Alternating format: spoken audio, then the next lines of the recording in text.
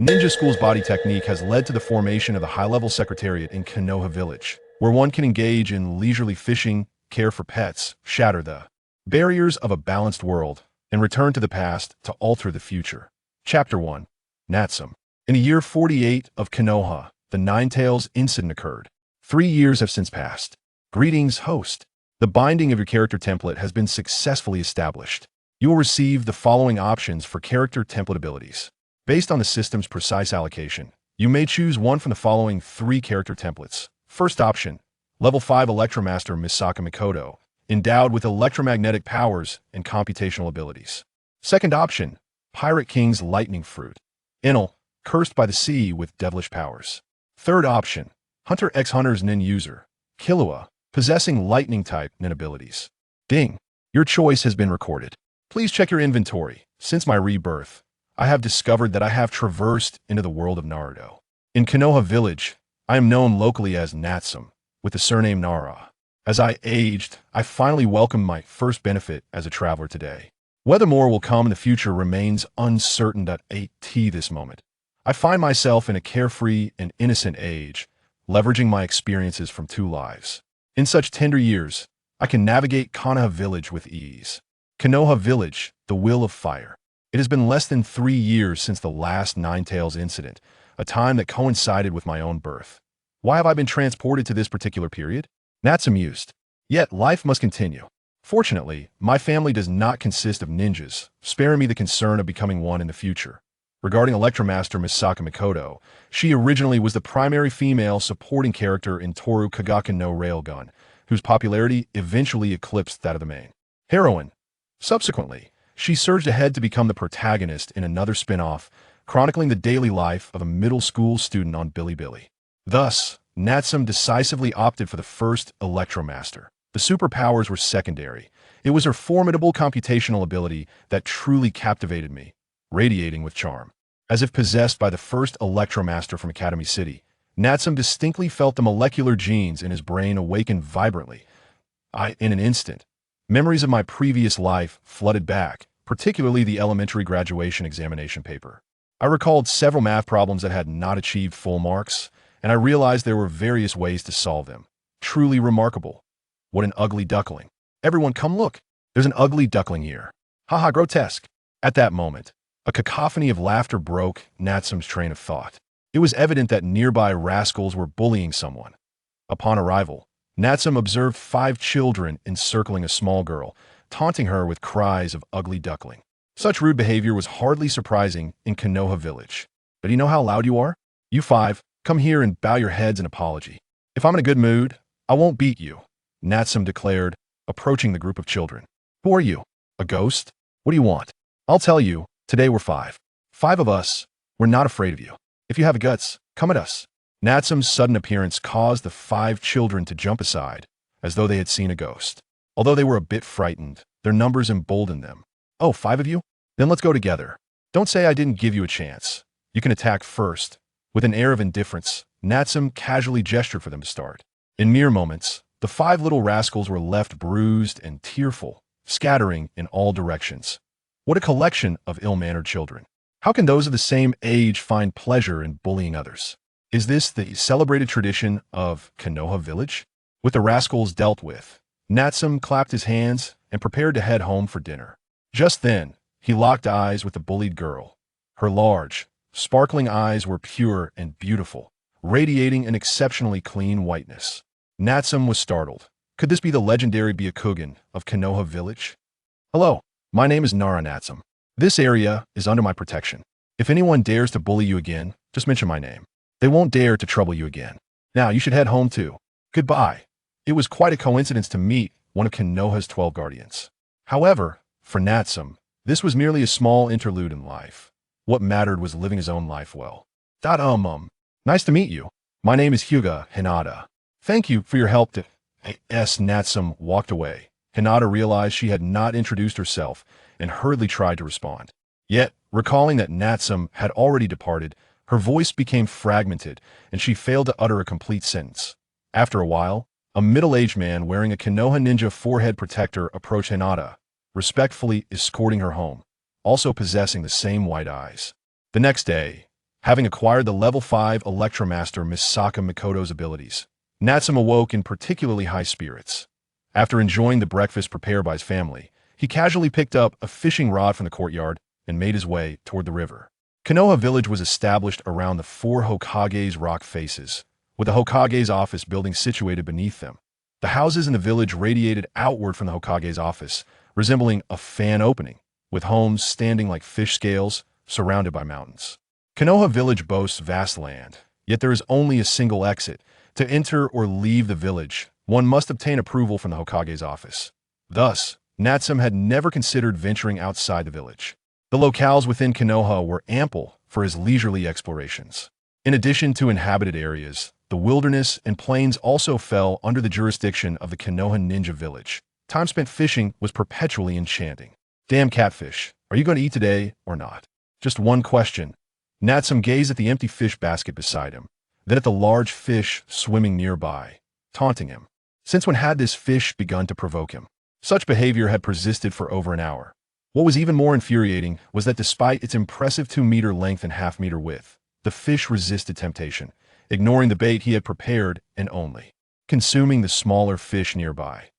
How was one to fish under such circumstances? Fuming, Natsum felt his patience waning. He extended 2 fingers, channeling a fraction of his level 5 electromagnetic abilities into the river. Splash! A large fish, unable to withstand a stimulation, leaped from the water, suspended in mid-air. Waiting eagerly, Natsum swiftly pulled his rod upward, sending the large fish flying. With a glance at the little fish floating on the water's surface, he lost interest in fishing altogether. Resigned, Natsum decided to abandon this natural fishing haven and reeled in his line. As he moved away, a yellow-haired boy passed by, visibly shocked by the sight of numerous little fish floating on the river's surface. The boy quickly removed his shirt and jumped into the water. Those electrified little fish regained consciousness swiftly, but by the time the yellow-haired boy collected dozens of small fish and placed them on the shore, he realized that the awakened fish had already made their escape. What a pity. I find myself once again devoid of provisions for the upcoming week.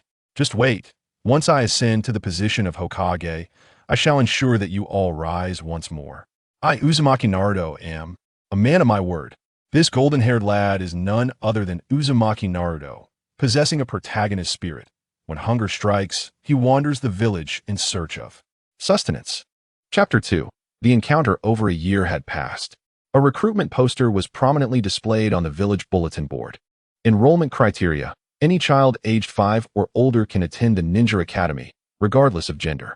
This poster caught the attention of Natsum, who glanced around to find no one nearby and promptly tore it down.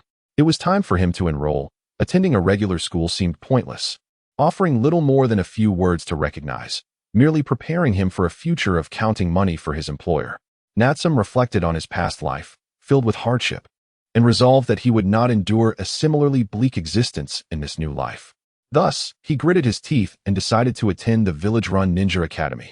He could hardly believe that graduating from the Ninja Academy would not grant him direct access to the higher echelons of Konoha. His stomach growled, reminding him that he had not eaten enough that morning, perhaps due to his growth spurts. At Ichiraku Ramen, please bring me 2 bowls of ramen. Coming right up. Please wait a moment. The ramen shop was bustling with patrons when Natsum entered. After a considerable wait, he finally secured a seat. Just as a blond boy burst through the door, followed by the sounds of barking dogs and shouts urging them away. With a sudden commotion, the already crowded ramen shop erupted as everyone rushed outside, leaving their payment behind in a frenzy. This spectacle astonished Natsum until he realized it was due to the blond boy's arrival, which seemed perfectly reasonable.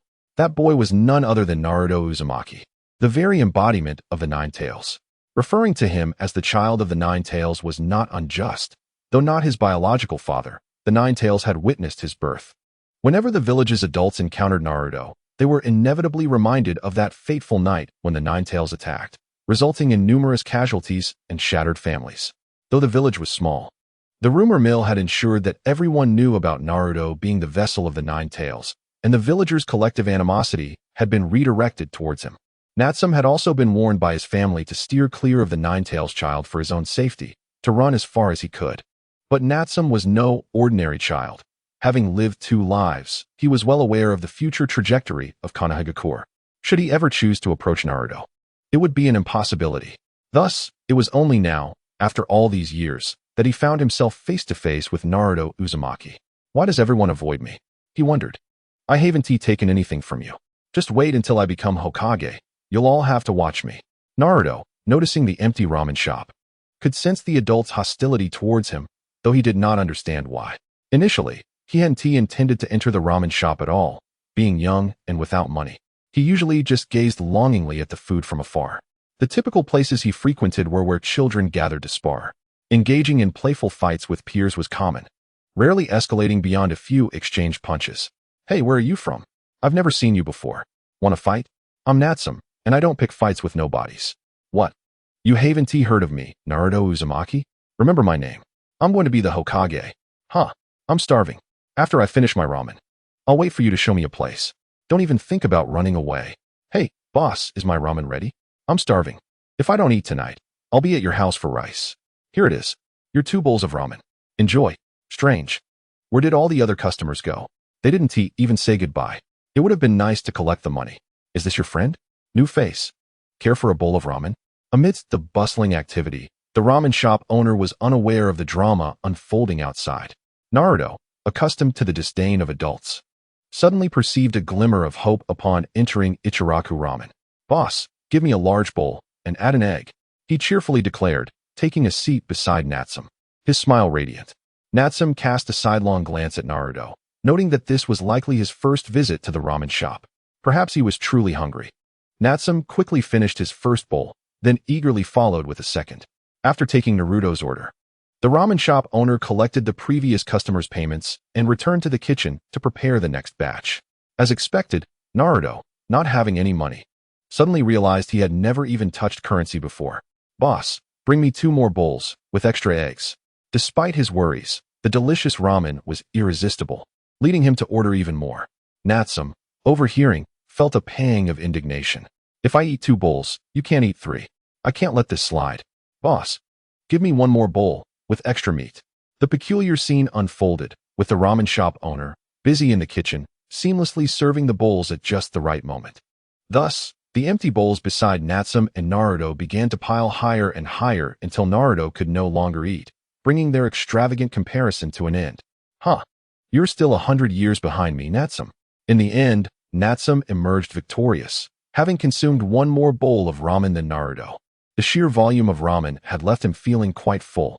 After a while, feeling uncomfortably stuffed, Natsum stretched, allowing the food in his stomach to settle. He hadn't expected this LV5 superpower to have such an effect. Meanwhile, Naruto was also in a similar state of overindulgence, unable to move as he awaited digestion. Alright, you digest here. I'll be waiting for you in the back mountain. Don't even think about escaping.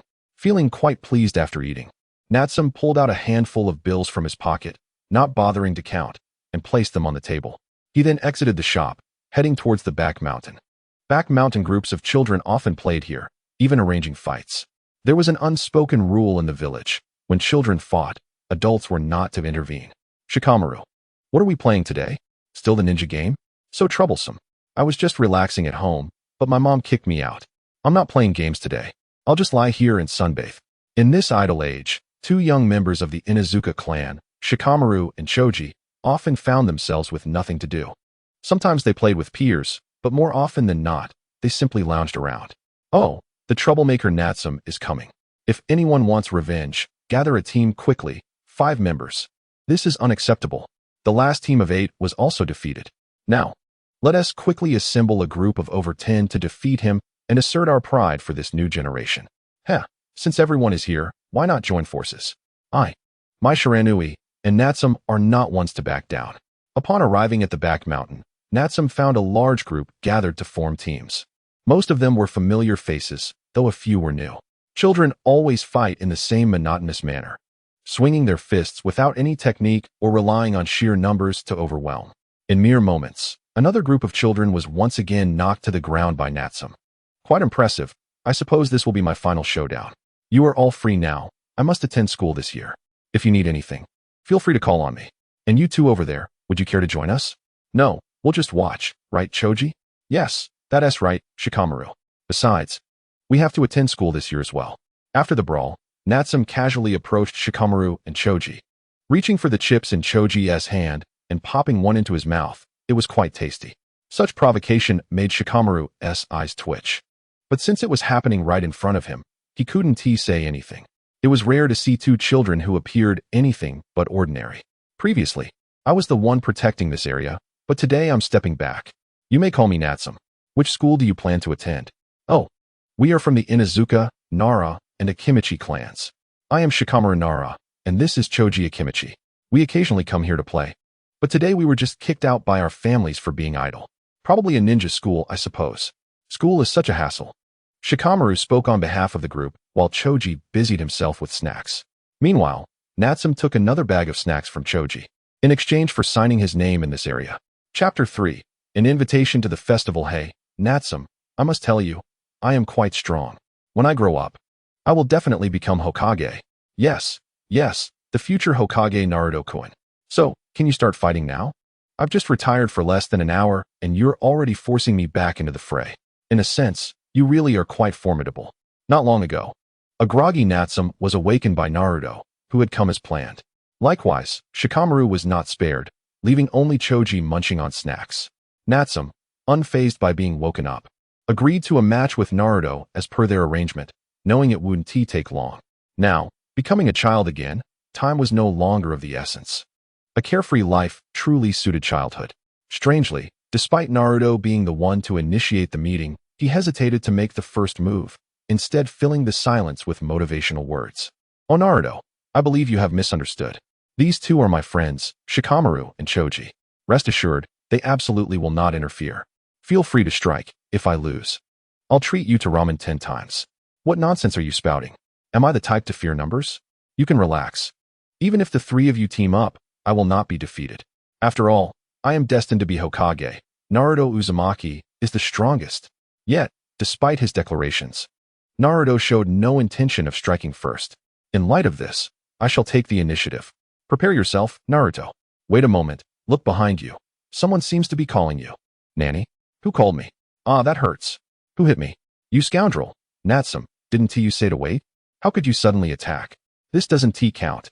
Someone must have come to find me. Let us leave it for now, we'll battle another time. Naruto was defeated but refused to admit it.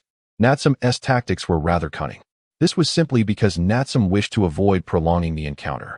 He decided to strike first, employing a diversionary tactic combined with misleading words. Such a straightforward strategy managed to deceive Naruto, who, at the moment he turned, was swiftly brought down by Natsum's swift hand strike. This simple yet effective tactic left Shikamaru, watching from the sidelines, utterly impressed, recognizing it as an exceptional strategy worthy of note. Wait, Naruto left? I was planning to take him somewhere fun. Well, it's too bad. I suppose it's a missed opportunity. Shikamaru, Choji, come here. Tomorrow, I have a festival to attend. Would you like to join me? A festival? What festival? I haven't heard a thing about it. Is there a festival in the village tomorrow? Choji, have you heard anything? Shikamaru inquired of Choji, who was equally perplexed. If there were a festival in the village, their families would have informed them well in advance. They would merely have to show up and enjoy themselves. Of course, you haven't heard of it. This festival is not organized by the villagers. It's information I overheard by chance. It will be held to the north of the village, not too far away. What do you think? Are you interested? Since it's held at night, it's certainly isn't an ordinary festival. Don't tell me you two are too timid to participate. Haha. I've also heard that there will be plenty of delicious food. And it's said to be quite tasty. Care to give it a try? Try? I'm in. You don't need to persuade me, Shikamaru.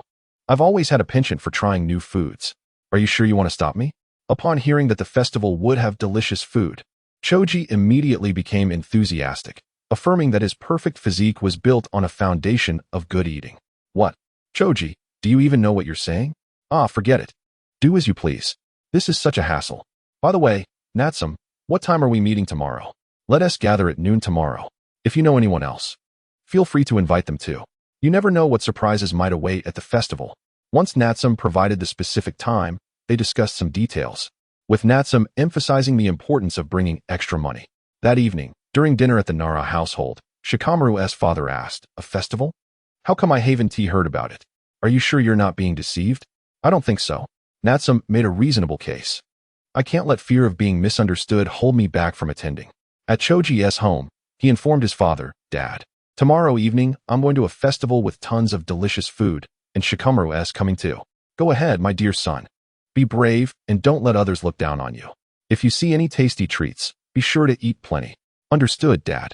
The next day, Natsum woke up early, washed his face, brushed his teeth, had breakfast, and completed a set of calisthenics. All right, preparations are complete. It's time to set off. With a carefree rhythm, Natsum headed north.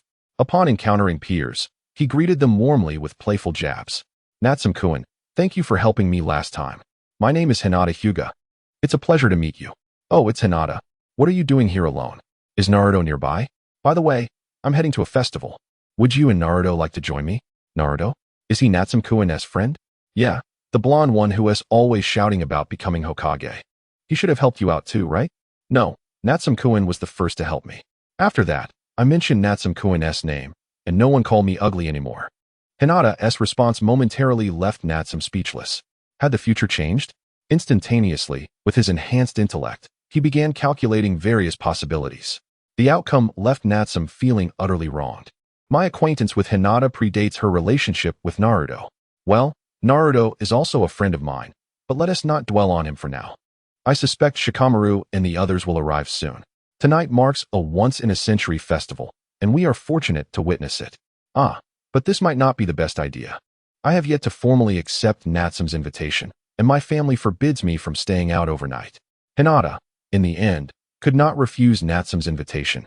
Her voice barely a whisper. Even her earlier self-introduction required countless rehearsals before she could muster the courage to speak aloud. At the designated meeting point, Shikamaru and Choji were among the first to arrive, accompanied by a female member of the Inuzuka clan. Why did you two insist on dragging me along to the festival? Did you get deceived? If so, please blink, Ino remarked. I've already explained all this to you on the way here, and besides, we arrived at our destination. Isn't it customary for us from the Ino Shikicho trio to participate in activities together? Shikamaru had hardly acknowledged Ino during the journey. In his view, women and explanations were troublesome. Meanwhile, Choji was solely preoccupied with whether he had enough snacks to eat and their flavors. Chapter 4. The Festival. Hey everyone, you're here early. Did you bring friends? As it happens, I encountered Hinata on the way and invited her to join us. Oh, it doesn't matter. This is Ino, a member of the Ino Shikicho trio. Shall we set off now? Choji has been eager to go. Well then, let us depart now. Natsum, having eavesdropped on some information, knew the location was at the northernmost part of the village.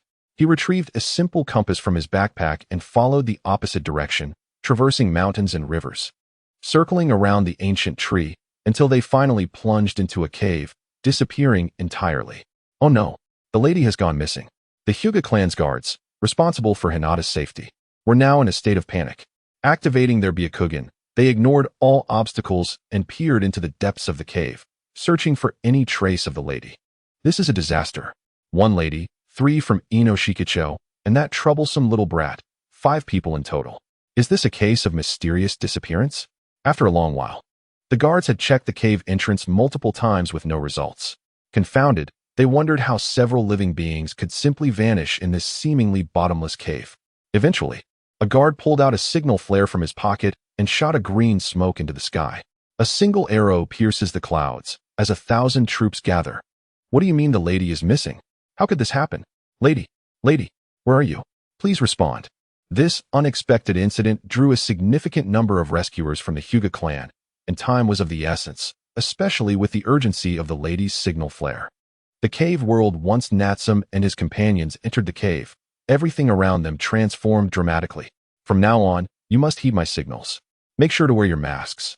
As long as we don't reveal our identities, we should be safe. Natsum, the first to regain his composure, with his level 5 supercognitive abilities, appeared quite familiar with the bustling heart of the festival street, casually heading towards the nearest stall. Boss, give me 2 skewers of this and that. How much in total? All right, please wait a moment. That'll be 10,000 yen. After paying, Natsum gleaned a rough idea of the local economy. This is delicious. I absolutely adore this place, Shikamaru. I've decided I want to eat my way down the entire street. So tasty. Indeed, Choji, the flavors here are delightful, and we owe quite a bit to this experience. Don't you think, Ino? Perhaps due to the delicious food, Choji was oblivious to the looming issue. while Shikamaru clearly sensed a change within his body. Yes, I can definitely feel it. My chakra is rapidly increasing, faster than the rate I've trained since childhood. What are you all lagging behind for? Hurry up, or Hinata and I will reach the next stall without you. Hinata, eat more. This will boost your strength. As time passed, the street became increasingly lively, with everyone wearing various animal masks. Many donned loose yukatas, enhancing the festive atmosphere. Is this festival really just for one day? Look at me. I've been eating for so long, and I've barely covered a third of the street. There are so many flavors I've never tasted. I don't want to go home. I want to stay here. Yes, just one day. When the time is up, we must leave. For now, indulge your appetites. We are not short on funds.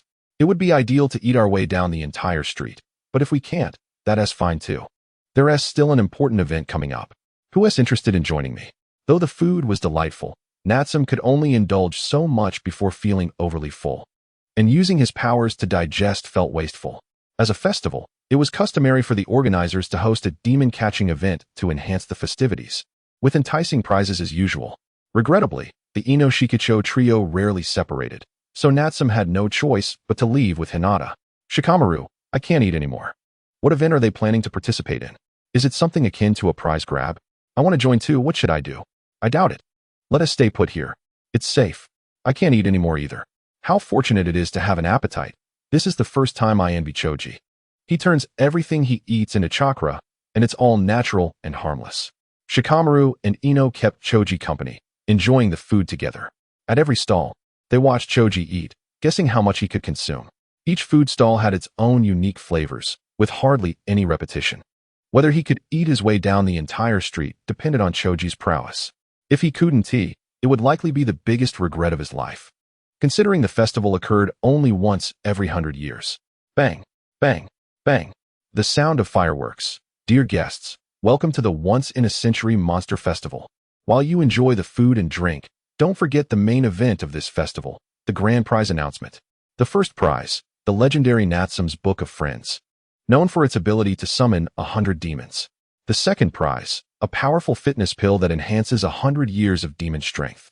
The third prize, a magical technique that allows transformation at will. As the fireworks illuminated the sky, marking the fleeting yet beautiful life of the event, the host finally revealed the prizes, sending the crowd into a frenzy. Is that the legendary Natsum's Book of Friends? Just hearing its name makes my inner strength surge. No one can stop me. Ouch, who is hitting me? The fool of a host hasn't even started yet. It's an understatement to say the stakes are high. If you want to win, you'd better buy the ceiling pot. It's a guaranteed win. Every time it's the same. An exorbitant 1 million yen for the ceiling pot. How many demons can afford that? I aim to conquer it with my strength. So everyone step aside. My moment of grandeur has arrived. Every conversation at the scene was clearly overheard by Natsum, who stood at the back of the crowd, along with the entire event's rules. Hee, Natsum's friend account. What a fitting name. This grand prize is mine for the taking. No one can interfere.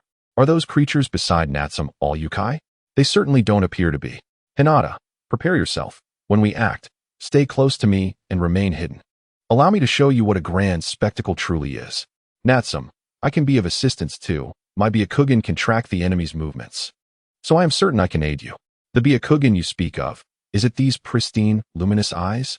Very well, I trust you. The task of tracking our foe is now yours. Once we locate that fierce beast, it will not escape. Chapter 5, The Prize Indeed. The event entails capturing 3 ferocious beasts, each differing in strength. The first, resembling a lion-tiger hybrid, possesses powerful limbs and the instinct to soar. The second, a serpent leopard, cannot fly and acts as a terrestrial tank. The third, a rat-like creature, excels at burrowing. The moment the host announces the commencement of the event, these 3 beasts dart in different directions. Game rules. Any means of capturing one within 2 hours will earn a corresponding prize. The flying beast is the strongest.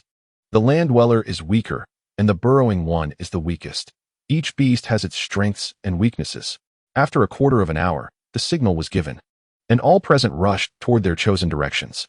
Natsum led Hinata to a vendor, contemplating the little sake jar in his hands, pondering whether the 1 million yen spent was worth it. Brother, this ceiling jar is definitely worth the investment. As a businessman, I can assure you that few Yukai are willing to spend money. In the past few thousand years, you are the only one to have fallen for such a trick. Natsum looked at the ordinary sake jar, thousands of plans flooding his mind. Utilizing his level 5 super intellect, he eliminated the impossible options, leaving behind the most secure strategy. Hinata, it all depends on you now. I understand, Natsum-kun. Watch me. Hinata swiftly formed hand seals, her Byakugan revealing the entirety of the world around her. Obstacles, once obscuring her vision, transformed into a transparent black and white. Following the direction the first beast had fled, Hinata guided Natsum onward. We found it, Natsum-kun. It's just behind this mountain. Be cautious. Understood. Good work, Hinata. The rest is up to me. Patiently awaiting news, Natsum finally broke free from his ennui. Fixating on the direction, he picked up a suitably weighted stone, roughly the size of a water jug, and hurled it toward the first beast's hiding place behind the mountain. In a moment of danger, the lion-tiger creature, trusting its instincts, abandoned its hiding spot and took to the skies. It reappeared before Natsum, maintaining its original form. Instead of immediately throwing the 1 million yen sealing jar, Natsum allowed the beast to fly a moment longer. Fly away if you wish. But the 1 million yen sealing jar awaits. As the lion-tiger creature believed it could escape, the pricey sealing jar struck its body with force. This seemingly mundane sake jar contained an immensely powerful sealing technique. Countless small black hands emerged from the jar's opening, reaching for the fleeing beast. Overwhelmed by various emotions, the lion-tiger was swiftly pulled into the ordinary-looking, yet valuable, 1 million yen jar. Did you see that, Hinata? This is the power of a pay-to-win player. A victory achieved through our collaboration. Now let us claim our prize. Yes, Natsum-kun. Although there were many terms she did not comprehend, it did not hinder Hinata from realizing she could indeed offer help. At the beginning of the event, the prize distribution stage was set. Now, please welcome the 3 winners to the stage. Isn't it a trick? Such beasts can actually be captured?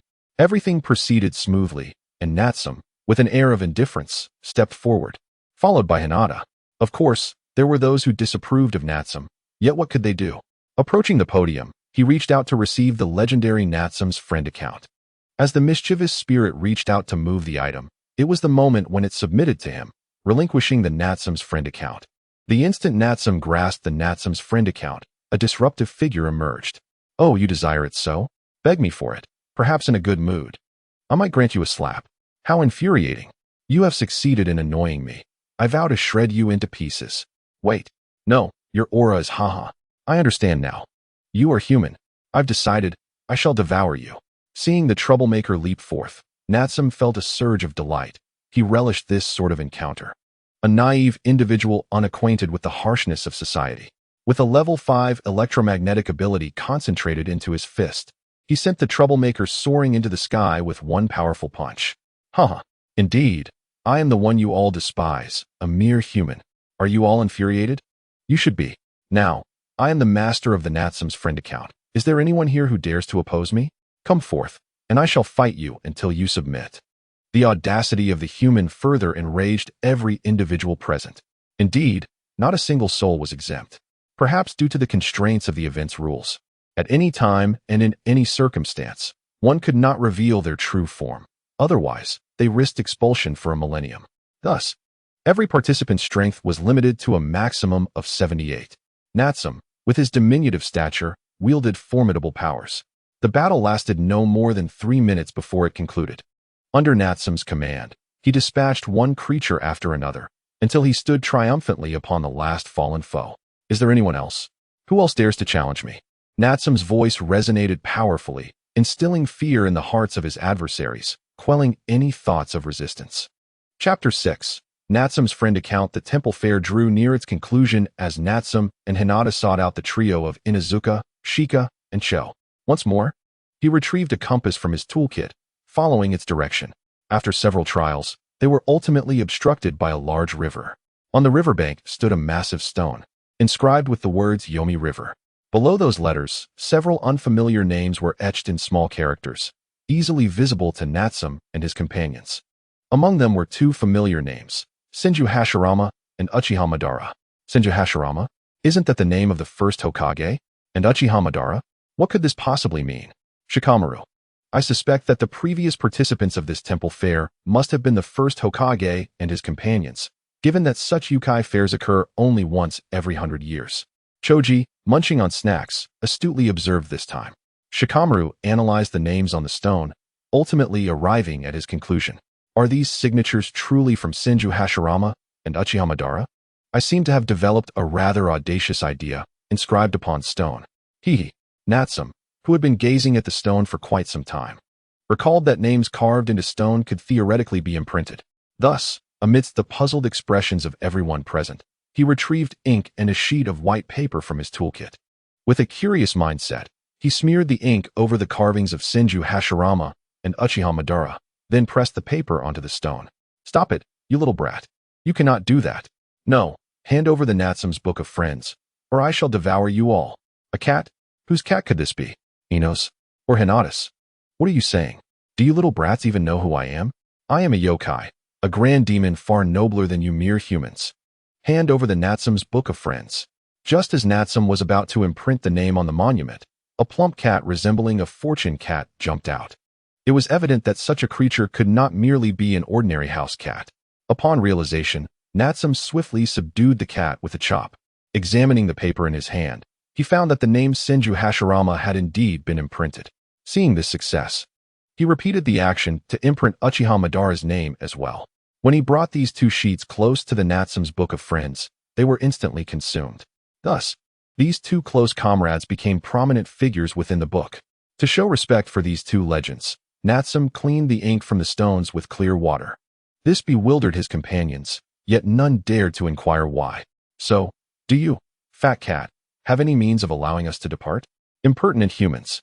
I am the most esteemed demon in this realm. If you wish to leave, hand over the Natsum's Book of Friends. Ouch, just a human. Yet your strikes hurt so much. I've heard that the flesh of great demons is quite nourishing. Would you mind if we took a few cuts to savor? Natsum grasped the flesh on the back of the cat's neck, knowing it to be its weak spot. Stop it, insolent human. I shall not divulge anything unless you surrender the Natsum's Book of Friends. This posed a dilemma, as torture was not my forte. Shikamaru, do you and your pig deer butterfly trio have any ideas? We cannot return right now, so let us find something to occupy ourselves. Meanwhile, Natsum moved aside to study the Natsum's Book of Friends.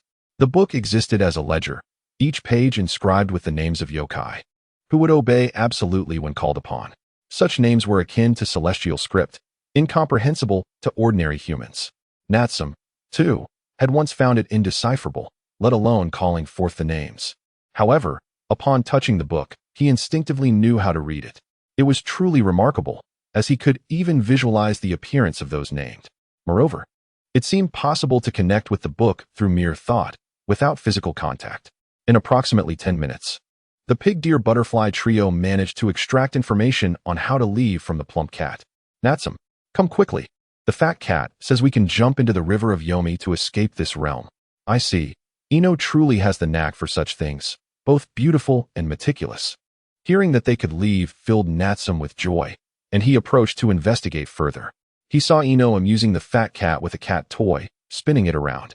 All right, everyone, prepare yourselves. In 15 minutes, we shall jump into the river as instructed by the fat cat. Of course, our rotund feline companion shall accompany us back as well. Nanny, you little brats.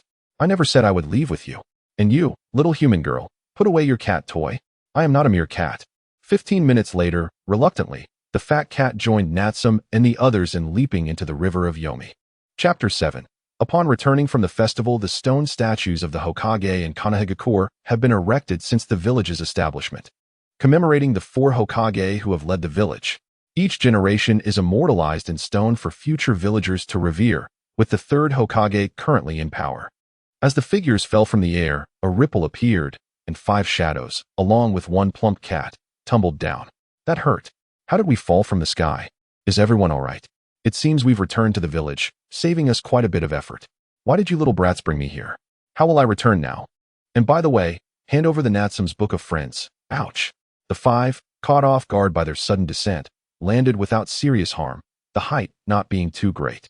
It's almost dawn. I'll take Hinata home. Shikamaru and Choji will escort Ino, and as for this fat cat, it was my oversight. Perhaps we should feast on it instead. You little brats. I am not going anywhere with you. Hand over the Natsum's Book of Friends. Ouch. Explanation. Ouch is exclaimed due to being struck. After deliberation, they split into 2 groups, each heading home. Hinata directed Natsum, and together they walked side by side, trailed by the fat cat. In the Yamanaka household, Mom, Dad, I'm back. I brought back delicious food. Ino, you're back? Everyone said you were missing. I knew you were fine. Why didn't you invite Shikamaru and Choji inside? You really should. Come on, we see each other every day. What's there to fuss about? In the Akimichi household, Dad, Mom, your precious son has returned with an abundance of tasty treats. Many I've never tasted before. Our beloved son is back. Did you enjoy the festival? The flavors of these snacks are delightful.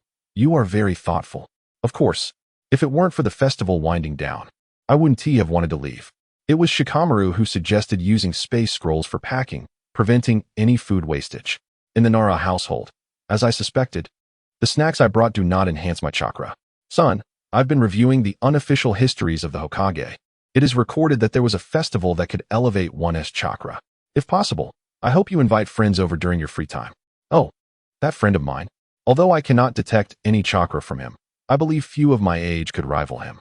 At that moment, Natsum and Hinata gradually approached the Hyuga clan's territory. Noticing a vendor selling breakfast along the way, he casually acquired 3 buns, munching as he walked. In the Hyuga clan's territory, Natsum finally witnessed the grandeur of a large family. Nearly all members of the Hyuga clan resided there, and this vast expanse of land belonged to them, indicating a flourishing lineage. Otherwise, with so few people, they could not maintain such extensive territory. Before they could reach the main entrance, 2 guards appeared before them. Miss, you've returned. The clan leader has instructed that you and your friends visit him upon your arrival. I think I'll pass.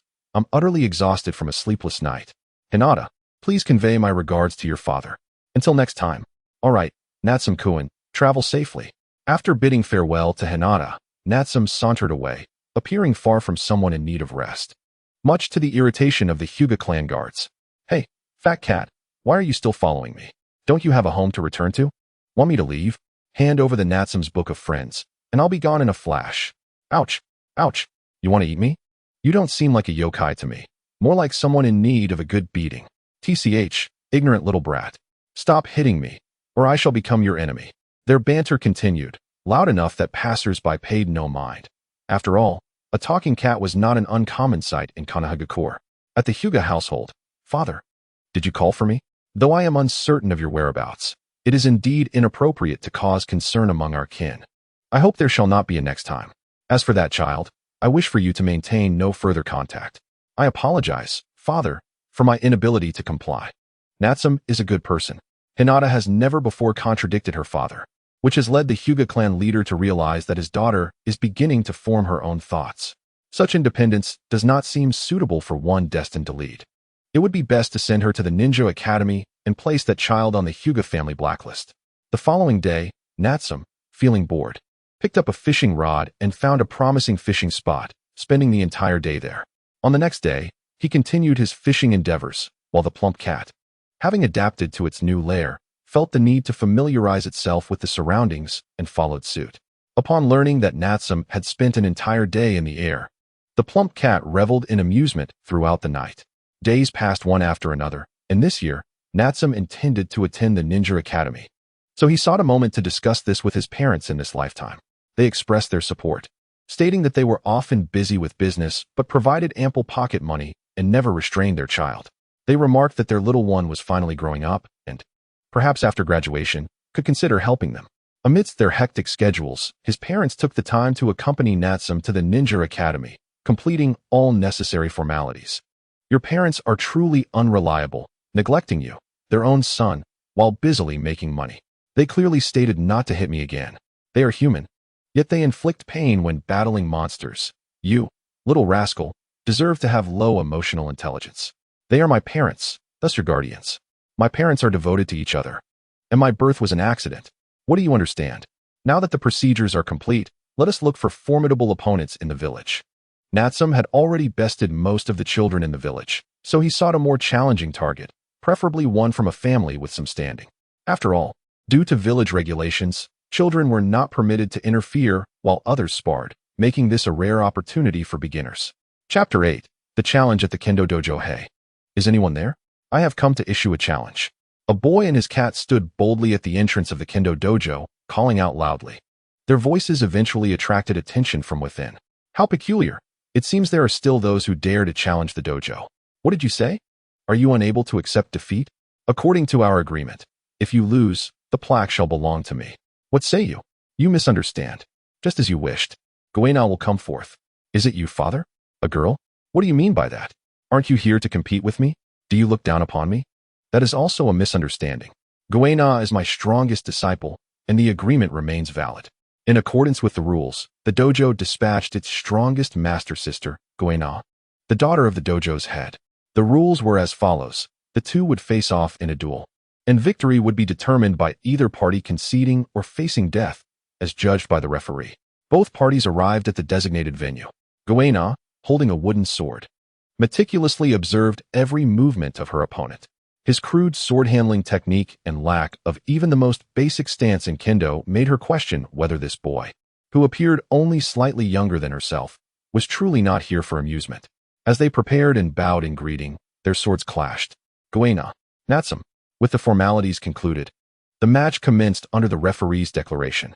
Lacking any foundational knowledge of kendo, Natsum saw Goena's wooden sword approaching his head.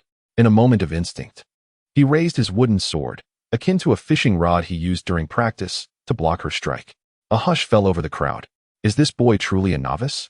The master sister can defeat even adults. Perhaps it is merely a stroke of luck. What a fortunate lad. The onlooking plump cat scoffed, believing that Natsum was merely pretending to be foolish, unwilling to leave the novice village. The clash of swords echoed through the air, revealing Goena's impressive skills, combining speed, precision, and her own insights. For an ordinary person, with such prowess, it would be utterly insurmountable. Yet, no matter how formidable her techniques were, Natsum could see through them and counter them, rendering her efforts futile. As Natsum discerned Goena's swordplay, he felt increasingly that she was born in the wrong era.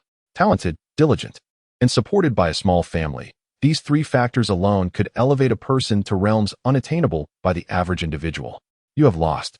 According to our agreement, the plaque of this dojo now belongs to me. It shall henceforth be known as the Kenshi Dojo.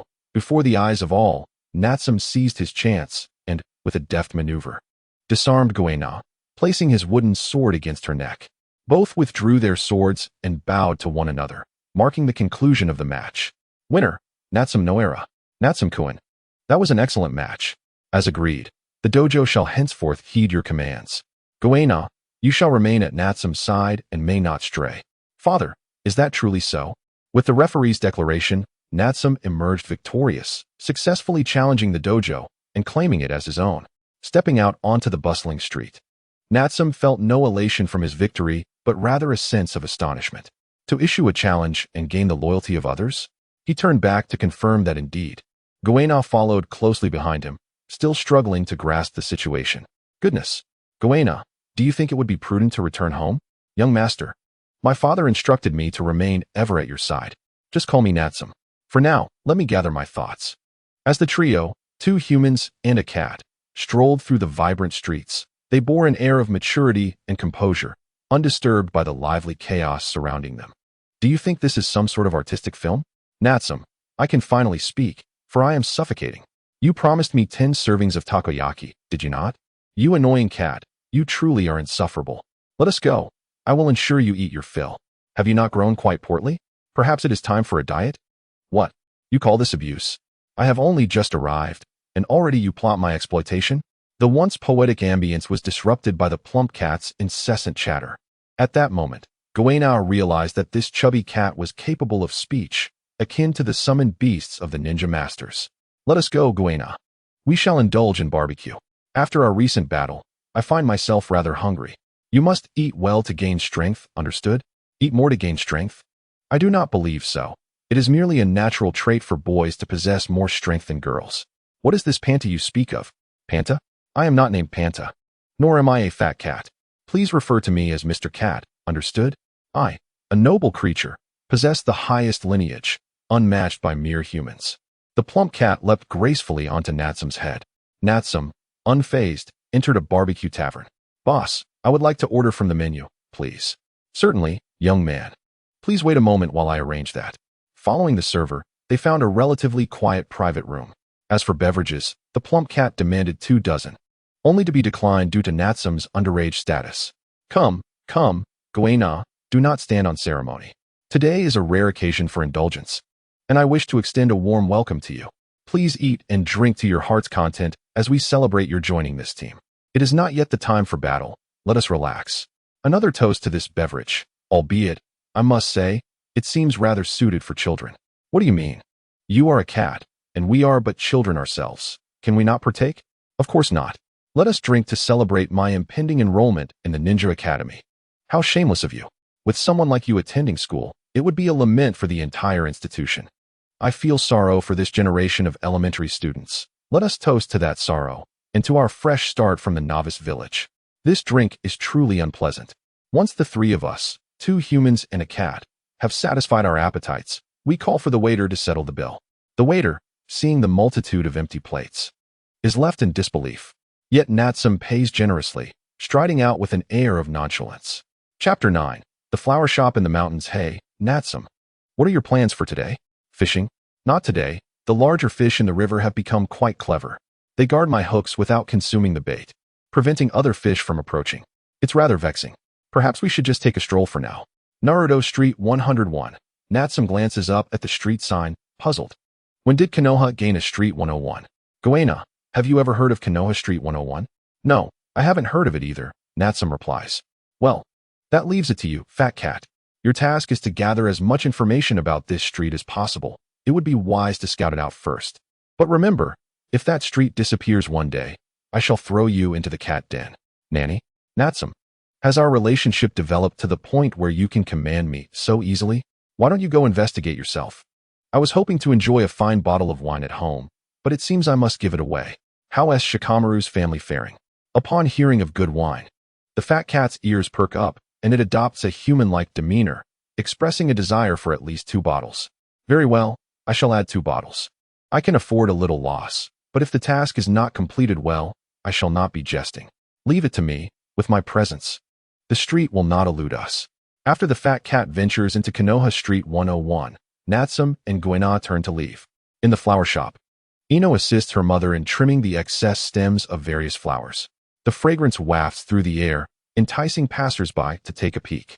Is it the beauty of the shopkeeper or the allure of the flowers that draws them in? Many flower enthusiasts frequent the shop, ensuring a steady flow of business. Welcome. Do you need help choosing some flowers? Sister, please get me 2 bouquets of carnations.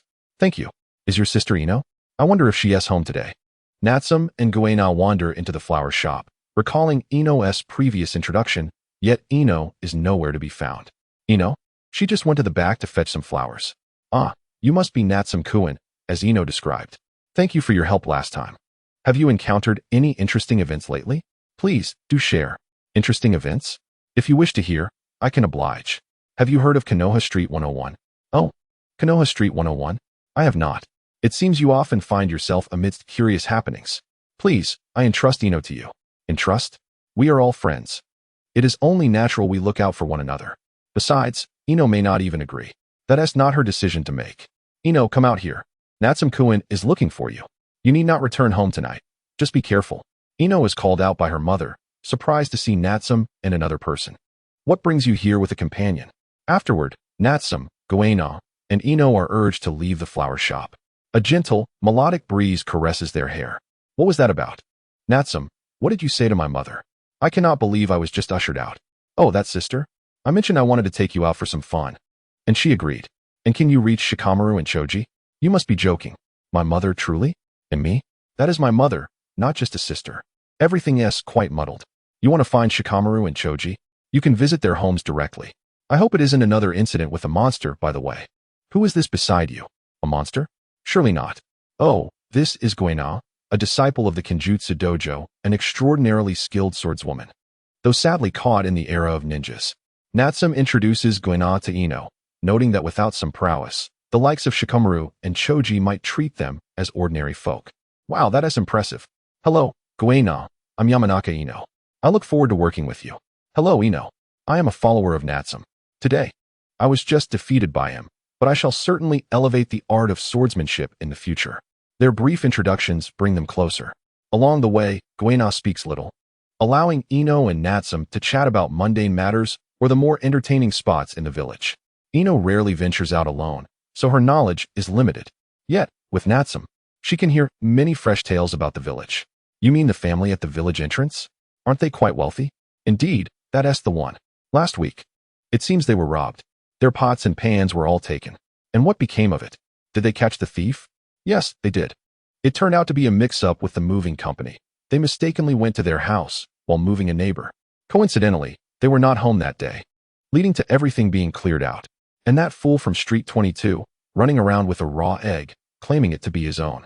Haha, can there really be someone so foolish? Speaking of foolishness, one must mention the character from Street 76, who always hands out extra change when you buy something from his shop.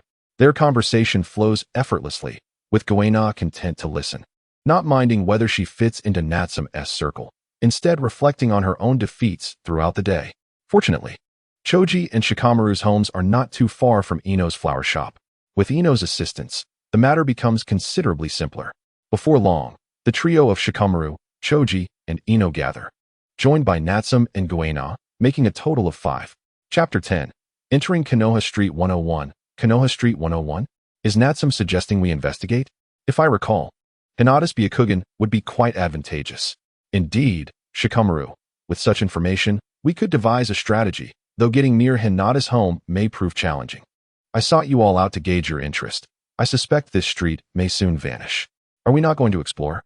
If it's merely for fun, I have a few friends I could invite. The more, the merrier. That is a splendid suggestion. Since they are your friends, let us include them.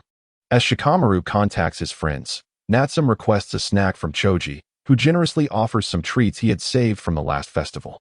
It appears that Shikamaru and the others had packed away some delectable snacks from the festival that they hadn't had a chance to try. Those festival snacks were indeed delightful, and Choji willingly shares a portion with everyone.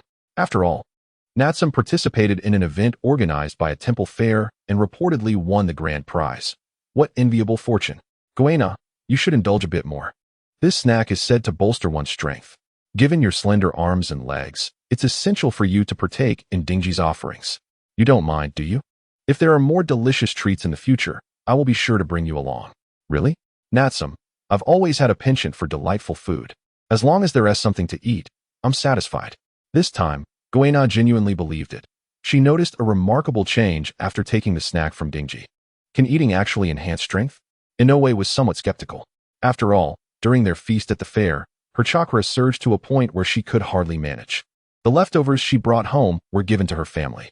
She heard they were still quite tasty, but unfortunately, she never had the chance to try them again. Perhaps she could inquire with her parents when she returns home? Apologies for the wait, Natsum.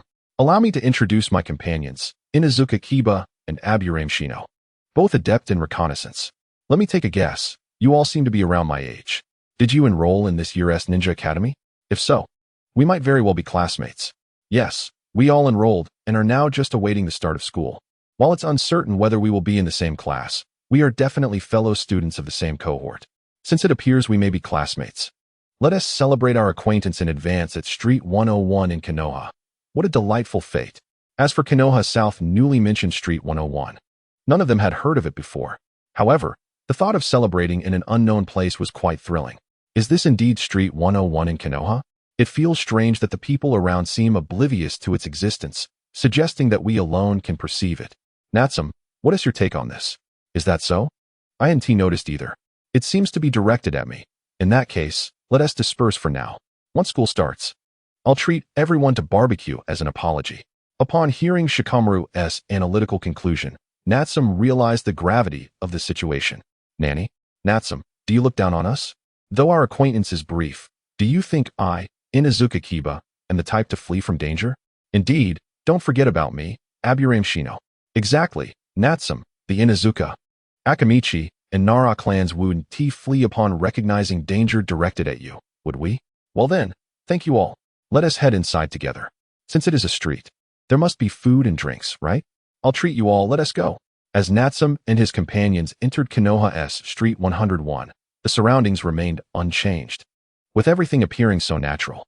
In the blink of an eye, they found themselves in a realm blanketed in snow. The urge to turn back surfaced, but they soon realized retreat was not an option. Wow, this is impressive. We were just in Konoha, and now we're in a snowy landscape. Aki, are you feeling cold? Akamaru, are you cold? Woof, woof, woof. Kiba tightly embraced the young Akamaru, trying to provide warmth. Yet it was futile against the biting cold of the wintry terrain. It was a miscalculation in such harsh weather. Shikamaru assessed that both reconnaissance specialists were in a dire state. Everyone, let us remain calm. The snow offers no shelter, and aimless wandering is the most perilous course of action.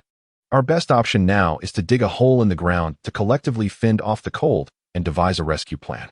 Dig a hole? Allow me, Akamaru. Cooperate with me, ninjutsu, Fong passing Fong. Eagerly, Kiba unleashed the technique alongside Akamaru, creating a sizable hole beneath them. With the hole established, the 7 of them found temporary refuge from the cold. Dingji, please distribute some snacks to everyone to replenish our energy. When we encounter someone, I'll trade you for something delicious. I've also dispatched the fat cat to gather intelligence. Let us see if I can reach it. All right, Natsum. Be sure to bring me something good in return. I have plenty of snacks. Dingji acquiesced to Natsum's plan while Natsum rummaged through his pack for the Natsum's Book of Friends, hoping to locate the fat cat's name. Although its goal was the Natsum's Book of Friends, it was plausible that the fat cat was among the members listed. Half an hour passed before he finally found it. After numerous attempts, he connected the fat cat's appearance with its true form and name. It truly was a formidable spirit. In my name, I summon you. Descend here. Name Nyanko-sensei, heed my call. Natsum attempted the summoning technique derived from the Natsum's Book of Friends, reciting a simple incantation. Boo! Out of nowhere, the fat cat appeared, wearing an incredulous expression. Aside from the familiar Natsum, there were Kiba, Shino, and 2 unfamiliar faces. Hey, Nyanko-sensei, you finally decided to return. You have no idea how worried I was about you. When I learned you were in danger, I called for numerous helpers, only to find out you had a name listed in the Natsum's Book of Friends. What a surprising twist. Haha, danger? I don't believe you, you little brat Natsum.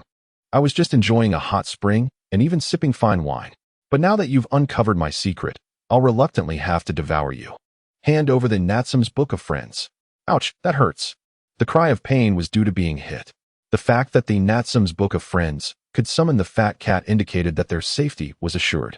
The group lingered in the hole for a while longer, and under the fat cat's guidance, they arrived at a mountaintop hot spring resort. Chapter 11. Soaking in the hot spring. Ladies, hot spring, huh? I feel completely rejuvenated. It's so warm. Goena, following Natsum must be quite a challenge.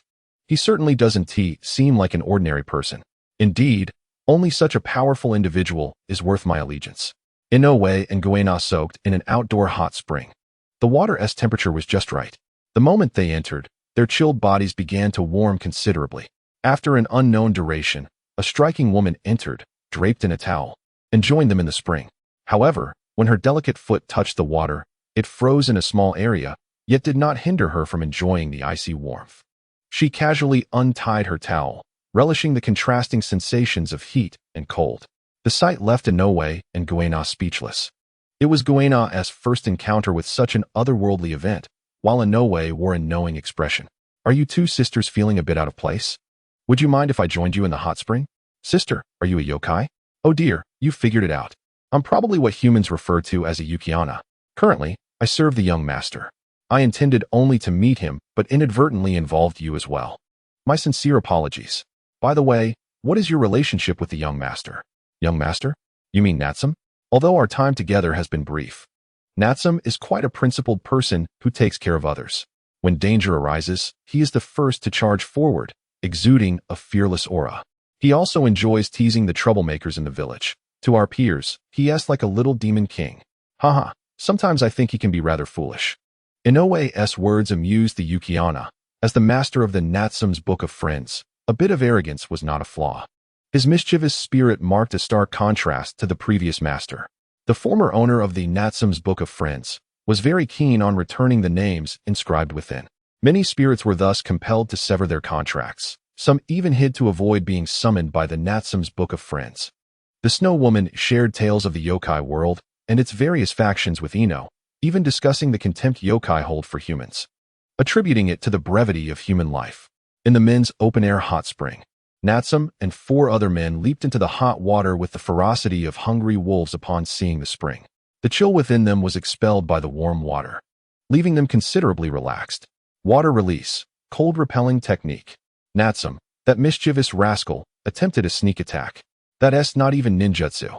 Watch as I splash back at you, Akamaru. All together now. Shikamaru, observing Natsum and Inuzuka Kiba splashing water at each other, let down his guard. Meanwhile, Choji, regardless of the situation, never parted with his snacks, even enjoying them while soaking in the hot spring. How dare you, Natsum and Kiba? I once he let you off. Pay me back for my snacks. Water release, spring water explosion. Enough already. I've told you, this ISNT ninjutsu. If that's the case, let the world be destroyed. Natsum and Kiba's playful antics inadvertently splashed Choji, who, fueled by a desire for revenge on his snacks, leapt into the water with his massive frame, creating an enormous splash in retaliation. The indiscriminate attack even caught Shikamaru in its wake, prompting a collective counterattack. The overly serious Kiba also unleashed a spontaneous water assault, commanding Akamaru to assist him, creating an even larger splash with genuine ninjutsu while everyone was distracted. Now, Shikamaru and Shino were also intrigued, splashing water at anyone they could see, resulting in utter chaos. Choji escalated the situation further, seizing two people and climbing up to the shore before jumping back into the water. At that moment, the portly cat entered the scene. I'm here. What a delightful hot spring. If it weren't for that brat Natsum ordering me around, I would have been soaking in the hot spring with a drink long ago. Wait a minute, what's wrong? Why has this lovely hot spring turned into a playground for children? You little brats. The portly cat had arranged everything with the owner of the hot spring resort and only needed to wait for everyone to finish soaking before discussing other matters. But now, the hot spring had transformed into a raucous playground, nearly dragging the cat into the fray. Stay calm, stay calm. We may be different parents, different species, but we're still family. You little rascals, return my hot spring. Finally, a soap bar fell right on the portly cat's head, and unable to contain its frustration any longer, it joined the fray with a vengeance.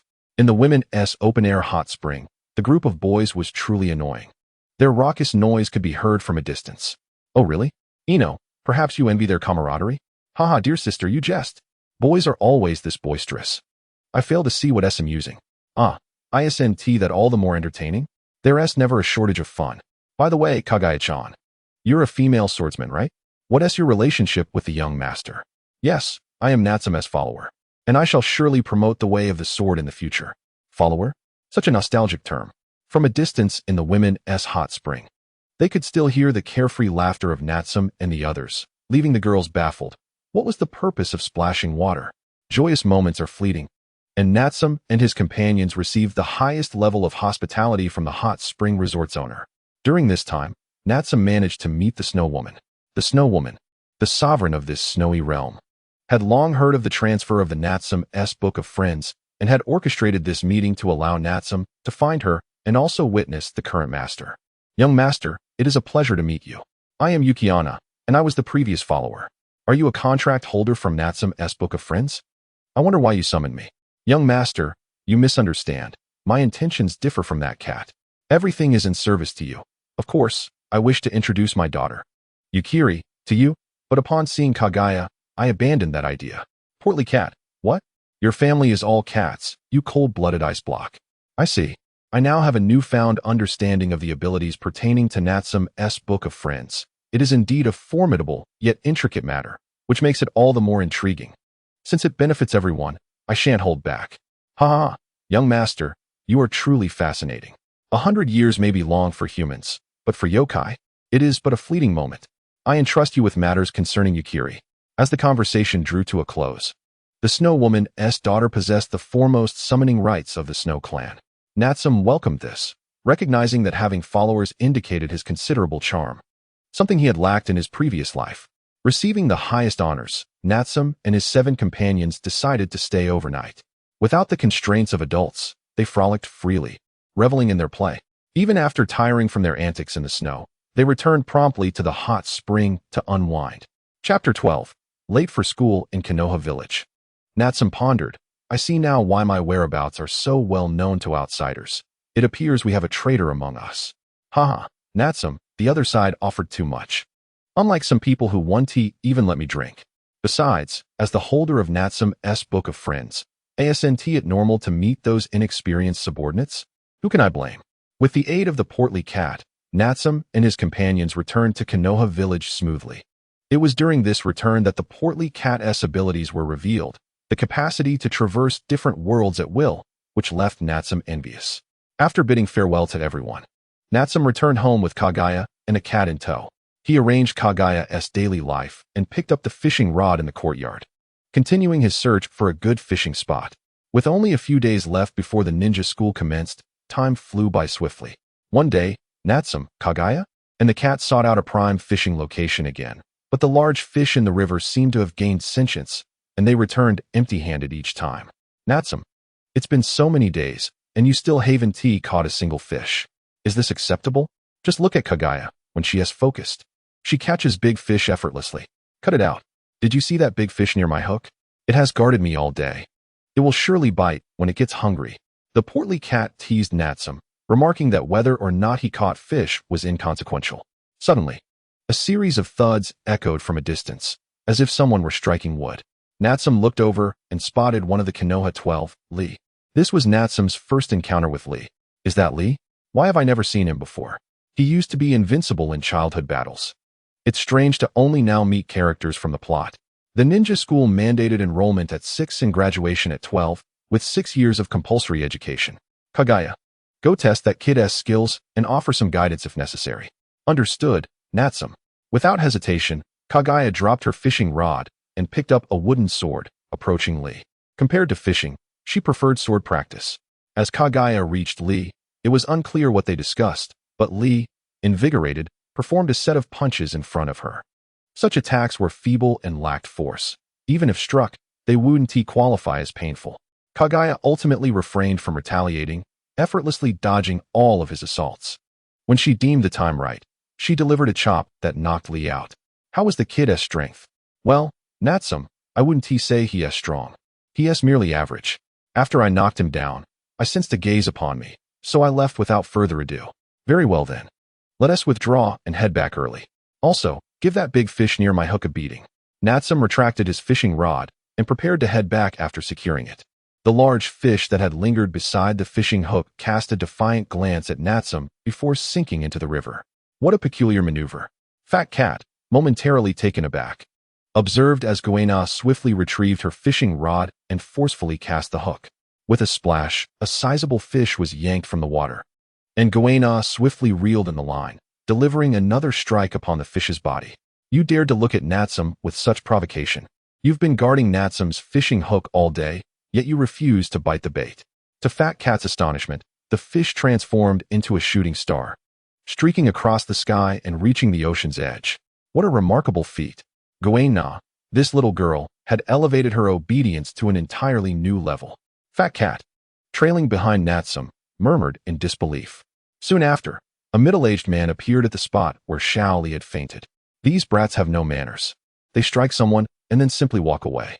With such skills, they hardly seem of common birth. We shall meet again. This is the fervor of youth. Soaring freely in Konoha. Might Guy approached Xiaomu, checking his pulse and finding no serious harm, which brought him a sense of calm. Knowing Xiaomu was unscathed, Might Guy vanished into thin air, choosing to remain hidden and await Xiaolu's awakening. As expected, Xiaolu soon regained consciousness, reflecting on the events that transpired. First, he had been advised by a girl, then he had issued a challenge, only to find himself knocked out. Such was the reality. One cannot blame anyone for a lack of skill. Immediately, Xiaolu resumed training, treating a piece of wood as a hypothetical opponent, unleashing a flurry of punches. He recalled the girl's advice: exert effort without brute force, utilizing finesse. Withdraw a portion of your strength from each punch, then deliver a heavy blow with doubled intensity. As he honed his craft, Xiaolu fell into a rhythm, noticeably increasing his speed, feeling as though he could match anyone, with shavings flying about. Hidden in the distance, Might Guy beamed with satisfaction. Xiaolu's rapid improvement under guidance indicated the boy's innate talent. He was truly deserving of the selection. What an inspiring display of youthful zeal. At last, the day arrived for the commencement of classes at the Konoha Ninja Academy. What a nuisance. That impudent Natsum played a single 3 and unleashed a bomb. Do you even know how to play? I relish it. Let you call the landlord while I explode. 3 consecutive blasts, and finally, a straight flush. Apologies. But I've won this time. Fat Cat interlaced his fingers, calculating his losses. What bad luck. By the way, Isn't today the day you both start school? Why are you waking me up to play cards so early? School? Isn't it tomorrow? Goena queried. What day is it today? Natsum reminded her that they were to be at school by 7 a.m., and it was currently 6:58. Arriving late on the first day would surely leave a poor impression on their teachers. With only a 2-minute window, they had no time to spare. Natsum tidied up the playing cards and set them aside. Feeling quite pleased with himself, he adjusted his attire and headed out with Goena toward the school, while Fat Cat reluctantly opted to stay behind. Being late by a few minutes and by half an hour are two entirely different matters. For instance, teacher, Goena and I were late because we saw an elderly lady fall and helped her to the hospital. Very well, Natsum and Goena. Although it is understandable that you are late on the first day, one must still adhere to school regulations. Given your good deed, instead of the usual 2-hour detention, I will reduce it to 15 minutes. Yes, understood. Thank you, teacher. Ultimately, Natsum and Goena could not escape the detention, yet no one dared to mock them. Hey, wasn't that just Natsum and Goena? When did they become so compassionate?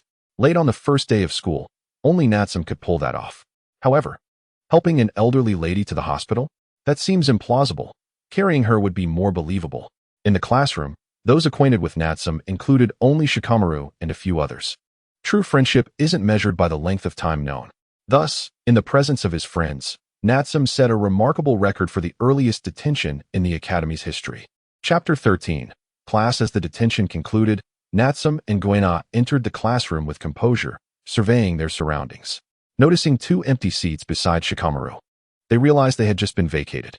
Clever Shikamaru, even while standing in detention, you were contemplating where to sit. Thanks. No need to mention it. It's merely 2 seats. I did it for those 2 classmates, so you wouldn't have an unpleasant first day. Once seated, Natsum began greeting Shikamaru and the others. When the first class ended, a 10-minute break ensued. With the school year just beginning, new students had not yet formed many connections, so they clustered in small groups of familiar faces. What a coincidence, Natsum. We're in the same class. Hinata, I saw you just now, but I didn't get a chance to say hello. Are you adjusting to class as well? Not too bad, Natsum. It's only the first day. Accompanied by Ino, Hinata nervously exchanged a few words with Natsum. By the way, where have you been these past few days? My mother was hoping you could visit the flower shop. Oh, I've been fishing by the river on the west side of the village. The fish there seem to have gained sentience, idling by my hook while shooing away the other fish. Oh, so you two have been lazing about? Hee Ino. I didn't expect you to have such keen insight after just a few days. By the way, isn't that Naruto over there? Why is he lying on his desk? Is he feeling unwell? After greeting a few familiar faces, Natsum noticed Naruto alone at his desk, with several classmates keeping their distance. It was normal for new students to feel this way at the start of the school year. That's true. You make a valid point. By the way, Shikamaru, let us skip lunch in the cafeteria and eat outside. If anyone from the class wants to join, they're welcome to come along. Eat outside. Sounds like a hassle. I'll give it a try. Though reluctant, Shikamaru felt the intense gaze of Choji, a foodie who always perked up at the mention of food. The second class began, with seating arrangements established during the first lesson. If no issues arose, the teacher typically wouldn't make any further adjustments.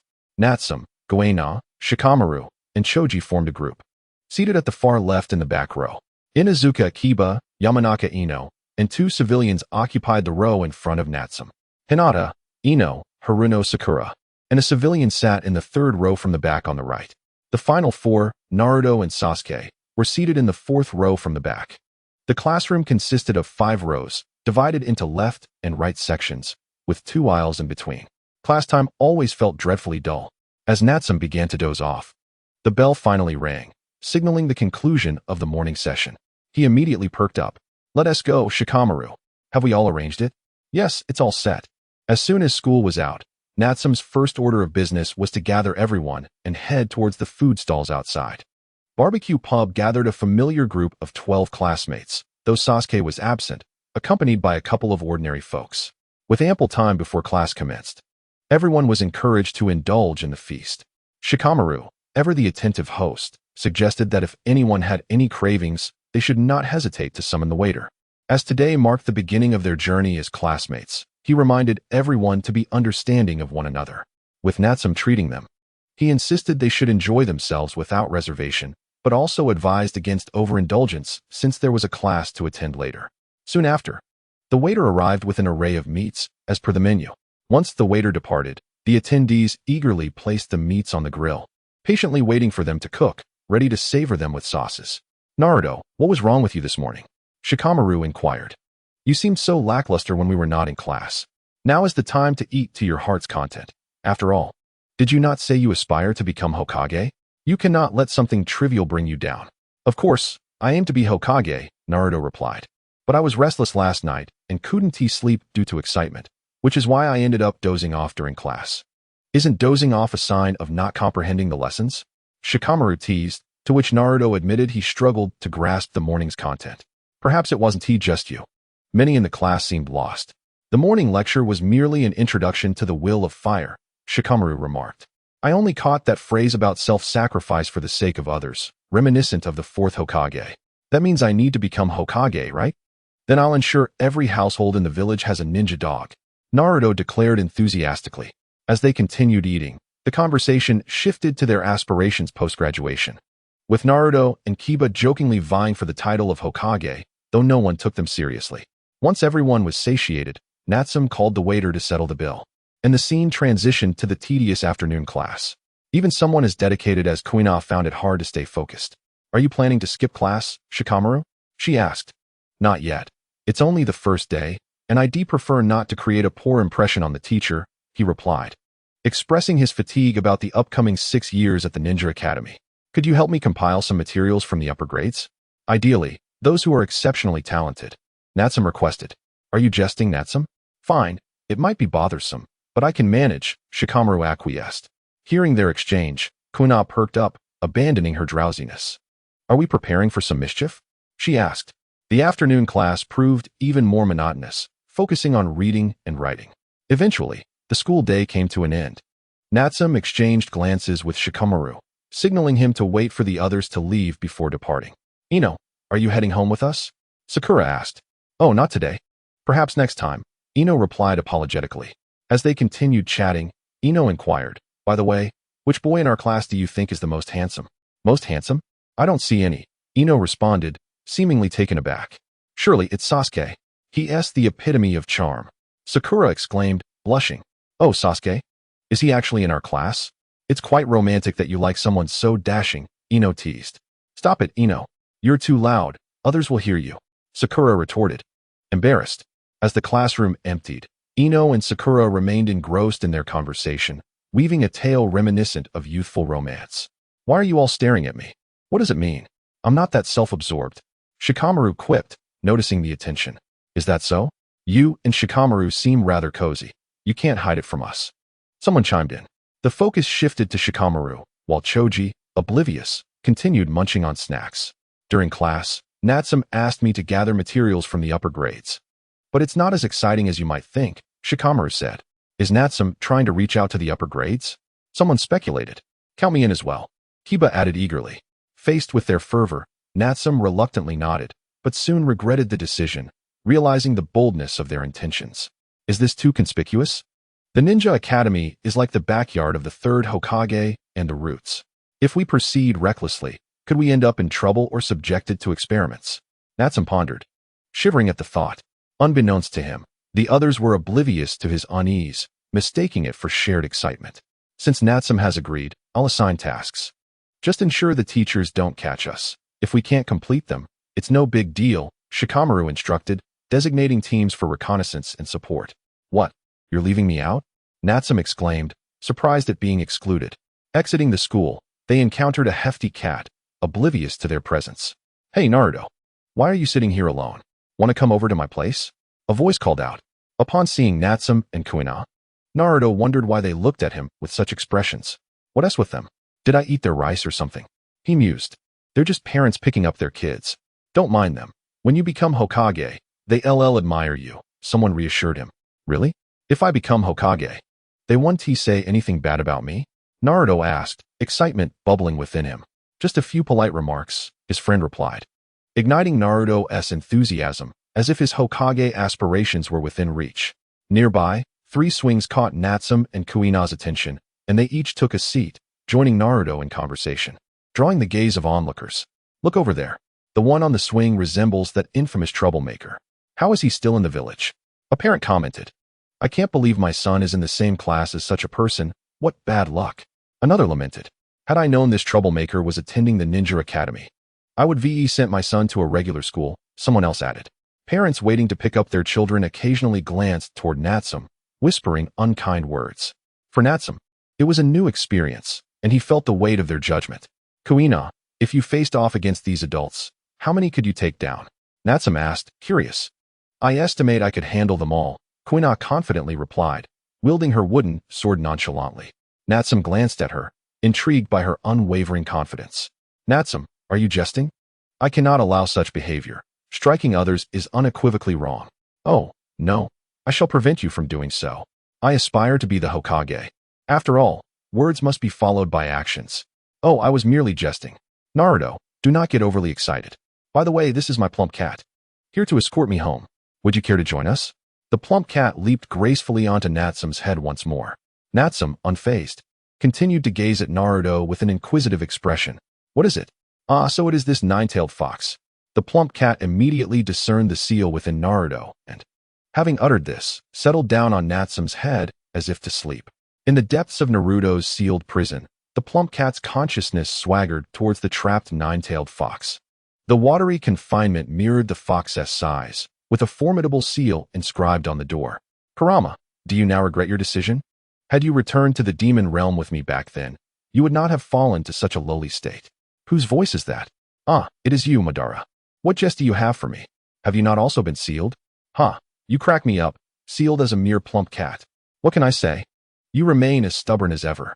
This is self-imposed sealing. My power is so formidable that it often attracts the attention of ill-intentioned individuals. Farewell, we shall converse another time. In mere seconds, the plump cat opened its eyes. The words it had spoken previously sent a chill down Natsum's spine, nearly instilling a desire to crush it. Fortunately, the voice had not carried far. Naruto, I must take my leave. I just remembered that I am out of rice at home and need to visit the rice shop. We shall return together another time. All right, Natsum, I can return home by myself. Once Natsum departed, Naruto fell back into a solitary and melancholic state. This scene was observed by the third Hokage of Konoha through a crystal ball on his desk. Although he could not discern the events unfolding, it was Naruto's first day at school, and it appeared he had made some promising friends, a decent beginning indeed. Bring me the information regarding this child. Yes, Hokage-sama. The third Hokage took a puff from his pipe and issued a command into the air. Shortly thereafter, a document detailing the child's background appeared on his desk. Name, Noera Natsum. Gender, male. Age, 5 years. Hobbies, enjoys bullying peers and younger children. Dislikes spicy food, believing it masks the true flavor of meat. Family background, only child of a wealthy merchant. As the third Hokage perused the document, he felt something was amiss. However, being merely an ordinary civilian student, Natsum was not deemed worthy of concern. On the road, Konoha advised me to teach this plump cat the rules of daily life. Just as I was venturing out of the novice village, I found myself entangled with a formidable boss. Natsum, what? Are you serious? I was only greeting the nine-tailed fox. I'll dodge it. You human girl, are you truly prepared to fight? Natsum commanded, and Konoha, without a second thought, unsheathed a wooden sword, striking at the plump cat atop Natsum's head. Fortunately, the plump cat reacted swiftly, evading the blow. Yet, it felt no remorse, for human rules were but human rules, irrelevant to its noble demon lineage. As a creature of noble blood, it roamed freely in this vast world, unrestrained by anyone, yearning for absolute liberty. One sword style, lion's roar. Having long recognized the prowess of the plump cat, Konoha slowed her pace and retracted her wooden sword. Casting aside all thoughts, she centered her energy and, upon drawing her sword again, radiated an aura akin to a roaring lion. The plump cat sensed its energy was locked onto, its fur bristling as it gazed at Konoha. What a terrifying talent. You have applied your fishing techniques to this great demon. You are impressive, human girl. I shall acknowledge you, albeit slightly. The plump cat brandished its claws and charged towards Konoha, meeting her sword's energy head-on. One strike shattered the momentum, and the plump cat, sensing the danger, retreated swiftly, leaping to the wall and vanishing from sight. Natsum, I just remembered, I have a friend inviting me for drinks tonight. So you needn't keep the door open. Farewell, see you tomorrow. Once the plump cat had disappeared, Konoha sheathed her wooden sword and looked at Natsum, awaiting further instructions. Forget about it. Let us return home. Natsum merely wished to teach the plump cat a lesson. Certain things ought to be done discreetly, for being overt might invite trouble. He then led Konoha homeward. The next day, in the early morning, Konoha was already diligently training, while Natsum rose leisurely to brush his teeth and wash his face. After breakfast, he set out at a relaxed pace towards the school.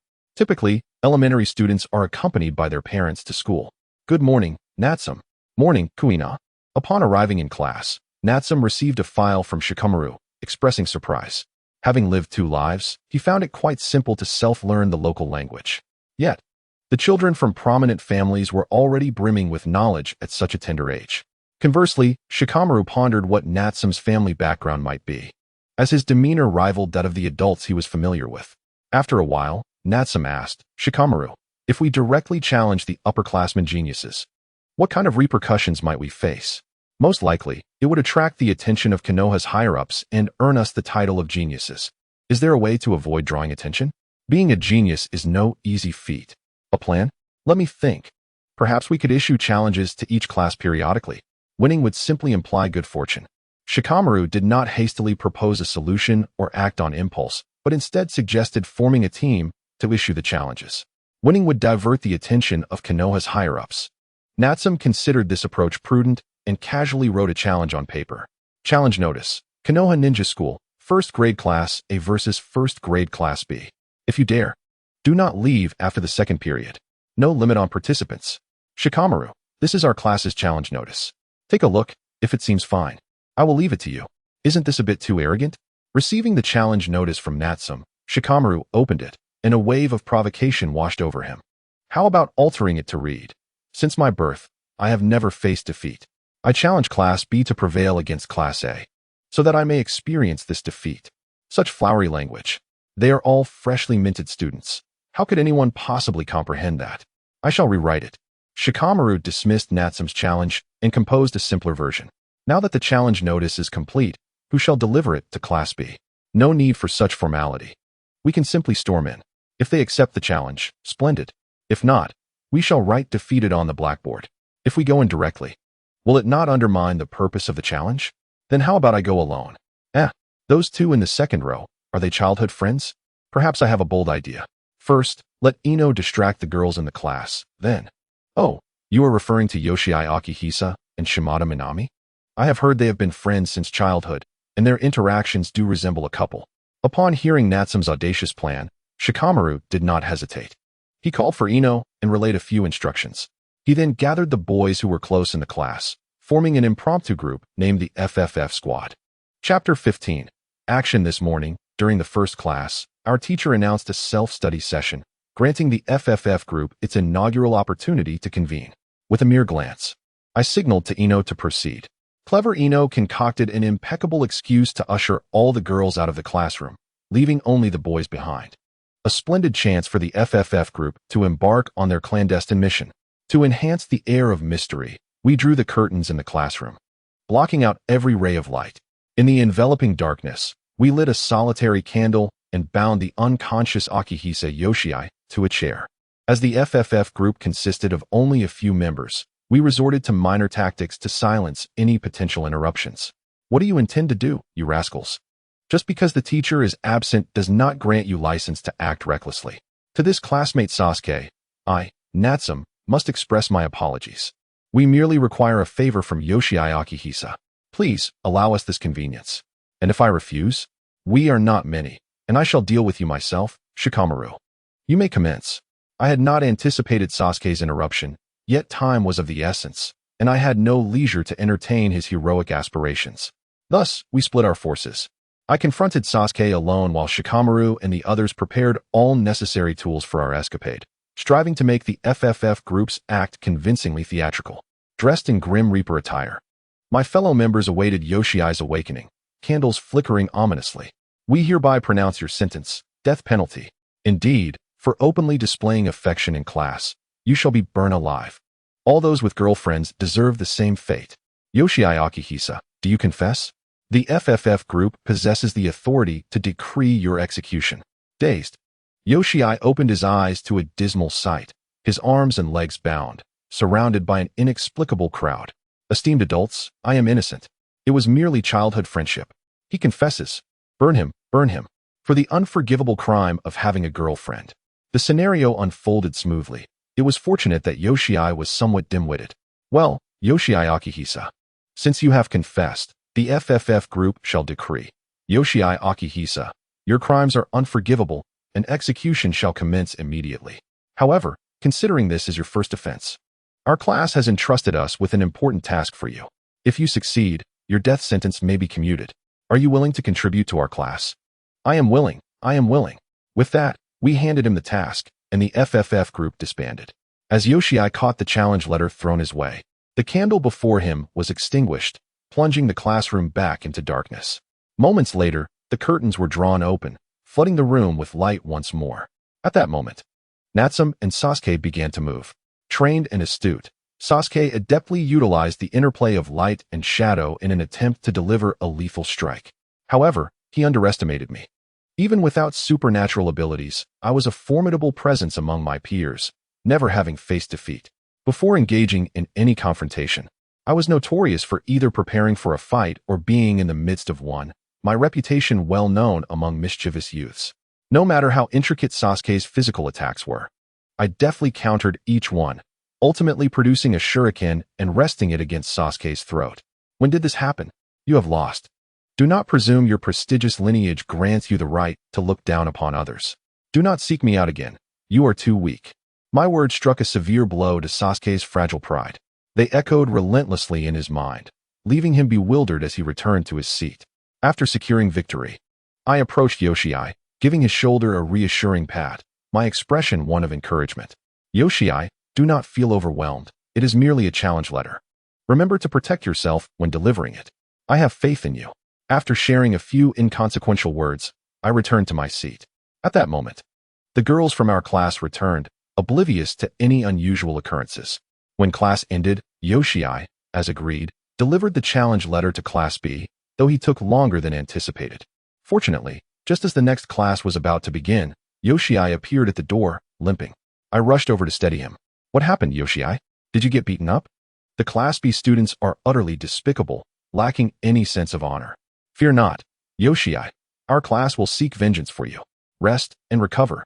I helped Yoshii to his seat, entrusting him to the care of his childhood friend, who offered him a bottle of healing ointment for his injuries. Returning to my own seat, I felt a simmering anger. This was excessive. The Class B students had crossed a line. What should have been a light-hearted affair had turned into a quest for retribution. Sighing, I resolved to learn from this experience. While plotting against others, one could easily fall victim to their own schemes.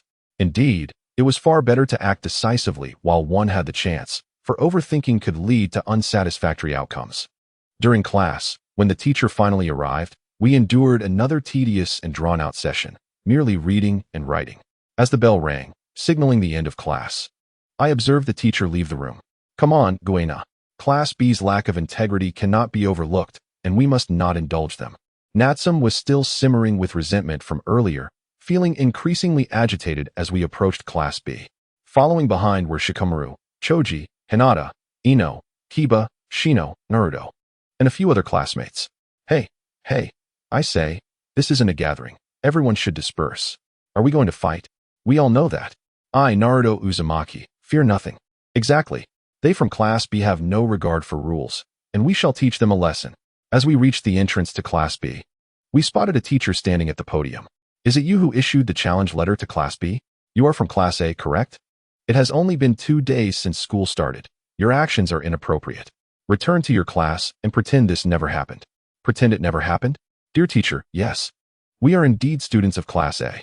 However, before the second lesson, your students assaulted one of ours. Tell me, should we not investigate who possesses such audacity to issue a challenge letter and also lay a hand on one of our own? Guena, go ahead. To my astonishment, the Class B teacher had not left at the end of class.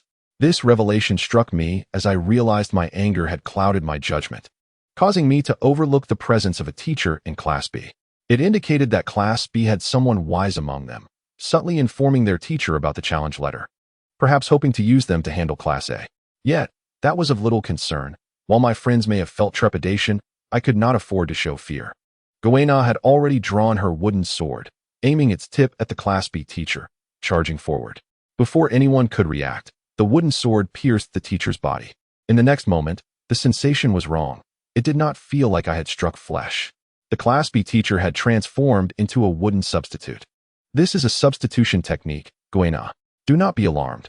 The real person must be hiding nearby. Following my guidance, Goena grew more resolute. I recalled a previous explanation I had given. So-called ninjutsu was merely a facade. In the face of absolute power, one could only expect to be on the receiving end of a beating. As the substitution technique was executed, the Class B teacher had relocated nearby. But the classroom's limited space allowed me to quickly identify the intruder. The wooden sword wielded by Goena swept through the air once more, her mind untroubled. Her speed significantly heightened. At that moment, the teacher of Class B, sensing the gravity of the situation, felt cornered and reluctantly drew a kunai to parry Goena's strikes. You two must cease at once, or I will report this to the school, and the consequences will be far graver than mere expulsion, the teacher warned. During the first class, I dispatched a challenge letter, and since the students of Class B have accepted, I must adhere to protocol. After all, I am considered a part of Class B myself, so we bear no fault here. Natsum, having concluded his statement, cast his gaze upon each student in Class B, scrutinizing their subtle facial expressions, forming a clearer picture of the culprit. Can anyone from Class B inform me who instigated the conflict in the last lesson? Of course, you need not divulge names. I shall assume the entire class has declared war on Class A, he added with a mischievous grin. But do think carefully now. Please, don't strike me. I know. I'll tell you it was him, and him, those three. Under pressure, a reluctant citizen emerged. Natsum felt a tinge of embarrassment. Indeed. He recalled the incident involving his previous subordinates, all of whom were from the same clan. What do you intend to do? We are all from the Uchiha clan. And if you dare to harm us, the Uchihas will not let this slide. Oh, the Uchiha clan, is it? Are all members of your clan so detestable? This complicates matters, he mused, pondering the narrative conventions that suggested retaliation against the young would provoke the elders. Realizing that confronting the Uchiha could lead to significant ramifications, he decided against direct confrontation. Are you frightened? We three are all from the Uchiha clan. You would do well to kneel and bow 3 times. What nonsense is this? Alas, I seem to have encountered a few lunatics. I'll take my leave now. Foolishness is contagious, Goena declared, opting to withdraw from the confrontation. In that fleeting moment, Natsum felt as though he had plunged into a bizarre cycle before entering Class B, perpetually led by emotions. Just as the teacher of Class B began to falter under Goena's relentless onslaught, Natsum closed his eyes and abruptly opened them. A malicious thought directed at the 3 Uchiha students sent a chill through them, prompting them to huddle together in fear, casting terrified glances in Natsum's direction. Subsequently, Natsum ignored them, contemplating that he could not act in plain view, especially against members of a prominent clan. Such altercations could lead to unforeseen complications on the journey home. Upon hearing Natsum's call, Goena seized the opportunity to withdraw her attack, maintaining a vigilant distance from the teacher of Class B. Once Natsum and his companions exited, Goena gradually left the classroom, only relaxing her guard when she deemed the area safe. At that juncture, class time was upon them, and Natsum and his group returned to their classroom. To compensate for Yoshii Akihisa's efforts, Natsum generously provided him with numerous supplements, including nourishing festival snacks. The return of Natsum and his companions did not significantly affect the class, as the students remained oblivious to the earlier upheaval. It wasn't until the teacher called for Natsum and Goena to visit the administrative office that they were never seen in school again. Chapter 16. A semester of suspension. Not 2 days into the new term, a suspension of 6 months was imposed. The intoxicated fat cat, barely able to enter his home after a night of revelry, overheard Natsum's conversation and perked up. I'm back. It stinks. Fat cat, hurry and clean yourself up. You reek of alcohol. Natsum disdainfully waved at Fat Cat without making eye contact, continuing to lounge on the sofa. Meanwhile, Goena sat nearby, meditating, indifferent to the happenings around her. After some contemplation, Natsum concluded that attending ninja school was entirely unnecessary. The 6-year endeavor of refining chakra would culminate in merely mastering 3 basic techniques: transformation, substitution, and shadow clone. The theoretical exams could be disregarded entirely. Furthermore, Being a ninja in the Hidden Leaf Village was a perilous profession constantly under the scrutiny of the higher-ups, devoid of any freedom. Now, with a 6-month suspension, he could maintain a nominal connection to the ninja school, coming and going as he pleased, and merely appearing for graduation. Ah, a refreshing shower, Natsume exclaimed. I heard you've been expelled from school. Honestly, these childish antics are hardly worth the trouble. You might as well go fishing in the river. Fat Cat emerged from the bathroom, expertly opening the fridge and guzzling a bottle of milk without hesitation. Ah, milk is delightful. Rather than playing with those immature children, it would be wiser to cultivate potential like Konoha. You speak so lightly. Everyone in the Hidden Leaf Village aspires to become a ninja. I cannot have them all following me to learn superpowers. The development of superpowers is also a painstakingly lengthy process. Even in the original work, Urban Academy, few attain level 5, and only a handful are publicly acknowledged. Natsume pondered whether, in this era dominated by chakra, the acquisition of superpowers might occur more swiftly. I know a place, Fat Cat replied. A friend mentioned a girl of similar age to Konoha, exceptionally gifted but with a weaker constitution. If you're interested, I can take you to meet her. Your friends? They must be creatures of the night, frequently appearing and disappearing, possessing talent but lacking constitution. This is clearly a burden, Natsume remarked. By the way, Fat Cat, can you not return to the previous festival and bring us back some food? Natsume, I still want to settle the score with you. Even my ability to traverse dimensions cannot return to that festival. It opens only once every 100 years. Following you has been a significant loss. I only ask for some food. I can find a few acquaintances to bring back some treats. Very well. The delicacies made by your kind are indeed commendable and greatly beneficial to the human body. Later, Natsume realized that the festival snacks had the potential to enhance one's constitution, and he felt he had missed out significantly. The Inuzuka, Nara, and Akimichi clans likely had some leftovers, but those would be tightly guarded treasures not easily shared with outsiders. Fat Cat, what is the principle behind your dimension-traversing ability? I can't help but feel that in your hands, it has become quite ineffectual. Natsume, are you envious? There's nothing particularly special about it. As long as I establish coordinates with my mental energy, I can go anywhere. What a liberating ability. I see now. No wonder you follow me. Using the Natsume's friend book as a medium, you can reverse engineer it to reach all the locations of the spirits within. Natsume mused, foolish Fat Cat. Your ability is truly wasted. Even without the Natsume's friend book, as a noble bloodline spirit, who would dare deny me? I can go wherever I please. Fat Cat's dimensional traversing ability made Natsume envious. However, it was not his own, and no amount of envy would change that. Unless, perhaps, the system were to grant him a similar ability one day. As the school day drew to a close, Konoha declared, I'm leaving. Those 3 Uchihas made me lose face today. I cannot let them off without a proper reckoning. It was Natsume who waited just a short distance from the entrance of the ninja school, having disguised himself, finally anticipating the arrival of the 3 Uchiha students. On the route home after school, I couldn't help but feel a sense of irritation as I observed the jovial trio from the Uchiha clan. They were truly an eyesore. Furthermore, aside from Natsume and his companion plotting an ambush, there was another group of familiar faces preparing for a similar scheme nearby. What a coincidence. You all are out for a stroll as well. Ah, it's Natsume. Indeed, what a serendipitous encounter. We are merely taking the same route home from school, with no ulterior motives. With that, both parties tacitly concluded their conversation and resumed their pursuit of the Uchiha trio. Hinata, Inuzuka Kiba, and Aburame Shino were stationed as lookouts, confirming that the surroundings were clear before signaling an attack. Shikamaru, Choji, and Ino promptly complied, retrieving their concealed wooden mallets and iron rods. Meanwhile, Natsume and his companion, seizing the moment, produced 3 burlap sacks and swiftly approached the Uchiha trio from behind. Before they could react, the sacks enveloped them entirely. With an okay gesture, Shikamaru and his comrades, armed with their makeshift weapons, displayed malevolent grins reminiscent of angels. The scene quickly descended into chaos, akin to a frenzied slaughter. Ignoring the Uchiha trio's pleas and cries, they struck with abandon, ensuring their targets were incapacitated but unharmed. It was time to retreat. A passerby was approaching from the 9 o'clock direction. Let us disperse, everyone. Thank you all. Let us meet again next time. Natsume and his companions hurriedly scattered, blending seamlessly into the crowd, disappearing without a trace. The following day, free from the confines of school, Natsume found himself once again at leisure. his boredom prompting him to head to the river for some fishing. With a collapsible fishing rod slung over his shoulder, he ambled down the street with an air of indifference. His frequent failures in fishing were typically attributed to inferior rods and unappealing bait. Thus, he had acquired a new set of fishing rods. Fat Cat, where is that exceptionally talented girl you mentioned last time?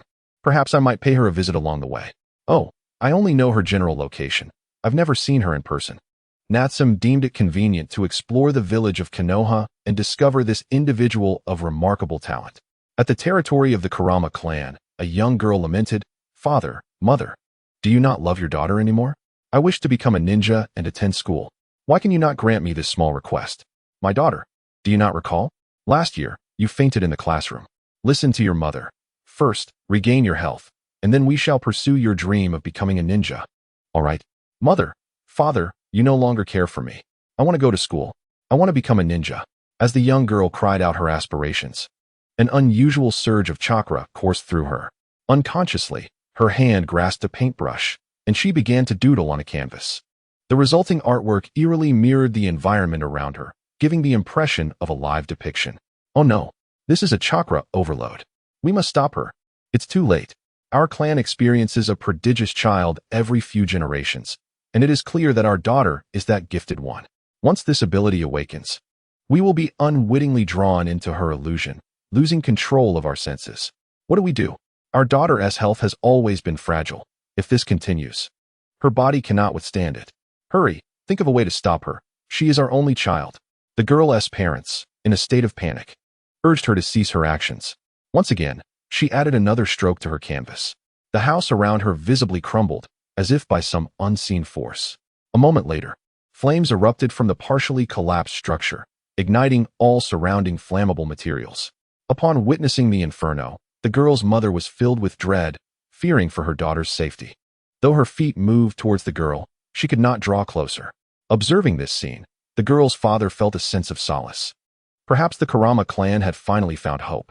As the flames intensified, they encroached upon the parents, raising the temperature in the room to unbearable levels. Aware that all of this was merely an illusion, they felt utterly powerless. The flames finally reached the father and mother, yet the girl remained indifferent. Her focus solely on her canvas, occasionally adding more details. My daughter, I know this is not intentional, but remember to sleep early and eat well. Don't be picky with your food, and don't isolate yourself in your room. Make sure to exercise. In my absence, take good care of yourself. Indeed, my precious daughter, you are the pride of your father and the Kurama clan. You will surely revive our lineage, he thought, feeling a swell of pride for her extraordinary potential. As the fire engulfed their clothing, pain seared through their bodies. Yet, the father's heart was filled with joy for his daughter, believing that such talent would undoubtedly lead her to become a formidable ninja in the future. Just as the girl's parents were on the brink of collapse, Quina burst into the illusion, extinguishing the flames in the nick of time. She looked around, but saw no sign of Natsum. It seems I am the only one trapped in this illusory realm. In the real world, Natsum and his companions had arrived at the Kurama clan's territory. Thanks to Fat Cat's ability to traverse through the shadows, they navigated the area undetected. No matter how fortified the clan's domain, they encountered the extraordinarily talented young girl, Kurama Yakumo. Most members of the Kurama clan excelled in illusions. With his LV5 supercognitive abilities, Natsum recalled this character from the narrative. The Kurama clan's bloodline limit was indeed a remarkable phenomenon, allowing them to cast illusions while manipulating the senses of their adversaries. Reality and illusion intertwined, even permeating one another. To die within an illusion meant certain death in reality. Natsum playfully struck Fat Cat on the head, contemplating the feasibility of the situation. You troublesome little demon. Why did you suddenly hit me? Don't you know your punch hurts? You're truly insufferable. I had to. Your intel was so off the mark. Who else would I strike? The Kurama clan members are all masters of illusion. A single slip could mean death in mere seconds. Are you not afraid? Please, what of it? Illusions hold no power over me. Really? Then I must have struck you in error. It seems you possess some utility after all, Natsum chuckled. As they arrived at their destination, they peered into the room where Kurama Yakumo was in a state of distress, her parents attempting to comfort her. Unfortunately, the situation spiraled out of control, leading to both parents collapsing. Even so, Yakumo did not assist them. She remained coldly engaged in her doodling. Before long, her parents bore extensive burn injuries. This is out of control. We must rush in to save them. Natsum and his companions sprinted into the room. But it was Quina who fainted this time. Billy, a fleeting spark that obstructs mental invasion, observed the situation as Natsum disregarded the momentary danger of his brain being invaded. He swiftly supported Guyaina, allowing her to lean back against the chair. Fat cat, think of a solution quickly. At this rate, Guyaina will inevitably come to harm. What an oddity. Natsum, how could you remain unaffected? Perhaps my supernatural abilities shielded me. It is somewhat unexpected, yet within reason. Time cannot be squandered any further. If we cannot resolve the illusion, I shall focus on the one casting it. Thus, Natsum and Fat Cat easily approached the presence of Kurama Yakumo. Who are you? How could you evade my illusion? This is impossible. My illusions are invincible. You cannot be Kurama Yakumo, can you? Look at yourself, manipulating that girl's body. What have you done? Do you not see her parents lying on the ground? Under your illusion, they appear as if engulfed in flames, on the verge of death. They deserve to die. All of these humans must perish, and you too shall die. I will drag you into the world of illusions and torment you to death. Oh, the tone you use to refer to humans is typically that of a monster. If you are indeed a monster, then the matter becomes simple. Natsum seized upon the flaw in the adversary's speech, casting a glance at Fat Cat, who instantly understood. They retreated to an open space to convene. Did she just refer to humans? You heard that, right? Indeed, I did. I suspect this is a newly born little monster, possessing some power, transformed by inner demons. It is not too difficult to resolve. We can seal it. Seal? Cannot we simply eliminate it? Eliminate it? Would you truly be willing? With such a gifted child, once freed from the inner demons, their future strength will be significantly diminished. Of course, it depends on your choice. I am indifferent. Within a mere 2 minutes, Natsum and Fat Cat devised a satisfactory plan. Meanwhile, Kurama Yakumo's true self remained tirelessly engaged in painting on the canvas. Yet, the desired outcome eluded her. Even more perplexing was the fact that her opponent was seemingly convening with a cat, entirely disregarding her presence. She was acutely aware of their discussion's content, sealing her. What was most vexing was that her abilities appeared ineffective against them, rendering her incapable of ensnaring them in an illusion, thus thwarting any chance of eliminating them. The most frustrating aspect was her host, currently in a dazed state. If only her host could unite with her, she could permeate the canvas into the real world. At that moment, even if the world were to shatter, it would be at her whim. Are you done yet? This sealing is such a waste of paper. After all this build-up, merely to inscribe a formation? I have truly learned something. What do you know? Natsum, this formation is merely the most basic. The further you delve, the more complex it becomes. I fear you may not grasp it. Gazing once more at the formation beneath his feet, Natsum felt momentarily outshone by Fat Cat. By my name, I command you to return to your realm seal. Upon completing the formation, Natsum held the paper in his mouth, pressed his palms together, and released a stream of words from the paper, directing them toward Kurama Yakumo. Not good. I do not wish to return. Do not send me back. Despite her reluctance, the inner demon controlling Kurama Yakumo was ultimately sealed, slumbering in the deepest recesses of her psyche. As Kurama Yakumo prepared to faint, Natsum paid her no heed, allowing her to collapse to the ground. She was a willful young girl. Where am I? Have we been saved? Where is my daughter? Kurama Yakumo's parents awakened, their burns having reverted due to the backlash of the illusion, everything returning to normal. Upon waking, they immediately sought their daughter, and upon finding her unconscious on the ground, they hurried to embrace her, cautiously checking for injuries. Relieved to find she was unharmed, they sighed in relief. Was all of this your doing? I am the head of the Kurama family. Thank you for saving us. Your kindness will not be forgotten, should you ever require our assistance. The Kurama clan will undoubtedly be at your service. In contrast to the anxious mother, the father understood that the resolution of events was due to the young man before him.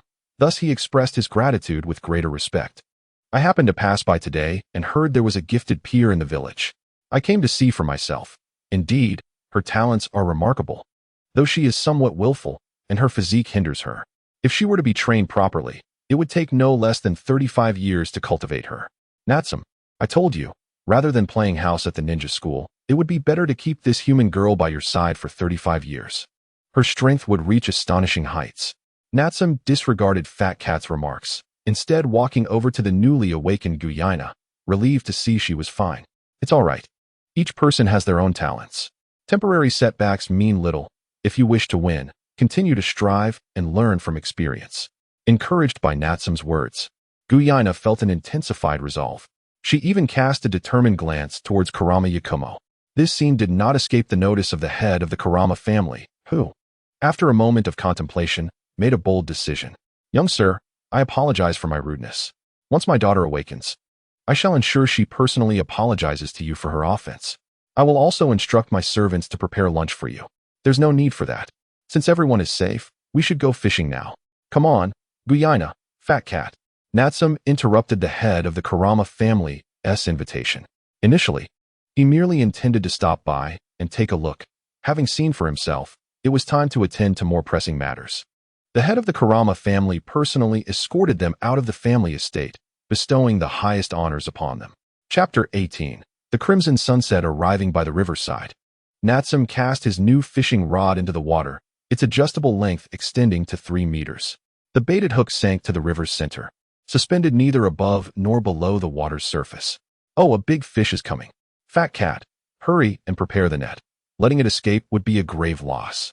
Natsum, are you sure this big fish isn't merely guarding your hook? Do not rejoice too soon. Ah, good point. The previous big fish was sent away by Guyina. So this time it must be real. Be ready. As seconds turned into minutes, Natsum patiently awaited the big fish to bite. Fat cat, once again bored, dozed off nearby, while Guyina quietly practiced her skills. Suddenly, a ninja appeared behind Natsum, escorting Kurama Yakumo, waiting silently for Natsum to call out. Kurama Yakumo dared not act willfully. She had been thoroughly briefed prior to her arrival. Although she was the young lady of the Kurama family, once outside, she refrained from acting capriciously in front of outsiders. As noon approached, Natsum grew increasingly impatient, finding the lack of a catch more unbearable than death itself. This minor discomfort was tolerable, but he felt the need to move around. However, upon turning around, he discovered a ninja and Kurama Yakumo standing there, seemingly having waited for quite some time. Oh, my apologies for not noticing you. Do you have matters to discuss? Indeed. The clan head has sent me to bring the young lady here, so she may personally apologize to you. Then I have been rude. I shall take my leave now. The ninja, a member of the Kurama family, completed his task and promptly departed. I apologize for the trouble caused by the young master Natsum, and I am immensely grateful to you for saving my parents. I witnessed the intervention of the young master. Had he not acted, my mother and father would have perished. I truly cannot express my gratitude enough. Furthermore, please refrain from calling me young master. Like Guyina, simply refer to me as Natsum. Yes, it is indeed Natsum. My father instructed me to present you with this scroll, which contains all the illusions recorded by our Kurama family. I feel quite disheartened, as even with the scroll, I find myself unable to learn. Ultimately, Natsum accepted the scroll, then wandered about in silence. Kurama Yakumo could not comprehend the reason behind this, since Natsum remained taciturn. Yakumo silently followed him. After Natsum departed, the fishing rod left behind finally exhibited some peculiar behavior.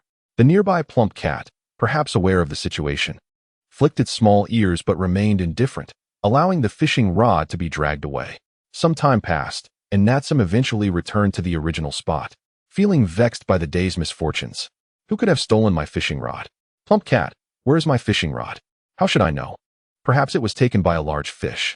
Upon hearing the cat's words, Natsum felt an impulse to toss the creature into the river. I should perhaps take a moment to calm myself. Deep breath in. Now, Yakumo, I have a small task for you. If you accomplish it, you may join our little team. Of course, the decision is entirely yours. My father spoke of you when I arrived, instructing me to heed your guidance moving forward. There is no need for pressure. Your talent is impressive, yet your physique holds you back. Do you understand? Thus, if within 6 months you can fish a large one with a calm mind, I shall grant you permission to join our little team. Fishing? Why is the deadline 6 months, then? Natsum fell silent once more, casting a glance at Kurama Yakumo, indicating no intention to answer any questions. Following Natsum's departure, Kurama Yakumo remained rooted to the spot. Ahem, young human girl, please heed the words of this great demon, and do call me Mr. Cat. Very well, Mr. Cat. In a certain sense, you are my recommendation to Natsum. Should you fail to complete this small task, it will largely reflect poorly on me. After 6 months, Natsum and the others may return to the ninja school, so your time is limited. Is it true? Will I also be able to attend ninja school? That would be splendid. The plump cat glanced at Kurama Yakumo, suddenly realizing that this girl might not have matured yet. At that moment, Guyaina approached from behind Kurama Yakumo. Come with me, newcomer. Where to? Guyaina led Kurama Yakumo to a large stone in the middle of the river, handed her the fishing rod, and then blindfolded her. You must not remove the blindfold until you have caught a fish. Fishing? Is this how it's done? Kurama Yakumo found this method of fishing perplexing, but complied nonetheless. As time passed, the human mind tends to wander. Focus. Do not let your thoughts stray. Observe the movements of the fish in the river with intent. Ouch. I understand. Please stop hitting me. Periodically, Guyaina would correct Kurama Yakumo's wandering thoughts, employing her wooden sword for this purpose, which left Yakumo quite distressed. Half of the 6-month period had elapsed. Kurama family territory. Teacher Yui, the daughter is here. Hurry out. Oh no, mother, I'm going to be late. We'll talk later. In her haste, Kurama Yakumo paused to bow politely to her mother and Yuhi before rushing out. I apologize for the inconvenience, Yuhi. This child has been rather reckless lately. However, seeing her so joyful brings me great solace as a mother. Not at all. I've been preoccupied with tasks and have had little time to guide Yakumo. It seems she has made friends of her own age. Friends? I suppose so. She returns home every day soaked and complains about personal grievances. She has not mentioned her training with chakra at all. In a few months, I plan to send Yakumo back to ninja school, and the family has agreed. So, Yakumo has undergone considerable changes during this time. But is it truly all right for her to attend school? I know her physique is not suited for being a ninja. It would be perfectly fine for her to live as an ordinary child. It matters not, as long as the child is happy. She dreams of becoming a ninja, which is her duty as a member of the Kurama family. Yuhi had come to observe Yakumo, while also contemplating persuading her to abandon her aspirations of becoming a ninja. However, from the delighted expression of the matriarch, it was evident that she was pleased with Yakumo's recent growth.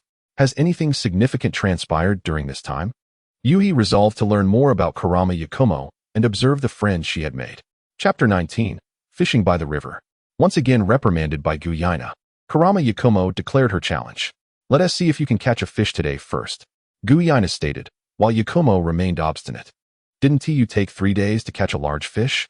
I was already capable of seeing the big fish swimming last month, yet they won't bite my hook. What can I do? I demand a duel. I must defeat you. Kurama Yakumo insisted on a duel. The plump cat, watching from the sidelines, shook its head in dismay. The recurring duels always ended with Kurama Yakumo's defeat.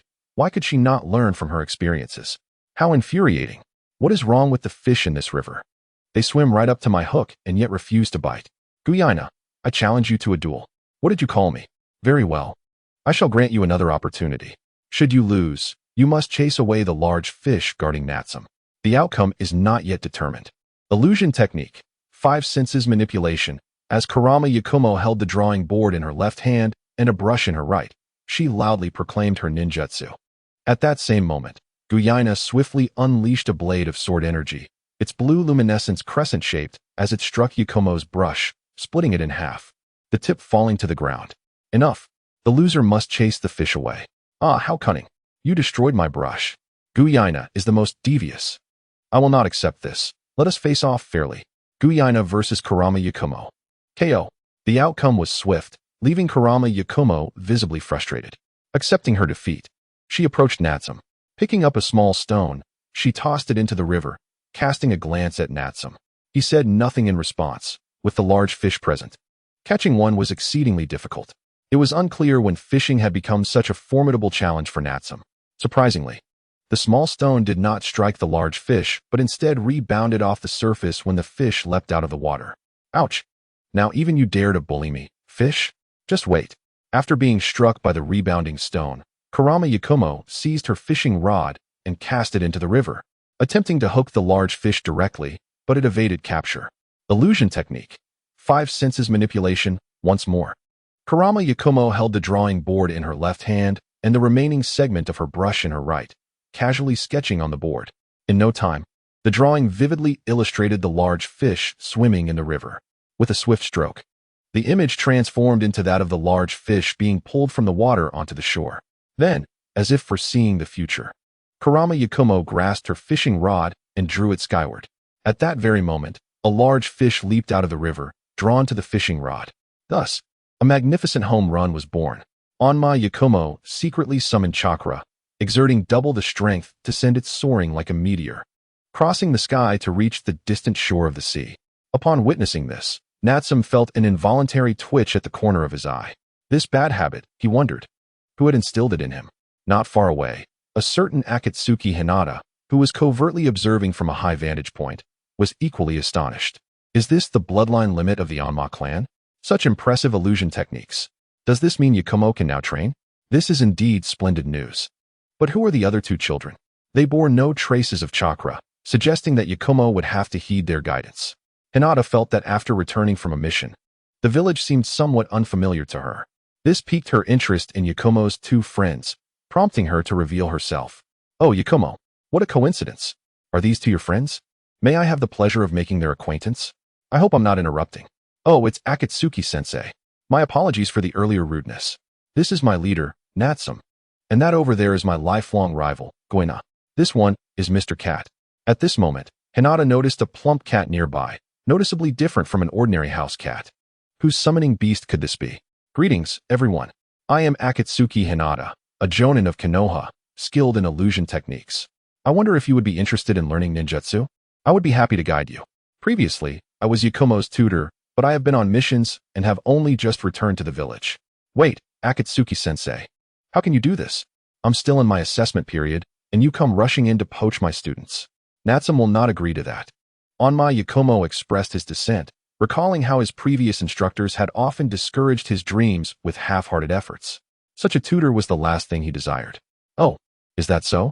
If you merely intend to instruct in ninjutsu, then it may not be necessary, as we will be attending the Ninja Academy soon. However, if you could help us become genin ahead of schedule, that would be splendid. Wait, to become ninjas ahead of time? Isn't that a rather ambitious request? Even I may not be able to ensure the village treats you differently. The process of becoming a true ninja is daunting enough. Hinata, however, was more focused on Yakumo's capabilities, while remaining ignorant of Natsum and Goena's potential. Previously, he had been persuaded to abandon his dreams of becoming a ninja due to his physical condition. Now, with some improvement, the future looked bright for Yakumo, who harbored aspirations of elevating Konoha's illusion techniques to new heights. It was said that this was all thanks to Natsum, which explained why he had become the core of their current team. 3 individuals formed a small team, fulfilling the basic requirements to become genin. Very well, I shall discuss this with the head of the Onma clan. If they are willing to intervene, the success rate will greatly increase. Thank you, esteemed ninja. By the way, are you fishing? May I join you? I can't recall the last time I went fishing. Upon hearing this, Natsum handed Hinata a spare fishing rod, bait already attached. Eagerly anticipating her participation, Hinata, not one to hesitate, accepted the rod and cast it into the river. Natsum and the others were curious to see how adept Hinata was at fishing or if the fish would be cooperative. As time passed, Natsum felt that watching others fish was not as exhilarating as doing it himself, so he returned to his own spot, while Onma Yakumo resumed practicing fishing with his eyes closed. Occasionally, schools of fish swam in the river, but the large fish, reigning as the absolute rulers of the waters, deterred the smaller ones from coming too close. When the large fish were lured by Natsum's hook, the smaller fish gravitated towards Hinata's line. As such, the smaller fish swam directly towards Hinata's hook, presenting themselves effortlessly. Watching Hinata's successful catches filled Natsum with envy. Observing this, Onma Yakumo's eyes sparkled with inspiration, and he casually moved closer to Hinata. If Hinata was catching a small fish every few minutes, Yakumo's pace was akin to simply lifting his rod. Wow, how fortunate. I finally caught a fish with my eyes closed, and not just one. Goena can't say anything now, can she? She must be so envious. How annoying, Goena. When did you arrive? These small fish are hardly impressive. No matter how many you catch, they remain insignificant. Without mastering the basics, where does your confidence stem from? How infuriating. I challenge you, Goena. You are just jealous of my talent. Are small fish not still fish, born of the same parents? Jealous? You? Huh. All right. I'll give you one more chance to see what it means to build a foundation steadily. With that, Goena cast her rod into the river, and within a fraction of a second, a large fish was pulled from the water, thrashing on the bank. How ridiculous. You claim this is a product of your foundational practice? You are simply a freak. Such a method of binding a fish would make even the most reluctant fish willingly come ashore. Onma Yakumo, feeling thoroughly defeated, was even more incensed. This method was far superior to using a hook to catch a fish. Afterward, Goena ignored her, instead approaching Natsum, seemingly reporting on some task. Hinata, too, found herself at a loss for words, wanting to inquire further but unsure of where to begin. Is this truly a friendship? It appeared more like a mentorship, with Yakumo being guided in his growth. Suddenly, Hinata found the fishing rod in her hands less appealing. Contemplating the future of taking these three on missions made her feel a slight headache, realizing that a once promising student might become the weakest link, with a likelihood of defiance against her as their teacher. Chapter 20. The Battle with Uchiha Shursui. One day, Natsum and Goena were at the riverbank as usual, waiting for the habitually late on-my Yakumo. Thanks to the plump cat, Yakumo's physical condition had improved significantly, as the cat occasionally returned from the spirit realm, bringing back delicacies for him. Upon Yakumo's arrival, an unexpected guest appeared, hanging from a large tree. Recognizing the Sharingan in his eyes, they knew he was from the Uchiha clan. I am Uchiha Shursui. I heard that 3 members of my clan were bullied by you. I have come to reclaim our honor. This is truly troublesome. The flaws of large clans are many. They tend to band together and look down on others. Goena, be cautious. This person is quite powerful. Yakumo, you stay back and provide cover, following my orders. Those with Sharingan are usually adept in illusion techniques, so be careful not to fall for Goena's traps. Upon hearing the name Uchiha Shursui, Natsum understood he was here for revenge and wished to avoid confrontation. He decided to act directly. With a kunai in hand, he hurled it towards Shursui, signaling Goena to join the fray. The two moved in unison towards Shursui, their speed leaving onlookers astonished. Are you two really just kids? Such remarkable prowess. It's no wonder my 3 clan brothers were defeated by you. Uchiha Shursui just blocked the shuriken that flew towards him when Natsum and his companion approached. Forced to leap to the ground, Uchiha Shursui engaged in combat with the two. From a young age, Uchiha Shursui had already seen the battlefield, demonstrating exceptional activity during the Third Ninja War, his speed instilling fear in his adversaries, earning him the moniker Shunshin Shursui. One faction of enemies even suggested that upon encountering Uchiha Shursui, they should immediately retreat and abandon their mission. In terms of speed, Uchiha Shursui had never faced defeat, yet this time he encountered a worthy opponent. Natsum's speed was equally formidable. After exchanging blows for several rounds, Uchiha Shursui discerned that the two were primarily focusing their offense through Natsum, while the female swordswoman provided support. A female swordsman? Such remarkable skill in the era of ninjas is indeed impressive. However, at this level, you may not be quite worthy of defeating me. Worthy or not, let us see if you can survive. Goena was equally vexed, as she detested the condescending attitude towards the swordsmanship. This time, she was fully committed, relying entirely on Natsum for offensive capabilities. The sword aura emitted from the wooden sword, however, was somewhat simplistic. Any attack evaded by Uchiha Shursui would pose minimal threat. Natsum, wielding shuriken, was another matter entirely, targeting the vital points directly. Natsum understood well what Uchiha Shursui represented, the pinnacle of combat prowess within the Uchiha clan. Such a despicable attack incensed Uchiha Shursui. What is this? Upon hearing my name, Uchiha Shursui, you dare not concede and instead aspire to take my life? You two are merely fledgling calves. While I sought a challenge, I never intended to harm you. Yet, here you are, aiming for my vital points, so don't blame me. Sharingan, 3 Tomo. I scoff. With the Uchiha clan's disposition, I harbor no admiration. You are born villains. Eliminating you now will save much effort for future generations. Natsum observed Uchiha Shursui as Sharingan transformed from 1 Tomo to 3, realizing he was now serious. Internally, he discreetly communicated with Fat Cat, instructing it to scout the surroundings for any other enemies.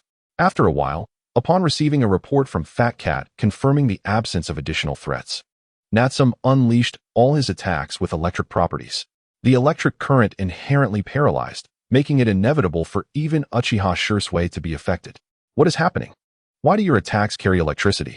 I detect no chakra traces. Who are you? Who am I? A native of Konoha, an Uchiha. Don't presume that just because you were born a decade before me, you can question my identity. I am indeed from Konoha, if you have the ability. Defeat us first. Very well, since you refuse to speak, I shall proceed accordingly. Uchiha Shursui continuously employed Shunshin no Jutsu, yet his opponent kept pace with his speed. Besides the occasional lack of combat experience, this shortcoming was compensated by the female swordswoman. I must admit, your synergy is commendable. I acknowledge you as the strongest among your peers, but this is where it ends. After retaliating for a while, Uchiha Shursui distanced himself from Natsum and Goenna, swiftly forming hand seals. Fire release, great fireball technique. Upon completing the hand seals, he unleashed a massive fireball from his mouth, its exterior temperature exceedingly high, capable of claiming lives upon impact. Goenna, cleave it with your sword aura. Yes, Natsum. Upon hearing Natsum's command, Goenna swiftly retracted her wooden sword and drew it anew. One sword style, Lioness Maw. The drawn wooden sword transformed its surrounding sword aura into a lion, charging towards the fireball. The two collided and negated each other, leaving Kuruma Ayam, who had been tense throughout, astonished. This was Goenna's true strength. Seeing his ninjutsu fail, Uchiha Shursui abandoned that strategy, opting for a more cunning shuriken assault. Gripping 8 shurikens, he hurled them in various directions, and once all shurikens were released, he drew another shuriken, swiftly pursuing one of them. Goenna, be cautious, monitor the trajectory of each shuriken, and be prepared for any sudden changes. Yes, Natsum, I understand. Initially oblivious to the enemy's intentions, Goenna heeded Natsum's warning and heightened her awareness. The 8 shurikens, due to the sudden impact of the knife, altered their trajectories and launched towards Natsum and Goenna, retaining their force and speed. Natsum and Goenna swiftly leaned against each other, covering each other's backs, successfully blocking all incoming shuriken attacks from various directions. Remarkable. You two are truly extraordinary. Witnessing this, I feel a twinge of reluctance in bullying you. As for the Uchiha clan, refrain from such condescending remarks. Defeating you will suffice for us. Goenna, let us advance together. Ignoring Uchiha Shursui's astonishment, Natsum resolved to deny him any respite, continuing the relentless onslaught. They battled for 2 full hours without pause, causing Kuruma Ayam to grow increasingly anxious. Why are you worried? Natsum, and that kid 1T lose. It's not that, fat cat. I merely wish to assist. But my current illusions are insufficient to ensnare all 3 within my Jinjutsu. Is that so? Perhaps I could partially unseal the inner demon within you. With its cooperation, your illusion should be sufficient. Really? Fat cat, will it be safe? Will that inner demon regain control over my body? Speaking of inner demons, Kuruma Ayam was somewhat resistant, having nearly brought her own parents to their end. With me watching, it 1T dare, do not rely solely on it. As you grow stronger, the inner demon will become irrelevant. All right then, fat cat, I have made my decision. Please assist me. Ultimately, Kuruma Ayam resolved to release the seal on her inner demon, desiring strength to stand alongside Natsum and the others. Fat Cat found it simple to unseal, merely requiring a projection of consciousness to initiate. Subsequently, it unleashed a thorough beating upon the inner demon, negotiating terms before partially lifting the seal, granting it freedom of movement. She could distinctly feel the power within her surging, as if she could now take on 10 foes. Eagerly, she began sketching on her canvas, awaiting Natsum's instruction for the final stroke. Meanwhile, the 3 combatants in the distance bore wounds, their stamina beginning to wane. Yet none dared to cease their struggle, both sides driven by a fiery resolve, aware that the stakes could be fatal. Regardless of the depth of their animosity, Natsum had no intention of allowing any to escape. Even Uchiha Shursui found this encounter exceedingly challenging, regretting his decision to seek a confrontation. The adversaries had been resolute from the outset, intent on his life, leaving him in a reactive position. The young ones, significantly younger than himself, had already attained the strength of a novice shadow, which was indeed alarming. With no choice, Uchiha Shursui sought an opportunity to distance himself from Natsum and Goenna. No longer relying on shuriken, he instead drew a small tanto from his back. Then, with a swift motion, he formed hand seals. Fire release, great fireball technique. Fire release, Phoenix fire technique. Fire release, great dragon fire technique. He unleashed a series of ninjutsu, aiming to buy himself a few moments of respite. Natsum, unperturbed by these techniques, concentrated electrical energy into his fist, shattering each fireball with a decisive strike, creating an opening for Goenna to launch her surprise attack. Uchiha Shursui had scarcely had a moment to catch his breath when Konoha was already before him, her wooden sword slicing through the air.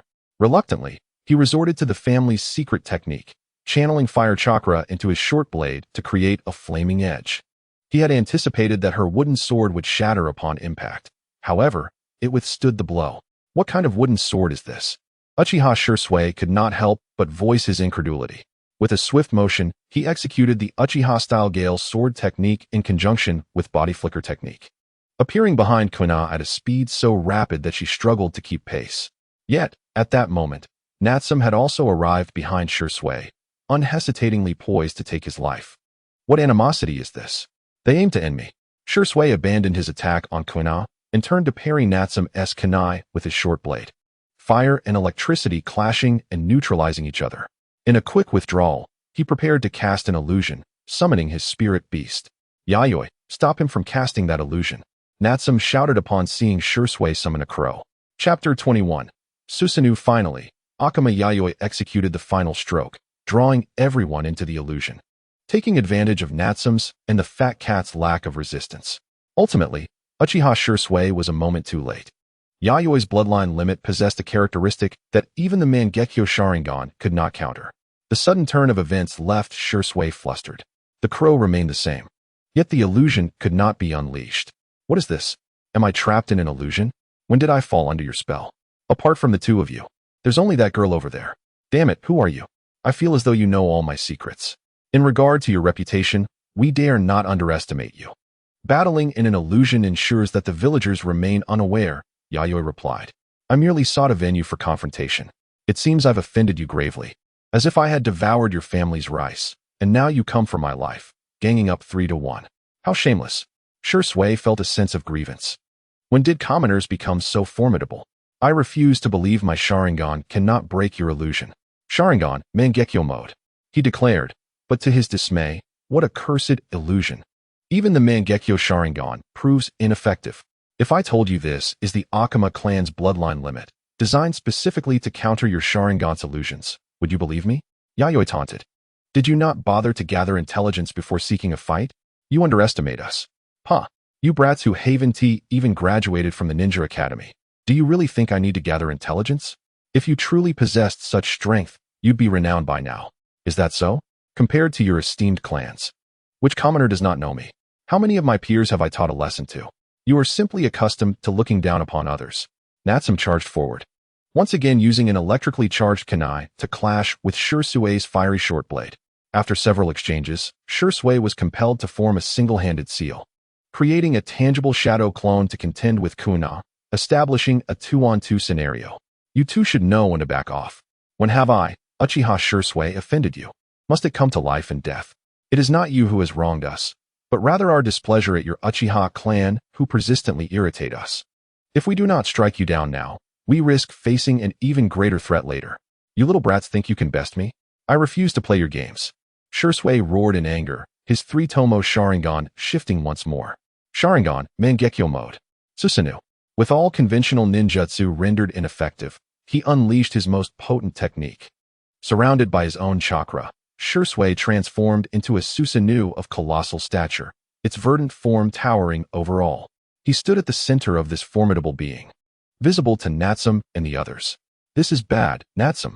My chakra is nearly depleted. What manner of being is this? How can he be so powerful? Break the illusion. Yayoi, if this continues, your body will not withstand it. I shall handle the rest. He must not leave alive. Faced with Shisui's imposing green Susanoo, the onlookers were momentarily awestruck. Reluctantly, Yayoi dispelled the illusion, and everyone emerged from the dreamscape, confronted by the overwhelming presence of the giant Susanoo. Summoning technique. Night Parade of 100 Demons. Natsum silently retrieved his book of friends, flipping it open to summon 100 yokai, each bearing his signature. The formidable green Susanoo was indeed powerful, yet Natsum was equally resolute, surrounding Shisui with 100 great yokai. How audacious! You are indeed a threat to the village. Face me one-on-one if you dare. Shisui challenged. What are you, a hero of Konoha, hiding behind your Susanoo? Natsum retorted, gazing enviously at the colossal figure before him. At that moment, the summoned yokai, caught off guard by their sudden appearance, were not in their prime condition. However, the ever-vigilant fat cat, who frequently accompanied Natsum, could not abide this. It temporarily lifted its seal, transforming into a majestic white fox spirit, howling with fervor. As a noble bloodline yokai, it promptly began organizing the others. All of you, enter battle formation immediately. This is Natsum's first time summoning you. Yet if we lose, you shall all be held accountable. Indeed, as a snow woman, I shall heed the orders of young Master Natsum. Do not hinder me.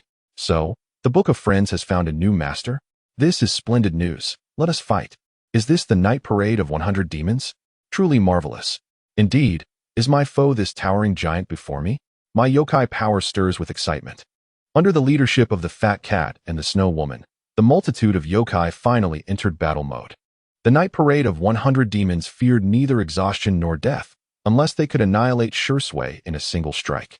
While the hundreds of yokai contemplated unleashing their full power, the Fat Cat had instructed them to restrain themselves, cautioning them to avoid harming the humans present. With a call from Natsum, the night parade of 100 demons officially commenced their assault.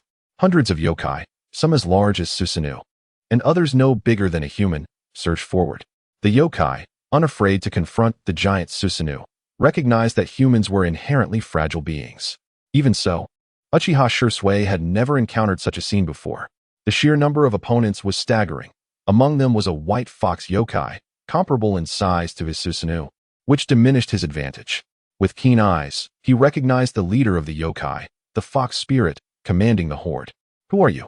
What is your purpose in Konoha? I will stop you, even at the cost of my life.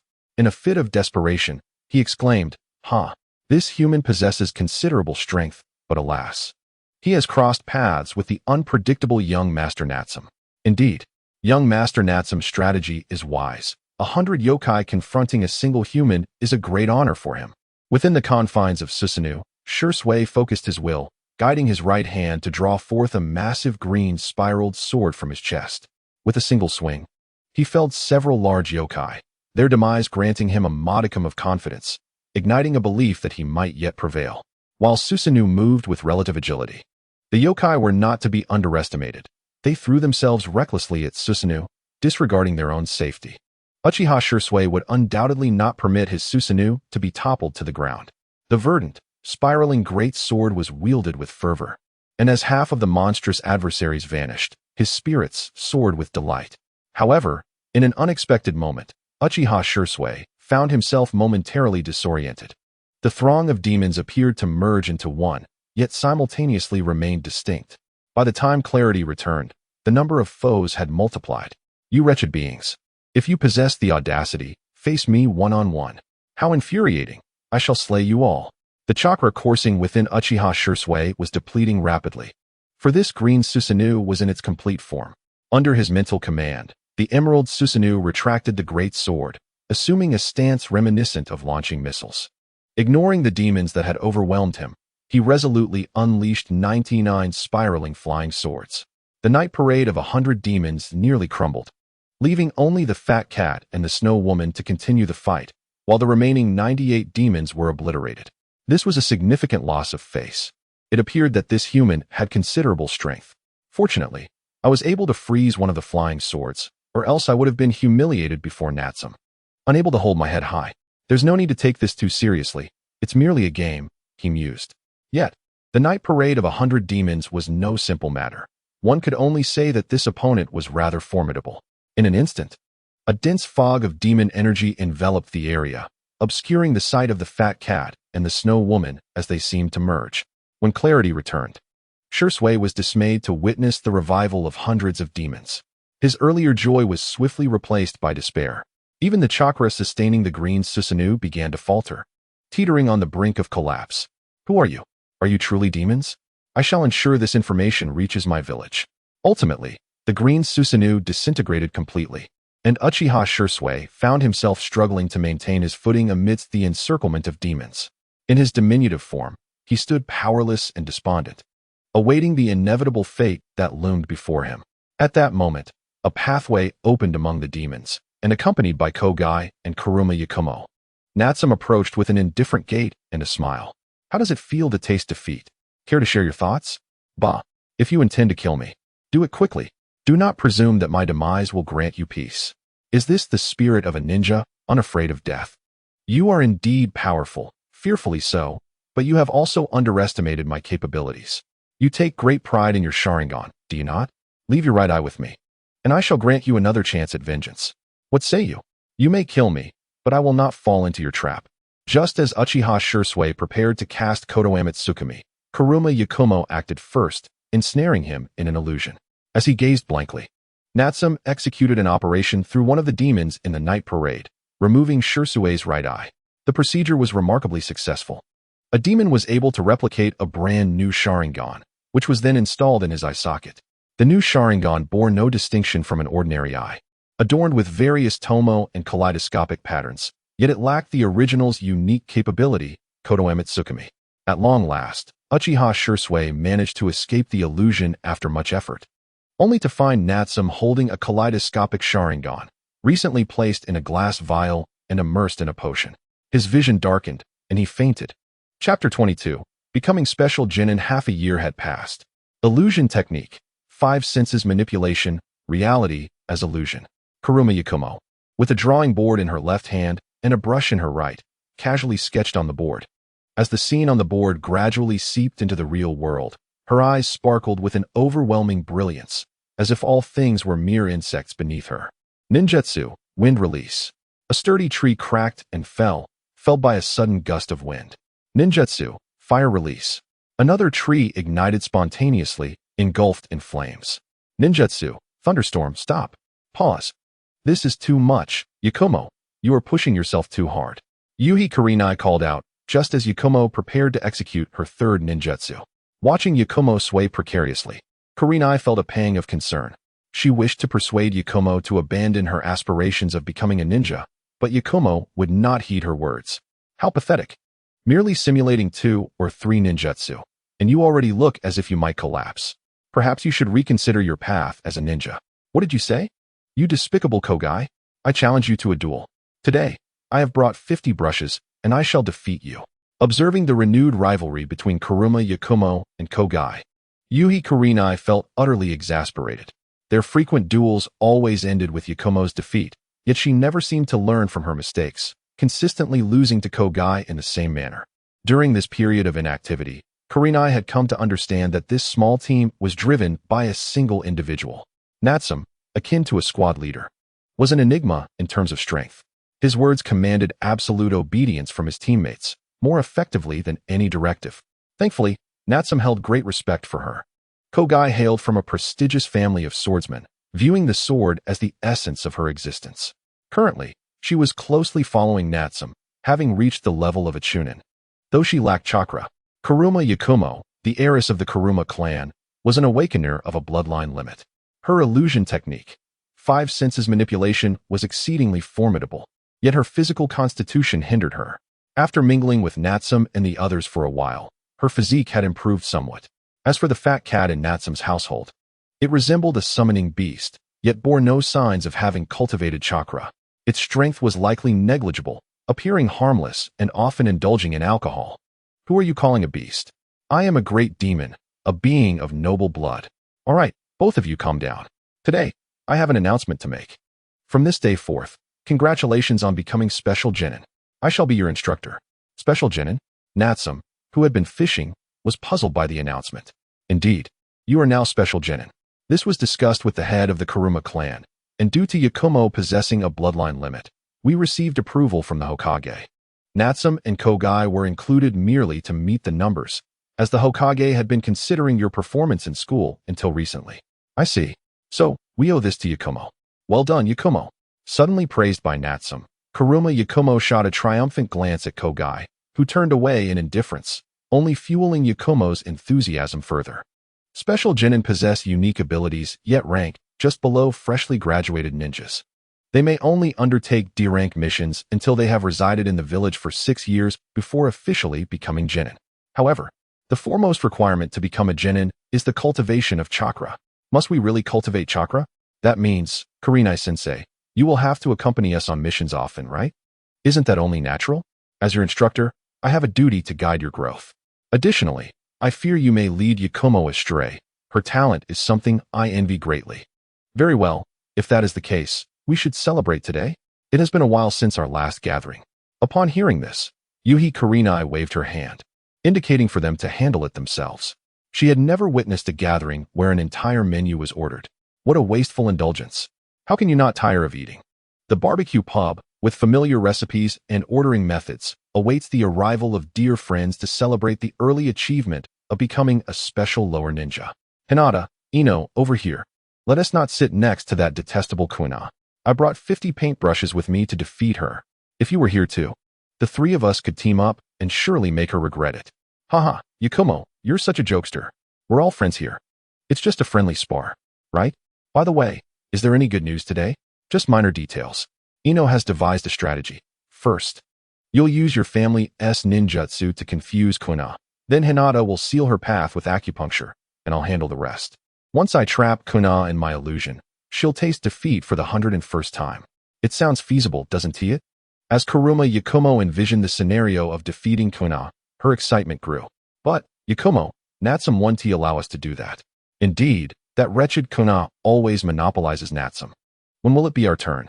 This topic felt slightly awkward, yet the others tacitly pretended not to hear. Meanwhile, Kurenai pondered whether the once obedient girl had indeed been led astray by Natsum.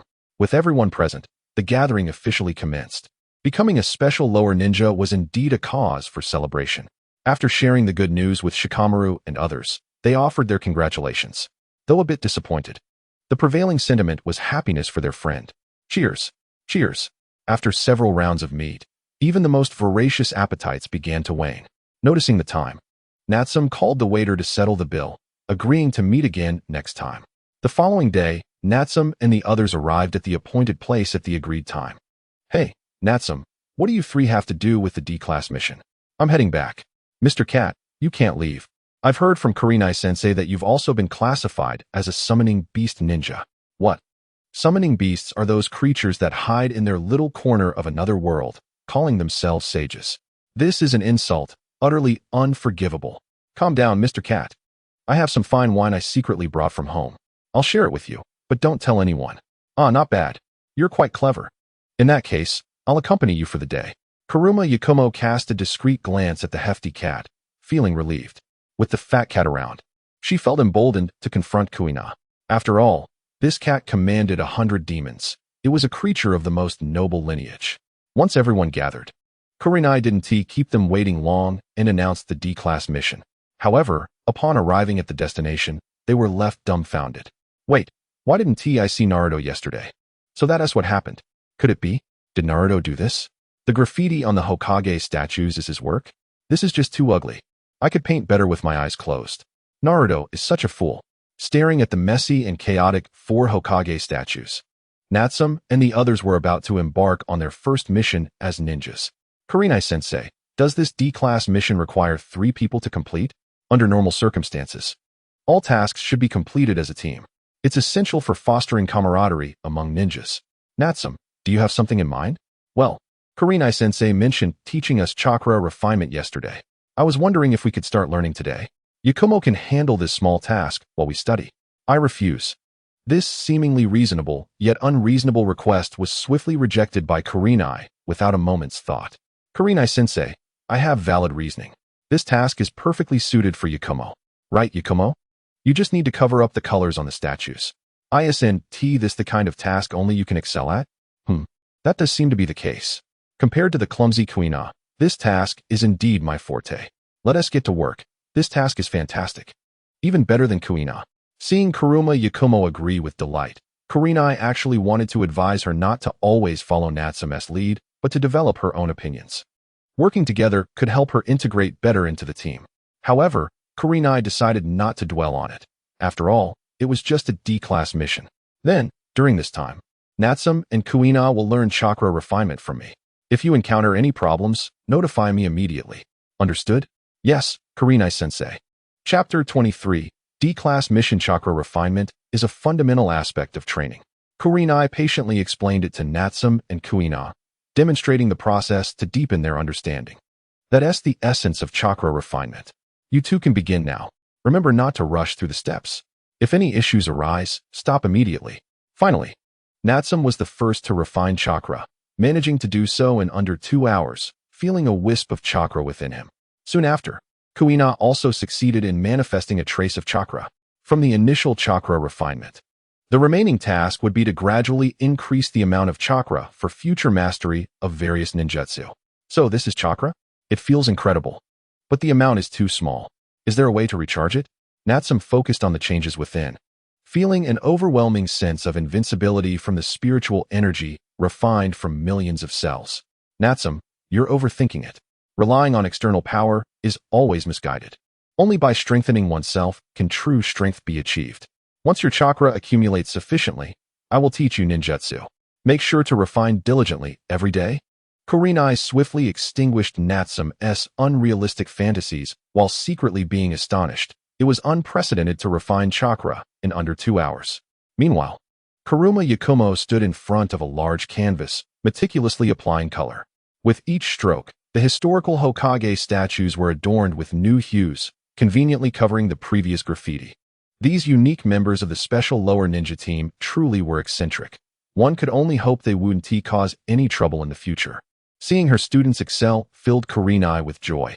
As the final stroke was placed, the D-class mission of the special lower ninja team concluded perfectly. Wow! Yakumo's painting skills have vastly improved compared to before. Even I have to admit defeat. Really? Natsum, is my ability really that impressive? That is wonderful. So, I'm much stronger than Kuina. Silly. After the mission concluded, Kuruma Yakumo packed her painting tools, suddenly energized by Natsum's compliment. After completing the mission and under Kurenai's guidance, they headed to the task handover location to receive their rewards. The remuneration for the D-class mission wasn't too substantial, but it thrilled Kuruma Yakumo, as it was the first money she had ever earned. One day, Natsum and the others cornered a small calico cat in a narrow alley. To prevent it from feeling cornered and fleeing in panic, they all paused to observe the cat's every move. Yakumo, use your illusion. All right, Natsum. Kuruma Yakumo swiftly took out her prepared sketchpad and paintbrush, effortlessly casting an illusion that entrapped the small calico cat.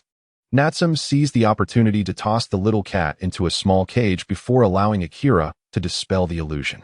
Once freed from the enchantment, the little cat, realizing it was confined within the cage, exhibited signs of reluctance, meowing incessantly. Alas, it was merely an ordinary house cat. Otherwise, I might have sought a companion for Mr. Cat. A companion, you say? Quite an intriguing notion. Perhaps, if the opportunity arises. Natsum pondered, lifting his gaze toward the stone statues of the Hokage.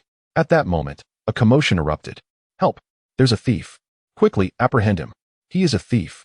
A rather unsavory-looking middle-aged man, upon brushing past a youthful and striking woman, suddenly snatched her handbag with a swift motion. With his prize in hand, he dashed forward without a backward glance. The woman, unable to match his speed, frantically cried out for help.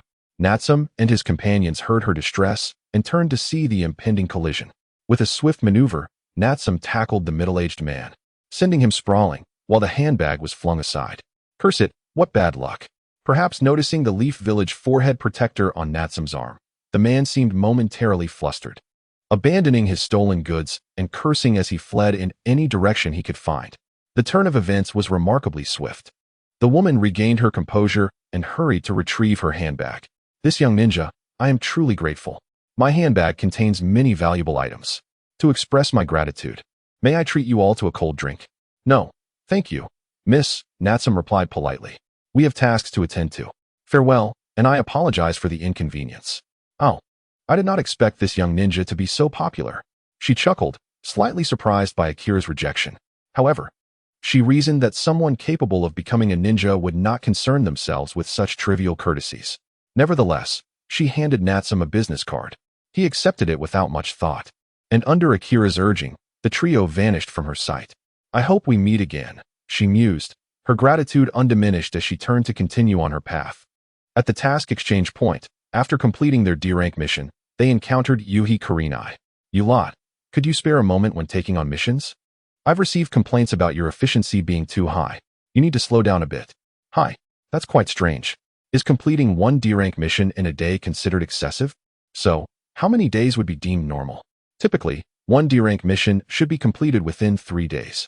Emergency tasks are treated with urgency, Kurenai reflected, providing what she deemed a reasonable time frame. Natsum and his companions understood. It meant they could afford to be leisurely, as long as their completion rates were acceptable. Very well then, if we can be so relaxed, Perhaps we shall go fishing tomorrow. After all this time on missions, surely the Uchiha clan won't come looking for us again. Speaking of which, what became of Uchiha Shursui? After we frightened him so thoroughly, he must have sought help. I doubt it will be an issue. We have avoided fishing to evade him. If he wanted to confront us, he would have done so by now. With that thought, Natsum's mind wandered to the river for fishing. As for the Uchiha clan, even if they did appear, he had no fear. Defeat was not in his destiny. Are you all hiding something from me? Have you been fighting? Konoha has strict regulations against ninja engaging in personal battles. If discovered, one could be stripped of their ninja status. Nothing of the sort. Those were matters from before we became ninjas. It's no big deal. Kurenai-sensei, you need not worry. Natsum was surprised to learn of such stringent regulations in Konoha. He had considered taking on more lucrative missions to attract attention from the lower-ranked ninjas. However, with such rules in place, he decided to let it be. After bidding farewell to Kurenai and Akira, Natsum headed home. Reflecting on how the plump cat often returned late at night and rarely mentioned the Natsum's book of friends. When does the plump cat usually return home? Natsum. The plump cat typically stumbles in drunk at dawn, sleeping the day away in its nest. Ah, I see. It's probably off drinking with its monster friends. Upon returning home, he took a quick shower, tossing his dirty clothes into a designated spot, which would be cleaned up the next day. After changing into fresh attire, he retrieved a bottle of milk from the fridge and drank it in one go, feeling quite refreshed afterward. With nothing else to occupy his time, Natsum lay on the sofa and unknowingly drifted into slumber. Chapter 24. During the D-rank missions, days passed slowly, devoid of the fulfillment that daily missions brought. Natsum and his companions continued under Kurenai's guidance, completing one D-rank mission every 3 days. Alongside their missions, Kurenai was responsible for instructing them in their training. Currently, Natsum and Konoha were in the process of chakra enlightenment, with a focus on guiding Akira in illusion techniques and helping her develop her own unique illusions. Kurenai-sensei, do we really have to endure 6 years of D-rank missions? Indeed, Akira, that was the agreement. If you find it exhausting, you may rest for a few more days. Most of the tasks rely heavily on your ability to cast illusions, and Natsum should not be overworked. I'm not tired at all. Recently, I've even gained an additional illusion. Mr. Cat brings me delicious treats. Akira glanced at Natsum, who was refining his chakra, then at Konoha, who was also training. Mr. Cat had not appeared for quite some time to assist with missions. With that, Akira beckoned Kurenai to come closer. Kurenai-sensei, is there any way you can ensure that Natsum takes me to the other world next time? The other world? Akira, are you feeling all right? Why would you say such things? I believe you need to rest for a few days. I'm serious, Kurenai-sensei. Ino and Hinata know what is going on. They want to play as well. However, this time it's different. Natsum doesn't plan to take anyone with him. Who told you this? Even if you sneak off, no one would notice. Mr. Cat, a few days ago, he got drunk and accidentally let it slip. I wanted to ask him to take me along. But when he sobered up, he denied ever saying that. Kurenai-sensei, you must help me find a way. Sigh, you really believe a drunken man's words? Very well. I will inquire about it when I have the time. Upon hearing Kurenai's agreement, Akira finally commenced the day's D-rank mission, which involved weeding approximately 100 acres. Using her left hand to hold a small sketch pad and her right to wield a brush, Akira casually drew a blade of grass. Then, utilizing her bloodline ability, she ensnared all the plants she deemed grass within her illusion. Once everything was prepared, Akira advanced forward, causing all the grass in her vicinity to wither instantly, leaving only the crops intact. Akira, be mindful of your health. If you feel any discomfort, stop immediately, and I will have Natsum and the others handle the weeding. I understand, Kurenai-sensei. I want to push myself. I'm feeling much better than before. While Akira diligently completed her task, Natsum was also making excellent progress in refining his chakra, which in turn motivated Konoha. Yet, Konoha remained uninterested in chakra refinement, even though it could enable her to perform various ninjutsu in the future. Under the explicit demand of Natsum, he compelled himself to persist in refining his skills, and once the process was concluded, he immediately devoted himself wholeheartedly to the essence of kendo. Natsum heard from Yakumo that you were planning to venture into another realm. Is that correct? How did Yakumo come to know this? Ah, it seems that fat cat let it slip. It was merely a fleeting thought from not long ago, and currently, I have no intention of proceeding. Overall, it poses certain risks, so I shall wait until I am adequately prepared.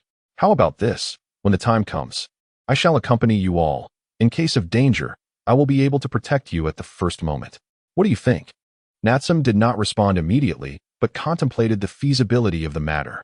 Very well, then, over the next few days, teach us the shadow clone technique from the Ninja Academy. Let us familiarize ourselves with ninjutsu sooner. The shadow clone technique? Are your chakras sufficient for that? If they are not, I do not recommend you rush into training. We are confident. Besides, if anything goes awry, we still have teacher Yugao to rely on, right? Natsum was uncertain about the situation. Every day, he refined his chakra smoothly and in large quantities, leading him to wonder if something was amiss. As for Konoha, she was in a similar state, according to her. Refining chakra was not much different from her meditation practice, merely adding the step of extracting spiritual energy from her cells. Listen, perhaps this is what genius looks like. Natsum inquired, who exactly are you? Huh? Is teacher Yugao feeling fatigued today? Are you speaking nonsense? Perhaps you should rest for a few more days? You dare to respond directly? If you choose not to answer, very well. I shall grant you 3 days off tomorrow so that Yakumo can rest properly. What is there that I cannot answer? I am a native of the Hidden Leaf Village. Even the times I wet the bed as a child are etched clearly in my memory. Natsum recounted his background with precision, even mentioning some minor embarrassing incidents, which caused Yugao to roll her eyes occasionally. After all, she was merely a child herself. The next day, Natsum leaped directly into the river, seizing a massive fish that spanned 6 meters in width. This sudden encounter startled the fish, disrupting its freedom of movement. In an attempt to escape the unusual presence, the fish thrashed its body vigorously, aiming to shake Natsum off. Contrary to its intentions, the more it struggled, the tighter Natsum's grip became. A slight relaxation would result in Natsum delivering a couple of punches. At this point, the fish was thoroughly agitated. Having always been the dominant creature in the river, it had never faced resistance before. The fish's swimming speed increased, prompting Natsum to cling even more closely to its back. Over time, the fish's temper flared further, and it leapt out of the water. Thus, a colossal fish soared into the air with Natsum riding upon its back. At the apex of its leap, they descended freely back into the river. The fish repeated this action, alternating between swimming in and out of the water, using the surface as a barrier against Natsum. Had it been an ordinary person, they would have been dislodged long ago. What is Natsum doing? If it were me, I would simply use my abilities to eliminate this fish in an instant. You only know how to play pretend. What do you understand? How infuriating, Konoha. What do you know? You can only wield a stick. On the riverbank, Kurama Yakumo and Konoha watched as Natsum gleefully rode the fish, visibly confused. Were they not supposed to be fishing? Where did such a large fish come from? Chapter 25. Daily life sparks of electricity crackled, not emanating from Natsum's powers, but rather from the fish itself. It was a lightning attribute fish, fundamentally akin to Natsum's essence. What splendid fortune! Today we shall feast on a delicacy rumored to have an excellent flavor and enhance our physical health. In that case, I shall summon others while you gather firewood. Why should you be the one directing me? Very well, you call the others, and I shall tend to the fire. How infuriating! Konoha, I challenge you to a duel. Due to the presence of a large fish, Kurama Yakumo and Konoha began squabbling once again. Meanwhile, Natsum was thoroughly enjoying himself, riding the fish as it attempted various means to rid itself of the unusual creature.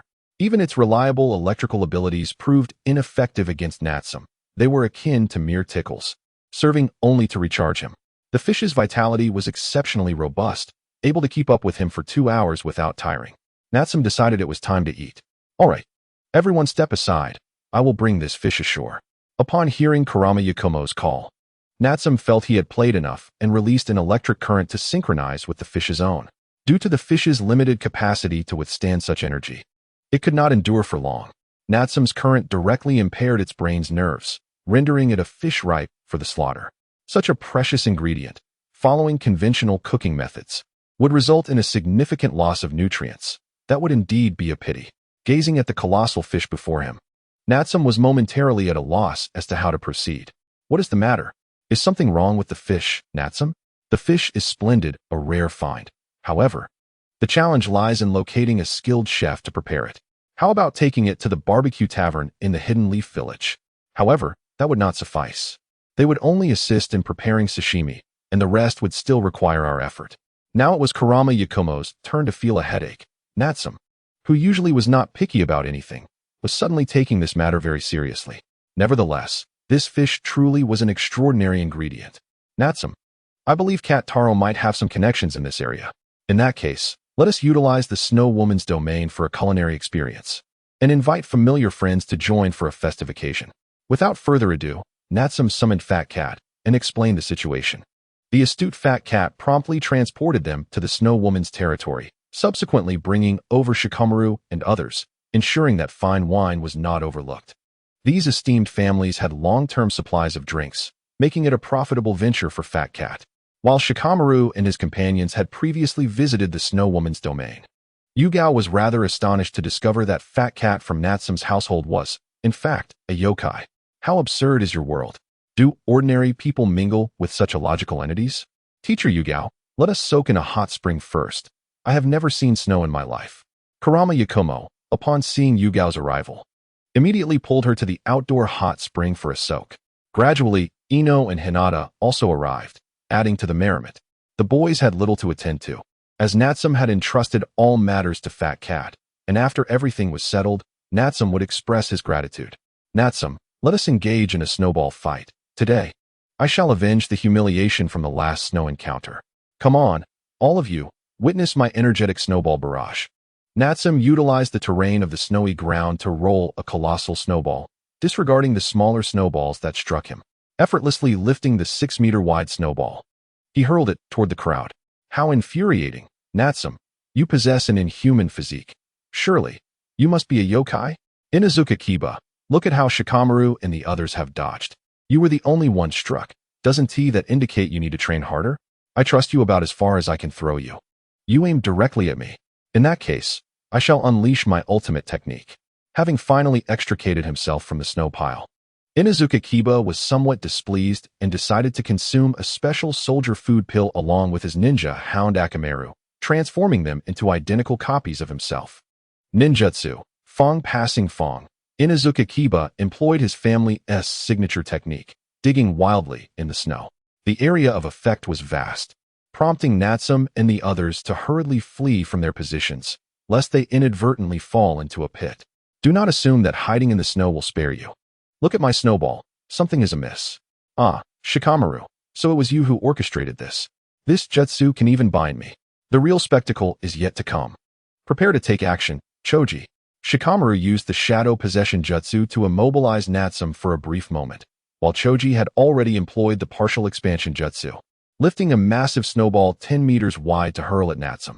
Easily breaking free from the binding, Natsum redirected the snowball in his hand towards the incoming giant snowball. At that moment, a swarm of black insects fluttered over, begrudgingly carrying away Natsum's snowball. Recognizing the situation, Natsum understood that it was Shino Aburame who had intervened. Faced with this, Natsum had no choice but to withstand it, otherwise it would be seen as cowardice, a source of ridicule for 3 years. Raising his fist, he leaped into the air, striking the 10-meter-wide snowball as if shattering glass, causing it to splinter into pieces. Come on, what other tricks do you have? Natsum exclaimed. As his words fell, he realized there was no longer any ground beneath him, only a freshly collapsed pit. With no leverage in midair, he could only descend freely. At that moment, Inazuka Kiba returned to Shikamaru and the others, who looked on with a certain pride as Natsum fell. They all proceeded to bury him alive. Ha ha ha, splendid. I relish this. The group's actions were swift, filling the pit back in. Just then, the Fat Cat and the Snow Woman arrived, noticing everyone's joyful demeanor. It seems you all are having quite the fun. Where is young Master Natsum? The feast can commence. The ingredients he provided are exceedingly rare for you humans. You are in for a treat. The Snow Woman, upon hearing Natsum's mention, was interrupted by Shikamaru, who instead said, "We were just playing hide and seek and discovered that Natsum was hiding in the snow. Young Master Natsum, quite the rascal. Since the banquet is starting, let us bring him out." The Snow Woman gently tapped the ground, causing ripples to appear in the snow, revealing a piece of wood. Huh, are you looking for me? Is the banquet about to begin? I almost lost track of time while playing. Ha ha ha, young Master Natsum, how could we disturb your enjoyment? Now that the banquet can begin, we are just waiting for your return. Suddenly, Natsum appeared behind everyone, leaving the Snow Woman unfazed while the others were somewhat startled. Reflecting on the wood that had appeared, they realized that Natsum had utilized the body replacement jutsu. The banquet was a resounding success, with everyone indulging heartily. However, after consuming a substantial amount, they busied themselves with refining their suddenly increased chakra. A peaceful night passed, and the following day, their strength had notably increased. They even planned a friendly basketball match a few days later.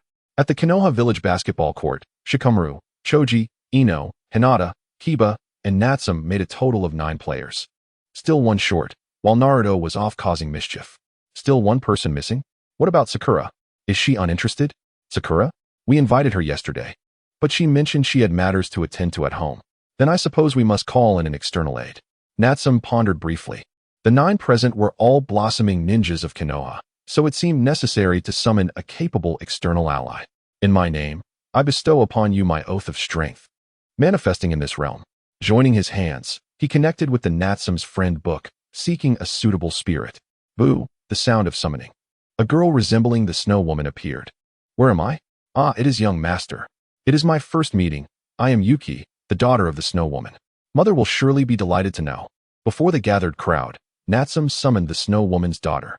Upon seeing Natsum, Yuki was equally exhilarated. Ah, you are the snow woman's daughter? It is a pleasure to meet you. I am Ino. Just a few days ago, we met your mother. Wow, Yuki, your skin is so fair. Ino conversed with Yuki as if they were old friends, nearly forgetting the match. Natsum, however, paid no mind. Having just enough players, he declared the match to begin. Shikamaru, Choji, Kiba, and Shino formed one team, while Natsum, Yuki, and Hinata formed the opposing team. The game commenced. Shikamaru and Natsum were responsible for the jump ball. As the fat cat tossed the basketball into the air, both leaped simultaneously. Natsum, with superior skill, directed the ball to Konoha, who immediately dribbled towards the opposing hoop. Defend! Defend!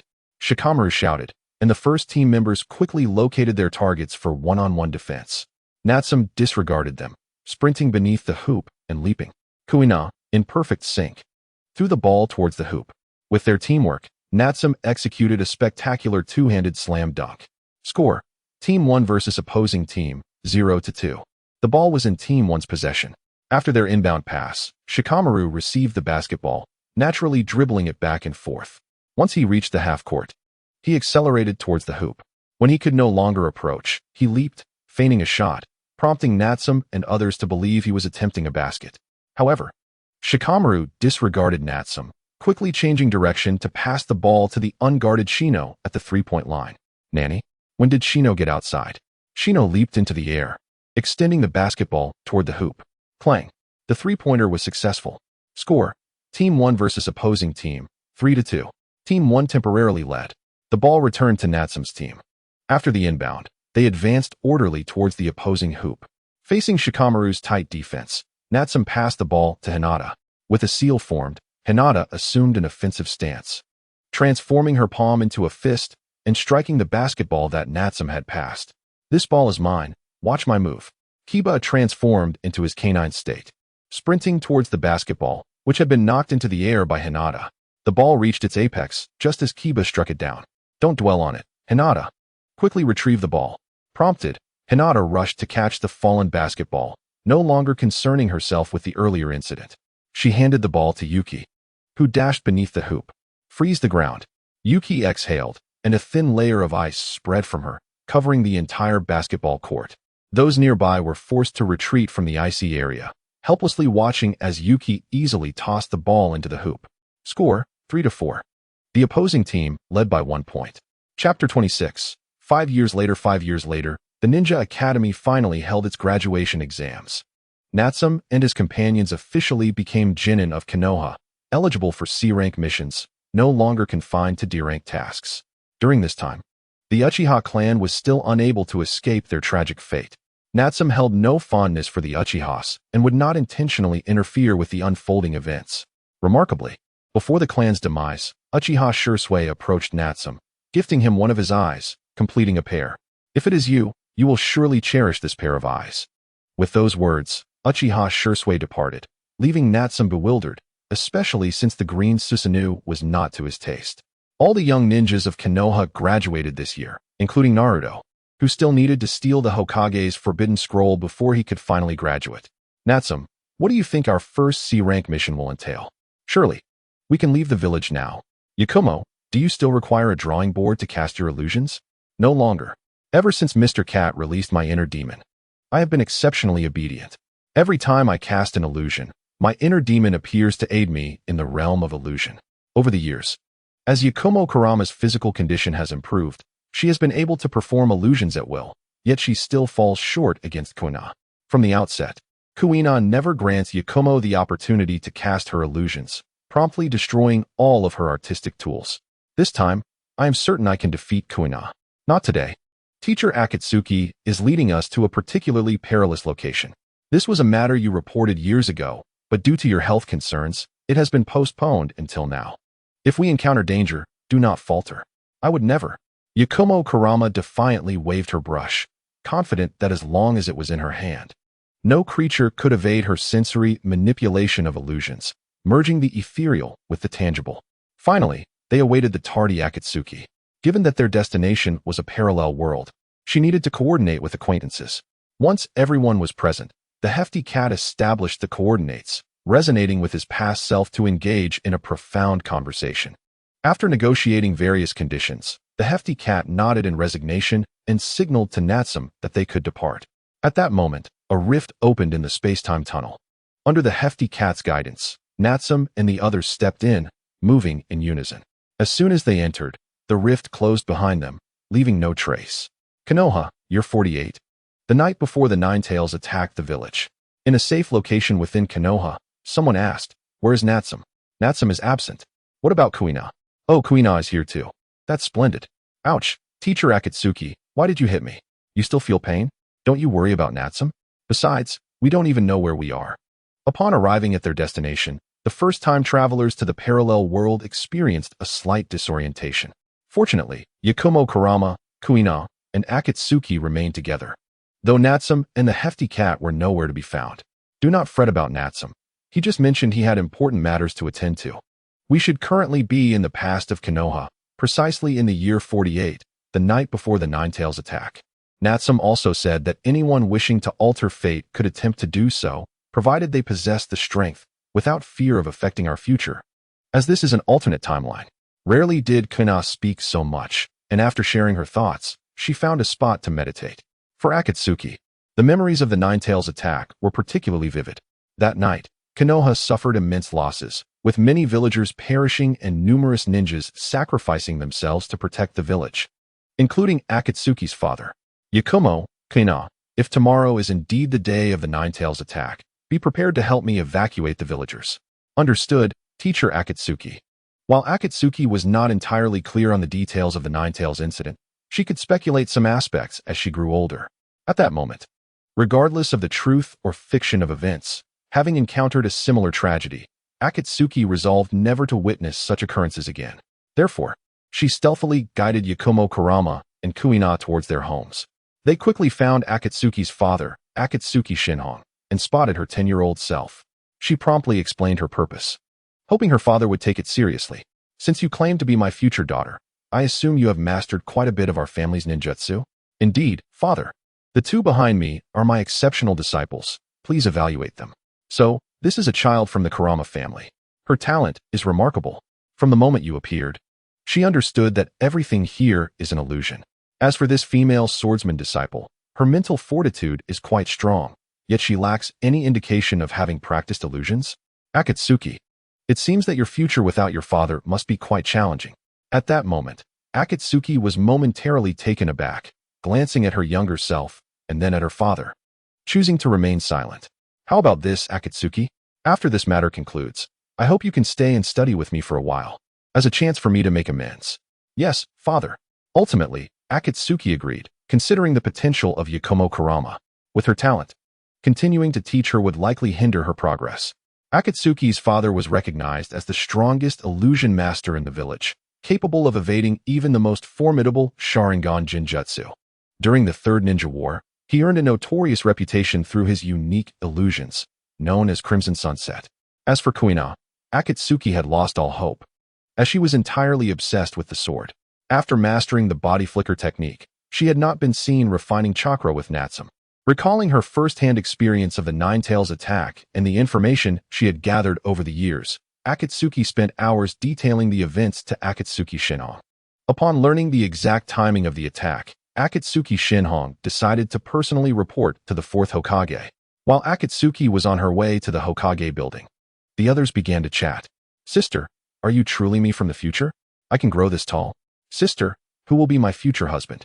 Will I also become a formidable ninja like you? Sister, my illusions will be impressive as well, right? Of course, little me. Conversing with her younger self was a surreal experience for Akatsuki. She could personally attest to the sensation of spoilers.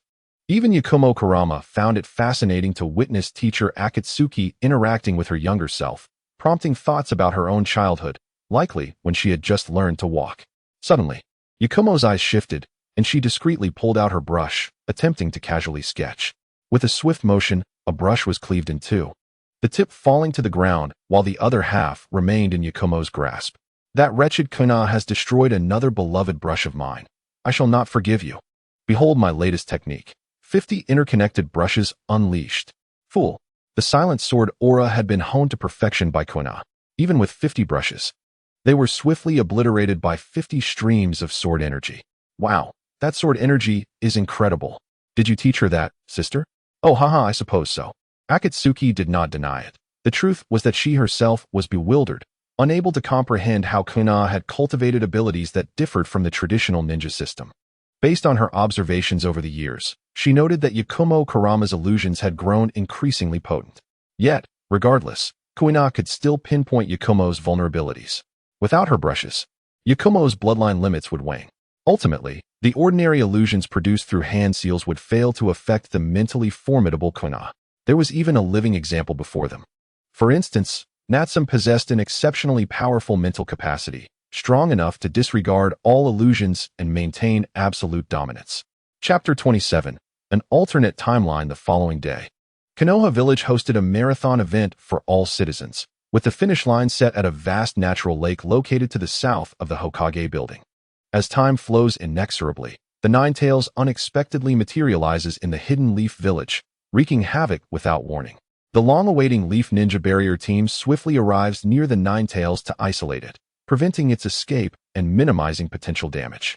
The village, now a ghost town, experiences almost no casualties, save for the dedicated ninjas who are left to ponder how to deal with the formidable beast. Is this truly the Ninetales, Kakashi-sensei? Its eyes seem to be under someone else's control. How wonderful it would be to have one as a pet, muses Yakumo. Such thoughts are misguided, Yakumo. The true path lies in diligently enhancing one's own strength. Do you understand? In the midst of their conversation, the Ninetales suddenly goes on a rampage. A colossal tailed beast bomb materializes, and the barrier team struggles to maintain control, depleting their chakra at an alarming rate. The barrier is shattered by the tailed beast bomb, rendering their efforts futile. A scene of devastation unfolds wherever the bomb lands, and the fearsome howls of the Ninetales echo throughout the village. At that moment, a figure resembling a monkey appears before the Ninetales, wielding a flexible iron rod. With a single strike, he propels the Ninetales out of the village. As the third Hokage, he cannot allow any wanton destruction of his home. The massive Ninetales, provoked by this unexpected assault, retaliates by swatting at the third Hokage, sending him flying. Cough, cough. I am growing old. In my youth, I could have exchanged blows with the Ninetales, but now I am not what I once was, the third Hokage reflects. Aware of his deteriorating condition. Are you all right, Lord Third? You should lie down and receive treatment. I wonder when Lord Fourth will arrive. A medical ninja rushes to the third Hokage's side, conducting various checks and treatments. But the situation is far from over. The Ninetales gathers another massive tailed beast bomb. Aimed at the third Hokage. Is the Ninetales coming for another attack? My body grows weaker by the moment. He laments, staring at the forming tailed beast bomb. Feeling a deep sense of despair about his impending demise. I still wish to live for another 500 years. Despite the medical team's attempts to assist him, the third Hokage pushes himself upright, fueled by an indomitable spirit. He gestures for a group of Umbu ninjas to attack the Ninetales. The Ninetales, feeling a slight annoyance akin to an itch, dismisses the swarming ninjas with a casual sweep of its tail, resulting in a tragic loss of elite Umbu ninjas. The third Hokage, filled with sorrow, realizes the futility of their efforts against such overwhelming power. I will not allow you to set foot in the Hidden Leaf Village again, even if it costs me my life. At that moment, a massive shadow descends from the sky, landing atop the Nine Tails and interrupting its impending attack. This shadow is none other than the fourth Hokage's summon, a giant toad, formidable enough to rival the Nine Tails. The fourth Hokage stands atop the toad, looking down at the beast. However, with the tailed beast bombs still threatening to explode, the fourth Hokage resorts to the flying thunder god technique, teleporting both the Nine Tails and the bomb away to a different location. What? Who is that, Kakashi-sensei? And where did the Nine Tails go? It must be the fourth Hokage. It seems history is still on its course. Will it end in his self-sacrifice? So it is the fourth Hokage. I've heard tales of his demise alongside the Nine Tails. How powerful the Nine Tails truly is. I wish I could have one. They lament, witnessing the events unfold from a safe distance, accompanied by their younger selves. Observing the scene brings a wave of melancholy, yet they feel powerless to alter the course of events. Meanwhile, in a time jump to several years later in the Hidden Leaf, on the night of Uzumaki Mito's death, Natsume and a hefty cat suddenly appear in her home, startling all the ninjas present. An enemy attack? Who are you, you little brat? Why are you here, and what is your purpose? Oh, me? I am Natsume. Just a genin for now. I came because of the Nine Tails. Is that answer satisfactory? Clearly an enemy. Let us attack together. Natsume's arrival is deemed a threat by the ninjas, who begin to form hand seals and unleash various jutsu in his direction. Water release, water wave. Fire release, fire howl technique. Ninja art, shuriken technique. Yet, their jutsu can only reach within 2 meters of Natsume. Any further attempts are thwarted as his level 5 abilities create an electromagnetic barrier, neutralizing the incoming attacks. I detest violence. Bullying a child is acceptable, but harming adults could lead to fatalities, he muses, confident in his protective field. However, incapacitating the nearby ninjas is still within his capabilities. Concentrating a surge of electricity into his fists, dazzling arcs of lightning blind the onlookers. Seizing the moment, he swiftly closes the distance, incapacitating one ninja after another with powerful electric strikes. In mere moments, Natsume has subdued those who dared to confront him. Your turn, fat cat. Fine, but this isn't my concern. The fat cat approaches the floor strewn with sealing techniques, gazing upon the dying Uzumaki Mito and a girl lying beside her. Nine Tails, do you hear my voice? I am here to ask if you wish to emerge and join me. You declined before. Will you refuse again? That voice. Is it you?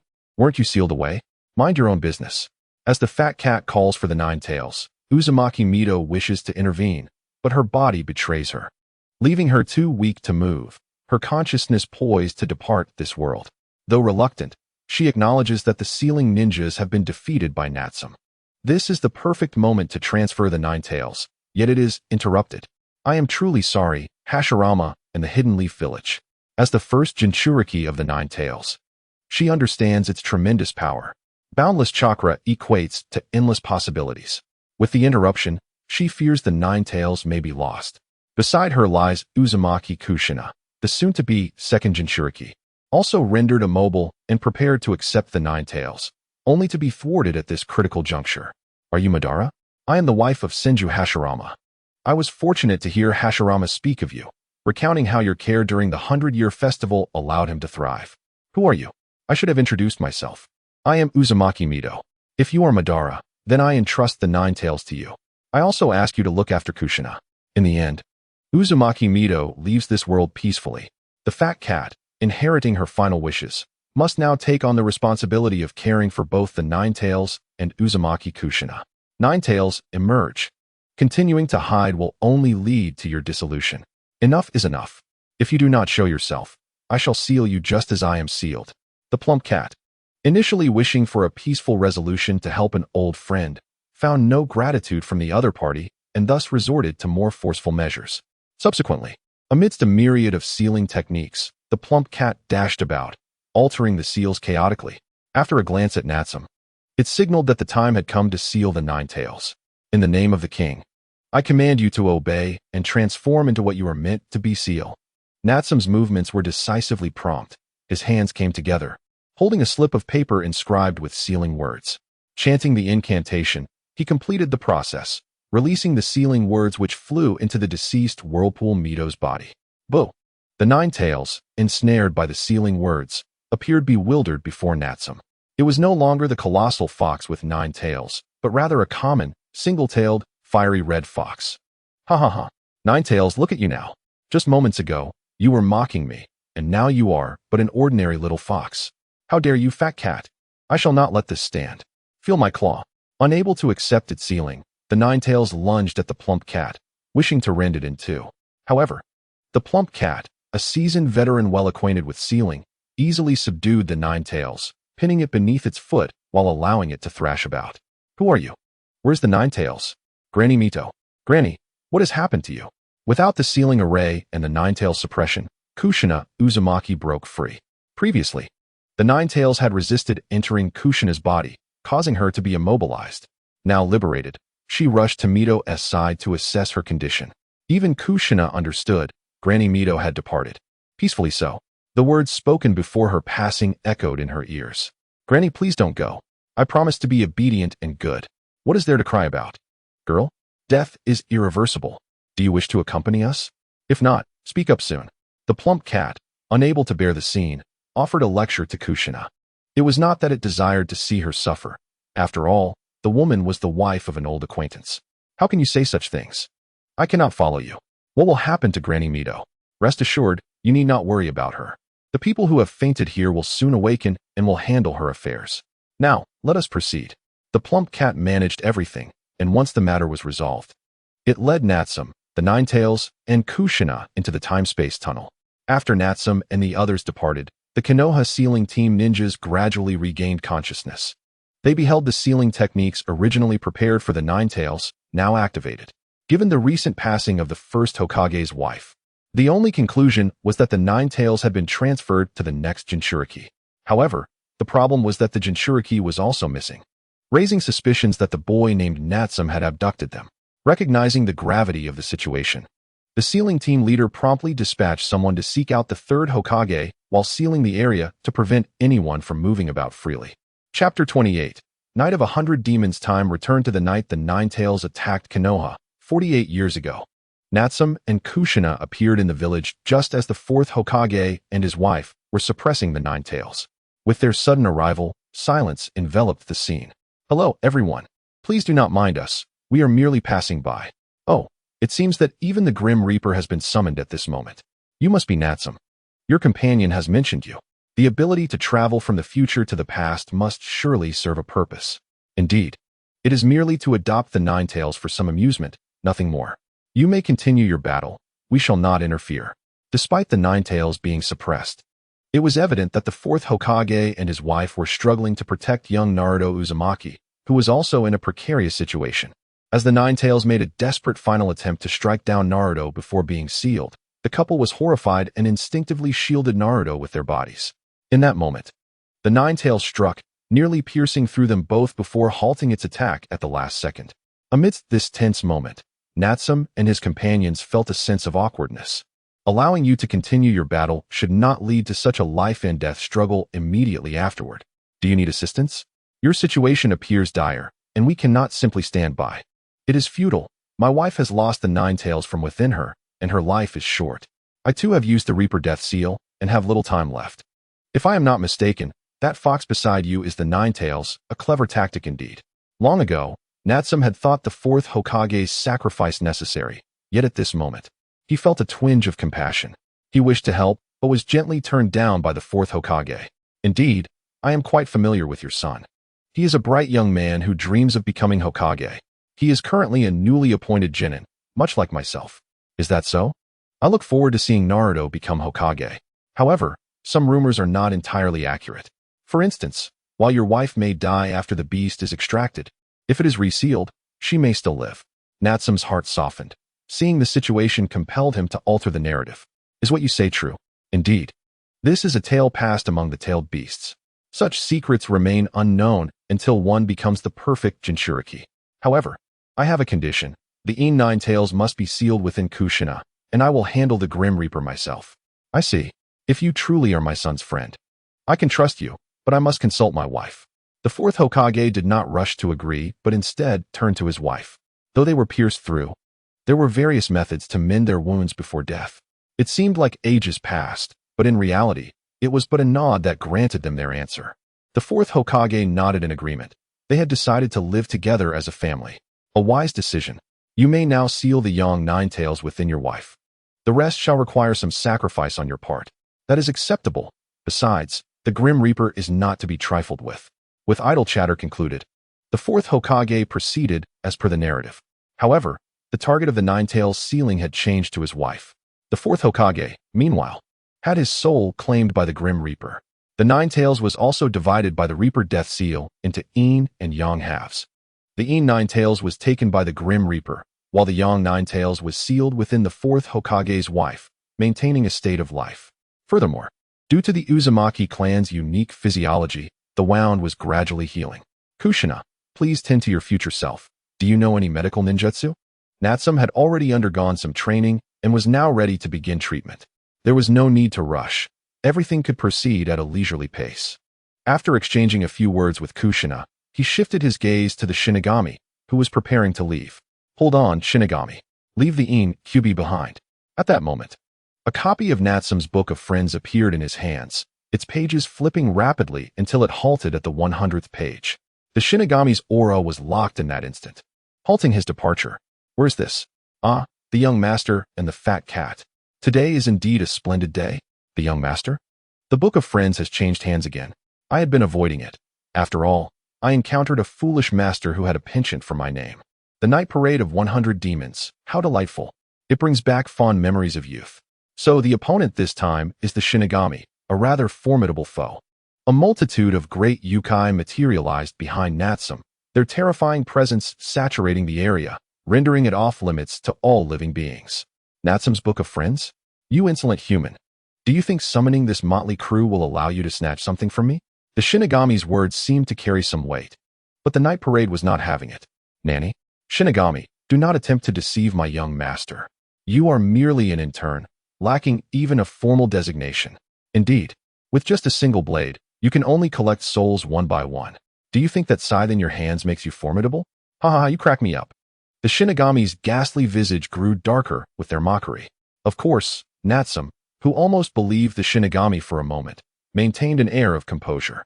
Damn Natsum's Book of Friends. Such a thing should not exist in this world. Enraged, the Shinigami drew his blade and charged at Natsum, who was taken aback. Who said that? Go find that person. The horde of yokai intervened, blocking all avenues of escape for the Shinigami. A fierce battle ensued, with both sides exchanging blows. The Shinigami was strong in single combat, but faced the overwhelming force of the night parade. The fat cat by Natsum's side had transformed, joining the fray as a white fox. The still weak Kushina was momentarily entranced by the chaotic battle, nearly losing herself in the fray. What are you thinking? Your strength is so feeble, yet you relish this chaos. How is your treatment progressing? Her wounds had stabilized, but she needed to reinforce the sealing array within her body. Thus, her consciousness had to remain within. Natsum gently patted her shoulder, bringing her back to reality despite the QB's resistance. Clearly, you feel much better now. Unaffected by the yokai's aura, the battle was far from over. Natsum approached the newly born Naruto, occasionally pinching his chubby cheeks. Is this truly my future child? Am I aware that I am currently engaging in a grave error? This child is destined to be the savior of this world, a fate preordained long ago. And I have shattered that destiny. What do you mean by preordained? Hasn't my fate been disrupted by you as well? I should have had someone who loved me dearly. Why are you hitting me? Ah, you deserve it. That was Fat Cat's dying wish, mind you. If you have grievances, take them up with him. I never expected Fat Cat to possess such a sense of justice. In the distance, the battle continued, yet the Shinigami's prowess was undeniably fierce. However, it was nearing its conclusion. The night parade was not to be trifled with. Slaying dozens of yokai would not lead to his ultimate demise. Under the night parade's influence, the yokai shared their life force. If one fell, it could be revived, but only when 100 yokai perished would they be truly extinguished. With a crash, the Shinigami fell before Natsum, battered by the onslaught. I concede. Was this my intended sacrifice? I'll relinquish it. You're rather strong, but I require your signature. Nanny, you audacious fiend. Not only do you take my sacrifice, but you also demand my service? How shameless. I will never be a slave to the Shinigami. Natsum lightly moved a finger, unleashing a surge of LV5 psychic energy, sending a powerful jolt toward the Shinigami. Ultimately, under duress, the Shinigami signed his name on a blank sheet. Natsum's Book of Friends had gained another ally, much to the delight of the yokai. The previous owner had left behind a shadow of fear, which Natsum had now finally dispelled. Kushina, take the incubi. Your destiny will be complete. What complete destiny? How shameless. You mean for me to be the Jinchuriki? What are you grumbling about?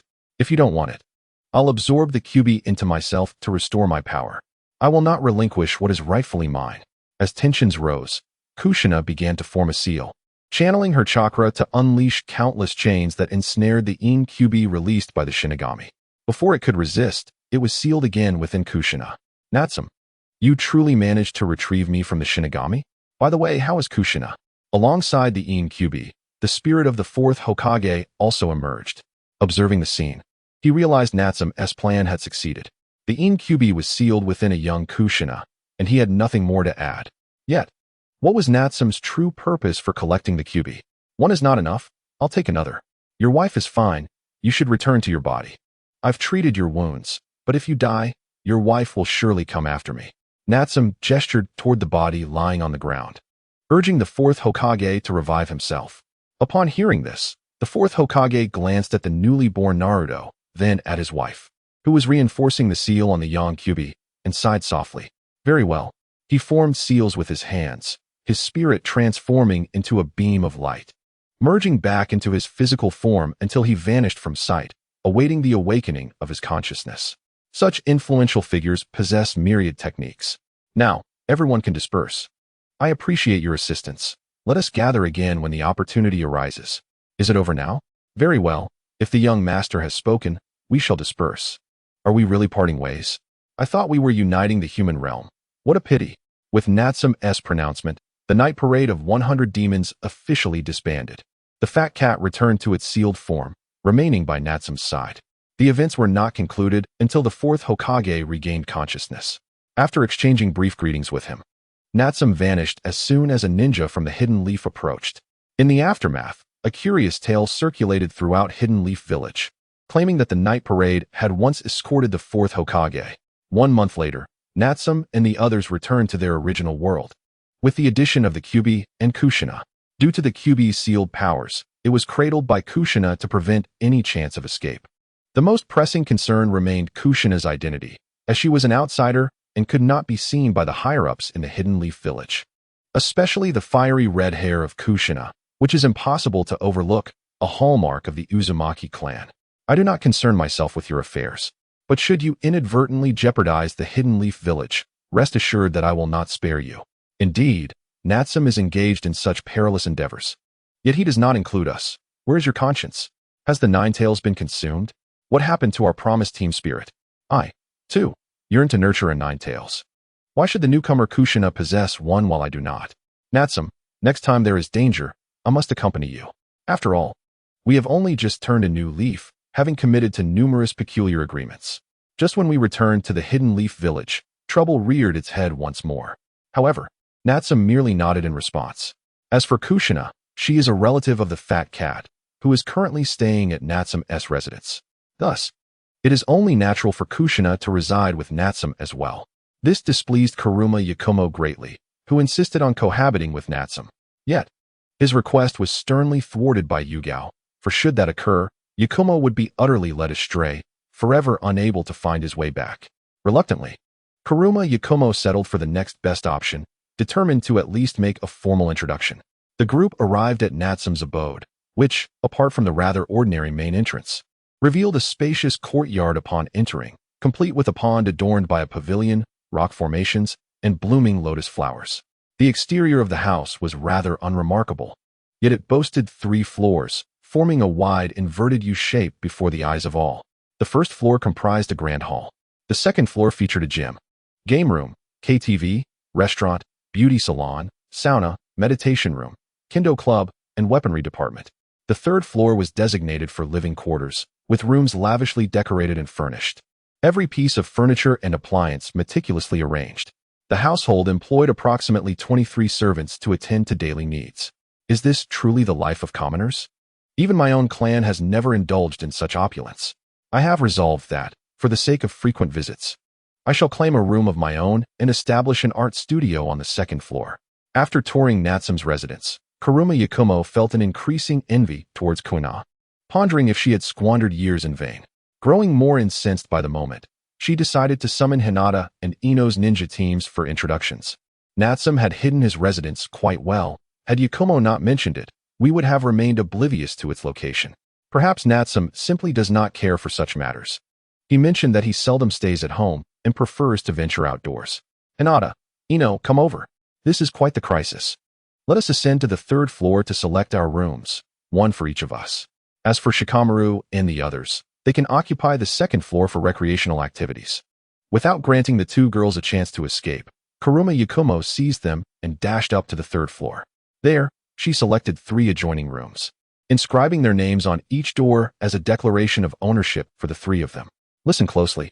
I summoned you both because I wish to ask, do you truly desire to become stronger? Yakumo, are you suggesting you have a means to make us as powerful as you?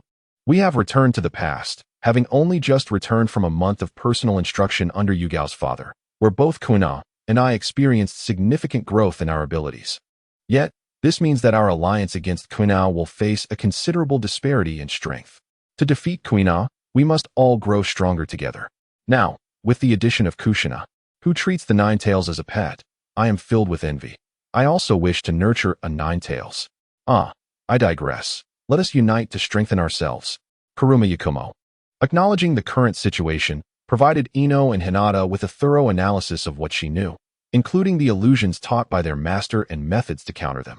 She even shared the latest intelligence on Konoha. However, you must admit that achieving strength in a short time frame is quite challenging, Yakumo. No, I have considered it. As long as we obtain Mr. Cat's approval, we shall have no shortage of places to train. However, if it involves Mr. Cat, we must also prepare some fine wine. Yakumo articulated her somewhat immature thoughts, realizing that to defeat Konoha, it would be best to enlist additional allies, significantly increasing their chances of success. Chapter 30, C-Rank Mission.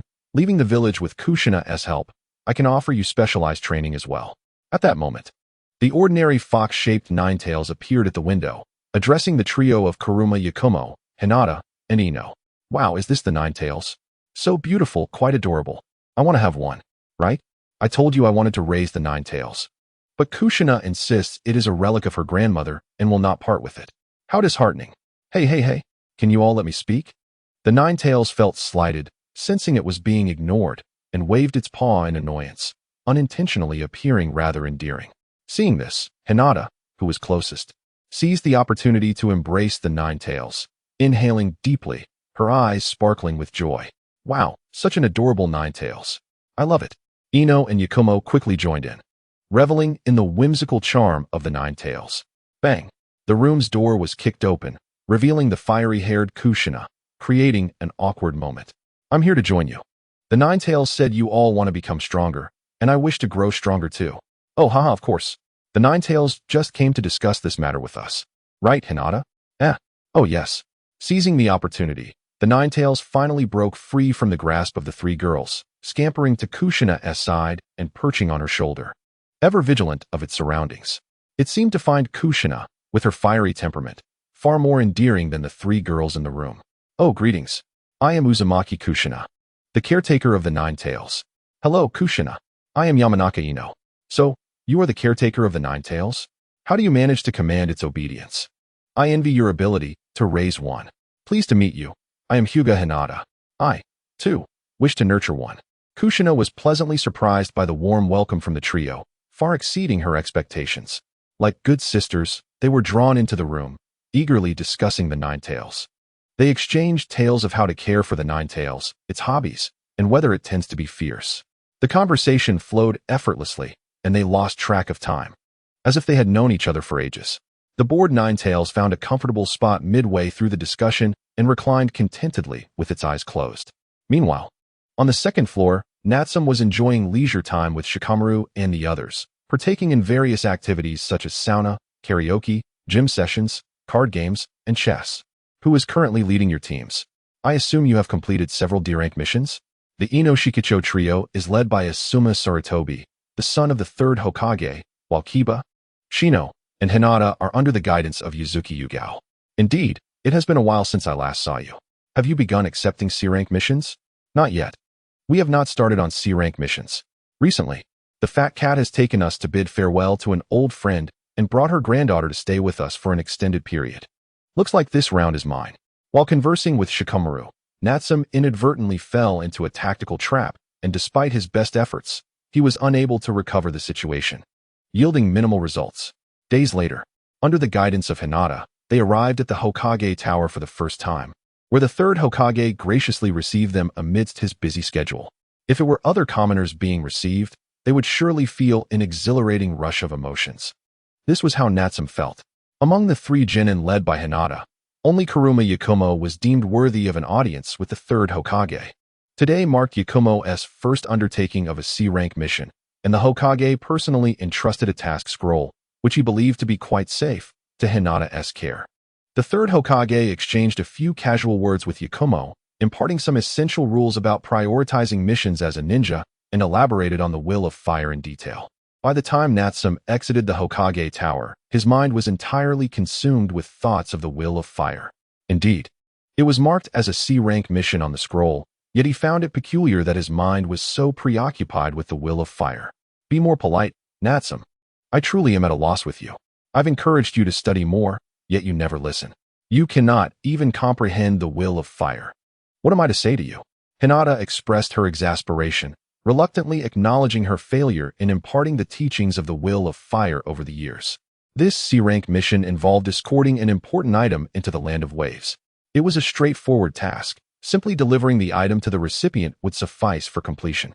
Upon reaching the main gate of Konoha, it was a significant day for Hinata's team as they officially stepped outside the village. Hinata stood at the village entrance, exchanging a few words with the two Chunin guards. Once they became familiar with Natsum and the others, they granted them passage, offering well wishes for a safe journey. After distancing themselves from the village, the invigorating scent of freedom enveloped them. Isn't it wonderful, Yakumo? Can you quiet down a bit? Rule number 10 of the Ninja Code states that one must never reveal oneself easily at any time. Shouting like that will surely expose your presence, Hinata reminded them. As the guiding teacher for Natsum and his companions, she endeavored to disseminate the crucial rules of ninjutsu that must be adhered to once outside the village. Natsum, meanwhile, carried the important item for this mission, mentally estimating their distance from Konoha. He summoned his hefty feline companion through the Natsum's book of friends, who also brought along Kushina and the Nine Tails. The appearance of Kushina and the Nine Tails was nothing new to them. Have we really left the village? Does that mean I'm also participating in a C-rank mission? Exclaimed Kushina, thrilled by the experience of being outside the village without supervision. Indeed, isn't it delightful? Once we leave the village, no one can govern us, she chuckled. Yakumo and Kushina, please adhere to rule number 10 of the Ninja Code. One must never reveal oneself easily at any time, Hinata reiterated. Frustrated by yet another breach of the Ninja Code, Hinata felt compelled to restate its contents. After several days of smooth travel, they finally reached the land of waves. At the moment Natsum handed the important item to the recipient, he felt an uncanny sense of déjà vu, reminiscent of experiences from a past life. It felt akin to being in a large logistics company, eagerly awaiting a 5-star review from the recipient after the transaction was complete. The C-rank mission was thus accomplished with remarkable ease. Upon returning to the village, they could collect their reward. On the way back, Natsum completely relaxed. Having come in a rush, he now relished the opportunity to linger. However, the land of waves was notoriously impoverished, devoid of even a decent place to spend money. It was also recognized as an island nation, roughly the size of an ordinary village. Natsum pondered how the 5 great nations had so casually acknowledged it. Speaking of which, don't you all wish to practice walking on water? Let us return by running across the ocean, Hinata suggested. What? Teacher Hinata, this is the ocean. It stretches endlessly. And if we exhaust our chakra, it would be perilous. They exclaimed. This is an order. Over these years, I've been too lenient with you all. Aside from teaching you the body flicker technique, you refuse to train in anything else, making it seem as though I favor Yakumo, Hinata asserted. Under Hinata's command, Natsum and his companions reluctantly sprinted across the ocean's surface, striving to conserve their chakra as much as possible while dragging a small boat with 2 passengers behind them. As time passed, the fog over the sea thickened, obscuring visibility beyond 5 meters. Suddenly, a man wielding a large sword appeared behind Natsum, silently preparing to slit his throat, the blade almost within 5 centimeters of him. Die, brat. You must be Zabuza Momochi. I know a bit about you. One of the second generation of the 7 ninja swordsmen of the mist. I can't recall whose head has been placed on the bounty list, Natsum remarked. You talk too much for a kid. You're just the beginning. Blame your misfortune on encountering me when I'm in a bad mood. Zabuza, undeterred, continued his attack. Though he was intrigued by how Natsum recognized him. Yet, as he attempted to plunge the blade deeper, he found it increasingly difficult. Sensing danger, Zabuza contemplated retreating into the mist, but he was flanked by 4 others, and despite his increased force, he still could not harm Natsum. Why do I feel as though I've fallen into a trap? He thought. Stand down, Zabuza. If I told you that we have a 9-tails who can sense your presence, would you believe me? Or perhaps you've already been ensnared in a jinjutsu. You little brat, do you wish to die? Zabuza retorted, refusing to believe he was caught in an illusion, as the surroundings remained unchanged. Have you heard of the Kuruma clan's bloodline limit? It merely manipulates your 5 senses. Reality and illusion are nearly indistinguishable. Perhaps you should concentrate your chakra to break the jinjutsu, or have your companions outside dispel it. You insolent brat, are you truly unafraid of death? Speak your purpose, otherwise. There's no need for us to waste time with useless chatter. It's a trivial matter. I see you wield a large sword. How about a duel with the swordswoman over there? The outcome is inconsequential. Humph, the way of the sword is obsolete. Only the land of iron preserves the spirit of the samurai. I do not belittle the samurai, but we are in an era where ninjas reign supreme. And I wouldn't mind correcting her misconceptions. Zabuza decisively abandoned his short blade, aware that he had truly encountered a formidable opponent. When did Konoha produce such a powerful brat? He mused. Let us take a break for a moment. You should know that my electromagnetic field can rebound off solid iron, especially when electrified. Natsum smiled, explaining his abilities to Zabuza while signaling Yakumo to change the scene. Scene? What is this term? Currently, I can only switch between abstract illusions and the real world. Is that so? Then let us enter the abstract illusion. Even as Natsum entered Yakumo's Jinjutsu realm, he found it exceedingly strenuous, unable to resist at all. As Zabuza took a moment to rest, preparing to engage in battle with the swordswoman, the environment shifted dramatically. No longer situated above the ocean, but instead within a highly abstract illusion. At that moment, Zabuza had no choice but to accept that he was indeed trapped in a jinjutsu. To survive, he would have to muster all his strength to overcome his adversary. Meanwhile, there was a hope that the other party would adhere to their promises. In the confrontation between Tono Zabuza and Konoha, Zabuza drew his formidable beheading sword with a solemn expression, yet he still regarded Konoha, armed with only a wooden sword, with a hint of disdain. After several rounds of fierce exchanges, Zabuza was taken aback to discover that Konoha's wooden sword remained unbroken. Doubts began to creep into his mind. But he no longer underestimated her. This female swordsman exhibited strength capable of challenging a seasoned jonin. After several dozen exchanges, even Zabuza, an elite jonin, found himself struggling in a mere test of swordsmanship against Konoha. Stop. This is pointless, he declared. This illusion lacks even a drop of water.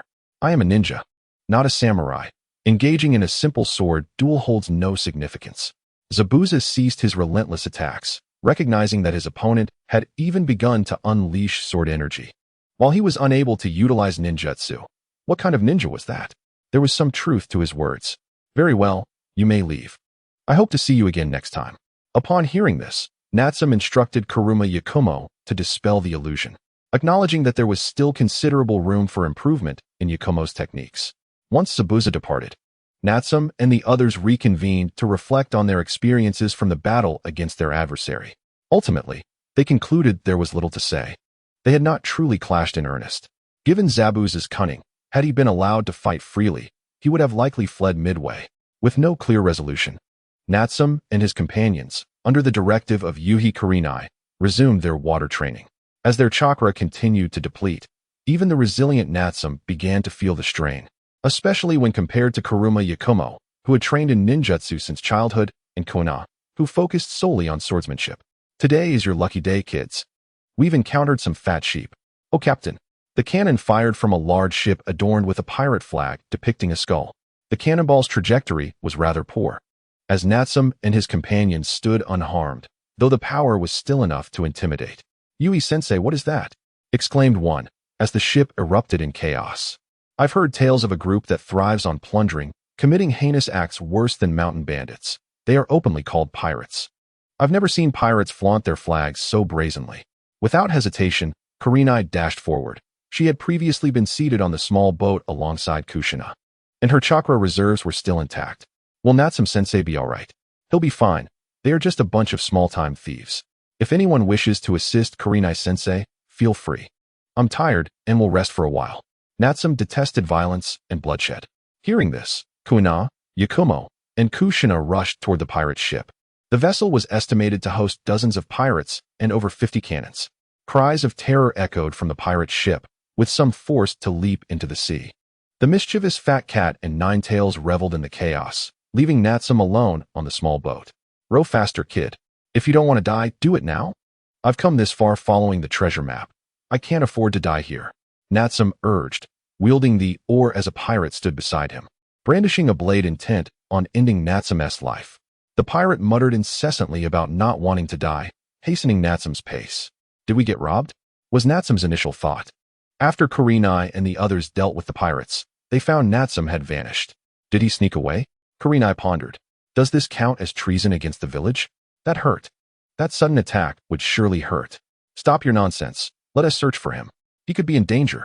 In the vast ocean, Kurenai and the others searched multiple times, finding no trace of Natsum. That wretched Natsum promised to bring us along if danger arose, yet he has abandoned us. I am so frustrated. Calm down, Yakumo. See, Fat Cat is still here. Call me Mr. Cat. I've told you countless times. The raucous group was giving Kurenai a headache. Their first outing from the village had turned into such uproar. Look at Kuina. She diligently practices daily, never engaging in idle chatter. Why does she not enjoy training in ninjutsu? Meanwhile, in a small hole, Natsum was digging fervently.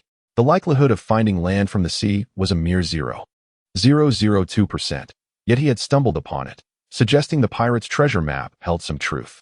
With a clink, Natsum's pickaxe struck what resembled a treasure chest. Huh, I've found it, the legendary sea treasure, the devil fruit. Natsum exclaimed, delighting in his discovery. Get away, kid. A pirate shoved Natsum aside, opening the chest to reveal a beautifully carved apple. With excitement, he took a bite of the devil fruit, only to grimace at its foul taste. I have gained power. The ability of the Rhinozoan. He laughed, now thirsting for vengeance against those who wronged him. The pirate, now empowered, smashed a nearby boulder effortlessly. This strength is intoxicating. You, kid, must be one of those who conspired with them. Consider yourself fortunate to be my first target. Indeed, this devil fruit is quite the revelation. How did it end up in this world? Natsum effortlessly deflected an incoming punch from the pirate, leaving him questioning his own existence. Did I consume a fake devil fruit? The pirate attacked again, but Natsum easily sidestepped. This is impossible. It cannot be. In a sudden transformation, the pirate morphed into a fearsome rhino, charging at Natsum. Natsum, not daring to be careless, was struck by the rhino's horn, but his electromagnetic barrier quickly shielded him. The fully transformed rhino possessed immense strength, even sending Natsum flying. In a bid for self-preservation, Natsum channeled his level 5 electromagnetic abilities into his fists, emitting a magnetic sound as his fists clashed with the rhino. The explosive force was remarkable, and despite the rhino's tough hide, Natsum's punches still managed to send it crashing against the wall. However, the rhino was resilient, rising once more to charge at Natsum. After several exchanges, Natsum began to feel like a mere training partner. He drew a kunai, intensifying the electromagnetic energy around it, and hurled it at the rhino. With the addition of electromagnetism, the ordinary kunai transformed into a projectile, striking the rhino's horn and triggering an explosion that reverberated throughout the cave. After the dust settled, the fully transformed rhino reverted to its original pirate form, eyes rolling back as it collapsed. The now normal pirate was much easier to handle, and Natsum bound him with rope, dragging him to the shore and splashing water on his face. Where am I? Did I lose? The pirate groaned. Why can't I move?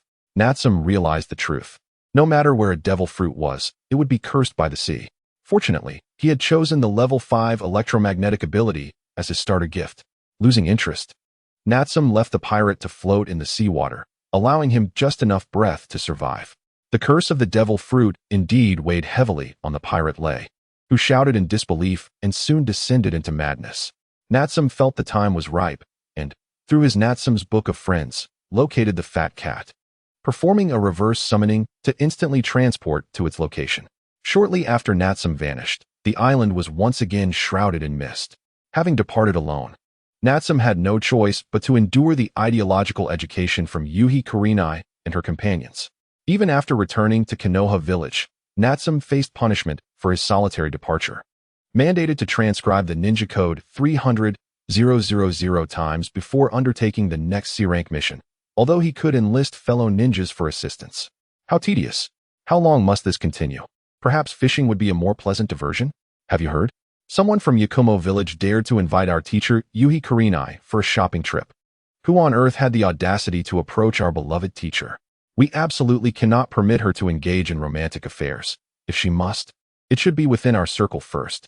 Natsum declared he would not copy anymore. He intended to prevent Yuhi Kurenai from falling into the clutches of nefarious individuals. As Yakumo departed, Natsum understood. Kushina had been taken away by Yakumo, which was acceptable. However, what was the matter with Konoha? When did these three women become so united? Had Yuhi Kurenai actually been invited away? No wonder she was absent today. Regardless, it was not the first time. 300,000 times. Indeed, when would it ever conclude? With his hands forming seals, Natsum executed the shadow clone technique, creating 2 shadow clones. He handed them each a sheet of paper and a pen, assigning them the task of copying the ninja code 300,000 times. Chapter 33. Preventing Yuhi Kurenai's date in front of the dango shop, Arama Yakumo and her companions appeared, each holding 2 skewers of dango. Is it truly acceptable to leave Natsum alone to copy the ninja code? He won't be upset, will he? Rest assured, Natsum is not so petty. By the way, Kushina, are you wearing your hat properly? Natsum had instructed you to keep your hair concealed for now, at least until the passing of the 3rd Hokage. How annoying. That means we must wait quite a while. I can't eat anymore. This dango is too sweet and rich. Oh, by the way, where did you acquire the information about Yuhi Kurenai's date? The fat cat overheard it. Recently, the Ninetales has been led astray by it, often sneaking out and returning late at night, intoxicated and on the receiving end of a good scolding for daring to come home inebriated. As the 3 of them strolled past the shops, they would frequently enter and emerge with various edible treats. Finally, they spotted Yuhi Kurenai in a weapons shop, standing next to a masked man as she examined various weapons. Just as Kushina was about to greet her, she was pulled back. What do you think you're doing, Kushina? Your meager skills won't suffice to stop Yuhi Kurenai's date. Now, watch the performance of Kuina and me. And what about me? You don't mean to say I can only watch from the sidelines? Of course not. I recall a time when a bearded man attempted to invite our Yuhi Kurenai on a date, only to be thoroughly beaten by Konoha and me until he was unrecognizable to his own parents. No way. That sounds ruthless. So, shall we 3 join forces to confront this masked individual? Indeed, we shall strike together. Just follow my lead alongside Kuina. After briefing Kushina, Arama Yakumo discreetly retrieved her brush, intending to cast an illusion on Kuina. Sensing something amiss, Kuina swiftly drew her wooden sword, unleashing a blade of energy that shattered Yakumo's brush. You vile Kuina, why do you always strike me the moment I take out my brush? What have I done to provoke you? Watch as I unleash 100 brushes in rapid succession. Fool. Facing Yakumo's brush, Kuina was cautious. Yakumo's illusions had always been formidable. Until she could counteract the illusions, she would strike down any brush that appeared.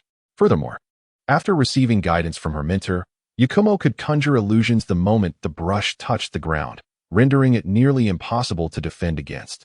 The only solution was to obliterate the brush entirely. However, with an endless barrage of brush attacks, Konoha suspected Yakumo was seeking revenge, determined to strike her down. Watch out. Kushina gasped. Weren't they supposed to be putting on a show? This was turning real. Yakumo was forced to retreat into the weapons shop, her brush never ceasing its assault, seizing every opportunity to unleash illusions. The entire shop suffered, with weapons being destroyed as Yakumo's brush wreaked havoc. Yakumo? Kuina? Why are you 2 fighting in the streets again? Stop it at once. Yuhi Kurenai finally spotted the chaos, but it was too late. In mere moments, the weapons shop was devastated. Is this your student? Are today's students truly this formidable? Indeed, Kakashi, I had asked for your assistance in evaluating the weapons I intended for my students. But it seems that plan has gone awry. Not at all. I think we should first intervene. Just as Yuhi Kurenai and Kakashi prepared to step in, Yakumo discreetly signaled to Kushina. Upon noticing, Kushina rushed in to join forces with Yakumo, jointly resisting Konoha. She hurled a chain toward Konoha, who, distracted, attempted to slash at it, misdirecting her attack. Not good. Just that one unnecessary action granted Yakumo an opportunity to strike. Unfazed by the risk of defeat, Kuina resolved never to lose again. One sword style, the infinite realms. All present sensed Konoha was genuinely serious. At that moment, taking advantage of Kuina's distraction, Yakumo allowed a smirk to grace her lips. With this gesture, Kuina realized she could no longer prevent Yakumo. As a mentor, Yuhi Kurinai understood that, especially in Natsum's absence, no one could thwart the two of them. Yet, she and Kakashi still intervened. Kakashi wielded a kunai to counter Kuina's blade energy, being pushed back a few steps, while Yuhi Kurinai sought to persuade Yakumo to cease, insisting it could not continue. Haha, it's finally happening. You wretched Kuina. Prepare to face the nightmare of my making once more. Haha. Illusion. 5 senses manipulation. Illusionary world. Yakumo lightly touched her brush, and the illusion fully manifested, transforming everything around them into an abstract dreamscape. Chapter 34. Danger. Konoha goes awry outside. Mere milliseconds passed, but within the illusionary realm, it felt as though countless nights had transpired. Or perhaps time itself had gone unnoticed. Simultaneously, Yuhi Kurinai, Kushina, and Kakashi were also drawn into the illusionary world. My apologies, Kakashi, for the trouble. They will not cease until a victor is determined. No need for apologies. I had heard long ago that you were guiding a special class of low-ranking ninjas. I never anticipated they would be this formidable. I question whether this is truly just an illusion. Indeed, both of them are my exceptional students, their skills surpassing my own. At this rate, I am uncertain how much longer I can continue to guide them. While Yuhi Kurinai reassured herself, she was also concerned that Yakumo and Konoha might genuinely escalate their conflict. I am truly sorry, Yuhi Kurinai. I had no idea they would actually fight. If only Natsum were here. Even if Natsum were present, he would not intervene, but should true danger arise, he would certainly take action. I recall my father once prophesied, these two would inevitably clash, and through this battle, their powers would soar. Is that so? But what if they genuinely do unleash their fury? Estimating the time, it has been 3 days and nights since Onmai Yakumo and Kuina have engaged in battle. Yet no victor has emerged. Kushina now harbors a sense of regret.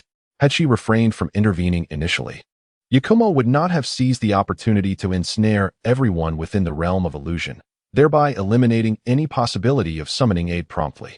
She could not help but grumble about Onmai Yakumo, thinking it would have been far better to assist Natsum in transcribing the ninja code rather than languishing in this tedious illusionary world. Just as Kushina felt on the brink of madness, the illusion finally dissipated. In that fleeting moment, everyone's consciousness returned to reality. Kuina's ultimate technique forced Kakashi back several steps, and in a frenzied state, she charged forward with her sword. Each strike was lethal, and even the renowned Kakashi, famed for his balanced prowess, could only evade her attacks. Seizing an opportunity to raise his forehead protector and reveal his Sharingan in his left eye. In its activated form, the 3-tomo Sharingan grants him the ability to perceive motion in a markedly slowed manner. After several exchanges, Kakashi found himself compelled to retreat from the weapon shop. He was genuinely reluctant to linger in battle, fearing for his own safety, and thus had to strike while withdrawing. Meanwhile, Kuina's murderous intent intensified, visibly indicating a descent into madness. As they dashed into the street, Kuina and Kakashi resumed their combat, fortunately devoid of bystanders. Inside the weapon shop, Onmai Yakumo collapsed after casting her illusion. Upon seeing her unconscious form, Yuhi Kurinai and Kushina rushed over to assess the situation. Fortunately, it was merely chakra exhaustion. Kurinai had just witnessed the clash between Kuina and Kakashi, noting that Kuina appeared to be in a disconcerting state. Kuina? If I'm not mistaken, she has reached a state of mastery over all illusions, and she seems to be losing control. I must intervene. Kushina, stay here. Kurinai, I should go. Yakumo needs you now. My sealing technique could prevent Kuina from succumbing to madness. Seeing that Yakumo was unharmed, both women sighed in relief. After some discussion, Kushina dashed out of the weapon shop, racing towards Kuina's location. Simultaneously, she employed a special technique to alert Fat Cat and the Nine Tails, conveying the situation to them. Earth Release, Earth Wall Technique. Kakashi swiftly formed hand seals and struck the ground, summoning a massive earthen wall that rose between himself and Quina. One sword style, Hellfire Demon. Quina swung her wooden sword, unleashing a colossal burst of energy that engulfed the entire earth wall in flames. Observing this, Kakashi retreated, still unwilling to turn his back and flee, only able to backtrack and leap away from the scene.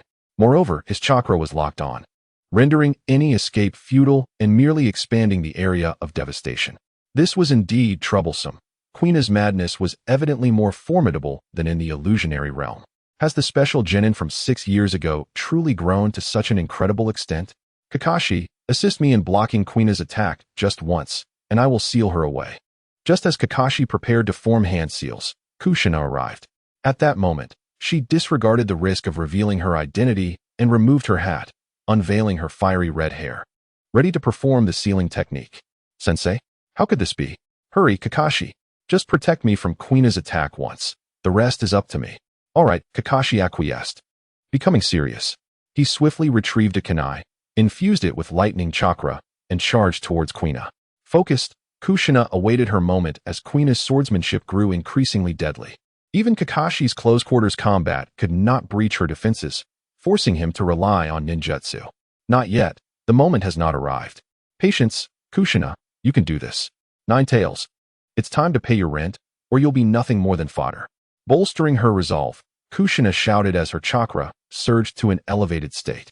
The visible crimson chakra enveloped her, reminiscent of the Nine Tails' three-tailed form. Meanwhile, Kakashi and Quina's conditions deteriorated. Kakashi's attacks became increasingly laborious, while Quina began to exhaust her own potential. Fighting unconsciously. Sealing technique. Locking 8 trigrams. Kushina swiftly formed hand seals and bit her thumb until it bled. She then slammed her hands down onto the ground, causing the sealing array to manifest automatically. Centered on Kushina, it expanded outward, enveloping Quina. As Kakashi observed, he retreated once more.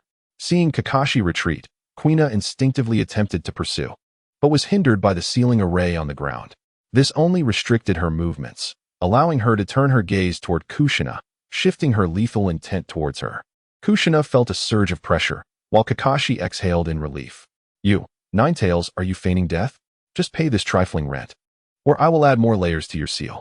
Damn you, Kushina. Just wait. Once I am free, I will devour you. How can someone so weak be so playful? Despite the Nine Tails' protest, it elevated its form from 3 tails to 5, astonished that Quina had forced it into such a state. Kushina's sealing array intensified, and countless chains erupted from it, binding Quina's body. Yet, it remained unexpectedly difficult to capture her. Despite the chain's proximity, they were deflected by Quina's wooden sword, making her elusive. At that moment, Kushina's formidable chakra began to attract the attention of Konoha's Umbu, emanating that familiar and despairing aura. Sensei, you must cease this. The village is starting to take notice. Kakashi, now relegated to a mere spectator, grew anxious. Despite many questions, he realized that Kushina's identity must remain confidential. If this continued, he would find himself powerless, possibly losing those dear to him once more, and Kakashi felt a sense of dread. Damn it, Nine Tails. Why won't you give me all your chakra? Quina is my dear friend. I cannot stand by and watch her come to harm. It's impossible. The Nine Tails has instructed me. Your limit is only the 5-tailed form. Any further, and your body will surely break. Silence. If I command you, obey. Why do you chatter so? Damn you. And you. Natsum, how long must I wait for your arrival? If anything happens to Quina, I will never forgive you. Kushina's sealing technique was undeniably powerful. Countless chains surrounded Quina, yet still could not approach her. Quina exhibited no signs of using chakra. Even if she tried to draw chakra, she could not. Chapter 35. Crisis averted. Konoha's high command takes notice. As time passed, more and more shinobi gathered.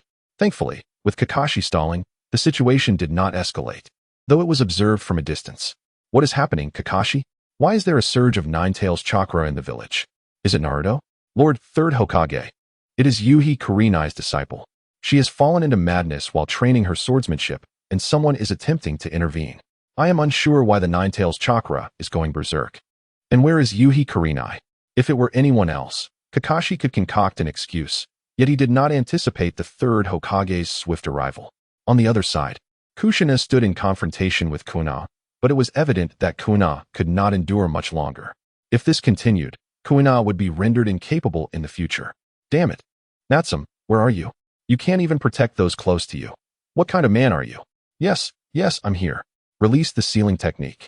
We need to leave the village for a while. Let us prepare for now. The fat cat and the others will arrive shortly. Just when Kushina felt despair for Kuina, Natsum finally arrived. Observing Kuina before him, devoid of her own subjective will, he approached her alone. Come with me, Kuina. We're leaving the village and will return after some time. In response, Kuina struck Natsum in the neck with her wooden sword. The impact was absorbed by Natsum's absolute electromagnetic field, his gaze unwavering as it met Kuina's. Those who had not sparred with Kuina were unaware of the sword's formidable power. Kakashi and Kushina were nearly taken aback. A wooden sword infused with sword aura could demolish a wall. Fortunately, Natsum was unharmed, though Kushina's heart raced in fear. Without any unnecessary gestures, Natsum merely tapped Kuina gently on the forehead, causing her to collapse to the ground. At that moment, the fat cat and the fox-like nine-tailed beast appeared, joining Kushina's side. Natsum, everything is ready. We can leave now. Hearing the fat cat's call, Natsum lifted Kuina and glanced at the third Hokage. At that moment, a multitude of ninjas began to gather around the third Hokage. When their eyes met, the third Hokage recognized Natsum, albeit vaguely, as one of the lower ninjas led by Yugao.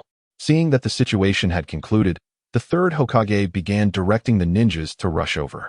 Natsum, however, did not wait for their arrival. The subsequent explanations would be far too cumbersome. He signaled the fat cat to commence. Upon receiving the cue, the fat cat immediately led the group in a swift escape. Just as the third Hokage arrived, Natsum and his companions vanished from the spot. What? Where did they go? What is happening? Space ninjutsu. Kakashi, you stay here. Everyone else, continue searching nearby. Yes, Hokage-sama. The third Hokage promptly organized everything, leaving Kakashi behind. Not far away, in a weapons shop, Natsum and the others appeared suddenly before Yugao, informing her to bring Kuruma with them, as they needed to leave the village for a while and would return once the turmoil subsided. In the blink of an eye, everyone began to disappear from the weapons shop, leaving behind a substantial amount of compensation. Chapter 40. The second stage of the Chunin exam. Day 1. Safe. Day 2. A small team saw Hinata and her group of 6 and turned to leave. Day 3. If Lady Hinata wishes to pass through here, please leave the Heaven and Earth scroll. Nichan, I don't want to fight you and will not leave the scroll. Please let us go. In that case, I must offend you. This time, Hinata encountered a familiar face, Niji Hyuga, renowned as the genius representative among their peers. Even with Hinata speaking, Niji openly rejected her command in the Forest of Death and was the first to strike. Byakugan, gentle fist. Byakugan, gentle fist. Seeing Niji attack her, Hinata immediately defended herself. The surrounding companions, still unclear about the situation, watched as the two members of the same clan began to spar. Everyone exchanged glances, uncertain whether they should intervene, and all were ninjas from the village. Ino urged everyone not to intervene. She would finish it quickly. Lady Hinata, is this really the time for battle? Is it not dangerous to be distracted? Or was this merely the arrogance that comes from the main family? Gentle fist, 19th palm. Niji's aura shifted, becoming increasingly oppressive, causing Hinata to retreat further. The gentle fist technique, developed from ancient times by the Hyuga clan, specifically targets the chakra pathways of the human body, obstructing the flow of chakra in the struck areas. Nichan, I do not wish to fight you, but you cannot block my path. There are those waiting ahead. Assuming a stance, she declared, gentle fist, 36 palms. Superpower Byakugan gentle fist, 36 palms. Suddenly, Hinata created distance from Niji. And just when everyone thought she would forfeit the confrontation, she unleashed 36 strikes, each landing squarely on Niji. Impossible. Absolutely impossible. How could your technique reach me from such a distance? I refuse to accept this. Is it merely because I am from the branch family? After receiving all 36 strikes, Niji, gasping, lamented the unfairness of the world before collapsing. Please take care of Nichan. When he awakens, apologize on my behalf.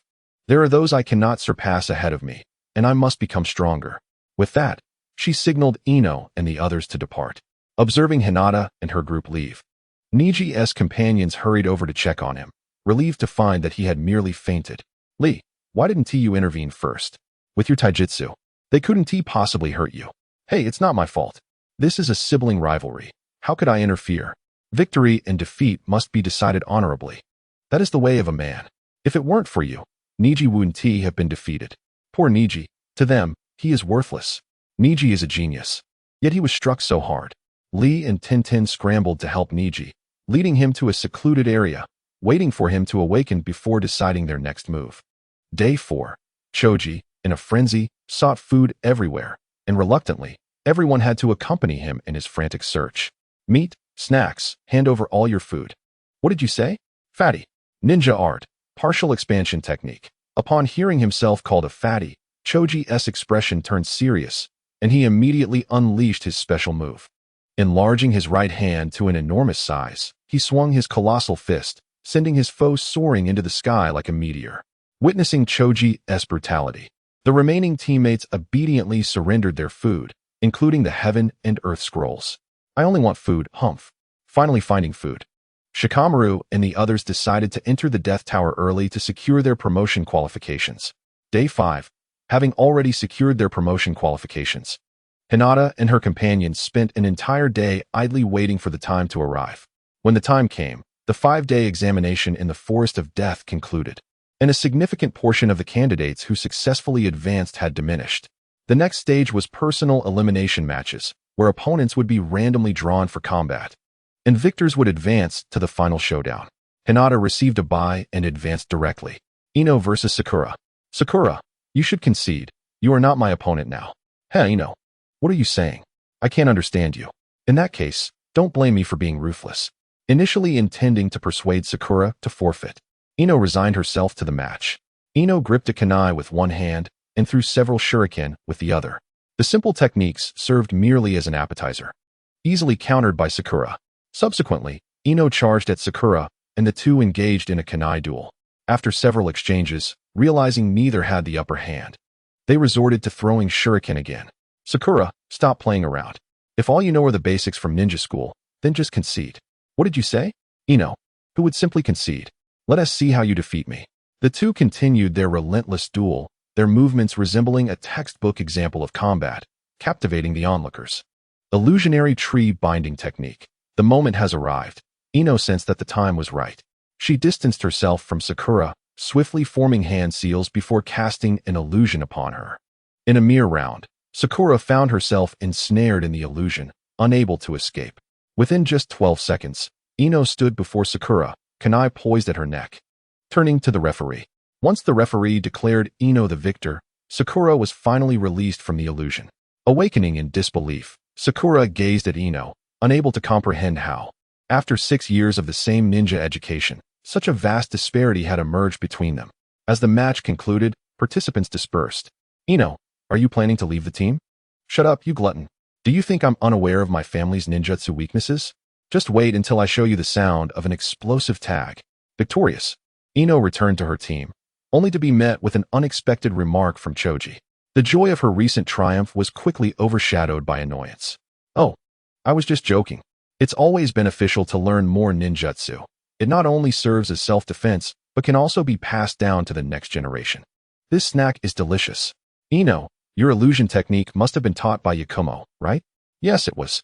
Many of the minor illusions didn't interest her much, so she casually taught them to me. Although she felt somewhat guilty towards Sakura, Ino, like Hinata, knew there were others waiting for her ahead. She couldn't afford to linger in one place. Shikamaru, Yakumo said it's fine. Will you be training with us tonight, or practicing alone? In Yakumo's dream world, time can be doubled, you know. Yakumo's dream world? That sounds appealing.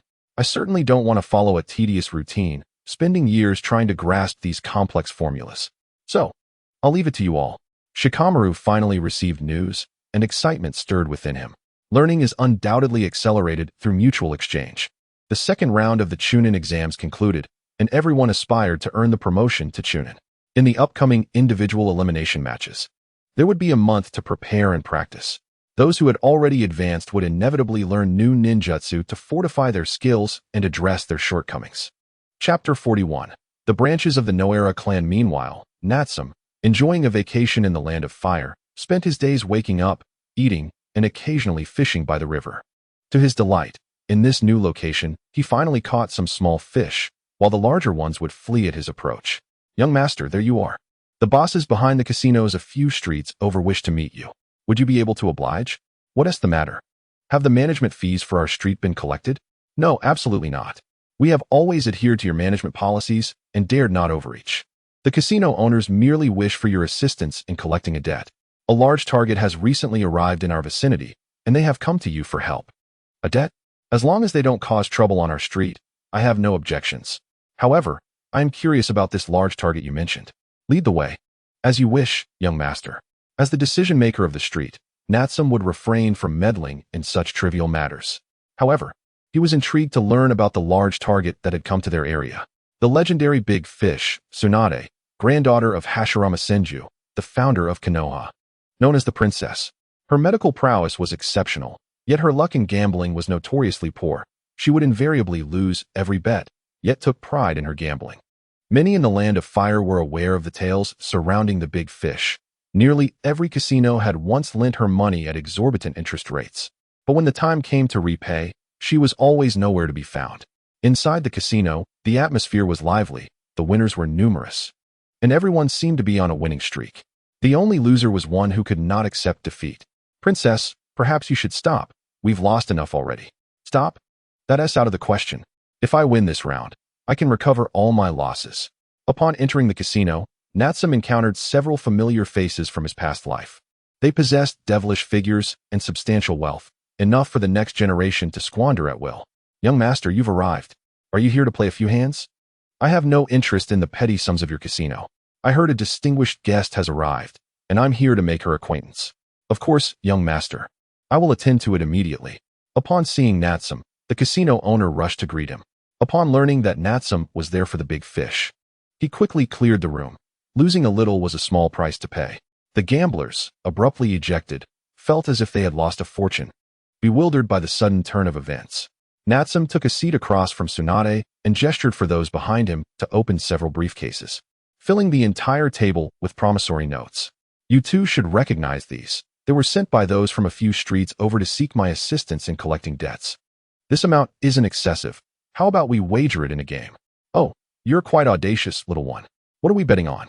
This is no trivial matter. And should you lose, the stakes will be quite high.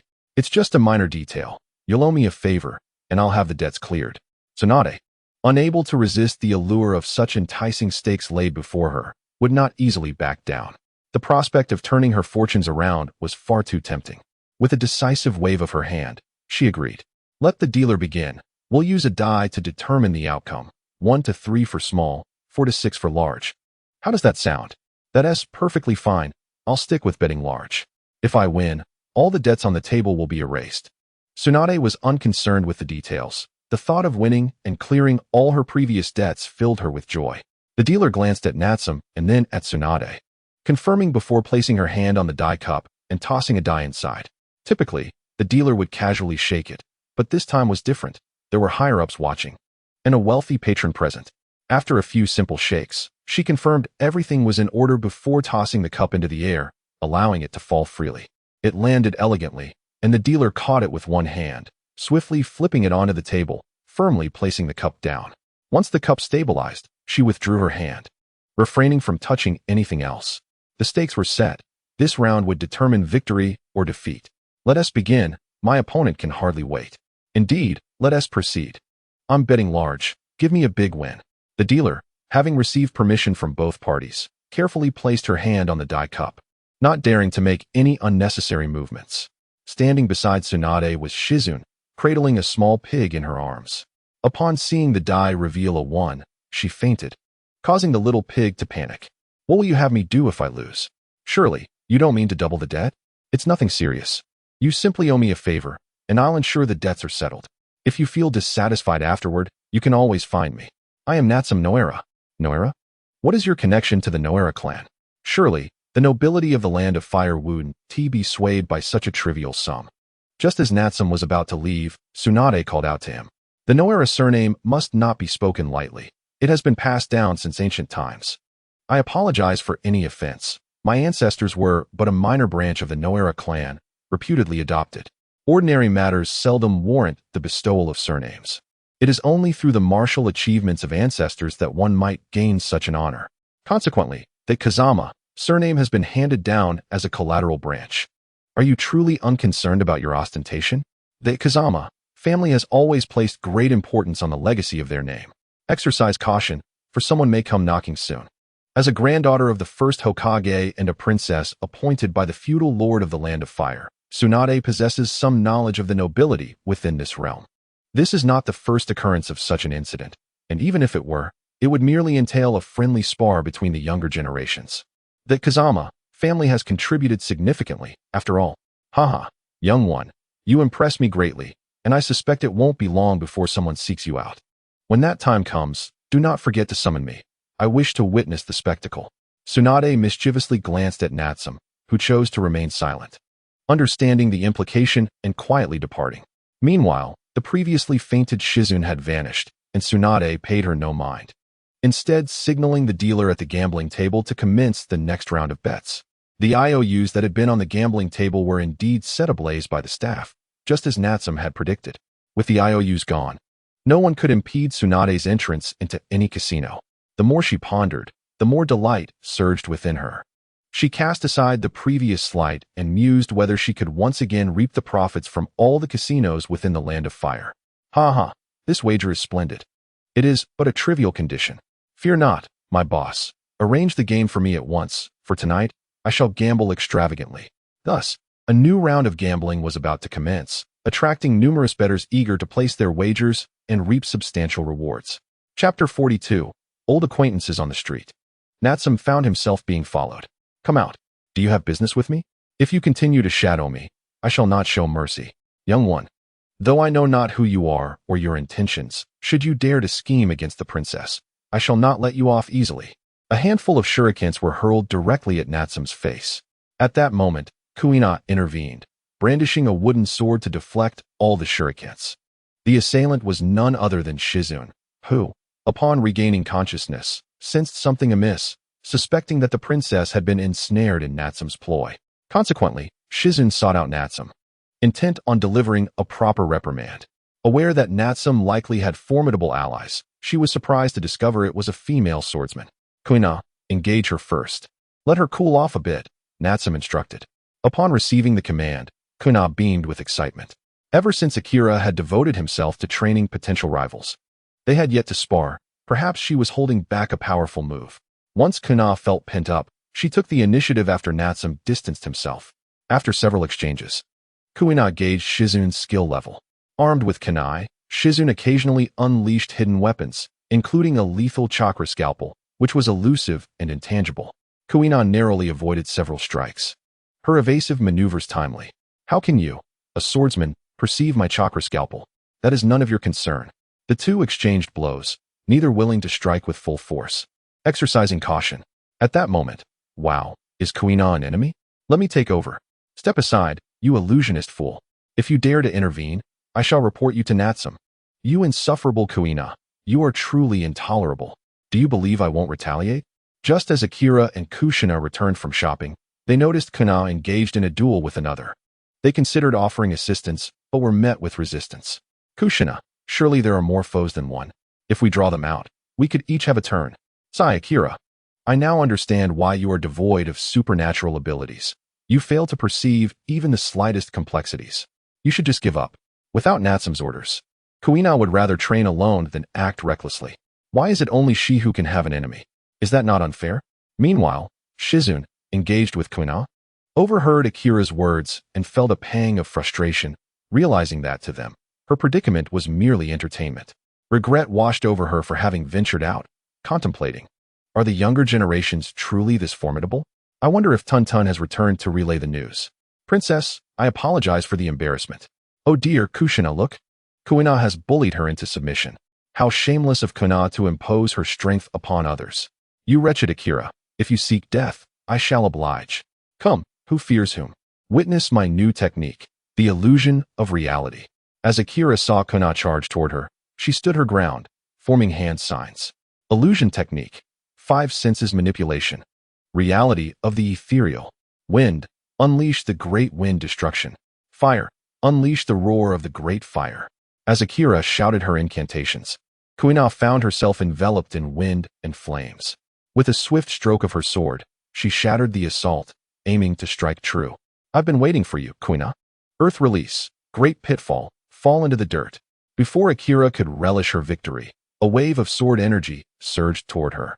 Contrary to expectations, Kuina leapt into the air rather than plummeting into the pit. You wretched Kuina, do not presume that just because you have taken to the skies, I am powerless. I shall unleash a torrent of shurikens. Akira shouted, her brush dancing freely, sending a multitude of shurikens cascading toward Kuina. To Kuina's advantage, she utilized the incoming shurikens to create new footholds, deftly parrying with her sword. One sword style, myriad worlds. With a single strike of her wooden sword, Kuina unleashed a flurry of illusory shurikens, clearing the air. Ultimately, she stood firmly on the ground.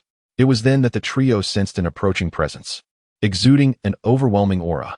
Kuina, Akira, and Kushina, feeling the threat of a powerful adversary, instinctively formed a united front, back to back, gazing toward the direction of the impending foe. Meanwhile, Shizune, who had previously been their adversary, breathed a sigh of relief, recognizing that reinforcements had arrived.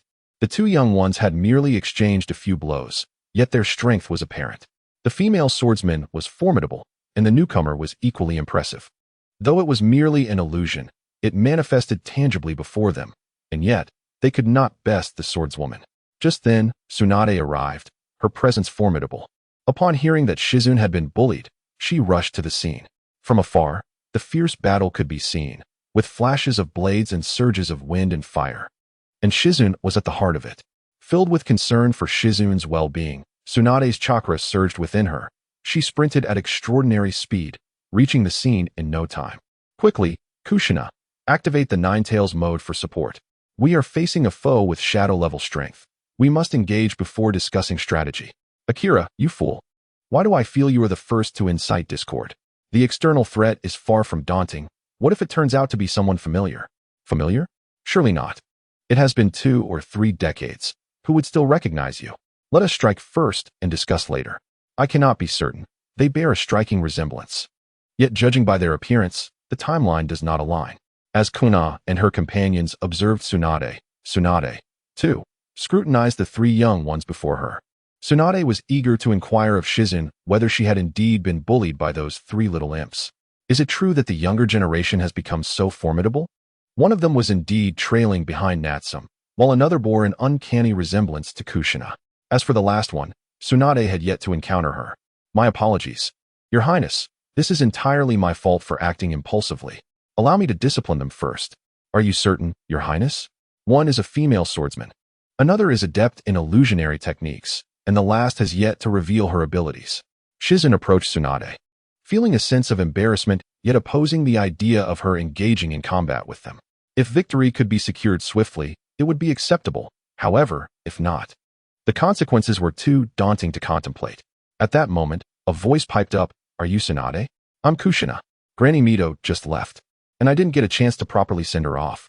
You truly are Kushina? What on earth is happening? The Kushina I knew was deceased, right?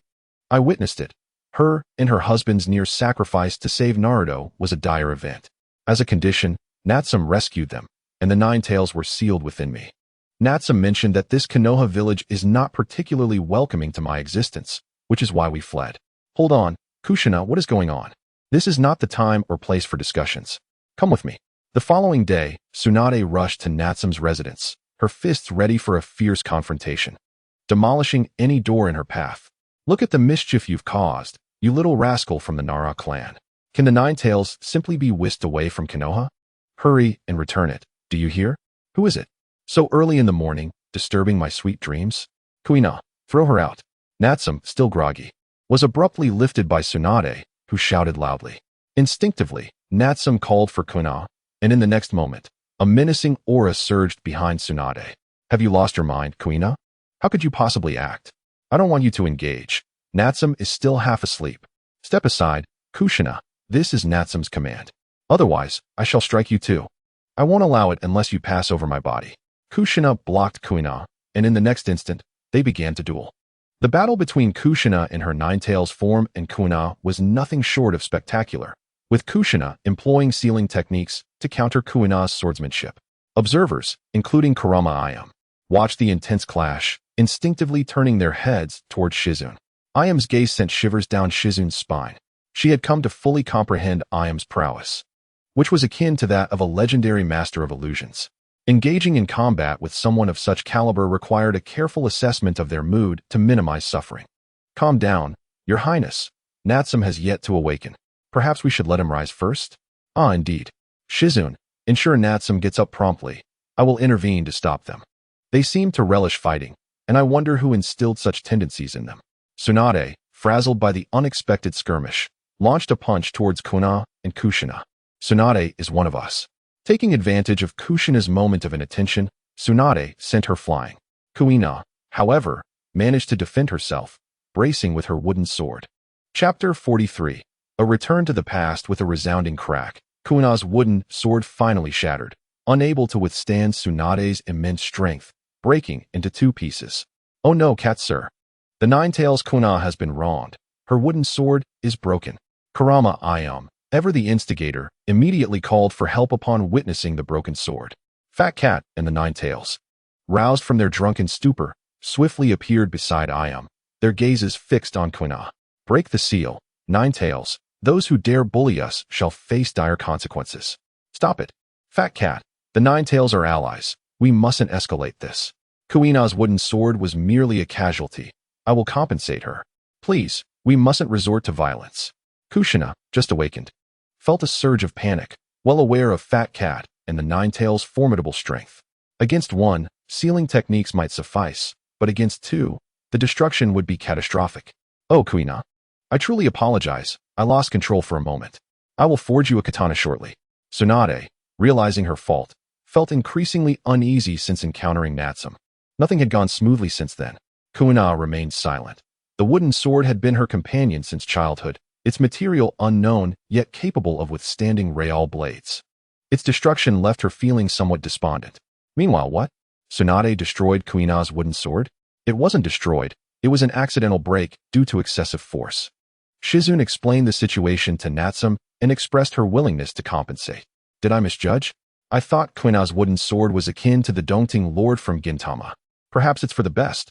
I can find a more powerful weapon. So has Natsum agreed? You should check on Kuina. I fear she may become too fixated on this. Fine, I will check, but Kuina is not one to hold grudges. She will come to terms with it. Prompted by Shizune, Natsum rose, washed up, and completed his morning routine before arriving at the scene of the conflict. Thud, thud, thud. Fat Cat, the Ninetales, and Kurama Ayam each received a light rap on the head, and they quickly settled down. Kuina's broken sword was merely a loss. She could seek out another sword of similar quality to bid farewell to the one that had accompanied her for so many years. It's Natsum. Natsum saw no need for consolation. This was merely a case of being outmatched, and defeat must be acknowledged. He could always strive to win in the future. As the matter settled, the conversation returned to the morning's events, with Tsunade insisting that Natsum return the Ninetales. Before Natsum could respond, the Ninetales interjected, "Oh, you wish to return me? If you possess the capability, by all means." What do you mean? Ninetales, you are the secret weapon my great-grandfather used to balance the ninja villages. Without you, Konoha would be destroyed. I will not allow that. Mind your own business. I'm leaving now. Fat Cat, let's go drinking. Fat Cat, you cannot agree to this. You promised that woman Mito. Do you intend to go back on your word? Without waiting for Natsum to respond, the negotiation fell apart. Tsunade had been closely observing Natsum, who opened his mouth, but ultimately chose silence. 3 minutes of silence ensued. Tsunade, are you aware of how that world is faring now? We cannot simply follow history's trajectory. That is absolutely impossible. Sigh, I have been monitoring that world. The news of the Ninetales abduction is known to no one, thanks to the third Hokage. Those who knew have been silenced. How ruthless. Are you suggesting everything will repeat as history dictates? Will my brother also perish? Your brother? Oh, so you wish to alter history? Then you must deal with Fat Cat. I have no intention of returning, lest someone accuse me of being addicted to changing history. What do you mean? You must return. Upon realizing Natsum had discerned her intentions, Tsunade immediately became irate, desiring to strike him. However, the atmosphere suddenly grew tense. Cursing under her breath, she realized she had been caught in a bind. Speak. What are your terms? Let Kushina and the others accompany you back, and we can discuss conditions upon your return. It is a simple matter for you. Natsum was in no rush to concede. Getting Tsunade to agree was not a difficult task. Thus, it was decided that Kushina would lead Tsunade and the others to Fat Cat.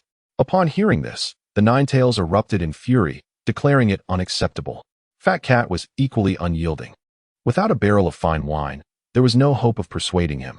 You despicable Fat Cat, taking advantage of the chaos. How could you not realize you were merely a cat when you so brazenly returned to the past? How do you know I did not pay a price? 2 timelines, both of which involve my past self-promising assistance. Otherwise, how could there be so much to deal with? A barrel of liquor cannot be lessened. It is futile regardless of who arrives. Very well, I shall comply with your wishes, but this must be agreed upon after the task is accomplished. Tsunade, in a fit of frustration, finally uttered words of compromise. Each one of them acts like a lord, and I respect you, but do not let me seize an opportunity. Tsunade kept a mental note. Without warning, a hefty cat whisked Tsunade and her companions away, disregarding any dissent. Isn't that rather unkind? That girl, Kuina, is unarmed. And you sent her too? Is the Ninetales feeling restless? Might it be able to break through several layers of seals?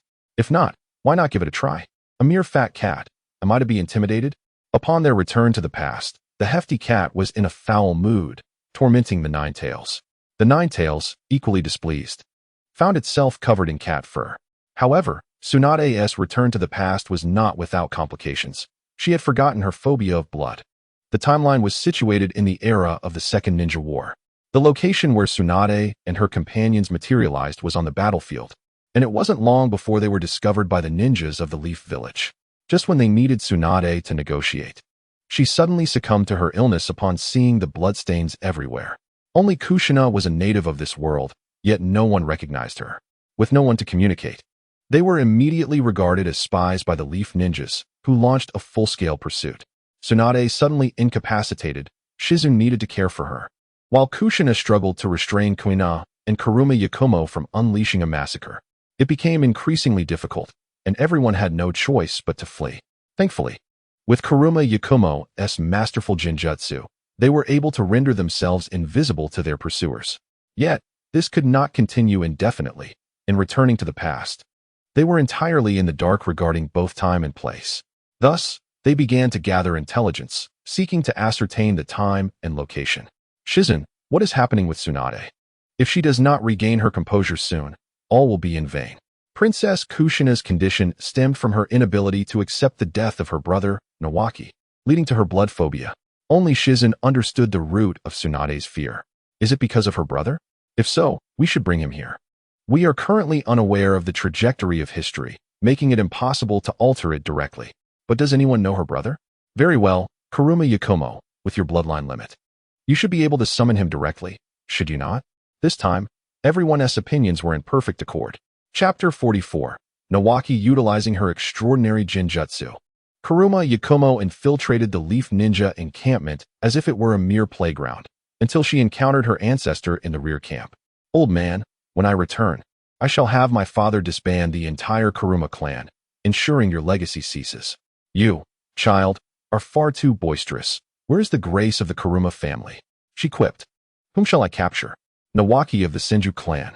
With the cooperation of her ancestor, Kuruma Yakumo acted with reckless abandon, capturing Nawaki before many skilled ninjas. In an instant, the entire Leaf Ninja camp erupted into chaos. A barrage of indiscriminate ninjutsu was unleashed, yet they remained powerless against Kuruma Yakumo. For this was precisely the spectacle she desired to create. Jinjutsu, 5-sensory manipulation mirror, rendered those ensnared unable to distinguish between reality and illusion, automatically ignoring the caster. The seasoned ninjas, unaware of the Jinjutsu, bombarded the area with attacks based on their extensive experience until they saw no results and ceased. Once they paused, they organized a search and investigation. Old man, I am leaving. Upon my return to the future, I shall offer a few extra incense sticks for you. Quickly, you despicable one, the Kuruma bloodline limit falls into your hands. It is indeed a tragedy. Treat the Kuruma clan with respect. Kuruma Yakumo departed, dragging the unconscious Nawaki behind her. The current head of the Kuruma clan looked on with pride as Yakumo left, never expecting that this yet-to-be-born granddaughter would surpass him in prowess. The younger generation truly is formidable. In a concealed location, will Yakumo be all right alone? Kuina asked. She will not perish, Kushina reassured, though Konoha retorted that if such a minor task could not be completed, Yakumo's strength must not be as great as presumed. What do you mean she won't perish? That wretched Konoha, what ill words have you spoken about me in my absence? I demand a duel. Isn't this mission accomplished? She smirked. How delightful. At that moment, Kuruma Yakumo entered, dragging Nawaki in tow. Overhearing Konoha's remarks and feeling disgruntled, eager to demonstrate her true strength. Yakumo, you have returned. I was so worried. You truly brought Nawaki back. Our mission is complete, is it not? Can we finally return early? Forget it. Tsunade likely hasn't recovered yet. Overcoming blood phobia is not something just anyone can achieve. Kushina, seeing Yakumo's return, appeared particularly joyful, shaking off her prior heaviness. Where am I? Wasn't I just attending a meeting? Nawaki, lying on the ground, finally regained consciousness, seeing two unfamiliar faces and recognizing Kushina's importance. Knowing she was not typically allowed to leave the village, the only possibility was that he and Kushina had been abducted. Regarding the absence of bonds, a person of rigid thinking would hardly notice such details, leading him to raise a commotion. Yet, at the moment Nawaki attempted to act, everyone realized he might be somewhat lacking in strength. Is this truly Tsunade's brother? He seems rather weak. Indeed, he lacks strength. Enough, Yakumo and Kuina. Do not mock others so readily. Nawaki's lack of strength is not his fault. It is merely a reflection of your abnormality. Nawaki felt utterly humiliated, wishing to bury himself in the earth. However, his shame was fleeting, for his understanding of ninjutsu was extensive. Fire release, fire dragon technique, water release, water flowing large wave. Nawaki first unleashed a fire technique, followed by a water technique, which left Kuruma Yakumo utterly bewildered. In a sense, he could be deemed a prodigy. However, the intervals between his techniques were too brief, and as these two types of ninjutsu were mutually exclusive, they could not merge effectively. Before his techniques even reached Kuruma Yakumo and Kuina, they evaporated into nothingness, leaving not even a trace of water vapor. Who taught you such ninjutsu? Did your teacher not explain that ninjutsu cannot be cast too quickly before class? Why should I listen to you? I will utilize my ninjutsu as I see fit. I am a genius, capable of mastering any technique. Behold my lightning-based ninjutsu. Feeling humiliated, Nawaki swiftly formed hand seals, gathering electricity in his right hand, charging toward Yakumo and Kuina. However, Kuina, wielding a makeshift weapon, effortlessly sent Nawaki flying with a single arc of sword energy. Each time he rose, he was struck down again, creating a scene that became increasingly difficult to watch. Despite falling repeatedly, Nawaki did not concede defeat. Kushina persistently urged everyone to cease fighting, yet her pleas fell on deaf ears. Especially Nawaki, who believed Kushina must have been threatened, prompting her to develop a sense of camaraderie with the enemy. If they were foes, he thought, he would strike first without hesitation. At that moment, the commotion caught Shizune's attention in the nearby resting area, and she promptly sought a way to assist Tsunade. At this moment, Tsunade's condition remained dismal. No matter how much she was persuaded, she was still engulfed in the fear of losing her loved ones. You bunch of scoundrels, do not underestimate me. I am the future Hokage of Konoha, and I will surely defeat you. Witness my ninjutsu. As she drew closer, the voice of Shoju became increasingly clear. Finally, a sliver of memory delved deep into Tsunade's heart, overflowing with recollections of Shoju.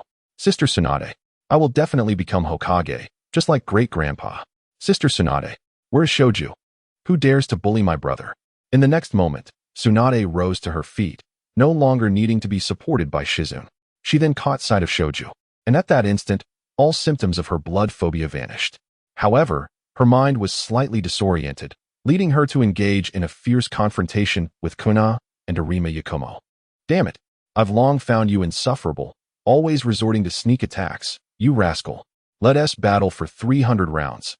I am ever ready. Sister Tsunade, you're back. This is wonderful. Please talk to Shoju. He keeps saying that we were kidnapped and won't admit defeat. The reactions to Tsunade's sudden strike varied among the group. Sister Tsunade? No, my sister cannot have such a large chest. You must be an imposter. It hurts. This pain is unmistakably Tsunade's. Please stop, it truly hurts. You brat. You're asking for a beating. Apologize to everyone. Tsunade, having acted impulsively without assessing the situation, insisted on an apology from Shoju, who, despite his bruised face, complied under Tsunade's pressure. Boom, boom, boom. Sounds of explosions erupted nearby, prompting everyone to step outside to investigate. They were met with the sight of a younger version of Tsunade. This area is ensnared in Arima Yakumo's Jinjutsu. Few can see through it. But the younger Tsunade seemed determined to navigate this vicinity. Two Tsunades. Kushina, Shoju, come with me. Some matters need clarification. At the moment the two Tsunades appeared, a battle was imminent. Arima Yakumo and Konoha became mere bystanders, occasionally discussing strategies for their next encounter with Tsunade. The two Tsunades finally clashed, not out of necessity, but simply due to mutual disdain. The younger Tsunade and the mature Tsunade employed the same techniques, yet the latter exhibited superior strength and skill. Nevertheless, the younger Tsunade, unwilling to concede, endured a relentless thrashing for an entire day and night, sustained by an unknown conviction. Youthful, straightforward, impulsive, and unyielding, these traits were insignificant. Yet how could she reclaim Shoju when she could not even protect her own brother? Enough with the noise. I do not care if you are my future self or my past self. Shoju is my only brother, and I will never allow you to take him. Foolish girl. You shall pay for your youth, and thus lose your brother. Let us continue. I wish to see how you defy fate. Once more, the younger Tsunade unleashed her potential, yet she could not escape the one-sided beatdown that lasted 3 days and nights. As for Shoju, caught in the wrath of two Tsunades, even standing still made him tremble. This would likely become an indelible nightmare. The furious visages of the two Tsunades resembled the end of the world. Ultimately, Shizune, unable to bear the sight, intervened to mediate between the two princesses. After Shizune's patient negotiation, the younger Tsunade agreed to let Shoju train in the future during the Second Ninja War, promising he could return once he reached the rank of Hokage. Hokage? Speaking of which, we only achieved that rank when we left the village last time, albeit as the weakest. Isn't that right, Kuino? That's you. Stop pretending. Now you just need to agree to Mr. Cat's fine wine. Tsunade, you truly believe you can return this easily? How naive. By the way, how did Hinata and the others fare in their Chunin exams? We had promised to give them special training. Seeing that matters were finally settling down, Arima Yakumo subtly reminded Tsunade that it was time to procure fine wine. Tsunade looked at Arima Yakumo in disbelief, questioning if she had misunderstood. There can be no mistake. The Mr. Cat of this world is not the one we are familiar with. With Natsum absent, you must prepare at least 2 barrels of fine wine. Once collected, we can likely return. How troublesome. Can't we just wait until we return so I can buy a few barrels of fine wine?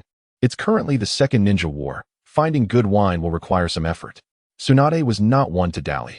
Returning sooner or later made little difference. So she resolved to gather fine wine before heading back. Chapter 45. Wind, flower, little snow for many years. It was Natsum's first time walking alone down the street, contemplating inviting Konoha and the others for a cold drink. It then struck him that they had returned to the past, while the two pets of the fat cat were still lost in their stupor. Welcome. Is it Master Natsum? Please have a seat.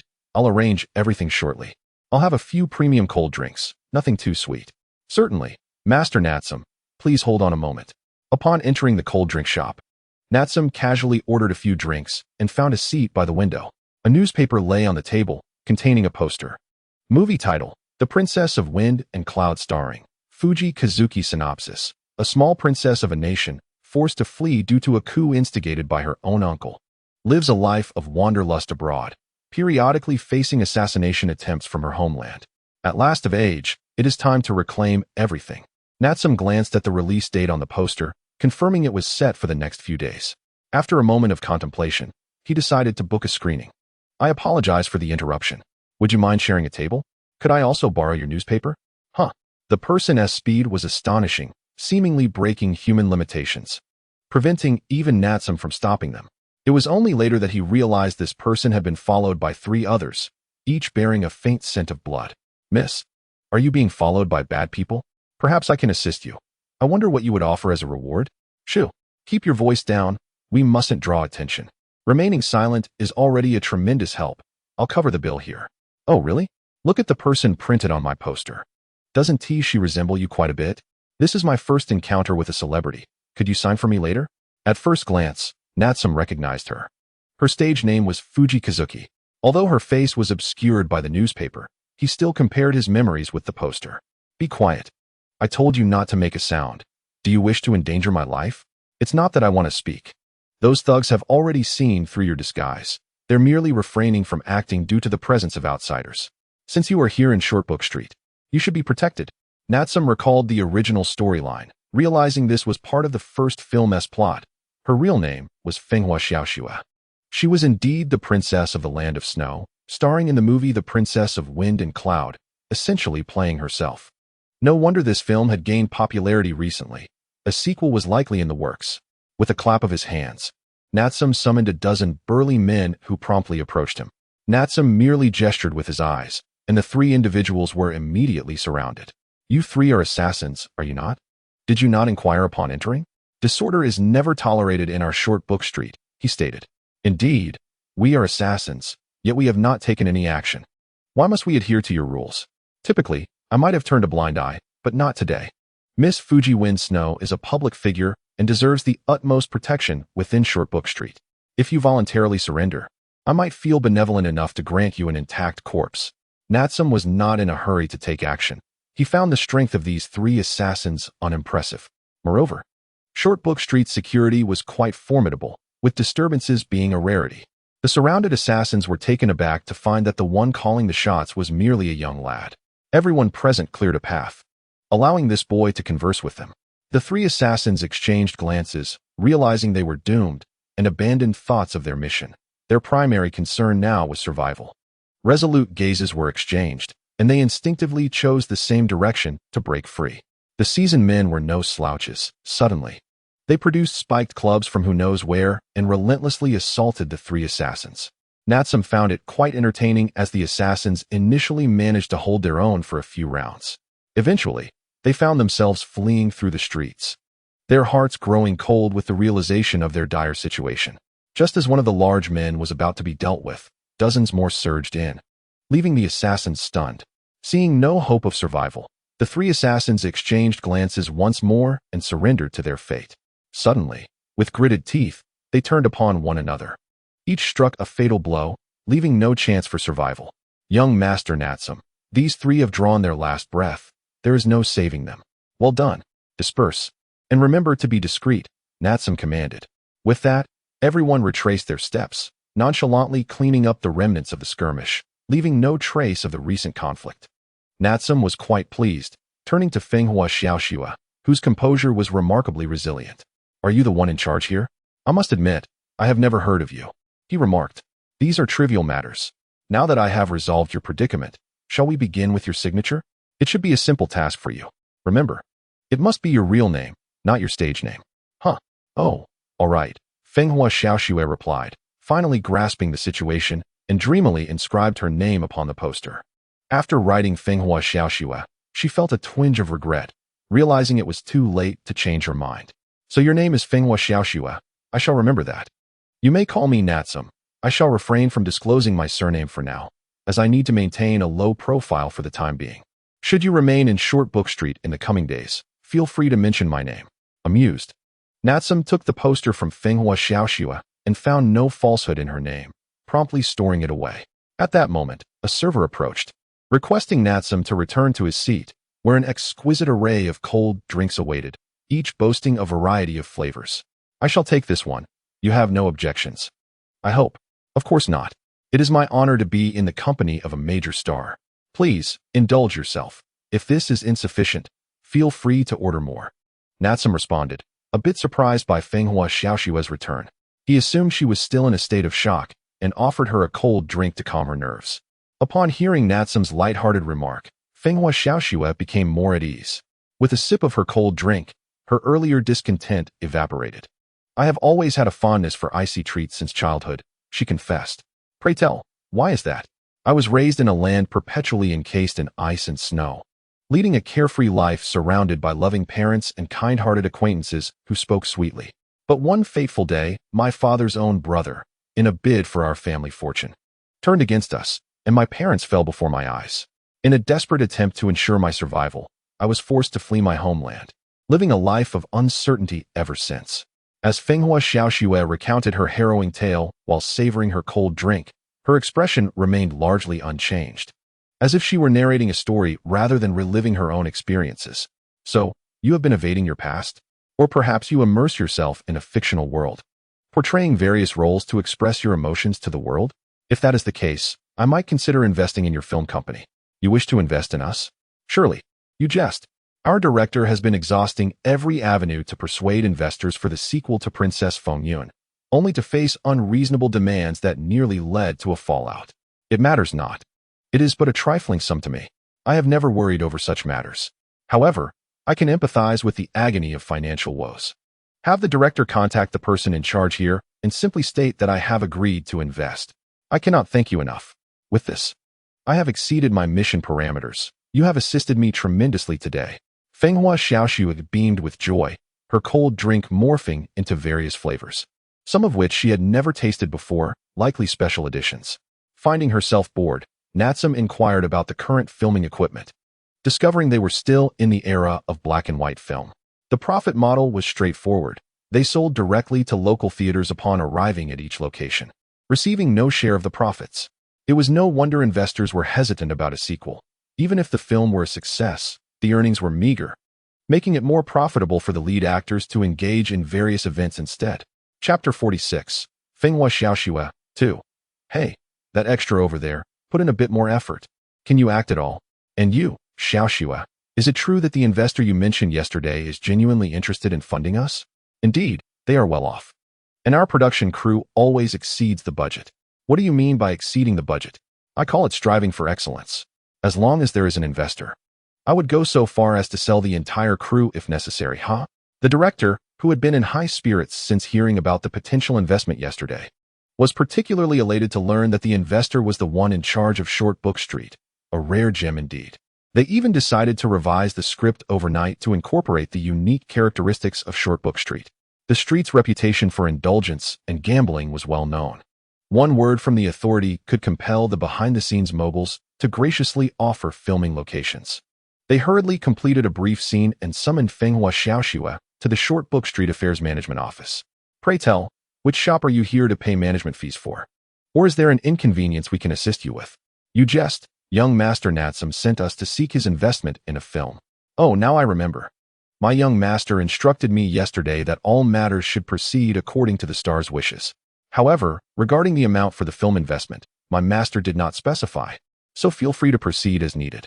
After your filming, our new cinema in Short Book Street will likely be established throughout the Land of Fire. The affairs manager's mention of their master's substantial financial backing genuinely astonished the director. Amidst his astonishment, he shared his desire to highlight the unique aspects of Short Book Street in the film. That is an excellent idea. How about this? My young master is currently without company.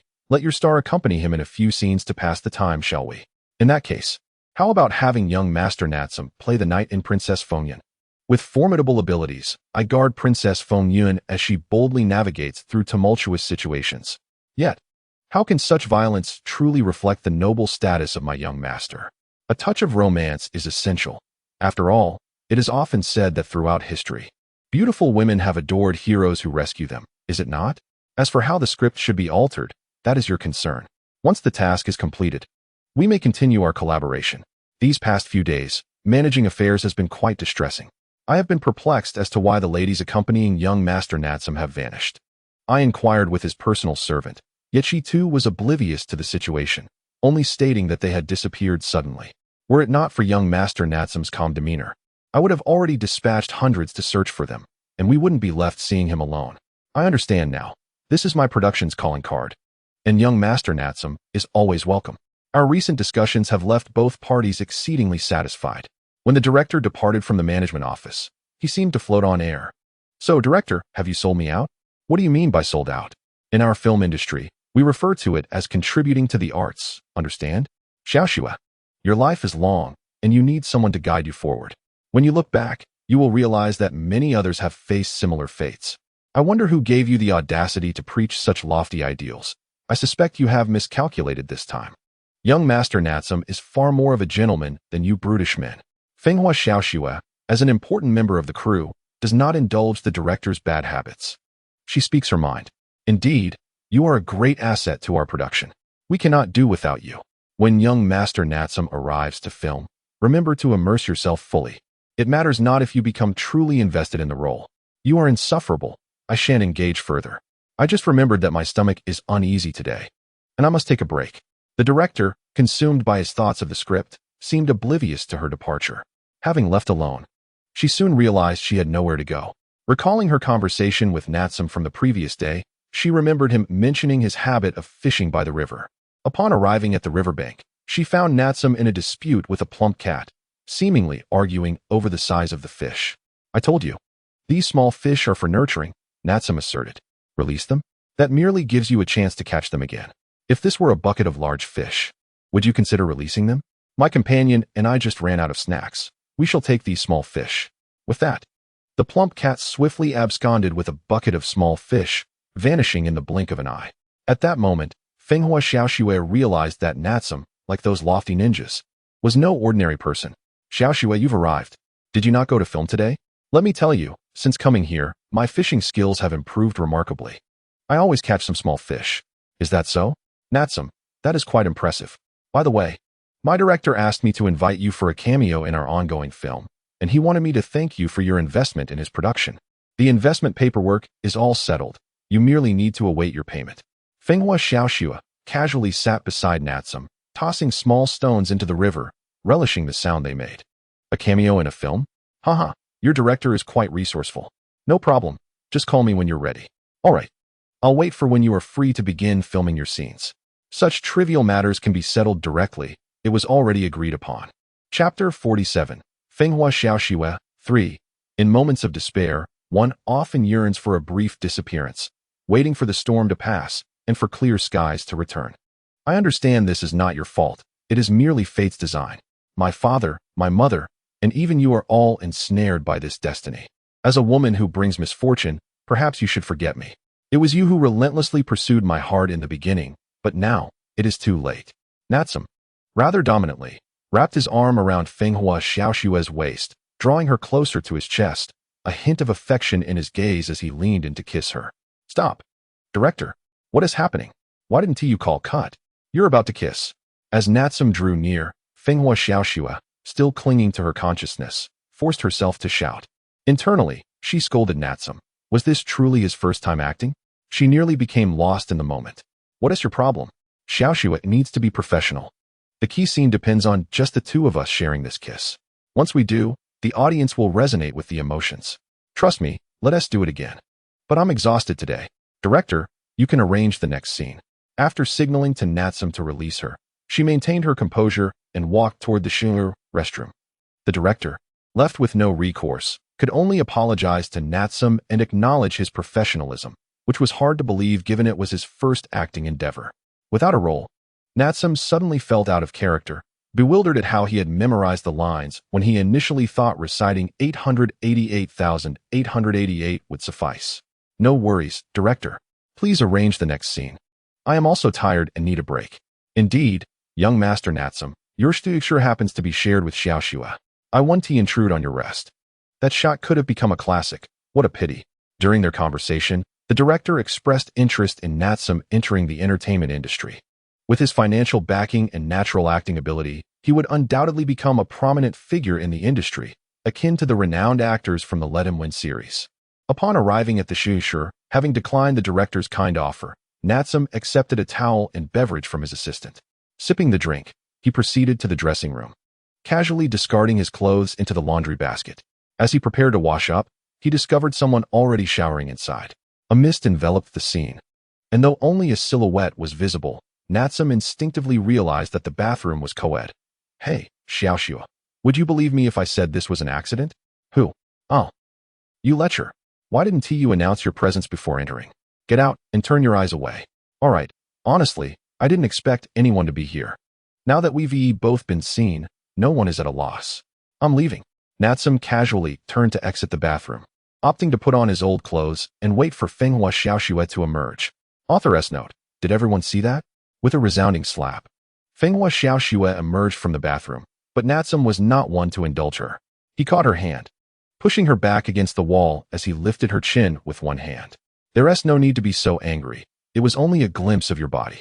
Why not allow others to admire beauty? How shameless. You rogue. You pervert. You voyeur. I fail to see why you're upset. You're not missing any weight. Why hold a grudge against yourself? If, as you claim, women's bodies are so precious, then the wealth accumulated over the years by women must be mountainous. It's merely your sense of shame acting up. I have no shame in openly looking. Enough with your twisted logic. Can I be released now? This time, I truly consider myself unfortunate. Under her strong insistence, Natsum chose to let go. If she wished to slap him, so be it.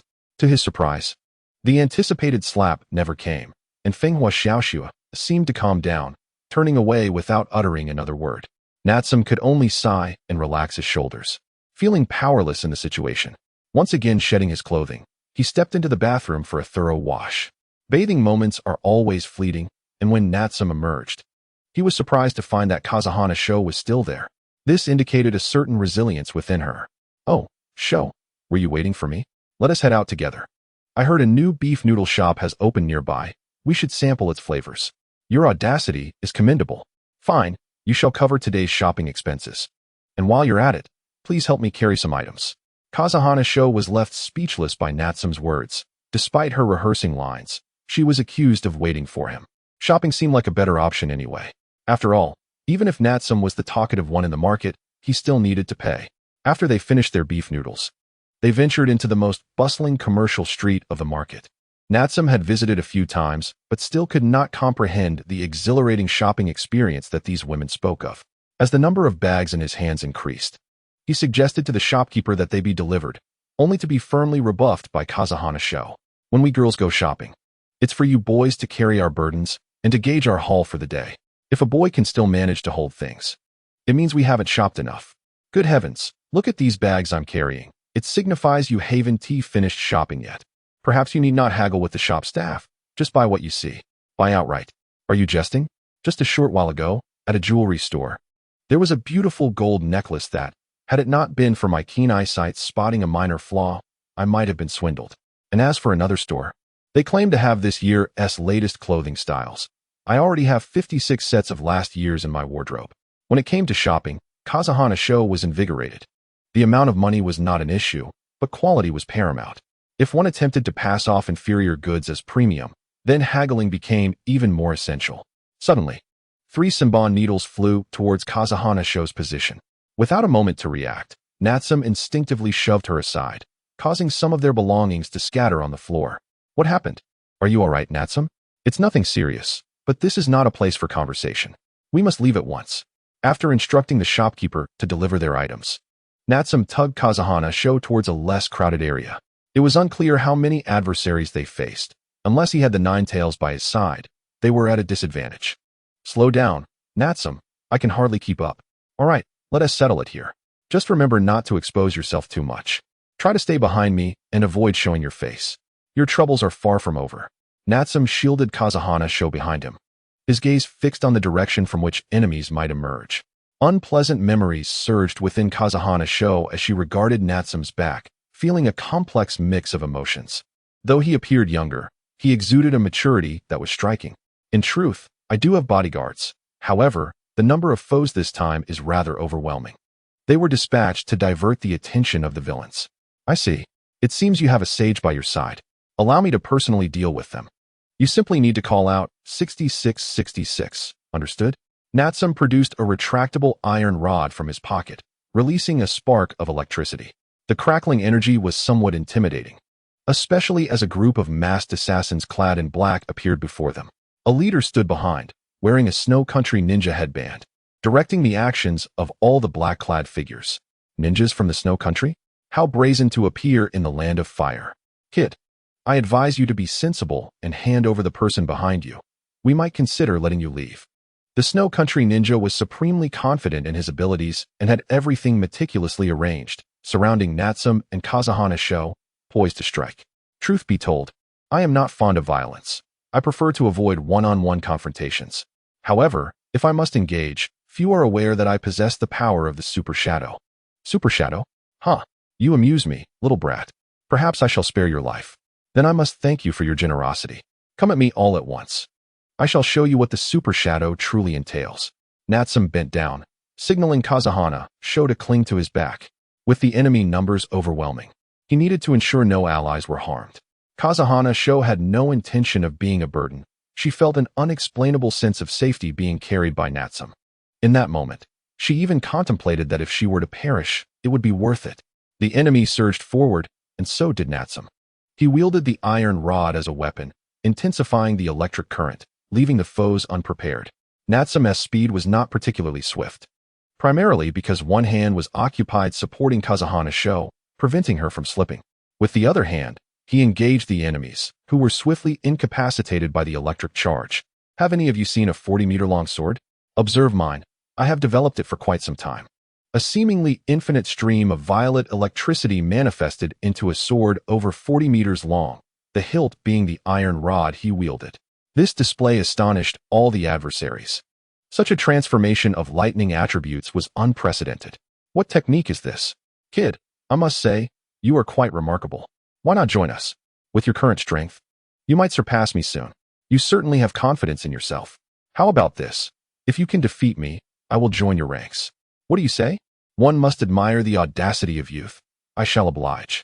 The Snow Country ninja signaled for his assassins to swarm Natsum, wielding the 40-meter-long purple lightning sword.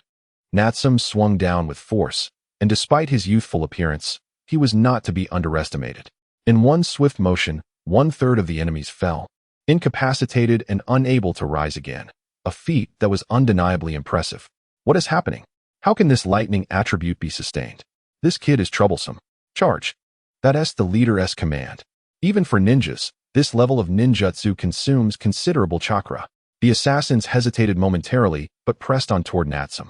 With another swing, he decimated 1/3 of their ranks once more. After 2 additional strikes, only the Snow Country ninja remained at a distance of 40 meters. As the battle unfolded, it became evident that those who became ninjas possessed formidable combat skills. The skirmish continued for 300 rounds, with the Snow Country ninja matching Natsum's prowess. Recognizing that the young boy already exhibited half of his own combat strength. Kid, you are indeed a threat. What is your name? I do not slay nameless individuals. A threat? I can only say you are but a frog in a well. With my abilities, I could easily contend with 6 of you.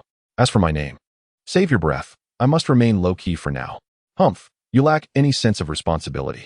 Since you refuse to speak, I shall beat it out of you. The Snow Country ninja flung 3 Senbon needles at Natsum. At last, Natsum has identified the true culprit. The formidable 40-meter purple lightning blade in his hand vanished instantaneously, leaving only a small metallic rod tinged with electricity. The 3,000 needles were deflected, granting the ninja from the land of snow an opportunity to strike. Until now, they had engaged in combat from a distance of 40 meters, but this time Natsum was confident that if he could close the gap, he would secure victory and fulfill the task assigned by his team. Consequently, the 2 sides battled through 300 exchanges. Even at close range, his short weapon proved to be unmatched. I refuse to believe that a mere child, burdened by an encumbrance, can withstand so many rounds against me. Allow me to show you the true essence of the ninja world. The beleaguered ninja from the land of snow, after creating a small distance from Natsum, swiftly formed hand seals. He bit his thumb, allowing a drop of blood to fall, and forcefully struck the ground. Summoning technique, a formation spontaneously generated around him, and from thin air emerged a large, snow-white, long-haired creature resembling a gorilla. Gug-gug-gug. The creature, filled with exuberance, pounded its chest vigorously. With each strike, a piercing cry escaped its lips, and snowflakes erupted from its mouth. This time, the ninja from the land of snow refrained from attacking, opting instead to wait for the right moment, at least until the area transformed into a snowy landscape. I must ask, do you desire snow? I can assist you, but your waiting seems rather tedious. What did you say? Tedious? You know nothing of the ninja world. I will ensure your defeat is both comprehensive and profound. Very well. I too wish to witness your ninjutsu. Yukiri, heed my call. Descend into the realm of humanity. In his heart, Natsum connected with Yukiri through the Natsum's Book of Friends, and, upon receiving her response, summoned her forth. Young Master Natsum, what brings me to your side? I wish for you to freeze this entire area. When I engage the enemy, please keep a watchful eye on my companion. As you wish, young Master Natsum. Freeze, world. In the blink of an eye, an entire expanse of 30 kilometers was encased in a thick layer of ice. Natsum felt exhilarated. Yukiri's abilities had notably advanced. Haha, the heavens smile upon me. I never anticipated your ally possessed such formidable powers. far surpassing my summoning beasts. Now, it is my turn to showcase the true essence of ninjutsu. Witnessing the familiar icy landscape, the ninja from the land of snow was overjoyed, even changing his equipment. The most remarkable feature of this gear was its ability to absorb the enemy's chakra for personal use. Ice release. Ice spikes. Giant ice spikes erupted suddenly from the front of the ninja, extending rapidly towards Natsum. Natsum made a swift motion, tossing the small metallic rod to Fuka, who caught it securely. The two then leapt apart, each taking a different position. Fuka, stay close to Yukiri. She will protect you. I shall return shortly. Yes, Natsum, I will take care of myself. Though reluctant and a bit disheartened, Fuka nodded in agreement. In an instant, Natsum grasped the small rod and charged towards the ninja from the land of snow, preferring close-quarters combat over wide-ranging attacks. It was more visceral. Ice shield, ice maidens, a number of ice cones gradually formed in the air, launching towards Natsum. The speed of the ice projectiles was astonishing. Just as one struck him, Natsum accelerated, darting like a bolt of lightning, evading with erratic movements. How swift! This was the ninja's immediate thought, as he quickly raised his weapon to block Natsum's incoming strike. Seeing his small rod intercepted, Natsum retaliated with a powerful kick, sending the ninja flying, and pursued closely behind. Ice release. Ice hand, an enormous hand of ice, 8 meters in size, reached out to strike Natsum, simultaneously giving the ninja a moment to recuperate. Though he was still wounded by that kick. Damn it, you little brat. You've successfully provoked my wrath. Aware that the ice hand could not hold Natsum back for long, the ninja rapidly formed hand seals, activating his gear, which emitted a blue light before vanishing as quickly as it appeared. With the enhancement of his equipment, the ninja felt invincible, disregarding Natsum's approach and any of his attacks, solely intent on making contact. Realizing this, Natsum was cautious and promptly redirected the small rod, deflecting the ninja's reaching claws. Simultaneously, he felt a peculiar unease. Was the opponent invigorated by some sort of elixir? Why was he so recklessly eager to touch him? Next, the ninja repeated the same strategy, desperate to make contact with Natsum's body, ignoring his own defenses. You perverse fiend, what is your objective? Will you perish if you do not touch me? Haha, have you discerned my secret? My equipment functions only when it makes contact with the opponent. Otherwise, its true potential cannot be unleashed. It is quite unfortunate. Unfortunate, you say? Such a bizarre tactic would instill fear in anyone. Why not just disperse? I feel uneasy. Especially with such strange methods. I do not wish to be slain without reason. Natsum, unwilling to continue fighting, turned to flee. In the world of ninjas, there were countless means of death that could catch one unawares, particularly those sinister cultists. Do not run. I merely wish to touch you. It will not lead to your demise, but rather enhance my abilities. Curse you. Do not pursue me. I refuse to fight someone as bizarre as you. If you possess skill, do not rely on external forces. That is out of the question. At your tender age, your combat prowess is already exceptional, and your chakra reserves must be impressive. The last statement from the ninja revealed much, prompting Natsum to reflect deeply. No matter how Natsum fled, the ninja remained in hot pursuit. Fuka, bewildered, feared Natsum was on the verge of defeat. Fear not, friend of young Master Natsum. His strength is formidable. Even if he were truly defeated, he has a host of powerful allies at the ready. Allies? Does that mean Natsum will be safe? Could you lend your assistance? Unnecessary. My mother spoke highly of young Master Natsum's incredible strength. He seldom exerts himself fully. Typically, he prevails by outnumbering his opponents. Yukiri recalled her mother's instructions to abstain from intervening in Natsum's battles and instead observe his combat style. Thus, she concluded that Natsum enjoyed his play, and when he was satisfied, he would summon others to join in overwhelming an opponent. Forgive my impertinence, but may I inquire, are you merely an ordinary human? Ordinary? How so? In terms of strength, you seem exceedingly weak compared to the likes of Konoha and her companions. They are hardly worth mentioning. I wonder where they have gone. This trivial conflict will likely conclude without young Master Natsum's involvement. In a moment of spontaneity, Yukiri inadvertently said too much, unaware that Fuka was indeed just an ordinary girl. I do not know. When I first met Natsum, he was always alone. I never saw anyone else. My apologies for my chatter. Please disregard my words. Allow me to treat you to shaved ice, a delicacy from my homeland with an exquisite flavor. Realizing her faux pas, Yukiri hurriedly produced 2 large cups of shaved ice, drenching them in a special sauce, and offered them to Fuka. However, Fuka's mind was too occupied to appreciate the gesture, and she politely accepted the shaved ice. Once again gazing at the distant Natsum, I understood that he was largely safe. Chapter 50, Victory. The ice release. Ice prison formed a lattice of ice from all directions, converging towards Natsum, closely pursued by the ninjas of the Land of Snow. Reluctantly, Natsum had to halt his steps, remaining vigilant against the enemy's tendrils. Wait, we can discuss this. Although I am unsure of the specifics of your equipment, should you push me too far, I will call for assistance. Little brat. If you don't flee, why should I pursue you? No one can escape this time. Surrender obediently.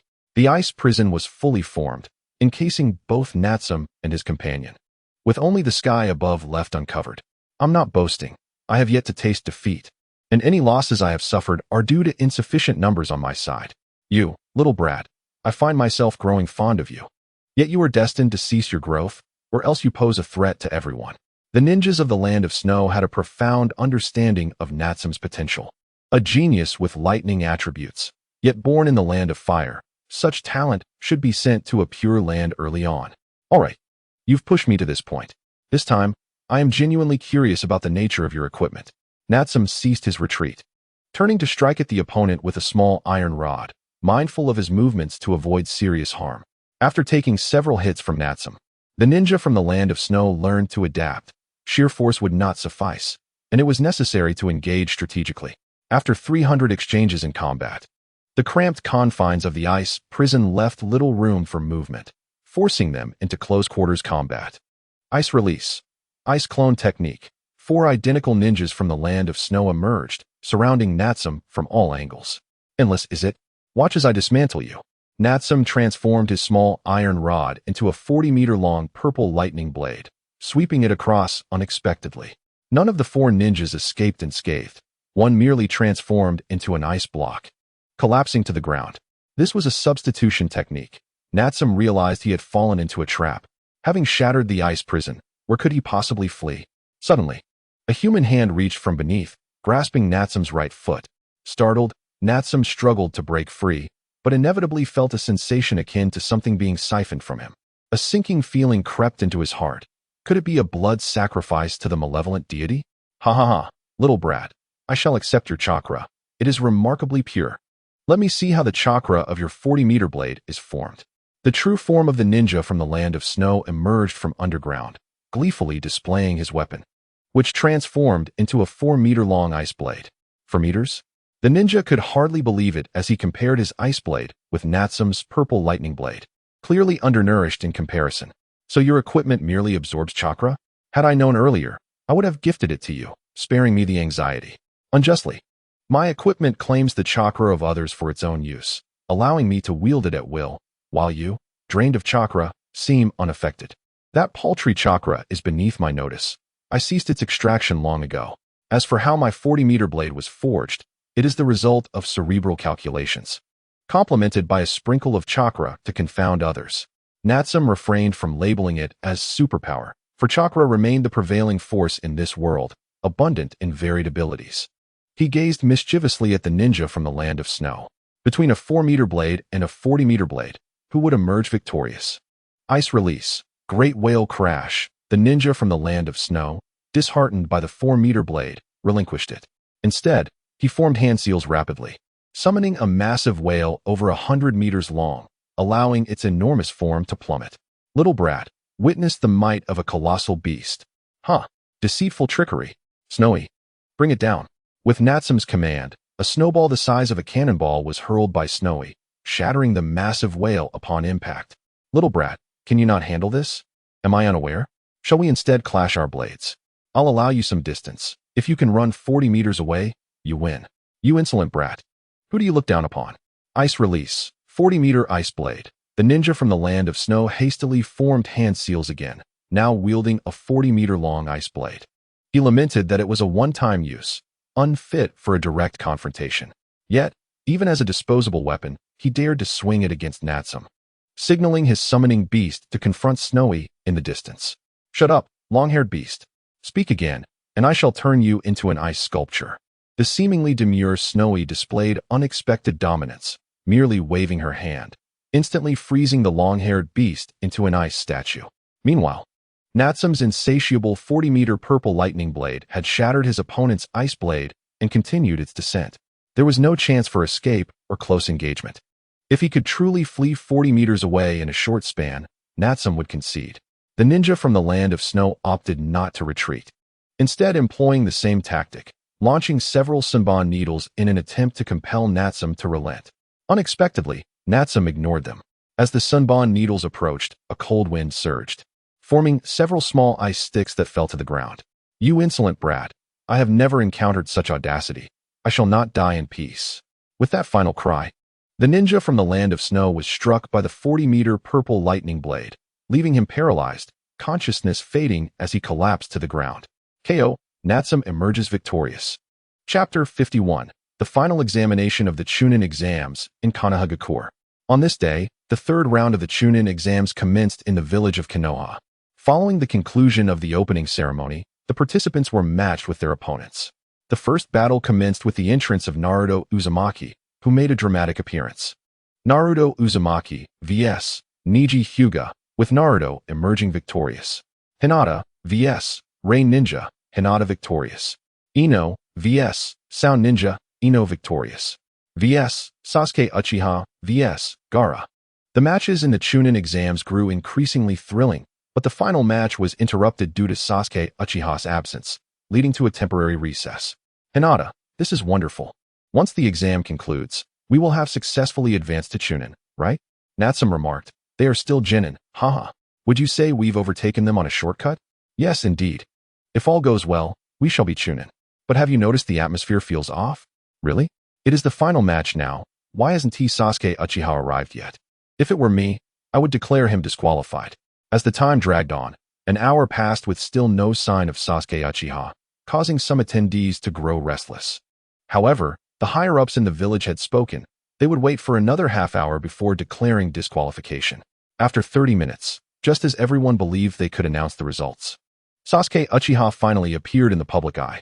This final Chunin exam was held in the official arena of Konoha, drawing a multitude of spectators to witness the contest. Oh, Hinata, my hopes have been dashed once more by that insufferable Sasuke. I wish he would just lose already. Once the competition concludes, I shall become a Chunin. The greater the hope, the deeper the disappointment, and once again, Ino's aspirations have been thwarted. Sasuke faced Gaara, brutally breaking through Gaara's absolute defense. His taijutsu and ninjutsu surpassed Gaara's speed, especially with the sinister combination of his Sharingan and the newly acquired lightning release, Chidori. The dazzling sparks of lightning, executed with rapid movements, captivated the spectators. It was astonishing that such a lowly genin had mastered an A-rank ninjutsu. However, just as everyone anticipated a decisive victory for Sasuke, Gaara succumbed to his own self-imposed isolation, encasing himself in a fortress of sand, rendering Sasuke unable to strike. Then, Sasuke unleashed another formidable technique. Where on earth did this insufferable Sasuke learn such S-rank ninjutsu? Could it be from Kakashi-sensei? It seems highly unfair, as our Asuma-sensei never taught us any ninjutsu. Ino felt embarrassed, silently protesting, "You should probably keep quiet for a bit." Suddenly, she sensed she was falling under a jinjutsu. Hinata, who wished to peacefully watch the match, was startled to see a few floating feathers and promptly fainted. Feathers? This is undoubtedly a jinjutsu. Yagura had taught me about this before. It's called the Nirvana technique. Yes, once ensnared by this jinjutsu, one is compelled to enter a slumber.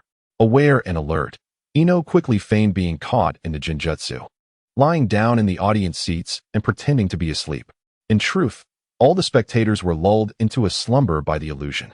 Before long, Shikamaru found her and saw through her ruse. "Ino, stop looking at me with those eyes." Fine, it's an A-rank mission. Kakashi-sensei just assigned it to me. And I wanted to let you know to come support me later." Receiving no response from Ino, Shikamaru reluctantly proceeded alone on the A-rank mission, temporarily joining Team 7 of Konoha. Ino had no intention of coddling him. It was merely an A-rank mission. She lay there, silently protesting, grateful that no one noticed her. After Shikamaru departed, Ino awakened Hinata and stealthily left the audience seats. Is something significant about to happen in the village? It might be something major. But with the third Hokage around, there shouldn't be any issues. It's just that Shikamaru seemed to have a premonition of his imminent demise. As his teammate, it would be rather unreasonable not to assist him. Well then, I hope the village remains safe. Hinata was perplexed by the situation, but she understood the importance of rescuing others.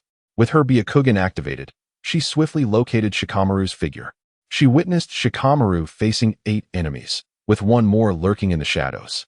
Not bad, Shikamaru, taking on 9 shinobi from the Sound Village. That's a record you could boast about for a year. Oh, it's Ino and Hinata? I thought you wouldn't make it. My chakra is nearly depleted. I'll leave the remaining foes to you. Of course, I'll handle these 8 shinobi from the Sound Village. And that hidden one is yours, Hinata. Let us see who is faster. Ino and Hinata immediately joined the fray, assigning tasks. The ninjas from the Sound Village relied on sound to attack their foes, and all their techniques were sound-based. Ino knew that using her family's techniques would be futile against 8 enemies. However, utilizing her LV3 super abilities combined with chakra would counter the Sound Village ninjas effectively. Super Ninjutsu, Sound Transmission Technique. Ino seized the sound-based technique hurled at her and returned it, causing double the damage and easily dispatching one enemy. The remaining foes, unaware of Ino's capabilities, continued their sound-based assaults. At this point, Ino was able to take down one foe at a time, swiftly vanquishing pairs as they approached her. As the casualties among the Sound Village ninjas mounted and only 2 remained, they recognized the menace and ceased using sound techniques, resorting to weapon attacks instead. Without the enemy's sound to serve as a weapon, Ino remained calm. She pulled 2 explosive tags from her pocket and tossed them casually. The explosive tags did not harm anyone. Instead, they were evaded. Yet, after the explosions, Ino effortlessly captured the sounds of the blasts, transmitting them into the minds of the 2 remaining sound ninjas, forcing them into a state of disorientation. Once the 8 enemies were dealt with, Ino noticed Hinata applauding her from behind. Hinata, you resolved that so quickly.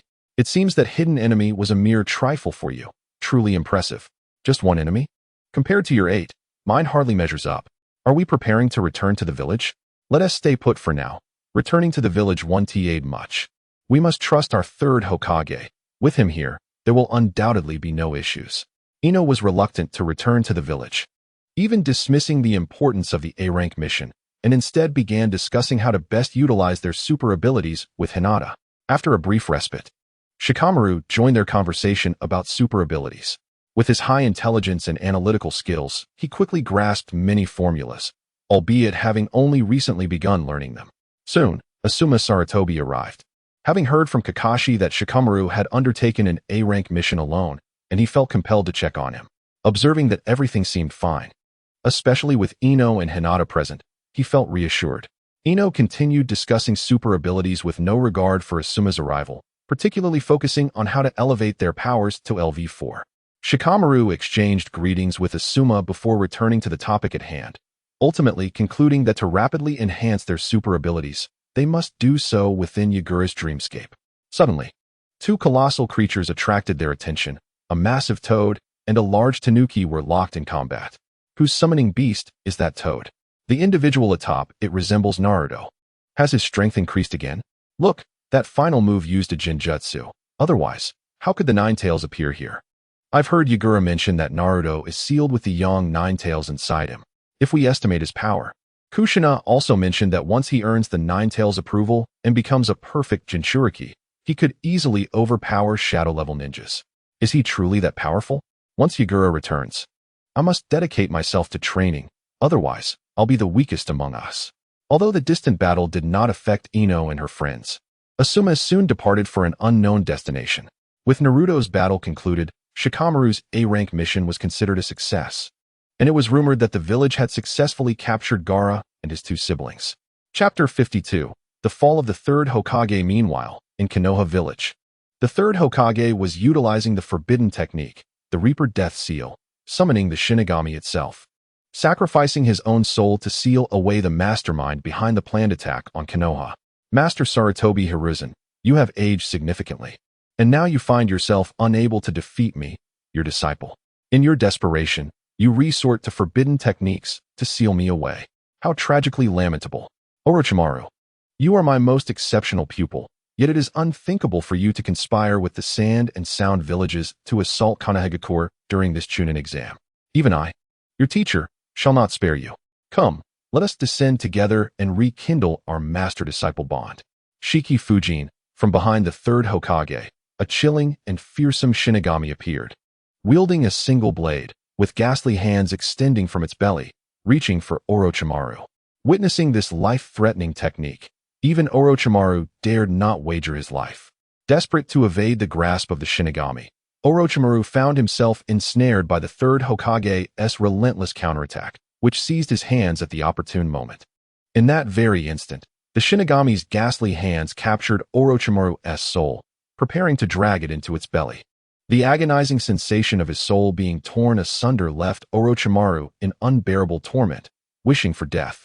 As he gazed upon his former mentor, who had once fought alongside him, a fierce determination ignited within him.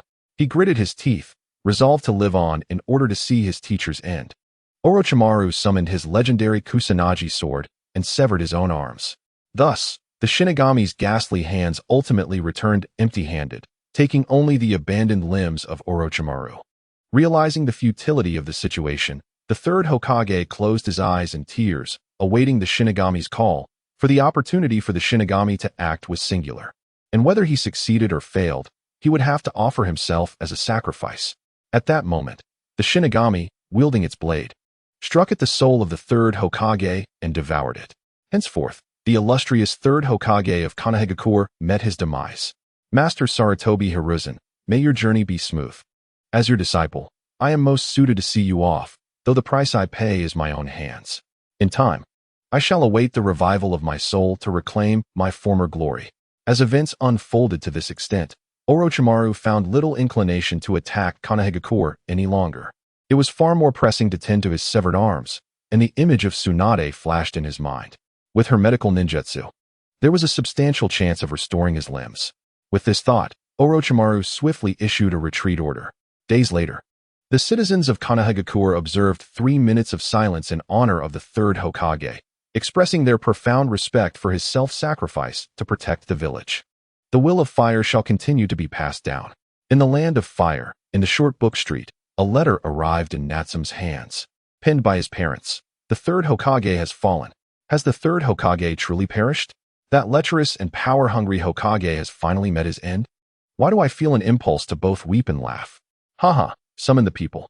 In the short book street, a grand banquet was held for 3 days, arbitrarily allowing people to celebrate.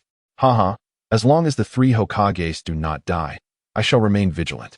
As for Danzo, I doubt he poses much of a threat. I have not seen him harm anyone overtly. After reading the letter, Natsume felt that his good mood could last for over 3 years. With a flick of his fingers, he ignited the letter into flames. The following day, Tsunade and her companions returned in disarray, but they had acquired a new ally, the rope tree of the Senju clan. Fat Cat, did you do this on purpose? Do you have any idea how many years we endured in the Second Great Ninja War? How much we suffered? Was it merely to collect a barrel of fine sake? You took so long to deliver it to the enemy camp. I'm impressed you even managed that. As Tsunade and her companions reappeared, they immediately sought out Fat Cat to settle the score. However, Fat Cat was not inclined to indulge them, swiftly absconding with the fine sake. Once Fat Cat had escaped, Tsunade and her companions sought out Natsume, who was busily fishing by the river. Oh, you're back. It seems you had a good haul. Who is that behind you? Is that your brother? He looks rather foolish, much like Naruto. Naruto? Why do I sense malice in your words? Rope Tree interjected. This is my brother. I wish to elevate his abilities to that of a Kage in a short time. Do you have any suggestions? Upon hearing Tsunade's words, Natsume found himself momentarily perplexed. Your brother? Kage level?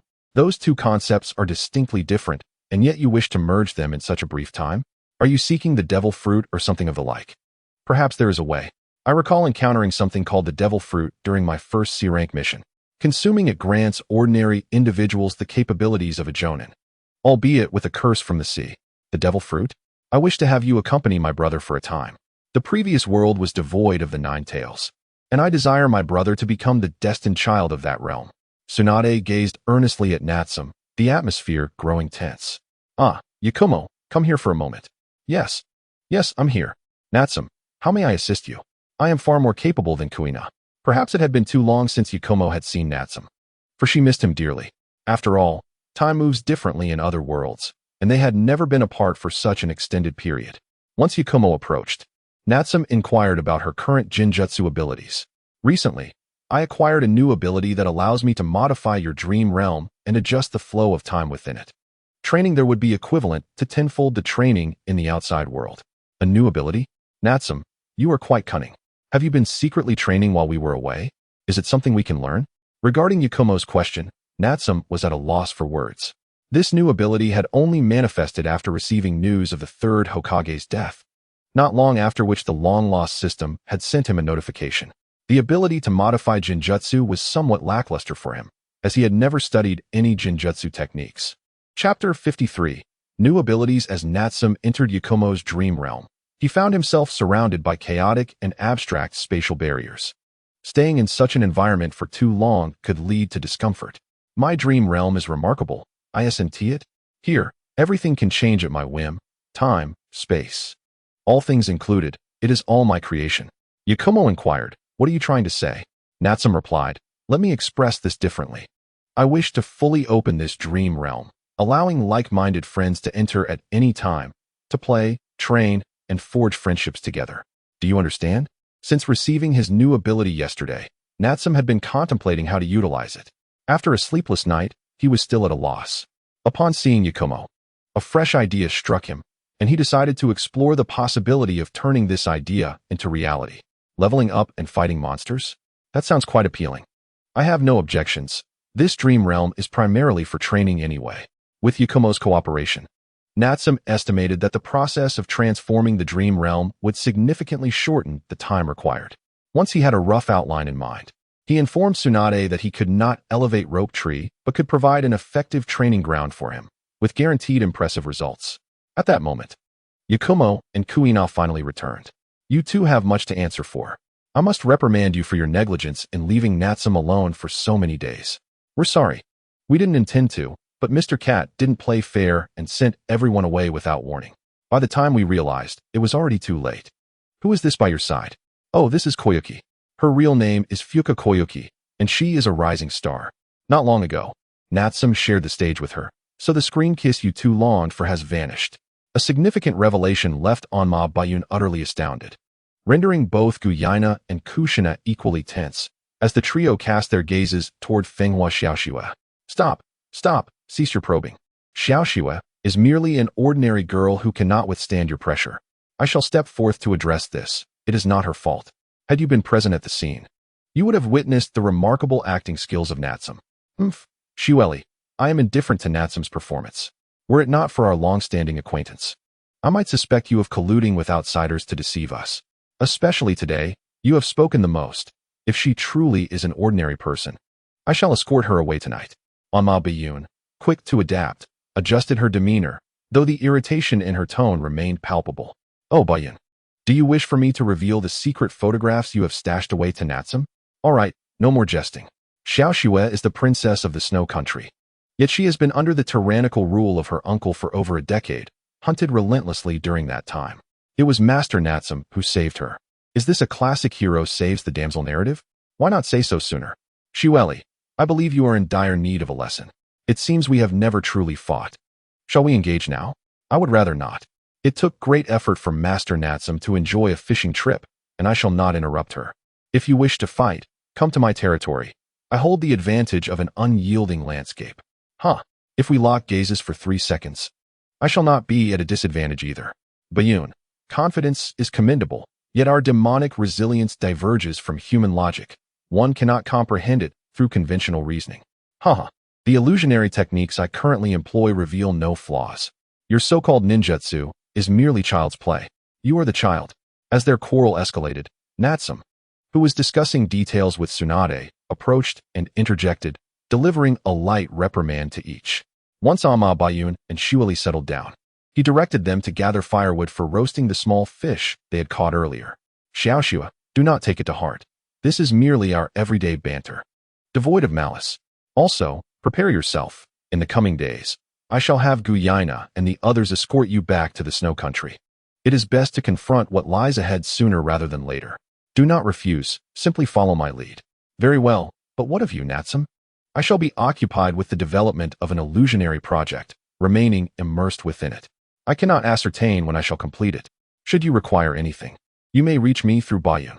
With that, Natsum summoned Guyaina and Kushina, reintroducing them to Fenghua Xiaoxue and outlining the forthcoming plans without divulging too many details. He instructed them to dismantle a regime and assist Fenghua Xiaoxue in ascending to the throne, thus becoming the ruler of the Snow Country. The following day, led by the corpulent feline, Onma Bayun, Guyaina, Kushina, Xueli, and Fenghua Xiaoxue, along with a pet nine-tailed fox, traversed directly to the Snow Country. By dawn, the current king of the Snow Country, who was also Fenghua Xiaoxue's uncle, was compelled to bow his head in the face of overwhelming power. Despite dispatching hundreds of ninjas equipped with specialized gear to absorb chakra, he soon learned that among the four, two did not require chakra to combat, while one wielded illusions that none could approach. Finally, one managed to come near, only to discover that absorbing chakra was an exercise in futility, leading to explosive demise. The king, skeptical of such tales, believed his subordinates were deceiving him and decided to take matters into his own hands. My dear niece, have you come to your senses? For over a decade, I have worried day and night about your well-being, sending many in search of you. Now that you have returned to your homeland, I am greatly relieved. Your late father would also wish for your reunion. Shameless, I would rather you descend into hell to repent. My father and the others would surely find solace in that. My dear niece, look at the company you have brought, a mere collection of inexperienced girls. Do you truly believe they can reclaim an entire nation? How laughable. Upon seeing the individuals accompanying Fenghua Xiaoxue, the king's disbelief only deepened. They appeared utterly useless, incapable of handling even a few young girls. Ice release. Avalanche. The king swiftly formed hand seals, summoning a deluge of snow that surged forth, rising to towering heights, directly aimed at Fenghua Xiaoxue and her companions. Witnessing the impending avalanche, Fenghua Xiaoxue hurriedly sought refuge behind Xueli, observing the unfolding spectacle. Allow me, I shall cleave it asunder. Nay, I can conjure an identical avalanche through illusion to counter its assault. I can seal it away at once. This avalanche is reminiscent of my childhood play. Realizing that the frigid expanse of the Snow Country was Xueli's domain, Guyaina and her companions exchanged glances. Then, Kushina patted the shoulder of her pet nine-tailed fox. If I am to work, I shall require compensation. Then capture the opponent alive. We shall refrain from intervening. The nine-tailed fox, momentarily bewildered, could not comprehend Kushina's intent. Had they not been lively moments ago? Why cease now? Regardless, upon receiving the bulk of its seals lifted by the corpulent feline, the nine-tailed fox was liberated to its full form, joyously tapping into its familiar chakra, feeling as though it could obliterate the very world. Tailed Beast Bomb. The nine-tailed fox began to form a tailed beast bomb, growing larger as the avalanche approached. Just as it neared, the nine-tailed fox unleashed the bomb, rendering the expansive avalanche to mere flat ground. Nine-tailed fox. Why does the Snow Country harbor a tailed beast? Is this the end of my reign? How vexing. My ambitions to dominate the 5 great nations have been thwarted before they could even commence. In the face of the current king's bitter discontent, the nine-tailed fox swatted him effortlessly, tossing him before Kushina and her companions. Thus, Fenghua Xiaoxue, of the rightful royal lineage of the Snow Country, ascended to the throne the very next day, enacting a series of policies to restore the populace's livelihood, even declaring the establishment of a grand film studio. Xiaoxue, cease your geothermal plans. What is wrong with a snow-laden country? My territory is frozen for miles. Xueli, I appreciate your perspective, but the Snow Country requires development. The frigid temperatures will only cause the ordinary citizens to cower indoors, unable to venture forth. I am displeased. You may decide how to proceed. I shall return, as you all are bullying me. With that, Xueli vanished, leaving Fenghua Xiaoxue bewildered. Alas, she has truly become upset. Nevertheless, it is not a grave matter. Xueli is easily appeased. The next time we meet, I shall prepare several large bowls of shaved ice in various flavors. I too believe the nine-tailed fox bears a significant portion of the blame. What need was there to unleash the tailed beast bomb? Upon my return, I shall certainly discipline it. I shall go train. Summon me when it is time to return. As they witnessed Xueli's departure, the others recognized that their jest had escalated too far, resolving to find an appropriate time to visit Xueli's home, lest Natsum bestow each of them a reprimanding knock. Chapter 54. Persuading Tsunade. A week later, Shortez Street welcomed a few unexpected guests, Orochimaru and Jiraiya, former teammates of Tsunade from long ago. The three, all disciples of the third Hokage, found their reunion almost serendipitous. Orochimaru, what brings you here? I shall hold you accountable for the death of our teacher. Haha, Jiraiya. Do you think you can? Enough. Both of you, be quiet. The old man is dead. It is what it is. Don't bother me, you pests.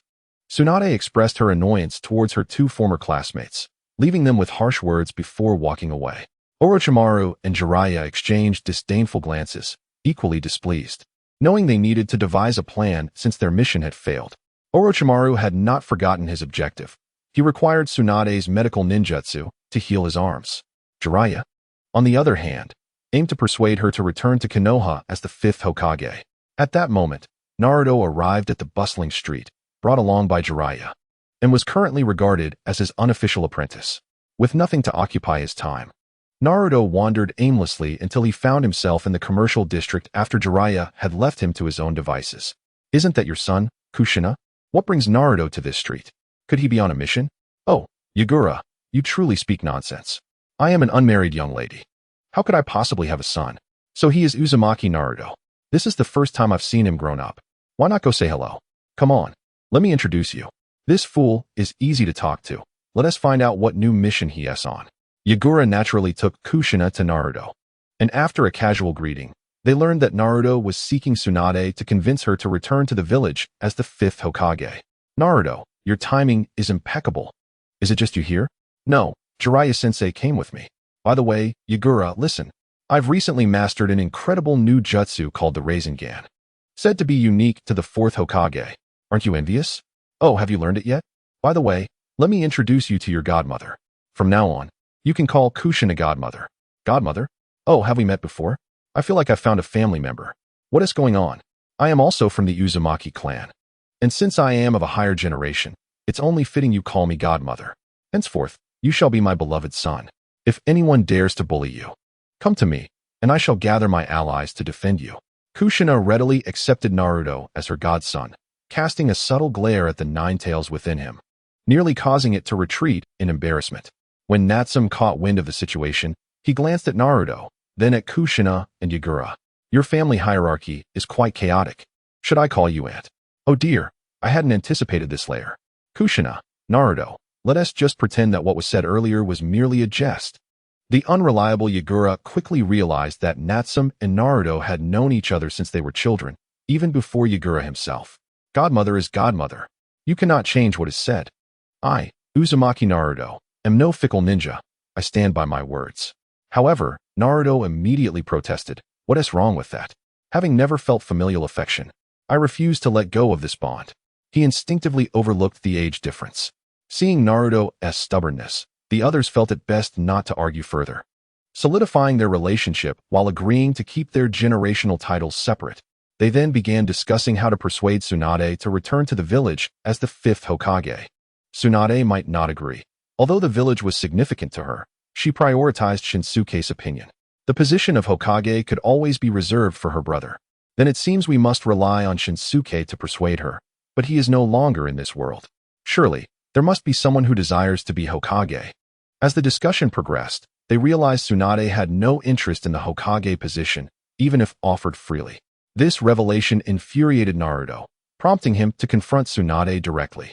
Coincidentally, Shinsuke was present and, upon hearing Naruto's accusations, joined in the confrontation. This only served to aggravate Tsunade further. With a single bloodline suppression technique, she rendered Shinsuke defenseless. A powerful punch sent Naruto flying. You wretched old woman. The title of Hokage is not something you can so easily dismiss. Even if I die here today, I demand you retract that statement. I will defeat you and claim the title for myself. With that, countless clones of Naruto appeared, overwhelming the scene and even affecting Shinsuke. Indeed, Sister Tsunade, even as your brother, I will not allow you to insult the name of Hokage. I challenge you for the position. Shinsuke finally resolved to break free from Tsunade's bloodline suppression, feeling a connection with Naruto as they prepared to face her together. Their growing synergy was evident as they endured Tsunade's relentless attacks for an entire day and night, still standing strong. a feat remarkable for their lineage. Yagura, you cannot be envious of this. The Uzumaki clan and the Senju clan are renowned for their robust physiques. Why is that something to envy? Simple-minded individuals like you are the easiest targets for Jinjutsu. A mere illusion would suffice. Initially, there were several onlookers, but soon only Kushina and Yagura remained. You two brats. Know your limits. You speak of reclaiming the Hokage title, yet your strength is laughable. With such power, you cannot even stand. We don't need your lectures. We will never compromise with someone who treats the Hokage title so lightly. Absolutely. We will not yield to those who disregard the Hokage. Tsunade was nearly driven to madness by these two fools. The title of Hokage was constantly on their lips, yet their abilities were so lacking. Do I not have any dignity? Orochimaru and Jiraiya, having watched the spectacle all day, decided it was time to intervene. Enough already. You two miscreants have had your fun. Bring your students back and stop bothering me. Oh, what a surprise. I was just contemplating how to revive Shinsuke. Tsunade, you have kept him alive all this time. Can you truly trust him to remain in my care? Tsunade, I misjudged you. You are no different from Orochimaru. You are toying with the deceased, which is the ultimate desecration. Shinsuke is gone. Accept this reality. Upon hearing Tsunade's outburst, Orochimaru and Jiraiya emerged from the shadows. Tsunade's patience had reached its limit. She was thoroughly exasperated with Naruto and Shinsuke. With a swift punch, she knocked them both unconscious and tossed them to their teacher. Love it or leave it. In 3 years, cultivate strength worthy of a Kage, or I will render your hands useless for a lifetime. That would indeed be my honor, Orochimaru replied, a flicker of fervor in his eyes. Tsunade, you wretch. Are you planning to collaborate with Orochimaru? I will never allow it. Silence, Jiraiya. If you utter one more word, I shall drown you in the toilet. Prepare your things. We return to the village tomorrow. Tsunade, known for her unwavering decisiveness, had no interest in dissent. Once everything was arranged, she left everyone behind and headed to her quarters. I'm tired. Let this world perish. What foolishness is this 5th Hokage position? Chapter 55. Tsunade takes office. Yagura and Kushina, who had been mere spectators, exchanged curious glances at Orochimaru and Jiraiya. Yamato Yakumo and Uzumaki Kushina may not be intimately acquainted with the affairs of the legendary Sannin of Konoha, yet their curiosity remains undeterred. You two seem unafraid of me, which piques my interest, she remarked, her crimson locks a testament to the Uzumaki clan. You must be Uzumaki Kushina, right? So Tsunade's prowess has reached such terrifying heights? How rude of you, old man, to casually stick out your tongue in front of a lady. Surely, you must be a rather peculiar fellow, she continued, by the way. Is it truly acceptable to leave Ropetree in your care? You don't seem particularly formidable yourself. Yakumo cast a glance at Orochimaru, initiating an illusion unbeknownst to him, altering the surrounding environment with ease. Oh, so I've fallen into an illusion. When did that happen? It reminds me of Asuma or the Akamichi clan. What do you think? Peculiar old man, you're surprisingly adept at casting illusions. Perhaps it's because your soul is incomplete, am I correct? She queried, her tone teasing yet contemplative. Such a remarkable child, I almost hesitate to end your life. However, peeking into other secrets is rather impolite. Ah, you carry the scent of the Shinigami. I see. My dear Mr. Kitty often visits the Shinigami for a drink. Those arms of yours, they aren't a gift from the Shinigami, are they? How about a trade? I find myself growing increasingly fond of you. Yakumo of the Kamizuki clan. Speak up, what do you desire? I shall procure it for you. A sword, perhaps? A friend's blade was shattered by Tsunade, and I've yet to find a satisfactory replacement. Would you assist in locating a worthy sword? Upon hearing this, Orochimaru began to suspect that Yakumo had previously investigated him. Nevertheless, he nonchalantly summoned the Kusanagi sword and handed it to Yakumo. Though not particularly knowledgeable about swords, Yakumo sensed that this seemingly unremarkable blade possessed an air of arrogance that belied its appearance. This must be a fine sword. In that case, Kuna owes me a favor. She mused. Now, peculiar old man, be patient. I must consult my dear Mr. Kitty to summon the Shinigami. With a mere wave, Yakumo dispelled the illusion, leaving the onlookers bewildered. Only Kushina noticed the Kusanagi sword in Yakumo's hand, reflecting on Yakumo's fondness for Kuna. Mr. Kitty, come over. Someone has brought fine wine. Nanny? Fine wine. Kyubi, let us go? There's good drink to be had. At Yakumo's call, the portly cat and Kyubi emerged from their hiding place, their attention drawn to the two strangers. The fat cat eyed Orochimaru while Kyuubi focused on the unconscious Naruto, with Jiraiya watching Orochimaru warily, fearful of any schemes he might be concocting. Mr. Kitty, this peculiar old man seeks to reclaim his hands from the Shinigami. Surely that's a feasible task? Oh, seeking the Shinigami, are we? I recall the last time I visited him, he mentioned that transactions between Shinigami are permitted. Let me call him forth. The fat cat vanished and reappeared, accompanied by the Shinigami. This bizarre display, though unsettling to Jiraiya, was merely another day for the usually composed Orochimaru. Jiraiya, however, was caught off guard, mistakenly believing Orochimaru had summoned the Shinigami to confront Naruto's Kyuubi. Acting swiftly, he seized Naruto and vanished from sight. Mr. Kitty, you brought me here suddenly. Does Master Natsum have business with me? You're not asking me to treat you to drinks again, are you? My collection was nearly depleted by your last visit. Ahem, it's a trade. You return his hands, and he'll procure wine for us. A fair deal. Wouldn't you say? Oh, his hands, is it? That is not a problem. I'll communicate with the Shinigami of this world. However, if it's merely for fine wine, I feel that's rather one-sided. Shinigami, what do you know? Only fine wine must not be neglected. What use are the trinkets you gather? What is a soul to us? Kyuubi and I cannot partake. We desire fine wine. The Shinigami glanced at Kyuubi and the fat cat, lamenting their opportunism. Reluctantly, he utilized mind communication to connect with the Shinigami of this realm, sacrificing some offerings merely to restore Orochimaru's hands. Within a day, I shall have fine wine delivered. As Orochimaru's hands returned to their original state, he responded with satisfaction.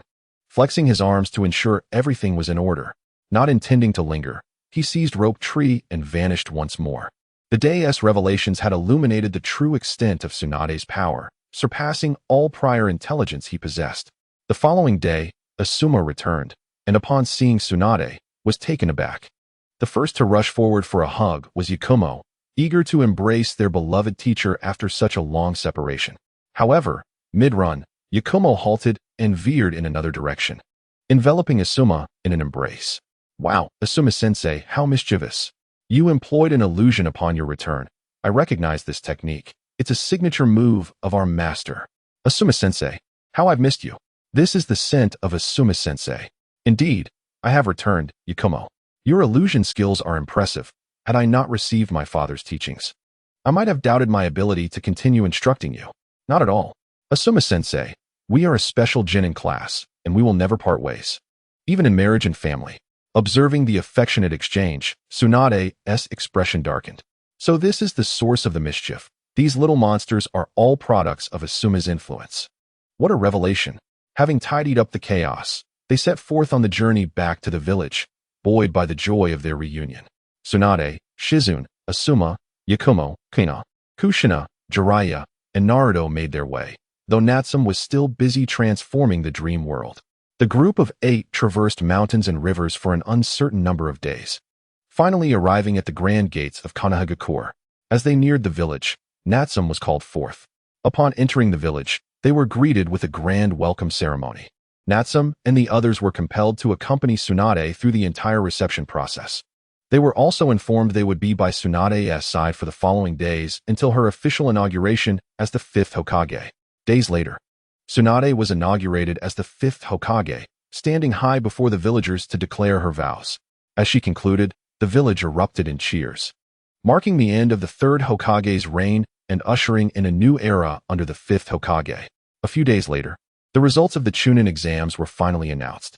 The newly promoted Chunin included Shikamaru, Hinata, and Ino, their Chunin attire personally distributed by Natsum. Once again, Natsum found himself reluctantly serving as Tsunade's right hand.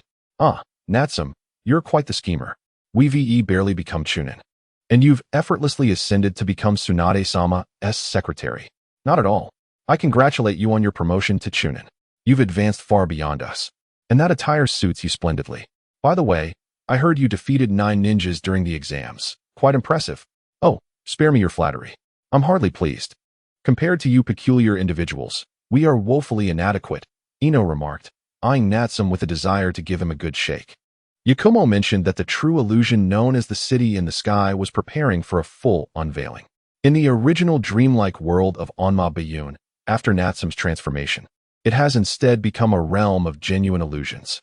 On this particular day, Natsum's task came to an end, and he returned home, collapsing directly into his dog bed. After a night's rest, he pondered the absurdity of his situation. Why should he toil away in the Hokage building when he lacked any deficiencies?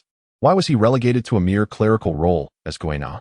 Habitually calling out for Goena, he soon realized she was absent, having taken on a B-rank mission. Kushina had also filled in for him, temporarily joining Yuhi Kurenai's team, leaving the day prior. Chapter 56, The Sky City After Breakfast.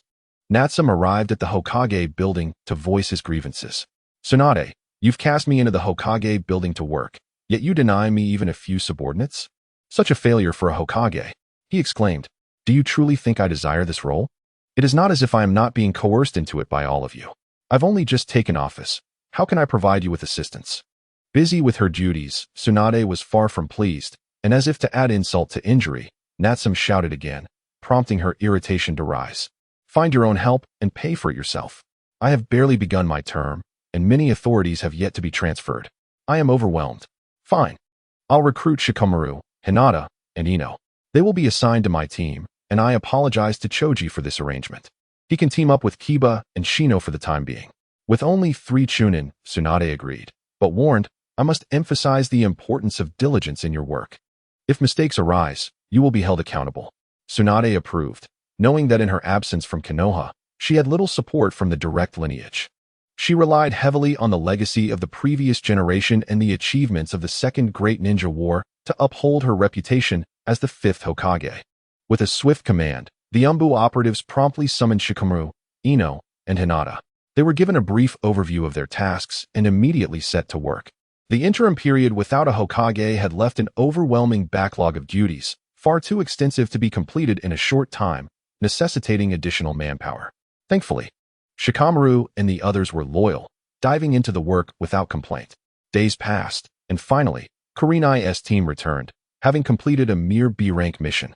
The lengthy duration primarily due to the constant travel.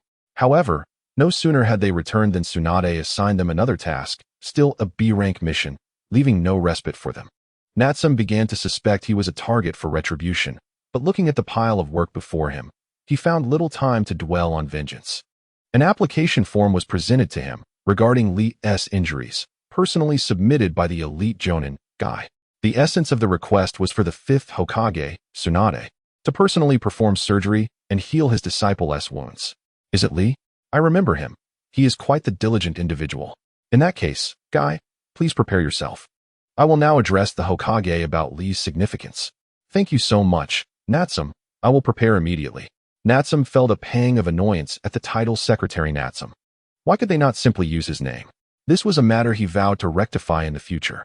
Initially, Natsum shared an office with Tsunade and her team, but upon acquiring assistance, he was allotted a separate space, where the 4 of them worked together. Tsunade has a patient in need of your immediate attention. He is the beloved disciple of the elite Jonin, Guy, and a dedicated talent. During the Chunin exams, he suffered severe backlash from the forbidden technique, the 8 gates, and his condition is critical. It is rumored that survival is uncertain. I have told you countless times, within the Hokage building, please address me as Hokage-sama or Tsunade-sama. Has your politeness been devoured by the 9 tails? Natsum responded, Understood. I will prioritize Lee's case. Tonight, you will need to work overtime to complete today's tasks. Curse this 5th Hokage, Natsum muttered as he returned to his desk, feeling utterly despondent.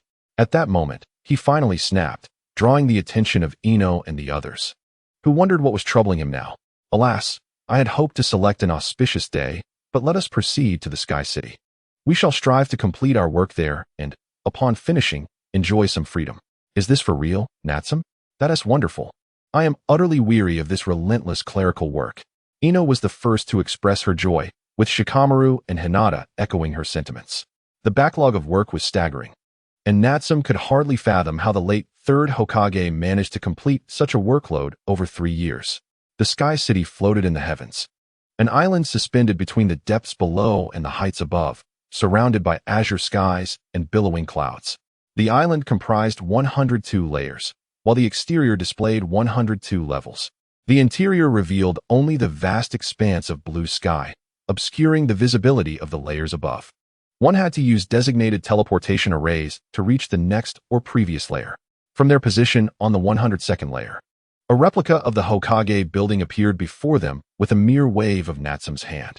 Only in such an environment could it resemble a place of work. The time flow within the Sky City was 10 times that of the external world, a deliberate measure. 1 minute outside equated to 10 minutes within the Sky City. To fulfill a 12-hour workload in the Sky City, one needed to spend 12 hours there, translating to just over an hour in the outside world. What a bother. I feel even more pressured, Natsume sighed. After 12 hours of work, we might have an additional 10 hours to spare. Let us hope our workload does not increase. Indeed, we must adjust our approach. If we can manage 10 hours of leisure and reserve just over an hour for work in the Sky City. Once our schedule is back on track, we can work 8 hours and rest for 2 days each week. Now, let us find something to eat. Shikamaru's mind worked faster than most, always getting to the essence of matters. Natsume calculated their itinerary accordingly. Hey, why not take a break first? I've just completed today's workload. Let us enjoy some time before we dive into more work. Right, Hinata? You'd like to play too, wouldn't you? If possible, I would love to have some fun, Natsume-kun. Very well, let us begin from the first layer. With a flourish of his hand, the 4 of them materialized in the center of a grand plaza. Statues stood proudly at each corner, wielding weapons, their gazes surveying the square as if on patrol. Wow, the architecture here is truly magnificent. Did you really design all of this? So many styles I have never seen before. Ino exclaimed. Yes, indeed, Natsume replied modestly. You all stand out in your own right. Your praise makes me shy, but let us not dwell on that. Please validate your entry here in the plaza. This place will serve as your gateway for future visits. Currently, it is merely a safe city. Venture beyond its borders, and you will encounter monsters to defeat and level up. Natsume led Ino and the others on a brief tour of the safe city, which featured shops and NPCs programmed with simple dialogues. The NPCs were protected, and should they be harmed, a swarm of enforcers would swiftly appear.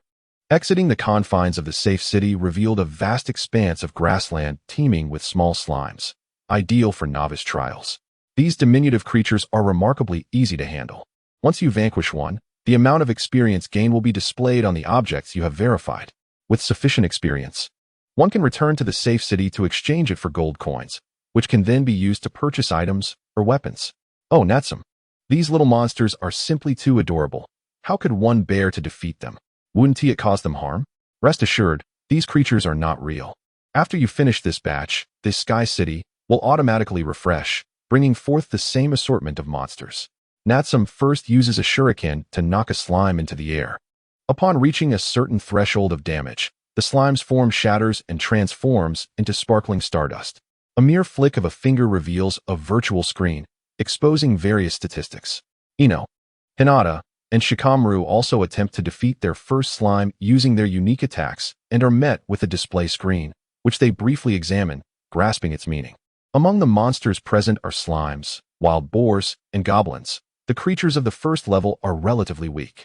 To ascend to the second level, one must accumulate a substantial amount of experience or directly confront the first level's boss.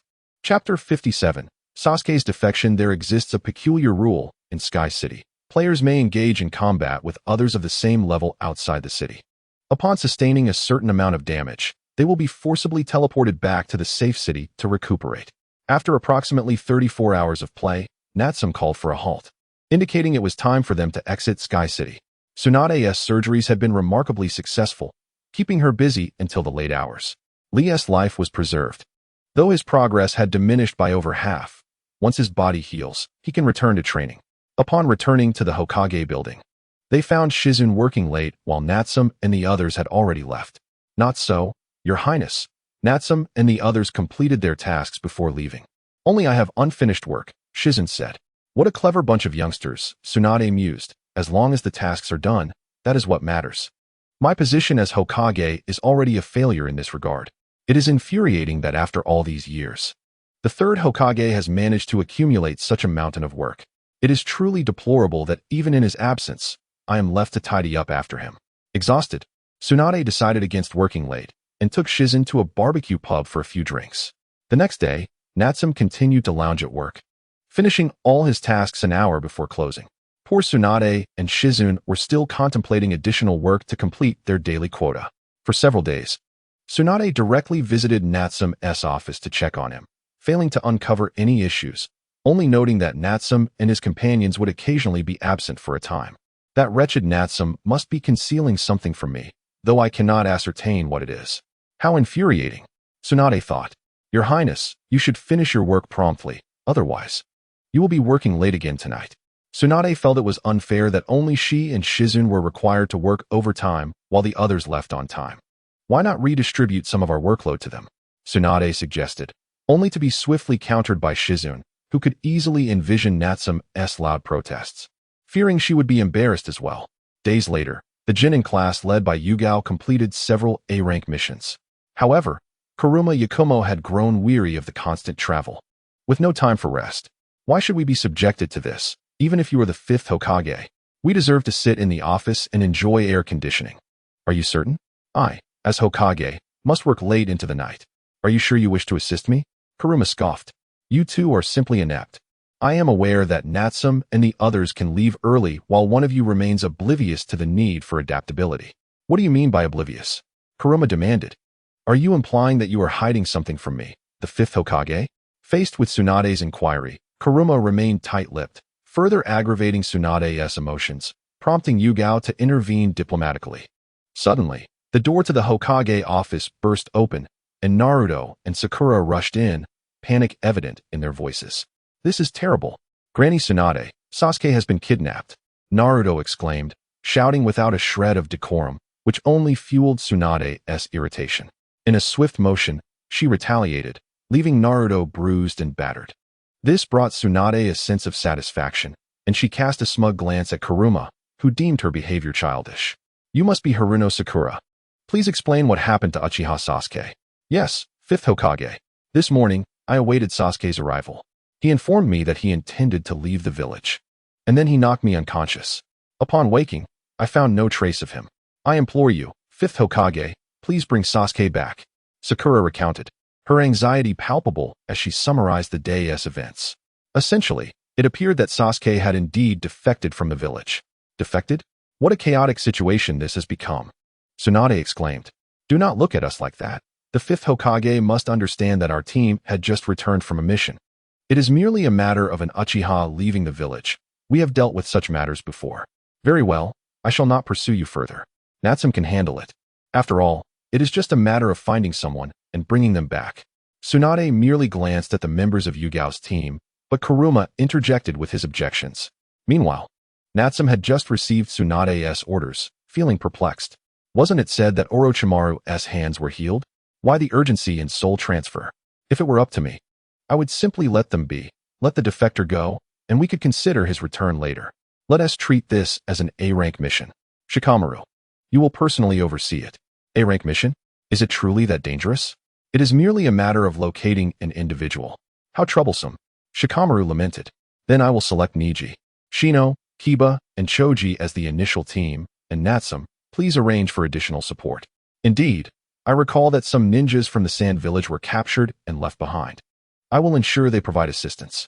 Once the arrangements were finalized, Shikamaru gathered his team and set off, while Naruto insisted on joining, reluctantly agreeing to accompany the 6 in pursuit of Uchiha Sasuke. Meanwhile, Natsum perused several documents regarding the ninjas from the Sand Village, flipping through them casually. Natsum, did you truly intend to declare Sasuke a defector? If so, the 7th squad will surely be in an uproar. Should Sakura learn of this, she would likely harbor resentment towards you for eternity. Resentment? She holds no right to resent me, given her infatuated demeanor. I suspect she might even entertain the idea of defecting herself, had she the chance. Well, perhaps I should reconsider. After all, Sakura is my friend, and I would not wish to see her distressed. Ino, concerned by Natsum's earlier words, found herself torn over whether to advocate for Sakura, fearing a negative reaction from Natsum. This minor issue was something Natsum could acquiesce to. He took the document and marked a check next to the name of the suspected missing person, thus providing Ino with some reassurance. This act filled Ino with joy, prompting her to embrace Natsum and plant a kiss on his cheek before returning to her desk, leaving Hinata blushing furiously. Hinata was taken aback by Ino's boldness, feeling a twinge of envy. Before long, Kuruma and his team entered the secretary's office. Natsum, you are quite cunning. We agreed to play Sky City together, yet you snuck in ahead of us and leveled up on the first floor. How could you betray our Yuhi team like this? You heartless one. It's Yakumo. Have you just returned from your mission? Coincidentally, there is a B-class task, which involves providing support to Shikamaru and his team. There's no need for extensive efforts. Simply ensure their safe return. Wasn't the objective to locate Sasuke Uchiha? How did it shrink down to this? Can tasks be arranged in such a manner? Then we should also take on administrative roles. Perhaps you could facilitate that? Natsum handed the documents to Kuruma Yakumo and exchanged cordial greetings with Irika-sensei. Next, Natsum needed to personally meet with the captives from Sunagakure. Having heard that 3 of them were rather unique, it would be inappropriate not to meet them in person. Chapter 58. Open Sky City. A large entourage followed closely behind Natsum, exuding an intimidating presence. This group entered a relatively spacious room, leaving the Sunagakure ninjas somewhat bewildered. What do you want from us, Konoha? We have nothing more to disclose. Everything has already been said. When will we be allowed to return? I wish to see my siblings, Gaara and Kankuro. You may come out. I am Natsum. Are you from Konoha looking for a fight? We are always ready. Oh no. This is an illusion. A ninja from Sunagakure named Zue was the first to be effortlessly ensnared by a minor jinjutsu from Kuruma Yakumo. Following that, a collective jinjutsu ensnared all the Sunagakure ninjas simultaneously. Observing the mass of incapacitated captives, a few were the first to break free from their bindings. Natsum and the others were puzzled and turned to Kuruma Yakumo, questioning her motives with their eyes. Kuruma, with an air of nonchalance, shrugged, indicating her displeasure with them. Ahem. There is a mission requiring your assistance, Sunagakure. It is urgent. After this task concludes, our 5th Hokage will personally meet with you. Any grievances or suggestions can be addressed later. One thing to remember, do not even think about escaping. I am Gaara, let me handle this. The specifics of the mission can be discussed en route.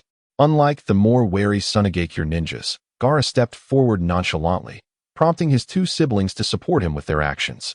Thus, the 3 siblings, Gaara, Kankuro, and Temari, along with Kuruma Yakumo and Natsum, totaling 6 individuals, set off to assist Shikamaru and his team. Before departing, Natsum specifically instructed them that regardless of Shikamaru's mission details, their sole task was to bring everyone back safely to fulfill the mission. With everything in order, Natsum decided to leave work early to treat Irika-sensei to a nice meal. It is indeed a blessing to have Irika-sensei's unwavering support, allowing us to remain in Konoha. To that, I raise my glass to you. Natsum, are you 3 really okay with skipping work? I see that the 5th Hokage and Shizun are quite busy. Do not cause any trouble. Rest assured, the daily workload is fixed and will not impose any additional complications. Natsum poured a glass of wine for Irika-sensei while opting for a drink for himself. It is a strict rule in the village that minors are not allowed to consume alcohol.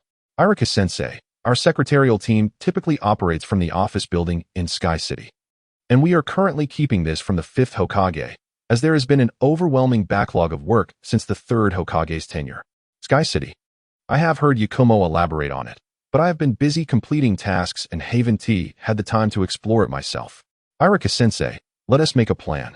Once Kuruma and the others return from their support mission, we will visit Sky City, while I will ensure all work matters are settled. Ino, while explaining to Irika, picked up a piece of perfectly grilled meat and savored the delightful moment. After an hour-long meal, Natsum calculated that the support mission should be nearing its conclusion. Upon returning to the Hokage building, they intended to inquire about the mission's outcome. However, upon entering the Hokage's office, they found a large group of individuals standing in orderly fashion, and Tsunade had yet to speak. Overall, the atmosphere was rather grim. It was evident that the A-class mission to locate Sasuke Uchiha had failed, while the B-class support mission was deemed successful, with no serious injuries, only minor ones. Thus, it was decided to classify Sasuke Uchiha's actions as that of a rogue ninja. Please wait, Tsunade. I will bring Sasuke back. Team 7 cannot be complete without him. Just as Tsunade was about to make a decision, Naruto interjected. However, upon witnessing Kushina's piercing gaze, he reluctantly changed his tone to one of respect. After a lengthy and contentious discussion, Tsunade ultimately approved his request and disbanded the meeting. The following day, speaking of which, where has Kakashi from Team 7 gone? The team is on the verge of disbandment, yet he is nowhere to be found. It seems he was injured. I heard he was subjected to an infinite Tsukiyami Jinjutsu by Itachi Uchiha, enduring it for 3 days and nights. He is currently experiencing significant psychological distress and requires time to recuperate. Another member of the Uchiha clan, huh? Compared to our visible calculations. This group prefers to strike from the shadows. Natsume, while processing documents, glanced at Shikamaru and casually discussed matters pertaining to Konoha. Reflecting on the time, Natsume realized he had been in the world of Naruto for at least a decade. Had he not deliberately recalled the plot, he would not have paid attention to such trivialities. As long as the overarching direction remained intact, he thought, it mattered little if the plot became chaotic. For he had thoroughly integrated himself into Konoha. Aside from daily routines, Natsume held little interest in Sky City, as he was its architect, occasionally patching up flaws. He was the ultimate boss of Sky City. On this day, Sky City was fully opened. Under Tsunade's leadership, several familiar faces entered in succession for an exclusive preview. Natsume, is this how you respond to me? The primary boss of the first level is merely a bull-headed creature wielding a large sword. It wouldn't even take me a single punch to defeat it. It's surprising that Rope Tree could train to the level of a shadow here. Isn't that obvious? You mentioned it is the first level, and it is merely a novice village. If you seek a more formidable boss, you must ascend to higher levels. The strongest are beyond discussion and nearly spoiled the surprise for myself. I care not about the outcome. I will challenge the boss of the 100th level today. For I do not have the luxury of time to level up and grind. In contrast to Natsume's antics, Tsunade was even more formidable. Ahem, no need to fight. I concede. In my narrative, I will remain at the final level, waiting for challengers. Oh, so it can be done this way? I will guard the 100th level while you descend one level. The total is 102 levels. What are the last two levels? The 102nd level is private territory, while the 101st level serves as a VIP exclusive training ground. This was also Natsume's foresight, considering that there may be more people in the future, thus reserving 2 levels as backup. However, Tsunade insisted on experiencing it. Upon reaching the 101st level, they found the gravity to be 50 times that of the outside world, making movement arduous, indeed an excellent training ground, even overshadowing the beautiful surroundings. The 102nd level, the pinnacle of Sky City, was small, comparable to a village in size, with fragrant air that felt exceedingly comfortable, truly giving a sensation of walking in the sky. This place is ideal for office work, if possible. I would like to relocate the Hokage building here. Unfortunately, upon hearing Tsunade's sigh, Natsume felt a cold sweat trickle down his back. It is worth noting that the Hokage building had indeed been relocated. It was merely in an invisible state, making it undetectable to anyone. Regarding the reasons behind their desire to maintain secrecy, they themselves are uncertain, yet they feel that concealment is the preferable choice. Following the complete unveiling of the Sky City, those who have been verified will, upon returning home, be prompt in bringing their family or acquaintances into the Sky City for identity validation. Recently, under the influence of interpersonal invitations, Sky City has gradually welcomed numerous new faces. The population there cannot be considered an explosion, as it remains merely a trend within the village. To prevent excessive indulgence, Sky City imposes a daily limit of merely 2 hours of playtime, after which participants will be forcibly logged out, regardless of whether they entered physically or through consciousness. Chapter 59. Hinata Hanabi. It has been over half a month since Sasuke's escape from the Hidden Leaf Village. Team 7 has been in a state of personnel shortage, and the idol Sakura frequently visits the Hokage building to inquire about Sasuke's whereabouts. Yet, there is no news, and Sakura feels hesitant to press further. Although she does not verbalize her concerns, she often finds herself at the Hokage building, occasionally assisting with tasks within her capacity. It must be said that Ino is rather kind-hearted, even going so far as to request Tsunade's permission for Sakura to help with paperwork. Recently, Tsunade has been acting rather strangely, often running to the 101st floor of Sky City for exercise. Rather than utilizing her sleeping hours, she insists on taking up work time. One day, Natsume happened to pass by and discovered she was training with Shinjuro, which alleviated his concerns. Natsume, with good intentions, took on some of the workload, inwardly cursing the third Hokage countless times. This old man has left behind so many troublesome matters. I wish I could return to the past and give him a piece of my mind. Listen here, Natsume, if you have something to say, say it. Though the third Hokage is no longer with us, the will of fire remains, so be mindful of your words. Therefore, we must not allow you three, still of school age, to stray from the education of the Ninja Academy. Indeed, the esteemed third Hokage left you with so many treasures. Akin to this archived file in my possession, which contains intelligence from 30 years ago, only now resurfacing. It turns out our village had already begun to be subtly infiltrated by enemy nations 30 years ago, with explosive tags placed in the most unsuspecting locations. Now, after 30 years, has the scale of this threat not reached astonishing proportions? It is no wonder Natsum curses out loud. Even they feel a sense of despair upon hearing this. By the way, Ino, how is your development of super abilities progressing? Are you able to transmit others' voices? Voice. My ability only allows for face-to-face conversation. Perhaps you should give it a try. I will explain the principle. First, establish a group. And once the number of participants is confirmed, save the statements of each individual, then play them back. This way, everyone will know who is speaking, and it can be preserved for later listening. Natsum casually took an A4 sheet of paper, jotting down notes. Such innovative ideas always manage to capture everyone's attention. Ino also attempted to verbalize the problems encountered according to the steps outlined. Thankfully, with the presence of the highly intelligent Shikamaru and the already adept Natsum, they eventually succeeded in overcoming this voice ability after dedicating a significant amount of time. Hokage Office Group, Group Administrator, Yamanaka Ino Group Members, Yamanaka Ino, Natsum, Hyuga Hinata, Nara Shikamaru Ding, Tsunade, and Shizen have joined the group chat. After a while, the group message reads, "This group is a work group created by Yamanaka Ino. For a better working environment, please use civil language. Thank you for your cooperation." Tsunade, what is happening? Is this my voice? Shizen, Princess, my voice is also in there. Perhaps you could ask Ino how this works? Ino, Lady Tsunade, this is my new ability, Super Ninja Voice Group Chat. And I also have an urgent matter to report to you. Tsunade, I see. This ability has been developed quite timely and is rather impressive. Please maintain contact. You are fully responsible for all matters. Report any issues immediately via voice. Ino, yes, Lady Tsunade. The voice call concluded, leaving the chat in an idle status. Following the orders, Natsum and the others promptly set off, their first destination being Hinata's home. Miss, you're back. Did you bring a guest? I will inform the clan leader immediately. Yes, please do inform him that the secretary team of the 5th Hokage has come to pay a visit. Upon returning home, Hinata's demeanor transformed dramatically.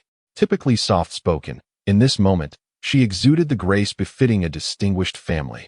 Oh, so this is the real Hinata. Quite the surprise. You seem much bolder than usual. Are you truly the genuine Hinata? That's not the case. Let me take you inside. My father is usually enjoying tea at this hour. Hinata, a bit shy, led the way through several doors, only to be greeted by a small figure rushing into her arms. Concerned for her safety, Hinata caught her. How many times have I told you? This is very dangerous. Has Hanabi completed her training today? Yes, sister. Why did you finish work so early today? Can you train with me? Not today, I brought guests. You can play by yourself for now. Hinata Hanabi is Hinata's younger sister, already designated as the successor to the clan leader. Hinata, however, is more focused on cherishing Hanabi, who bears significant responsibilities at such a young age. Sister, can I play Sky City with you tonight? I've already reached the 3rd level of the safe city. All right, let us do that. Tonight, I will take you to the 101st level for training. You only need to enter with your consciousness. Yes, that's wonderful. I want to be as strong as you. As the two sisters chatted about their lives, the head of the Hyuga clan summoned Natsum and the others to visit. Tea room. Speaking of which, the least welcome person in our Hyuga family is you. Unexpectedly, you have become the secretary of the 5th Hokage. Such is the irony of fate. You old man. You really don't know how to beat around the bush. All those years of cultivating your temper must have been devoured by the 9 tails. 9 tails? Is that the fiery fox? And the other fat cat has consumed quite a bit of my family's precious wine lately. I wonder how much compensation you wealthy merchants can offer. I didn't quite catch your meaning. My pet has always been free range. Wherever it enjoys going, it goes. You should be pleased, old man. This was their first meeting, and Natsum did not expect to face such direct opposition from Hinata's father. He thought that as the clan leader of the Hyuga family, one would typically maintain a semblance of decorum. However, with Natsum, there was no pretense. As he expressed his dissatisfaction, particularly towards Natsum himself, the atmosphere turned awkward for the others, yet Natsum maintained his composure, his spirit unwavering. Ultimately, Natsum managed to select a few outstanding scouts from the Hyuga clan, including Niji Hyuga, who had been labeled a genius for his keen observation of details that escaped the notice of ordinary individuals. Are you Natsum? I am Niji Hyuga. I am quite curious how someone who has spent their childhood fighting and ceased doing good deeds upon entering school became the Hokage's secretary. I am equally curious as to how you lost to Hinata. In my view, her strength places her in the top 4. While you seem to have only been on the receiving end of beatings, this clearly indicates your weakness.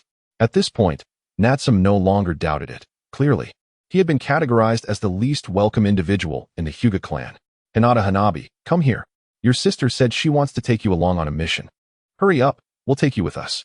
Is that true? That is wonderful. I want to go too. As Hanabi approached, Natsum's sudden action left everyone bewildered. The members of the Hyuga clan behind her immediately became agitated, glaring at Natsum, ready to explode at any moment. Even Shikamaru and the others were taken aback. This must be a heartfelt act of revenge, as Natsum was indeed regarded as the least favored by the Hyuga family. Byakugan, gentle fist. Byakugan, gentle fist, at that moment. Hinata stepped forward, quickly moving to prevent the clan members from attacking Natsum. She employed the same technique to block their advances, her power not waning in the slightest. Augmented by her LV-4 telekinetic abilities for protection. Lady, you are mistaken. Hanabi is the future of our Hyuga clan, and we cannot allow outsiders to directly address her by her name. Silence. This is not your concern. I will handle matters with father. You need only to follow orders. If anyone dares to strike again, I will not spare them. Hanabi is under my protection. No further words are necessary. For reasons unknown, Hinata was particularly assertive today. The branch family members did not dare to resist. Once Hanabi arrived, Hinata took her hand, trailing behind Natsum. Chapter 60. Explosive tags upon reaching the summit of the Hokage monument. Kuruma Yakumo, Kushina, Kurenai, and the others had been waiting for quite some time. It was Ino who informed them of the situation through another voice group.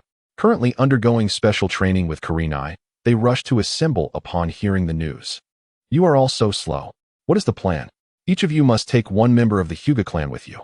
Just cooperate with them to locate the explosive tags, mark them immediately, and leave no corner unchecked. We must not trigger any of them. Even one could lead to a chain reaction that would obliterate the entire village. With Shikamaru's strategic mind by their side, countless plans were formulated in no time. As the operation commenced, Shikamaru received first-hand intelligence thanks to the voice group, continuously collecting, analyzing, and summarizing data until the last explosive tag was discovered. The village contained approximately 100 million explosive tags, an astounding number. In the Hokage office, Tsunade learned of the developments through the voice chat, marveling at its power while promptly notifying the Anbu to summon the Konoha ninja bomb disposal team to fully cooperate with Natsum's upcoming actions. Natsum kept the bomb disposal team on standby, allowing professionals to handle the specialized task. They needed to sift through over 100 million explosive tags to identify the newly posted ones and compare them with the old. Aside from differing production dates, the quality was remarkably consistent. The group then arrived at a weapons shop. Tintin, is this weapon shop owned by your family? What a coincidence. Niji, did you come to find me? Are you about to embark on a mission? I'm leaving right now. They encountered Tintin, a teammate of Niji Hyuga. This shop primarily sold ninja tools and operated on a wholesale basis.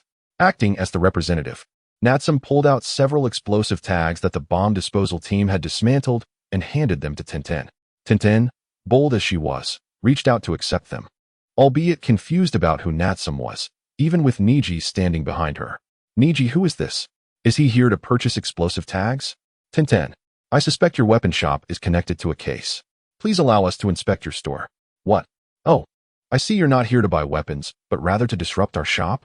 To put it simply, do you recognize the explosive tags you're holding? One is from 30 years ago, another from a few months back, and the others are from different years. Upon hearing this, Tintin instinctively glanced at the explosive tags in her hand. The production dates were vastly different, making it easy to distinguish between old and new. Even the clandestine techniques of the merchant were deciphered by the experts. All of them unambiguously bore the name of her weapon shop. With her parents absent, Tintin was left to face the interrogation alone. After a brief conversation, she realized the gravity of the situation and began to cooperate, recalling events from a few months prior. Ultimately, all clues pointed to a remote farmhouse outside the village, inhabited by a single individual, a native of Konoha. Suddenly, a large group of people appeared before the old farmer, who maintained a calm demeanor, his weathered face making it difficult to discern his age. Are you ninjas from Konoha? It took you 30 years to discover me. It seems Konoha has grown exceedingly arrogant. As he spoke, the old farmer swiftly formed hand seals, his face contorting into a fearsome snarl. Watch out, Tintin. Use your ninja tools to stop him. Ninjas from Konoha, it's too late. The old man laughed maniacally. I have been lurking in Konoha for decades, waiting for this moment. One man can destroy an entire village. It's worth it. As he laughed, the old farmer collapsed. The chakra within him surged, yet all the explosive tags were interconnected but could not be detonated. Remarkable. Kurenai, is this the illusion you and Yakumo merged into? Indeed. If only I had more time, Kurenai and I could have manifested the reality of the village's explosion. Your illusions are incredibly overpowering.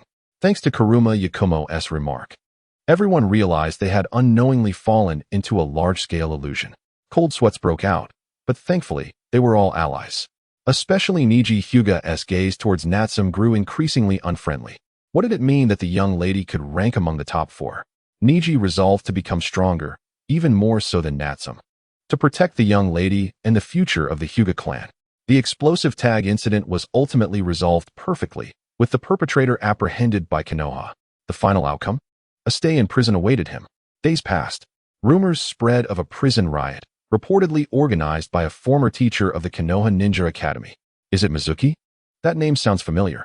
Indeed, back when we were in the Ninja Academy, you and Kurenai only attended for 2 days, and Kurenai nearly defeated him. Oh, so it's him? I thought it was someone else. The prison riot fell under Tsunade's jurisdiction, and without orders, Natsume would not seek out trouble. Eventually, it was reported that a team led by Choji was assigned to handle the situation, indicating that the rioters were not particularly formidable. One day, it was announced that Tsunade intended to take on a disciple. Natsume inquired about the situation. It was said that Tsunade had noticed Sakura's other volatile personality, especially when bullying Naruto.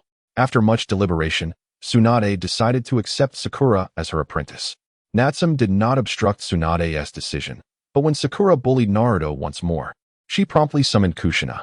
Kushina, with her fiery temper, chased Sakura around the village 3 times before Tsunade intervened to put a stop to it.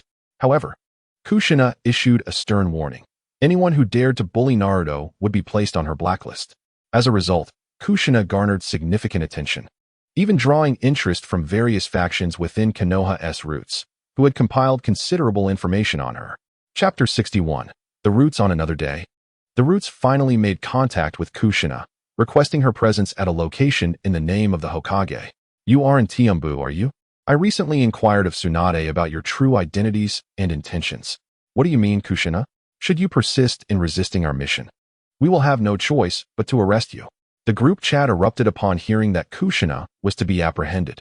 Tsunade herself was present in the chat, promptly verifying whether any Umbu had abandoned their posts. The Umbu were immediately instructed to summon Danzo and inquire about the roots of this situation. Any unauthorized engagement with Kushina was unacceptable.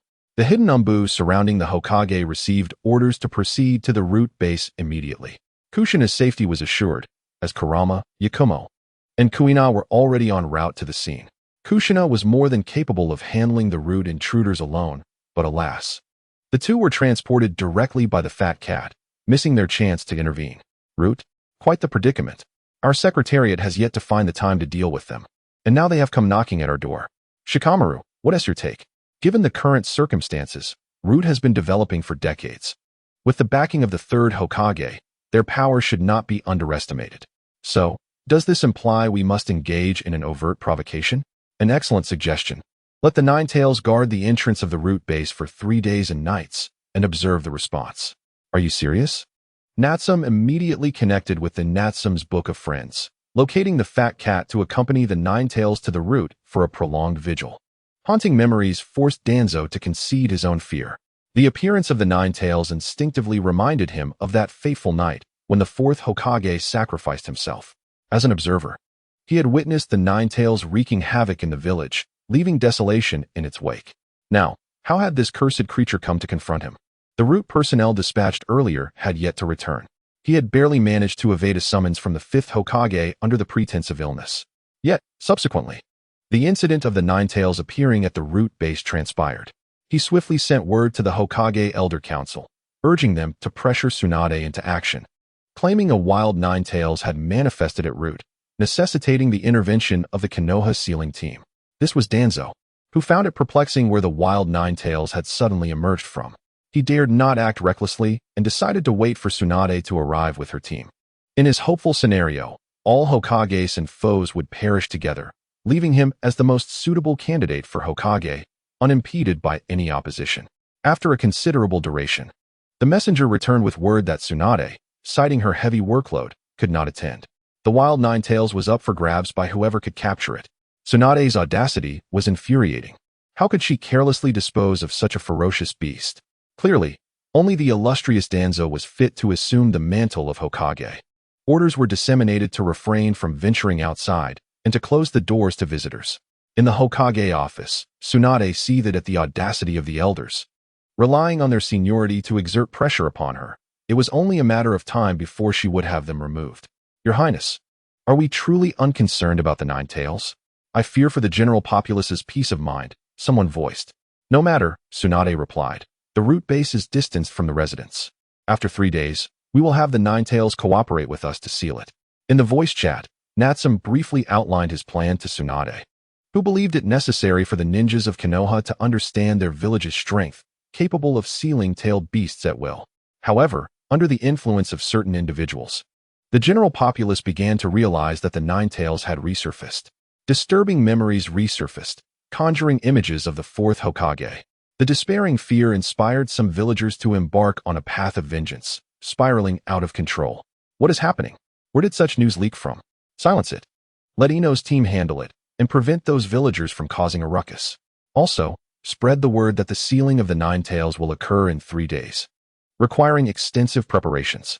It is your highness, came the prompt reply. News swiftly spread from the Hokage building that this nine-tails was wild and distinct from the one previously sealed. The sealing would take place in 3 days, and villagers were cautioned against disturbing the wild nine-tails to avert unnecessary calamity. They were encouraged to remain indoors and prepare for evacuation. Wild nine-tails. Not the same one, was the villagers' immediate reaction. Did you say Team 7 is applying to join the sealing of the wild nine-tails in 3 days? I must be mishearing, Kakashi remarked. Indeed. My secretary Natsum believes that Naruto frequently interacts with the nine-tails within him and can discern its weaknesses. Very well, I will convey this to the Hokage. We should prepare in the meantime. Why is everyone passing this responsibility onto me? The preparations for the sealing of the wild nine-tails in 3 days fell entirely to Tsunade's secretary team. Aware that it was merely a performance, Natsum had no choice but to gather the sealing team. Some, upon hearing the news, wished to contribute to the village's cause, and Natsum welcomed them. He would enlist the nine-tails' assistance when needed. Few knew that the wild nine-tails was Natsum's pet, but many speculated it might be a political maneuver by the fifth Hokage. Inside Naruto, he grumbled, "Stay out of this. You won't get a shred of chakra from me. Who cares? In 3 days, I will defeat the wild nine-tails and become the hero of Konoha, just like the fourth Hokage." 2 days later, the Hokage building received reports from villagers about peeping at the outdoor hot springs. The male members found the situation rather normal, but the females held an entirely different stance, resolutely opposing any recurrence of such behavior. In the voice chat, Ino exclaimed, "Ladies, there's a pervert spying at the outdoor hot springs." "Yes, I just received a report from the villagers," Hinata confirmed. "Such creatures should endure illusions for 3 days and nights," Yakumo suggested. "Best to eliminate them quickly," Kuina added. "Sealing them would suffice," Kushina remarked. "You 3 are far too cruel. Once we catch him, we should tie him to the nine-tails and let him be rescued tomorrow." Yugao chimed in. Chapter 62. Jiraiya upside down. A fierce battle erupted near the outdoor hot springs, with blades flashing everywhere. "It's me, Jiraiya. I'm your husband Minato's teacher. Don't you remember me?" he declared. "Get lost, you old lecher. I'm the daughter of the Huang family. Spare me your attempts at kinship and just seal him." Jiraiya, caught off guard while spying, sensed impending danger and hastily sought an escape. After narrowly dodging an attack, he found several familiar faces. He initially intended to leverage their relationship, only to find them merciless. He could only flee, confident in his prowess to evade capture, yet no matter how he disguised himself, he was still recognized and attacked. Kuina, wielding her sword, unleashed formidable sword energy, striking with precision. And there was Kushina, whom Jiraiya had thought was resurrected through some means by Tsunade. He desperately hoped for her leniency. The most disheartening was Yakumo, who had even ensnared Orochimaru in her illusions. Jiraiya dared not underestimate her either. As for the other three, he paid them little mind, assuming they were not particularly strong. Senjutsu mode? No way. With chakra but no reaction?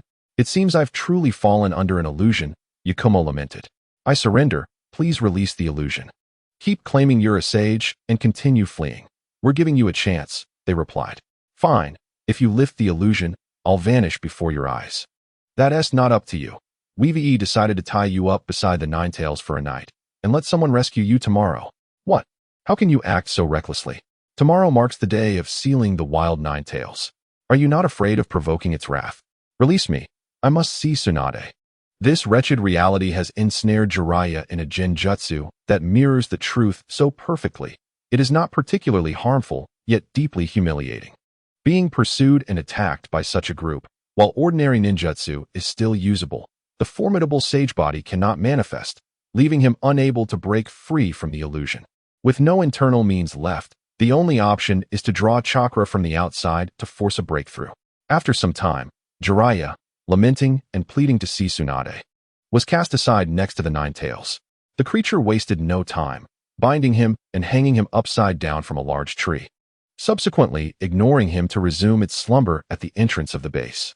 The following day, through a series of orchestrations by Natsum, the villagers became aware that it was the day when the fifth Hokage would lead numerous ninjas to seal the wild Nine Tails. The atmosphere in the village surged with enthusiasm. With 3 full days of preparation, confidence in the fifth Hokage's endeavor soared. At last, under the watchful gaze of the villagers, Tsunade led a multitude of ninjas towards the base. Danzo, at the roots, received the news with gritted teeth, glaring in the direction of the main gate.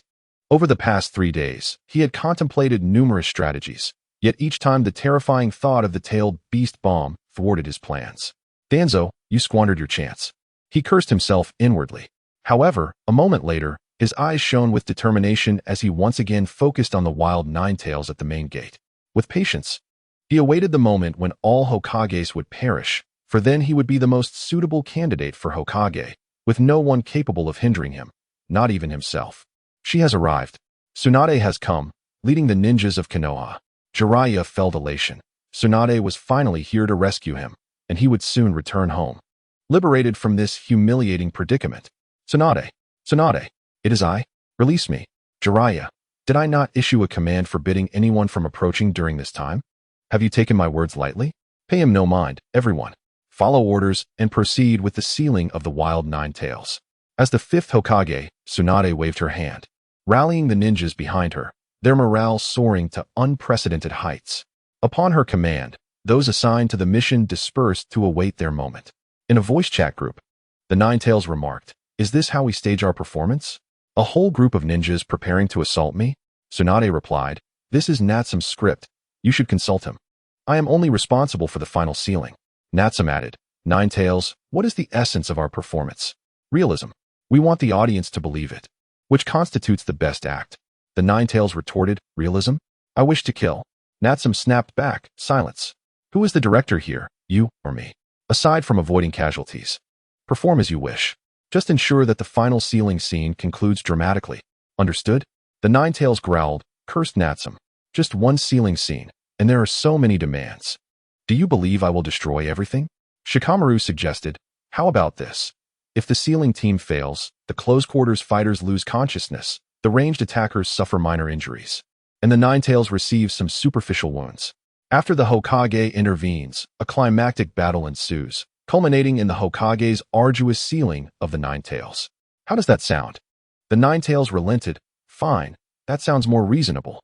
Ninjas without assignments surrounded the Nine Tails in layers. The creature chose to ignore them, closing its eyes to rest, adhering to the principle that whoever strikes first shall lose. The Konoha sealing team was ready, forming hand seals as a large sealing array extended towards the wild Nine Tails. At this moment, anticipation filled the air. They all hoped to successfully seal the wild Nine Tails. One of the Nine Tails' tails swept through, prompting another team to quickly form hand seals to create a barrier against the tail's attack. However, the fragile barrier shattered in mere seconds. The barrier team failed, and the first squad launched a ranged assault with weapons. At that moment, the second tail of the Nine Tails retaliated, sending many ninjas sustaining minor injuries. The medical team rushed to assist, while the second squad pressed on. Water release, water break, fire release, firestorm technique, wind release, great breakthrough. This round of ninjutsu attacks slightly impacted the Nine Tails, who found it bothersome but not enraging. The third tail struck, scattering ninjutsu effortlessly and sending several ninjas flying. The fourth and fifth tails followed suit, and by the time the ninth tail was unleashed, the Nine Tails finally stood up, eyes wide open and ready for battle. As the Nine Tails prepared to unleash a tailed beast bomb, Tsunade issued a precise evacuation order for a specific area. In the voice chat group, the Nine Tails commanded, "Everyone, clear out. I'm about to unleash a powerful attack." Tsunade replied, "No. Well, perhaps it's not impossible. Go ahead. I thank you on behalf of Danzo." The Nine Tails exclaimed, "What?" As the ninjas in the designated area withdrew, the tailed beast bomb followed suit. The main gate of the base was devastated by the explosion, leaving a barren wasteland in its wake. Chapter 63, The Nine Tails Performance Roaring. The Nine Tails vented its fury at the ninjas who dared to assault it.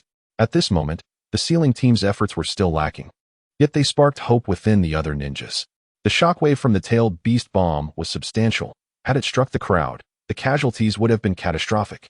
With gritted teeth, the sealing team felt chakra surging within them, completing the large sealing array as they surged towards the wild Nine Tails.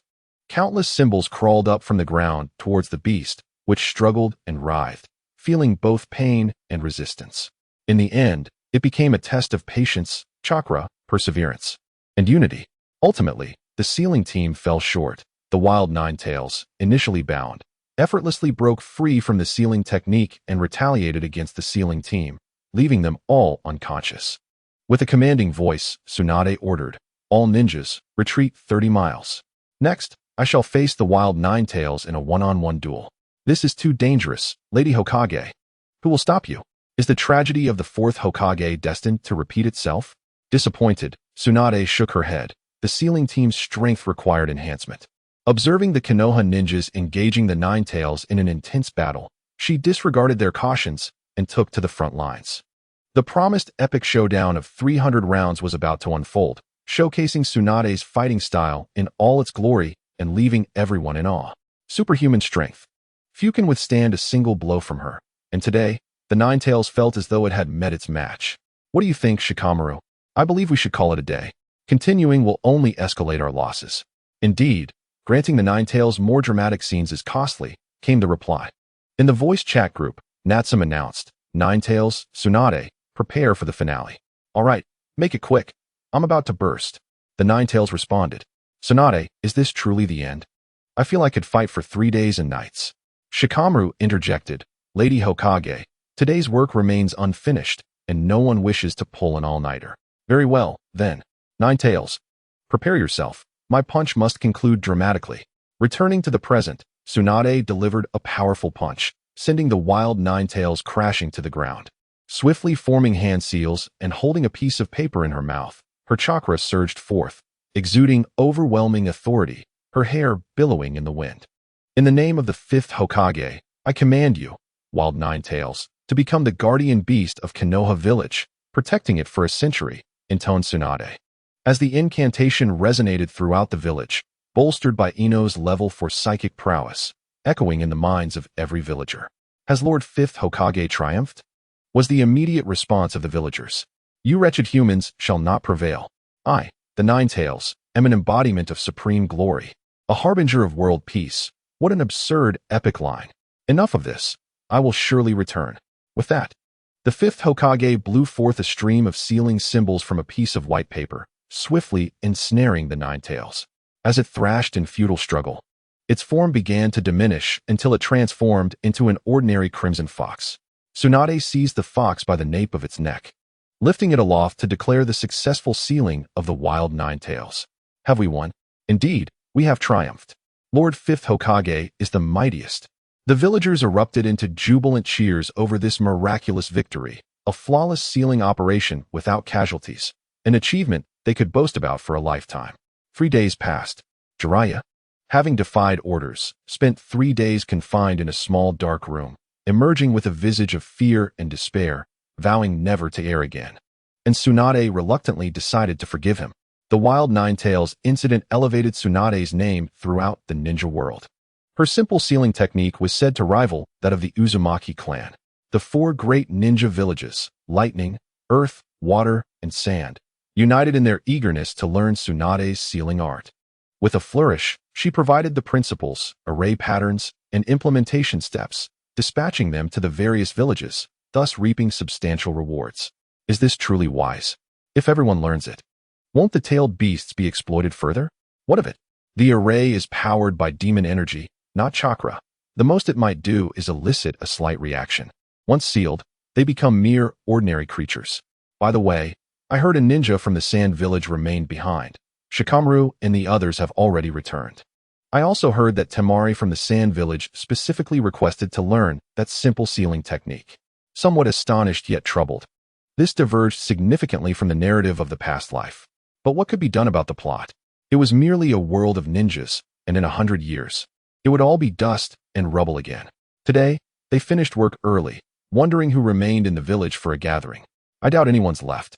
Everyone has been dispatched on missions. Let's head to my house. My mother just informed me to invite you all over. At Ino's home, her mother, learning that her daughter was bringing Natsum and the others over, decided to cook personally to entertain them. Natsum, you've come. Don't be shy. Make yourselves at home. I'll prepare a couple more dishes. Oh, how could I trouble you, sister? Every time I visit the Yamanaka household, I can't help but feel confused. You're only a few months older than Ino. Ha ha ha. Natsum, your flattery is sweet.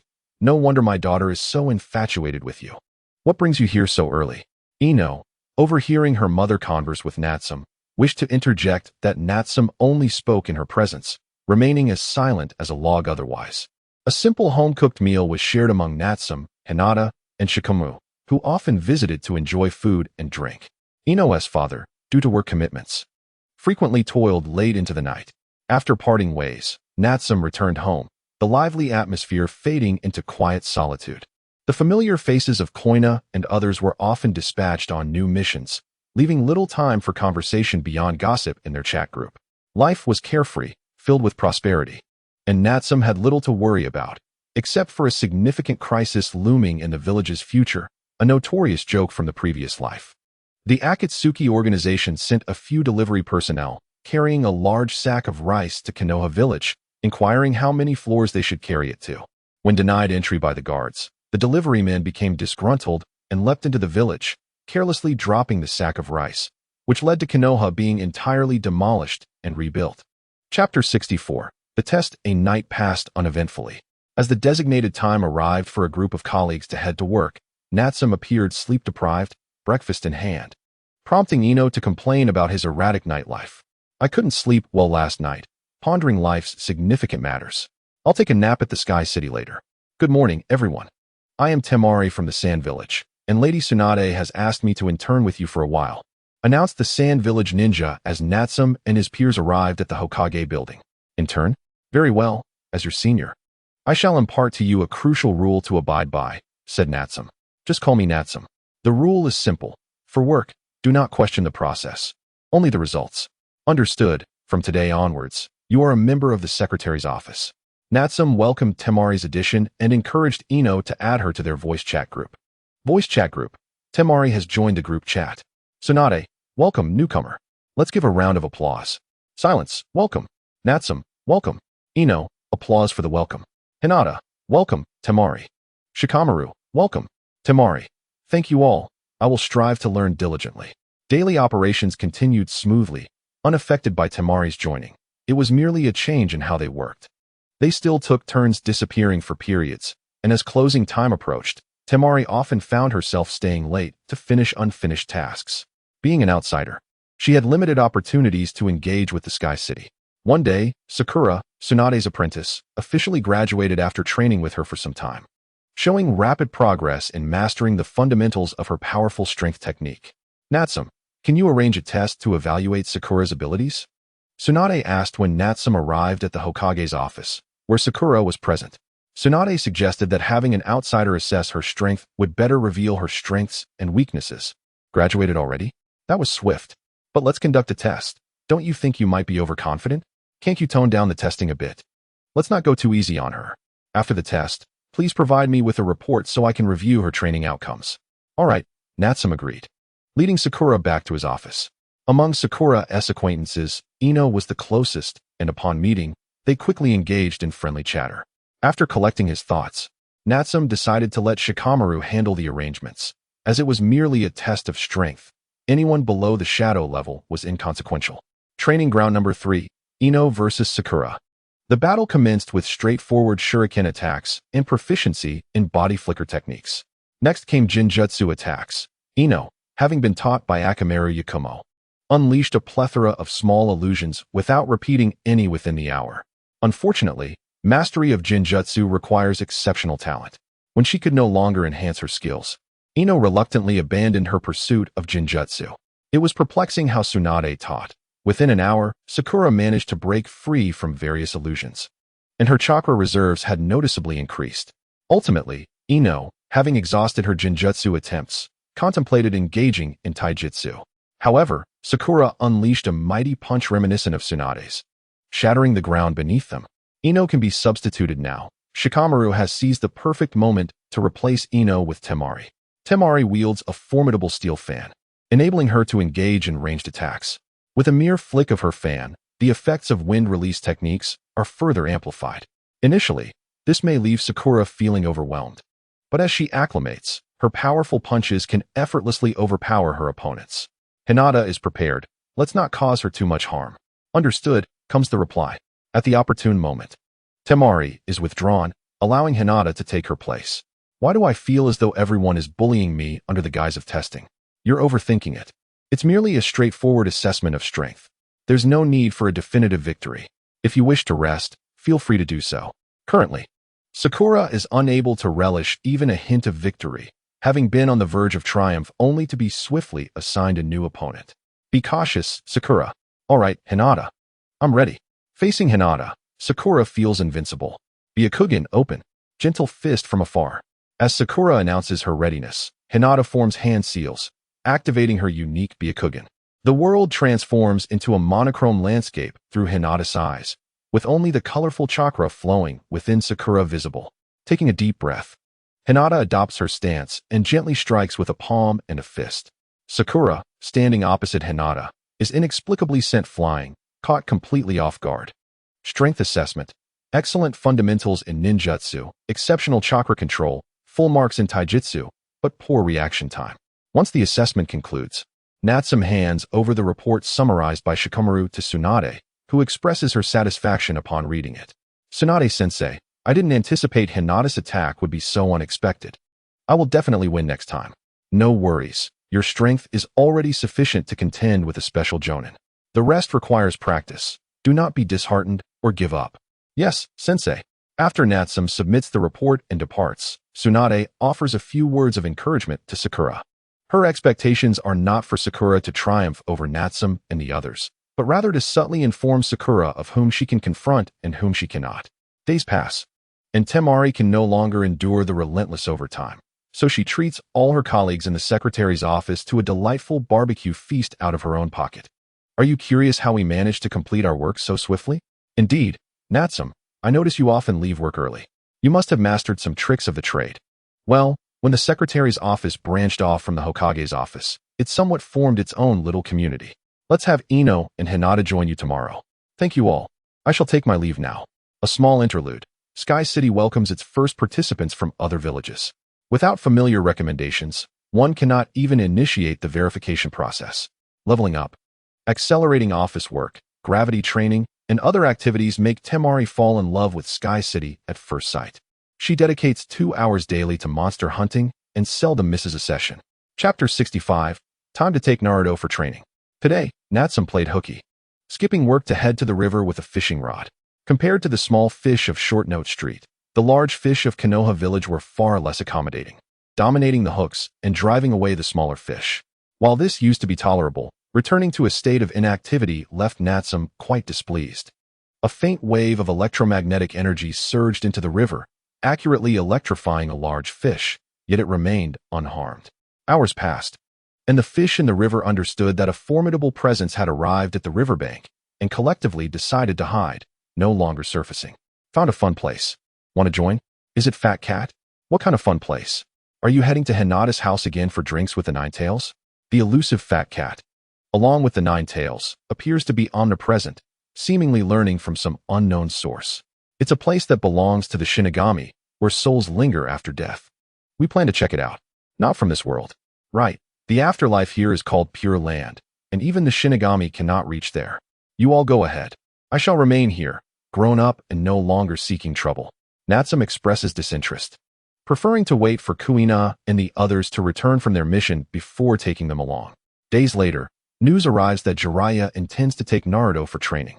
Tsunade can approve this herself, but considering Kushina's identity, she feels the need to inform her. Upon hearing the news, Kushina quickly returns to the village via Fat Cat to confront Jiraiya regarding his strength. What? Does the Toad Sage not have any pride? You sought me out for such a trivial matter? No kidding. With your unreliable nature, I highly doubt you can rein in Naruto's rampaging Nine-Tails chakra. I've heard he has gone berserk multiple times and struggles to remember sealing techniques. However, I have also heard that your temporary sealing scrolls have been immensely beneficial to him. If you're worried, just give me more to keep on hand. Let's settle this with a spar first. Kushina immediately enters the Nine-Tails mode, donning a dark red cloak adorned with 5 tails and launching an attack. Jiraiya is forced to enter Sage mode to contend with Kushina, who is nearly the perfect Jinchuriki, requiring significant strength to match her. What is the purpose of your actions? Moreover, while Naruto possesses the Uzumaki clan's physique, he has inherited more of Minato's strengths. You won't be able to teach him much while on a mission. After all, Naruto is the destined child of this world. I won't intervene in Naruto's fate, but if you abandon him carelessly after you leave, I'll ensure that Yagura and the others impart some manners to you. Utilizing the Seven Tails mode, Kushina puts Jiraiya in a precarious situation. Eventually, she opts to withdraw, refraining from further combat as the surrounding environment risks destruction.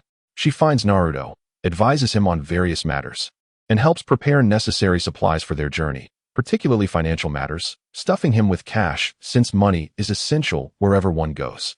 I understand, Mother. I have undertaken many missions as well, and I will take care of myself while I am out there. Once I return from training with the perverted sage, I will seek you out immediately to showcase my training achievements. We won't be estranged. Just come to the 89th floor of Sky City whenever you have the time. All right. I shall take my leave now. Focus on your training. What? The 89th floor? I'm still at the 35th floor. This is quite disheartening.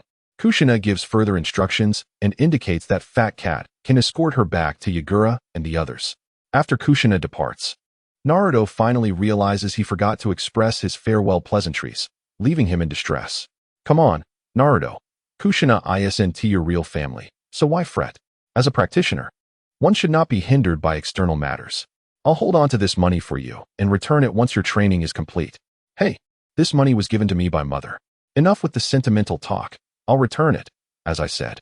Remember, this Kushina is the same age as you. Calling her mother is merely taking advantage. I refuse. Mother is mother.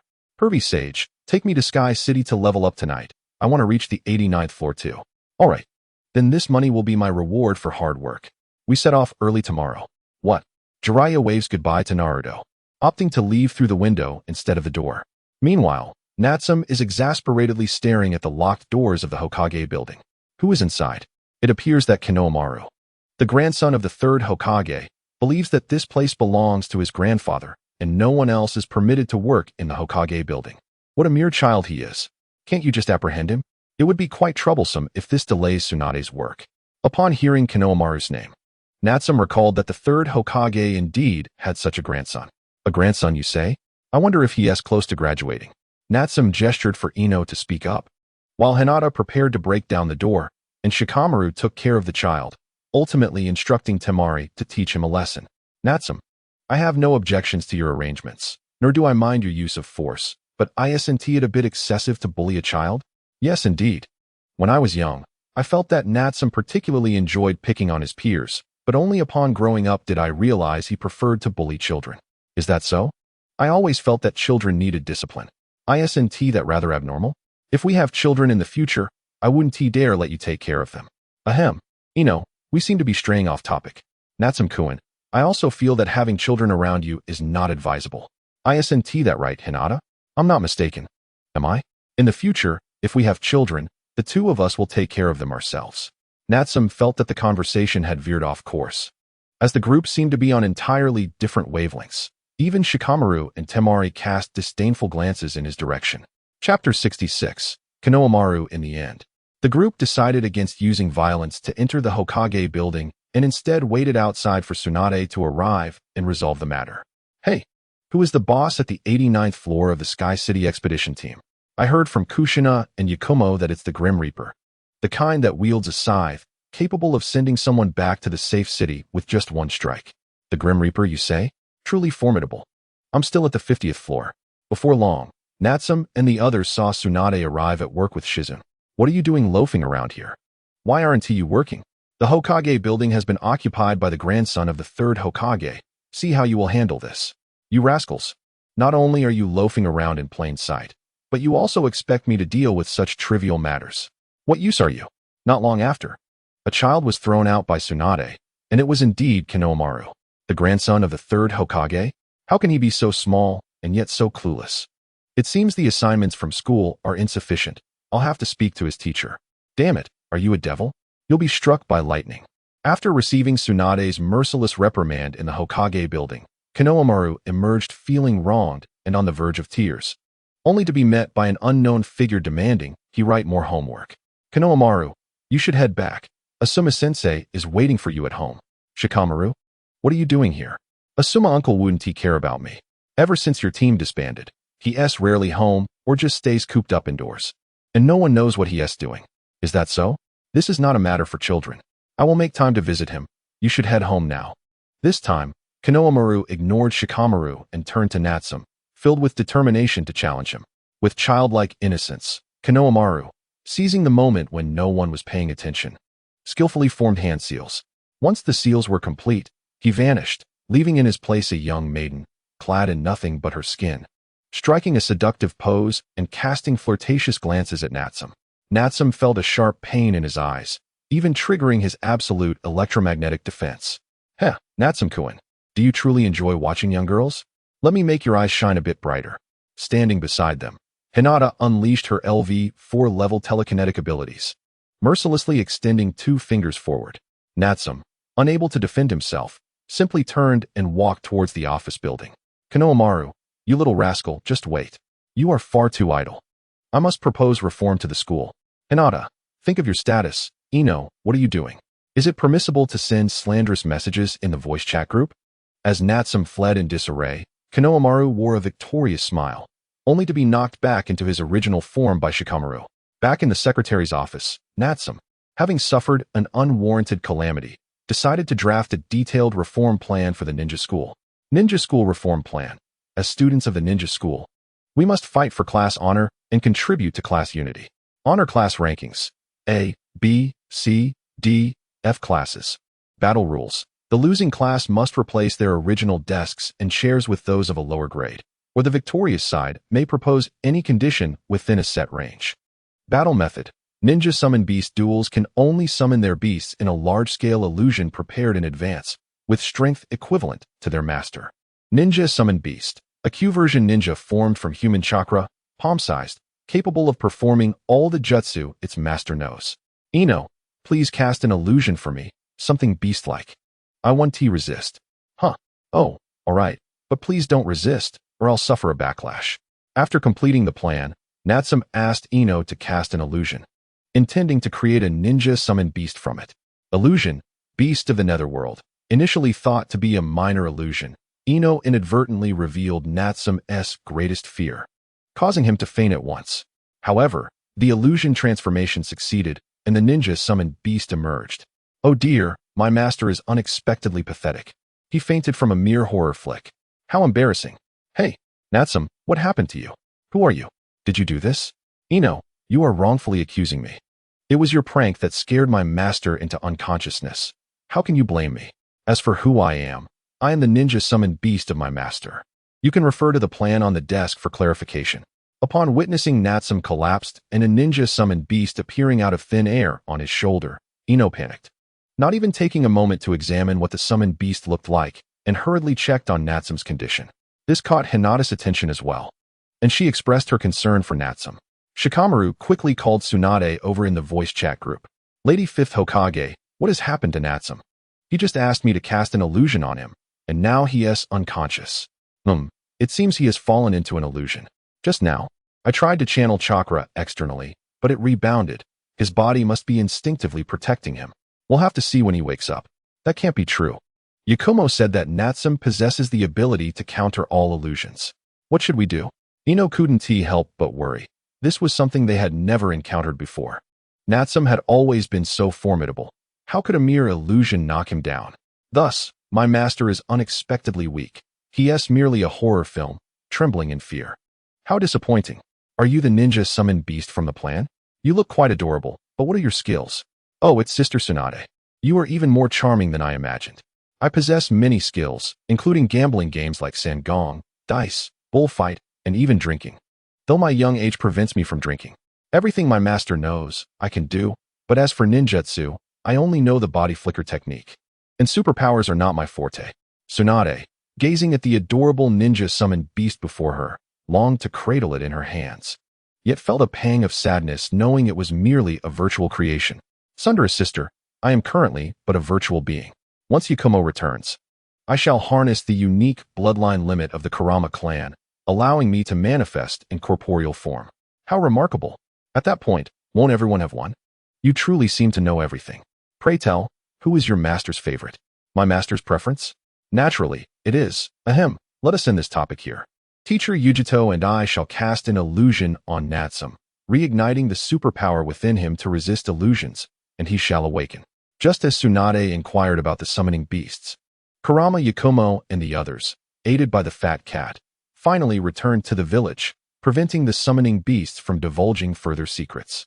Chapter 67. Ninja Summoning Beasts, Illusion Technique. 5 Senses Manipulation Fusion. Kurama, Yakumo, and Yujito simultaneously formed hand seals, this time with an impressive number of seals, yielding astonishing results. Natsum, who had fainted, generated an electromagnetic absolute domain, repelling the illusions cast by Yakumo and Yujito. Simultaneously, Natsum, who had been ensnared by the illusion, began to regain consciousness. Still somewhat shaken. This is the sensation of being ensnared in an illusion. It is truly terrifying. The summoning technique must have succeeded, right? Yujito, you have returned from your task. What is the matter? Is everyone gathered? Natsum, you're all right. That is wonderful. I sincerely apologize. It was my mistake. I should have employed a different illusion. I won't dare again. Ino, your illusion skills are remarkable.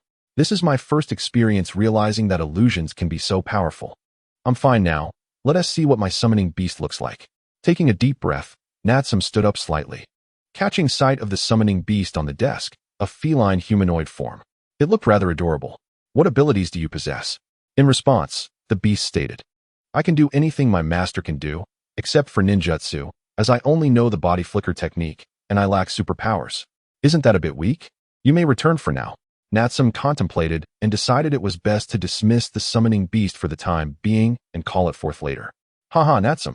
Now you realize your own weakness, don't you? I urged you to learn ninjutsu, yet you were so reluctant. The summoning you conjured is merely a pretty face without any practical prowess. Teacher Yujito, this cannot be generalized. Let us summon Kuina and see what her summoning beast resembles. Kuina, follow my lead in forming the seals. Understood, Natsum. Kuina was still the same Kuina, warming Natsum's heart as he began to instruct her on forming and dispelling seals. Ninja Summoning Beast, Shaman Kuina, with a puff of smoke. An incredibly cute little swordswoman appeared, resembling Kuina herself. This defies logic. Shouldn't this be a summoning beast? What is the principle behind this? I wonder about its strength. Let me summon mine as well. I've learned how to do this. Ninja Summoning Beast, Shaman Kurama Yakumo. Hearing Natsum analyze the situation, Kurama Yakumo could no longer sit still. He swiftly formed seals, summoning his own beast.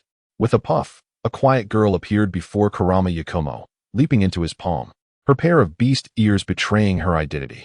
In an instant, Kurama Yakumo's summoning beast received his command and turned to face Kuina's beast. Kurama Yakumo's summoning beast vs. Kuina's summoning beast. One can cast illusions with a mere flick of a finger, while the other wields a sword capable of unleashing sword energy. Which is superior? Suddenly, a blade of blue light struck, shattering Kurama Yakumo's summoning beast into fragments. KO. Kuina's summoning beast emerged victorious. Dreaded Kuina, how could you harm my adorable summoning beast? Kurama Yakumo erupted with frustration, having lost once again. Wasn't it said that summoning beasts could only use ninjutsu?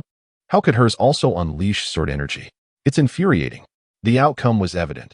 The defeated party would automatically be dismissed, with strength commensurate to their summoner. Alright, since the results are so favorable, I approve this plan.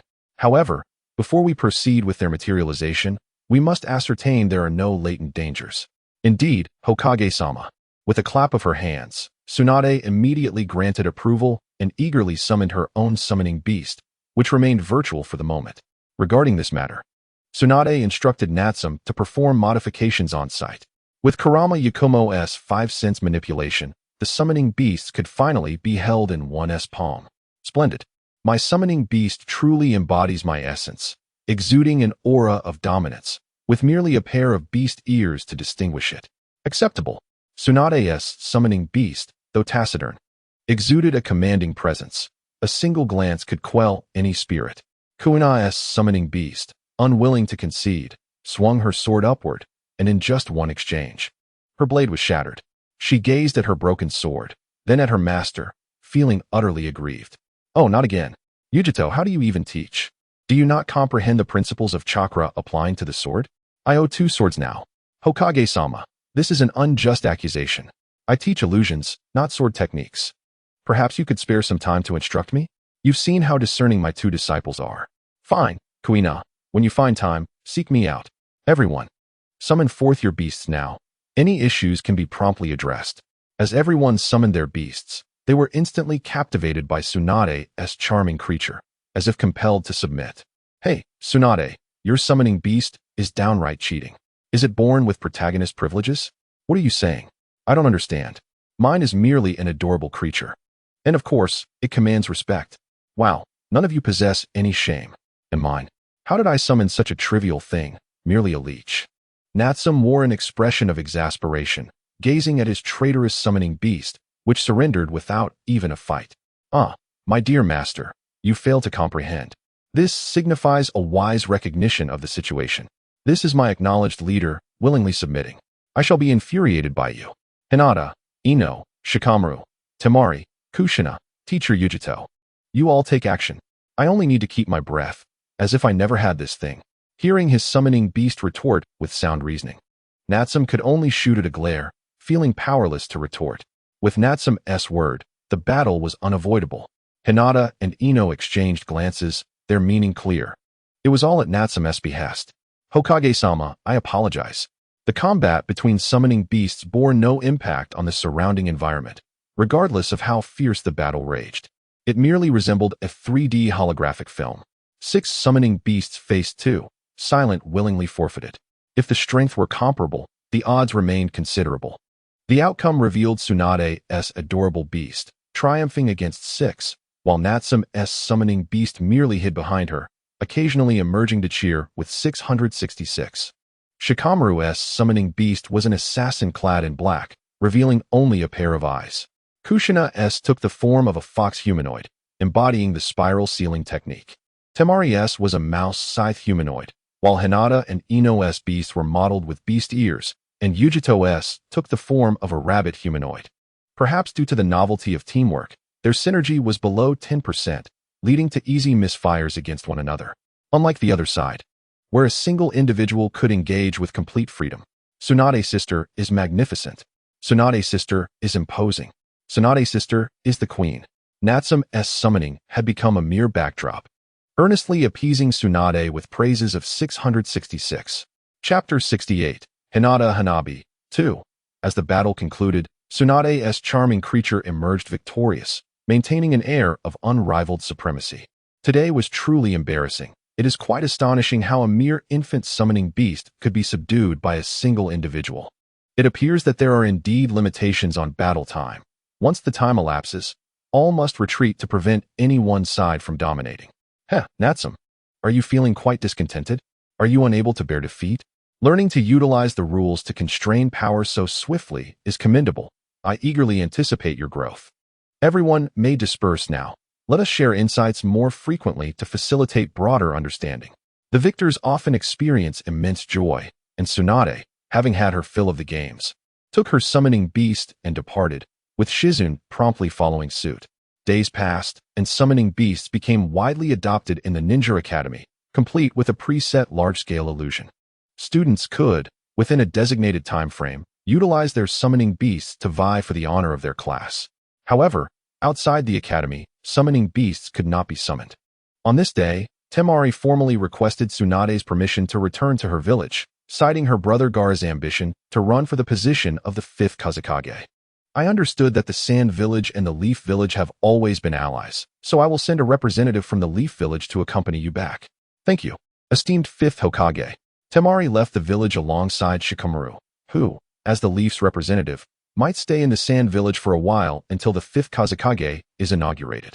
After their departure, only 3 individuals remained in the secretary's office. Days continued to pass swiftly, and due to the busy nature of work, time seemed to fly by. Hinata and Ino, do you not feel that time has been passing exceptionally quickly? It seems like mere days have gone by without accomplishing anything substantial. Haven't we been working every day? Perhaps we should leave work early today. I heard the cherry blossom season has arrived, and we could invite others to enjoy the blooms together. Sounds delightful. Let's all go. After Natsum and the others skipped work, they did not head directly to the blossoms, but instead strolled through the market, purchasing numerous items. Upon arriving at a vast cherry blossom grove, the scenery was enchanting, effortlessly allowing one to relax and become entranced. Sister, I am here too, brought by my summoning beast. Hanabi, what brings you here? Have you completed your training? Has father allowed you to come out? Sister, I just learned Heavenly Return yesterday. Isn't that impressive? Father granted me a day off after he found out today. Seeing her sister arrive brought great joy to Hinata, something that made Ino, who had no younger sister at home, quite envious. Is it true that Hanabi's summoning beast can be summoned at any time? How utterly adorable it is, a bit plump and with wings. How do you usually care for your summoning beast? Well, it's my sister who taught me. Father allows it since she often works and has no time to accompany me. My summoning beast keeps me company during training, meals, and conversations. And we even sleep together at night. We are the best of friends. Wow, that's remarkable. I didn't realize summoning beasts could train as well. Who knows? Hanabi might become very powerful in the future. Ino also took a liking to Hanabi. Though their encounters were limited, nonetheless, it did not hinder their ability to connect. Underneath a particularly grand cherry tree, Natsum and the others leisurely enjoyed their delightful time. You scoundrel! Finally, I found you. You've caused our school to have so much unnecessary homework. Today, I must give you a beating. Out of nowhere, 3 little rascals appeared, led by Konoha, who leaped down from a nearby cherry blossom tree. Upon hearing this, Natsum's brow twitched. Konoha, please mind your image today. If you continue to showcase your harem techniques, I wouldn't hesitate to recommend you for a month of detention at school. What? You are a demon. Such a malicious thought. We, the 3 angels, will defeat you. The trio of Konoha swiftly formed hand seals, summoning their respective ninja beasts. Their summoning method was quite distinctive, honed over time. It seems that Konoha has also been seeking his family to enhance his summoning abilities. This is troublesome. My summoning beast is rather inept. If I intervene personally and word gets out, my reputation will suffer. Natsum, have you forgotten? Hanabi, as the heir of the Hyuga clan, could easily defeat these 3 little rascals. Besides, she is of the same age as them. Ino, quick-witted, first sought Hinata's agreement with a glance, and then conferred with Hanabi. Both expressed their willingness, prompting Ino to pat Natsum's shoulder and say, Hanabi? How could we let someone as adorable as Hanabi face them all at once? I have no issue with it. My summoning beast is eager for a match against them. Hanabi declared confidently, empowered by her summoning beast's prowess. The battle was imminent. Hanabi's summoning beast executed Gentle Fist, Heavenly Return, preventing Konohamaru's side from closing in, while long-range attacks proved futile. Hanabi is truly a prodigy. I recall Niji Hyuga being no more than this, merely a slight enhancement in skill, and he acts so pompous. I aspire to be as formidable a ninja as my sister. Then you must strive hard. Have you awakened your superpower yet? What level are you at? Level 2. It's the power of teleportation. Hanabi proudly announced her superpower level, having reached level 2 due to the relatively short time of training under Hinata.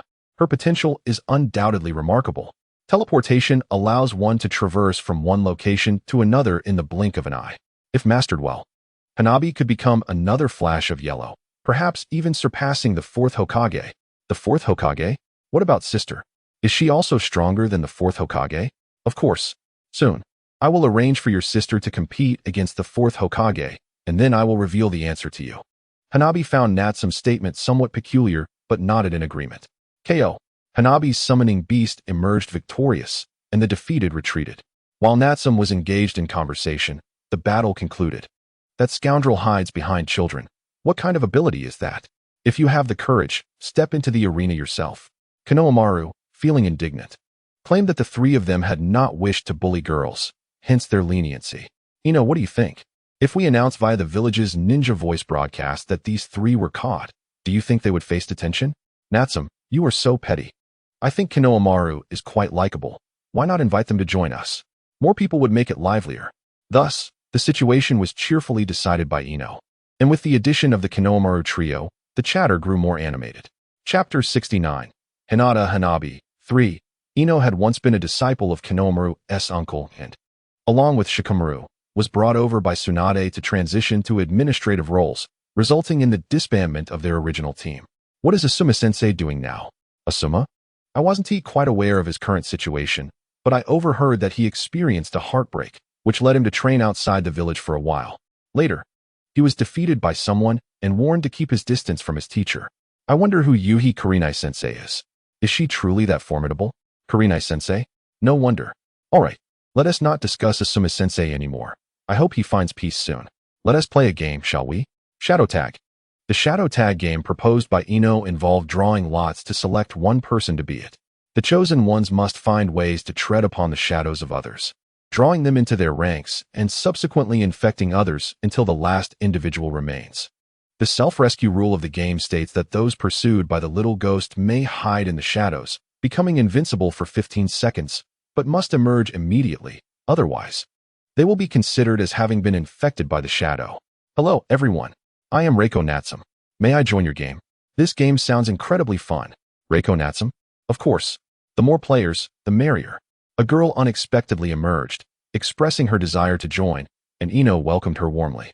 As the drawing of lots commenced, Ino drew a large circle nearby, stipulating that the game would only take place within its confines. Otherwise, participants would forfeit. Reiko Natsume became the first little ghost. But at that moment, the game had already commenced unbeknownst to anyone. Thus, within the confines of the rules, Reiko stealthily stepped upon Natsume's shadow. At this juncture, everyone finally discerned who the little ghost was, with Natsume being the first to be infected. In an instant, a swarm of bees scattered. Oh dear. Everyone has dispersed so quickly. Who will it be next? You are the creator of Natsume's Book of Friends. How did you end up in this alternate world? Ah, you guessed it. How dull. I just thought I would come play and see if I might lose for once. As Reiko chased someone, she engaged in conversation with Natsume. It's not merely a guess. I've seen you before. You weren't particularly formidable back then, but over the years, your subordinates have grown. And now they are all lords of their respective domains. Your influence is quite substantial. You've seen me?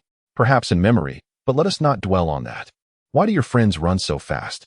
I can barely keep up. Upon hearing Reiko's words, Natsume rolled her eyes. Could you perhaps retract that ghostly speed of yours? Hinata protected Hanabi, while Ino safeguarded Konohamaru. Hee, Konohamaru, I have caught you. No, Konohamaru, you cannot perish. You must survive. We believe you can save us. As Natsume and Reiko collaborated to disrupt Ino and her group, Konohamaru, in a moment of panic, stumbled. Natsume approached him slowly, her demeanor akin to that of a predator eyeing a vulnerable lamb. Panic surged within Konohamaru's heart. What does this person intend? This is merely a game. Someone, save me. Just as Konohamaru was on the verge of being sacrificed, his two teammates rushed back, each grabbing an arm and forcefully flinging him to safety, thus rescuing him. Thank you both. I promise I will save you. Wait for me. What a touching display of friendship. Run, Konohamaru. Escape with all your might. I will catch you. Hey, Konohamaru, why are you just standing there? Help us catch him. Watching Konohamaru narrowly escape while weeping, even Natsume felt a twinge of sympathy and refrained from pursuing him further. In no time, even Ino fell victim to Reiko's shadow, adding another member to the ranks of the little ghosts, bringing the total to 5. Where could those two possibly be hiding? They cannot remain in one place indefinitely. The 15-second rule will soon turn them into our kind. Let us proceed one by one. But be cautious when it comes to the last person. The game offers a chance for retaliation. If one is stepped upon, they will be revived. And you may lose the game. Exciting, isn't it? Is there truly such a rule? I have only observed others play and was unaware of this. It makes the game all the more enjoyable, does it not? Upon hearing this final rule, Reiko concurred that a game should indeed possess such elements. Otherwise, victory would feel devoid of challenge. As Konoha darted in various directions, he was finally discovered. To avoid capture, he resorted to a desperate measure. Utilizing his ninja skills, he conjured two shadow clones, each fleeing in different directions, aiming to separate Natsum and the others and prevent their regrouping. Following Konohamaru's lead, Natsum and the others splintered into 3 paths to intercept him. "I've found you, Konohamaru. Come, join us as a little ghost. Don't come any closer. Just go away. This is merely a game. Why must you always chase me and not someone else?" In response to Konohamaru's inquiry, Natsum merely chuckled. As the shadow-stepping game continued, the number of survivors dwindled to 1. Hinata Hanabi remained hidden, utilizing her level 2 teleportation ability to leap to the next shadow within the 15-second limit. "Come out, Hanabi. I see you. Your sister is with me." Upon hearing Ino's call, Hanabi contemplated revealing herself but remembered her sister's expectations. Not wishing to disappoint her, she vanished once more. "I found you. Wait, where did she go? How strange. I felt someone just moments ago." Ino leaned forward but failed to locate Hinata Hanabi. The scene then shifted. Reiko Natsum's instincts proved accurate. A child was hiding nearby, constantly shifting positions. "Come out. I'm the only one left. They have all scattered. Are you preparing to return, Reiko?" "Oh dear, I've been guessed again. How shall I put it? The game is delightful, and I am thoroughly enjoying myself. But there is an irritating presence that insists on following me.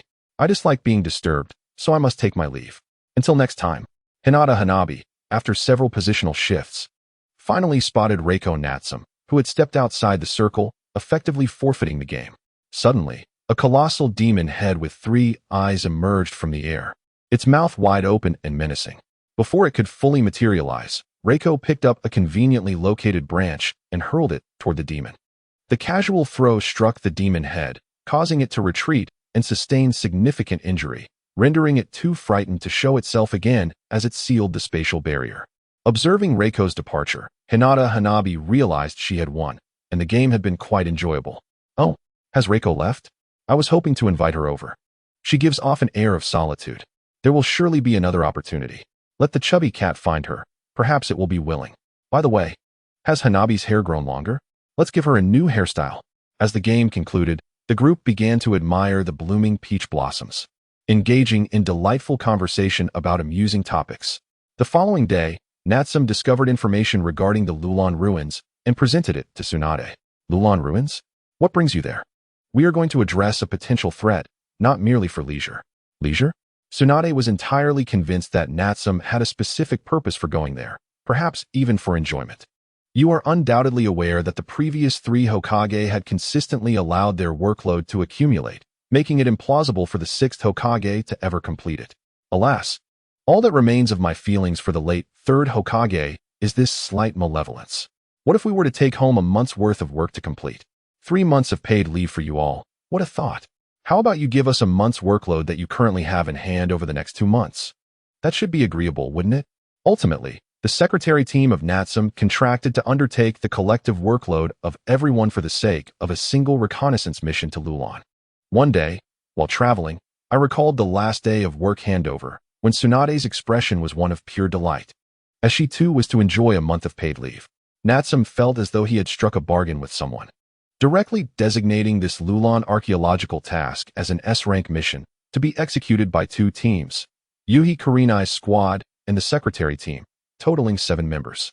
Wow, at last, there's an opportunity to undertake a mission alongside Natsum. However, is it truly acceptable to classify it as S-rank? Of course it is.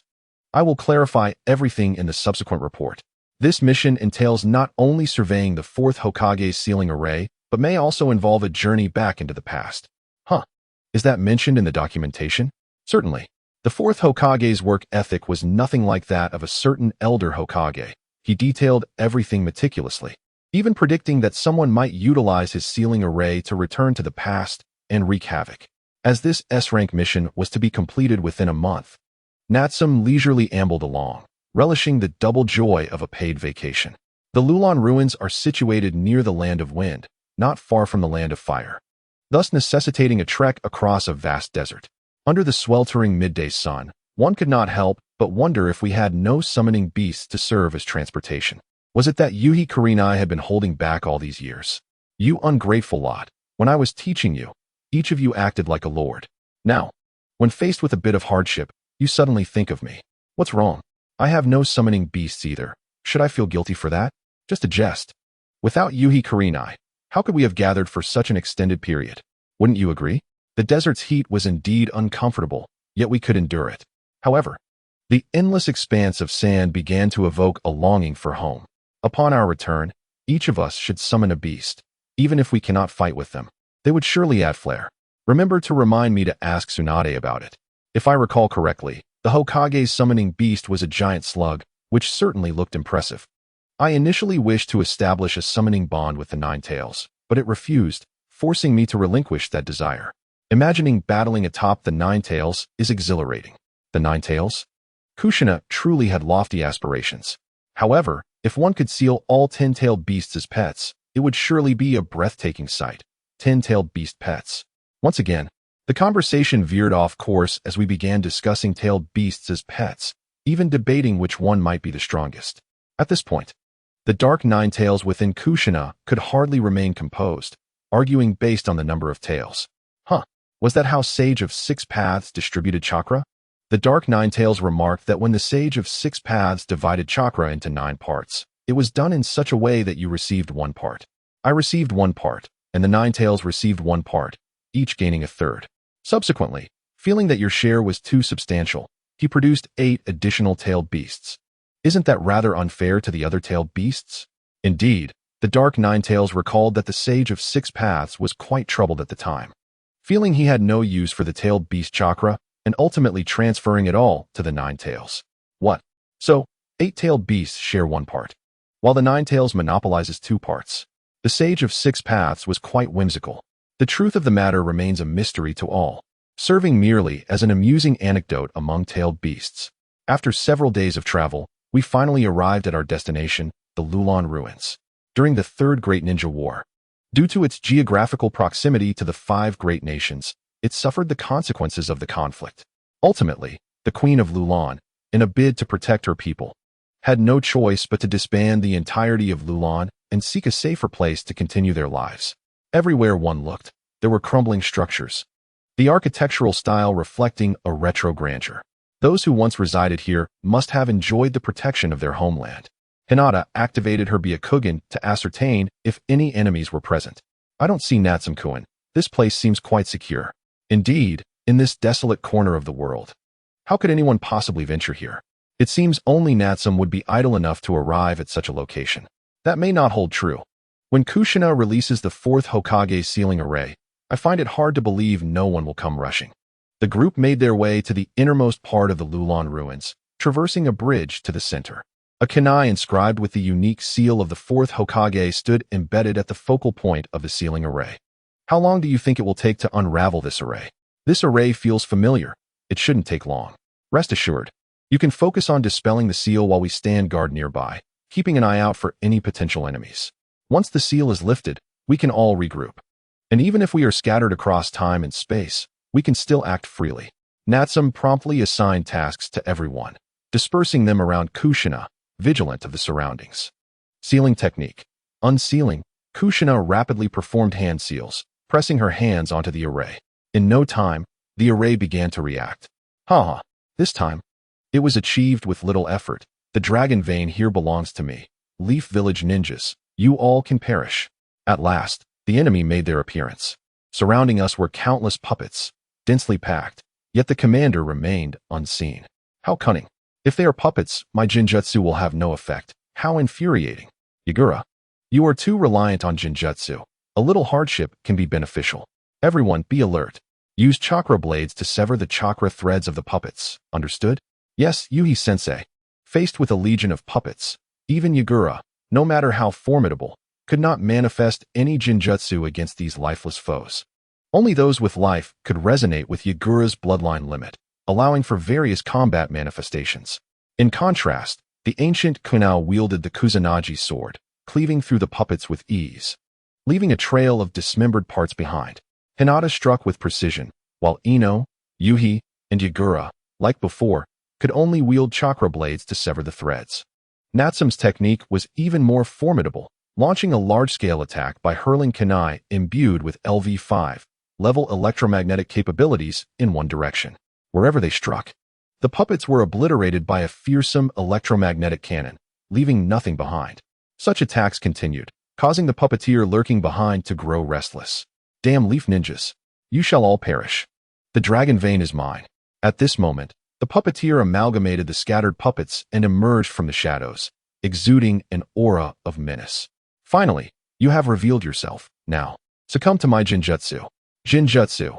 5 senses manipulation and lifetime deprivation. Yagura displayed a radiant smile upon the enemy's emergence, no matter how many puppets were slain. True victory lay in eliminating the one pulling the strings.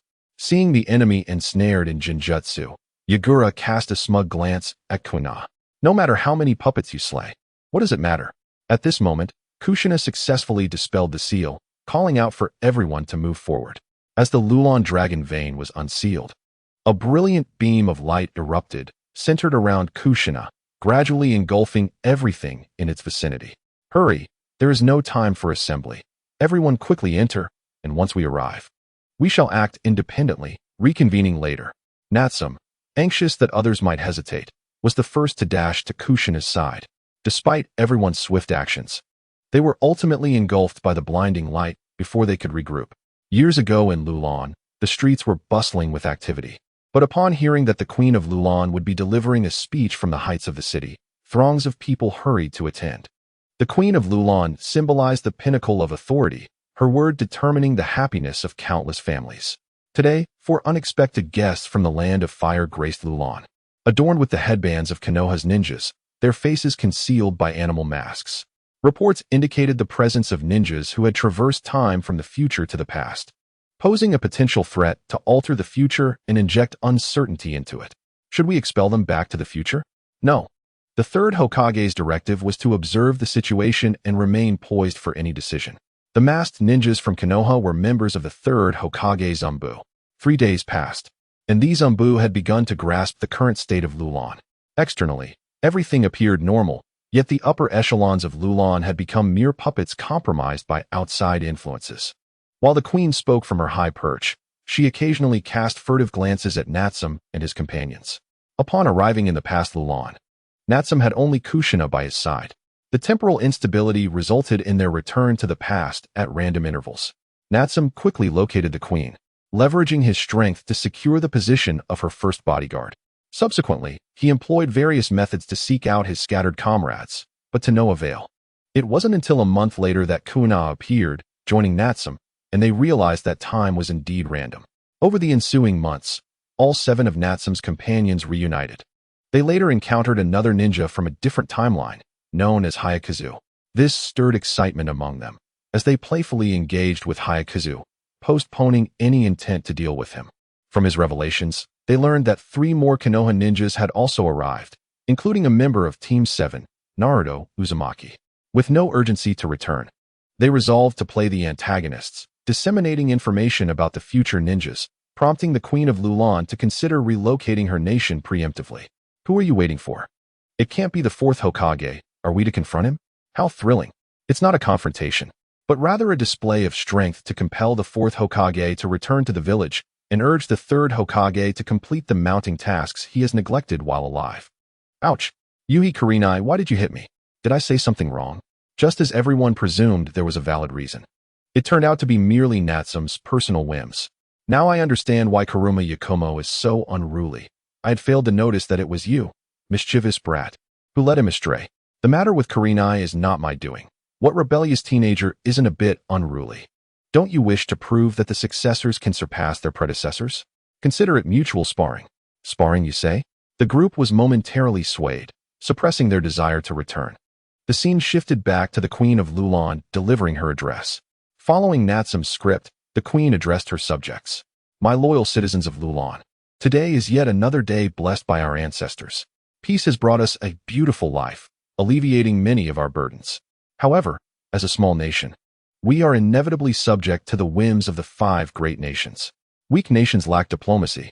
Therefore, I, your queen, declare, effective immediately, Lulan will relocate to a safer place, away from conflict, to prepare for the impending 3rd Great Ninja War. Upon hearing this proclamation, the crowd fell silent. Relocation? No, it means moving the entire nation. As Her Majesty stated, preparations must be made promptly. Indeed, with the Queen's decree, it seems relocation is unavoidable. Reflecting on this, a tinge of reluctance surfaced. Observing her subjects' murmurs, the Queen allowed them time to contemplate while she, surrounded by her guards, withdrew from their sight. Mother, are we truly moving? Asked Sarah. Yes, my daughter. The ninjas from the future may have their reasons, but I do not believe they intend us harm. Today, the ninjas taught me many jutsu and calculations of super abilities. Unfortunately, my powers have yet to awaken. Even the dragon vein is perilous for me. Unlike the ninjas, I cannot traverse freely. However, they promise that once I grow stronger, I can harness the dragon vein's energy to aid Lulan's reconstruction. I wish I could grow up faster. Patience, dear. This timing is just right. Lulan will remain peaceful under your stewardship. The queen cherished the rare moments spent alone with her daughter, free from the burdens of her royal status. Perhaps weary, Sarah excused herself, and as she turned a corner, she unexpectedly collided with someone else, also wearing a Konoha headband. Sarah had never seen him before and promptly reported to the ninja group via voice chat. In the chat, Sarah said, "Ninja Dano, I've just bumped into a Konoha ninja. Do you know him?" Ino responded, "Can you tell us his name?" Sarah replied, "He said he is Naruto Uzumaki." Ah, now there are 3 masked ones. It seems there was a disagreement, filled with many nonsensical words. Ino encouraged, "Well done, Sarah. You might want to test your skills against Naruto. If it's him, he won't harm you." Sarah exclaimed, "I tried, but I couldn't win. Boo-hoo." Returning to the present, Sarah pretended to be angry and launched an attack on Naruto. Employing various basic taijutsu techniques, shuriken throws, and body replacement jutsu, all of which Naruto deftly countered. Illusion, moment of happiness, seeing she could not prevail. Sarah grew desperate and unleashed the only jinjutsu she had mastered. According to the ninjas, it was a simple illusion. To her surprise, Naruto fell prey to it. Standing frozen in place, tears streaming down his cheeks. "Princess, one should not recklessly use unfamiliar illusions. They can be quite dangerous," he advised. "Humph, you are the dangerous ones. The ninja told me this is the illusion of happiness, which reveals the deepest desires of one's heart. You wouldn't understand, you look just like him. Aren't you all in cahoots? If you bully me, I'll tell the ninjas. Can we pretend we don't exist?" The man resembling Naruto was indeed Minato Namikaze, who had previously advised Naruto to leave Lulan but ended up clumsily colliding with the princess. Subsequently, he had to step in to warn her. However, the warning backfired, as the princess engaged Naruto in combat. Initially, Minato dismissed her as an inexperienced opponent, but her jinjutsu left Naruto ensnared, reluctant to break free. Minato intervened, assisting Naruto in breaking the illusion. From the princess's words, he deduced their cover had been blown, and a confrontation awaited him. "Since you've come to Lulan, you can't leave empty-handed. We have been waiting for you in this world for 23 years. I see you are ninjas from Konoha. Why complicate matters? You aim to alter the future. I have no interest in the future. I merely wish for you to return and convey a message to the 3rd Hokage. However, first, you 3 will join your son."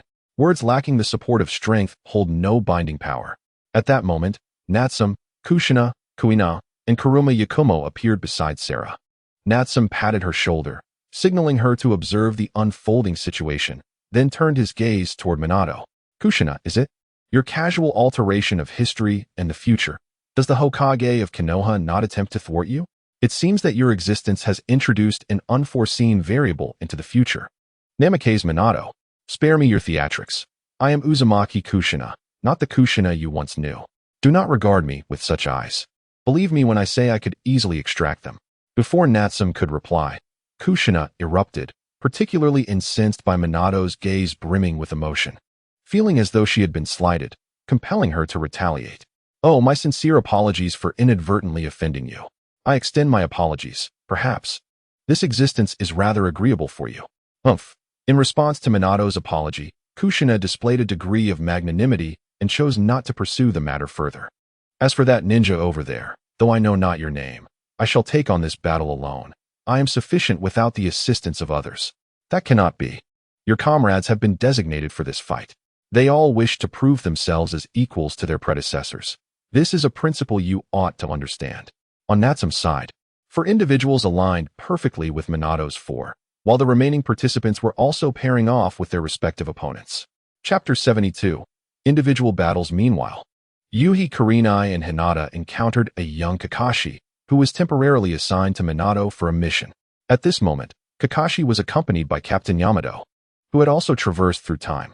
Ino, likewise, found herself alongside the alternate version of Sakura, and after exchanging pleasantries, a new round of combat commenced.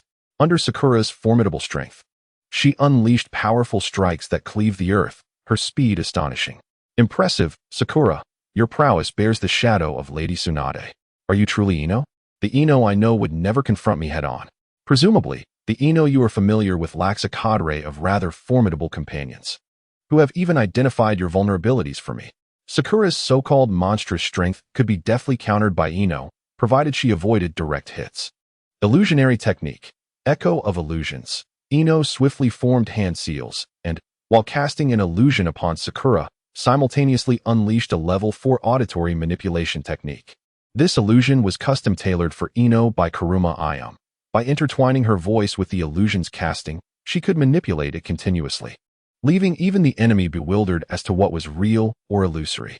You insufferable fiend, Ino, how long do you intend to evade me? Let us engage in a fair confrontation. Unaware of the circumstances, Sakura relentlessly pursued the air, demolishing various objects in her wake, displaying an astonishing capacity for destruction.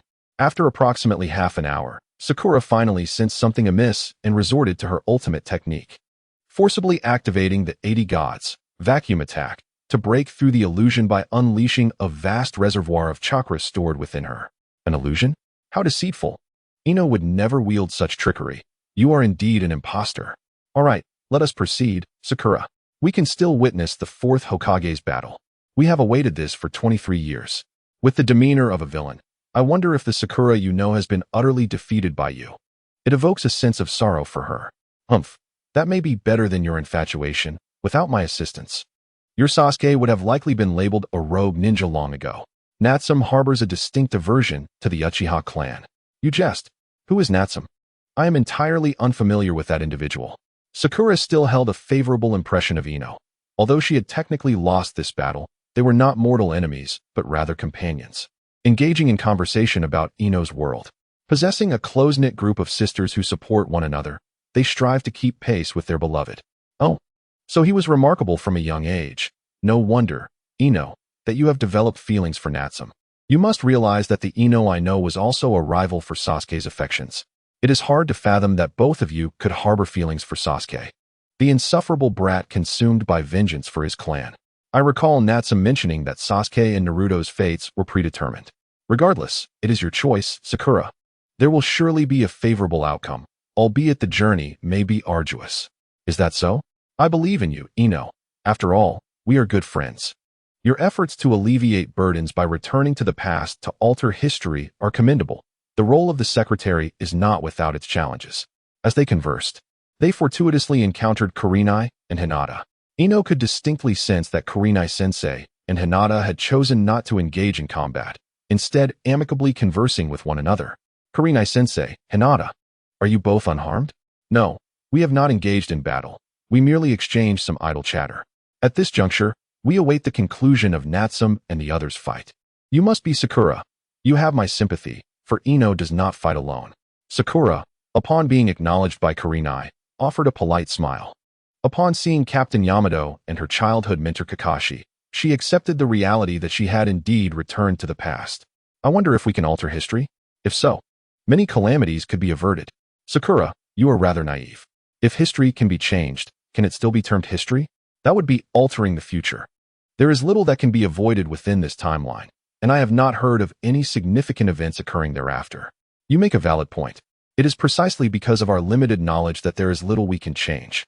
The majority of the conversation on their journey was between Ino and Sakura. While Kurenai occasionally inquired about Kakashi and the others' conditions, many concealed matters went unspoken. In truth, Ino wished to convey that if Natsum were truly intent on instigating change, this world would undergo a profound transformation. He appears to possess knowledge of many destinies. At that moment, a powerful tremor resonated from a distance. It is Natsum and Minato engaged in battle, each occupying their respective battlegrounds. Kurenai-sensei, are you not participating in combat? Surely, you are not refraining from action due to familiarity with your opponents. I have reiterated countless times. One must not become distracted in battle. You will eventually pay dearly for such carelessness. It is unavoidable. Few can escape my illusions when they are my adversaries. However, this Umbu's strength is commendable, something from the Yamanaka clan, I believe. Very well, I shall dispel the illusion. Consider it a victory for you. What is this? If not your personal showcase? Utterly dull. Observe how Guena and the others engage in an exchange of blows while controlling their strength. Unlike me, who, despite my efforts to weaken the illusion, leaves those ensnared by it struggling to break free for an extended period. The exceptionally nonchalant Kuruma Ayum effortlessly dispelled her illusion, everything occurring with such naturalness. Damn you, Guena, how long do you intend to play around? While your opponent's strength may be formidable, do you not know to temper your attacks? Kuruma Ayum turned her gaze to Guena, who wielded the Kusanagi sword against a giant hand, deftly slicing through with each strike. One sword style, great world. A tremendous wave of sword energy erupted from Guena's Kusanagi sword, sending her adversary flying 50 meters away, collapsing to the ground. Ino, are those the so-called formidable individuals you mentioned? They possess strength akin to that of a Kage, do they not? Are they truly our contemporaries? Guena truly is something else. She ought to show a modicum of restraint against the members of the Inuzuka clan. Sakura, they are indeed the most powerful of sisters. Even Hinata could easily defeat them. How enviable. If only I possessed such prowess, I would not find myself unable to retrieve Sasuke. Ino said nothing in response to Sakura's envy. Strength is never achieved overnight. Talent is undeniably crucial, yet both Kuruma Ayum and Guena have never slackened in their training, for Natsum's starting point is exceedingly high. Oh no, Captain Yamato. Naruto is about to lose control. Alright, leave it to me.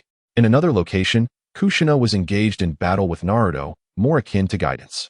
The sudden emergence of Ninetales' chakra caused both Sakura and Yamato to tense up. We cannot interfere with Kushina's fight. Hinata? Is there anything I can say to prevent Naruto from speaking further? If the Ninetales goes berserk, it will be too late. Just as Yamato was preparing to act, Hinata stepped forward to halt his next move. Yamato, I truly am pressed for time. If the Ninetales goes out of control, Naruto will be in grave danger. Surely, you do not wish to see him harmed. The Ninetales is merely a pet of ours. You cannot interfere with the battle between Kushina and the others. Seeing that Hinata was unyielding, Yamato had no choice but to take a detour, yet he was still obstructed by her. Apologizing inwardly, he casually launched a shuriken, hoping to use the opportunity to escape Hinata's grasp. With her Byakugan activated, Hinata noticed that Yamato had made the first move and retaliated with her ancestral technique. She redirected the shuriken back towards him. The projectile struck a vital point on Yamato, but, contrary to expectations, did not claim his life. Instead, it transformed into a piece of wood. Acting swiftly, Yamato utilized a substitution technique, and once safe, he formed hand seals, transforming his right hand into several wooden pillars aimed at trapping Hinata. Contrary to retreating, Hinata charged toward the reaching pillars, employing her fundamental palm technique to counter with equal force.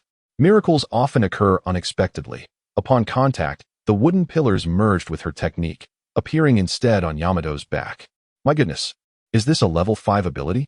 How is this possible? Ino questioned, bewildered by the display of power. What is a level 5 ability?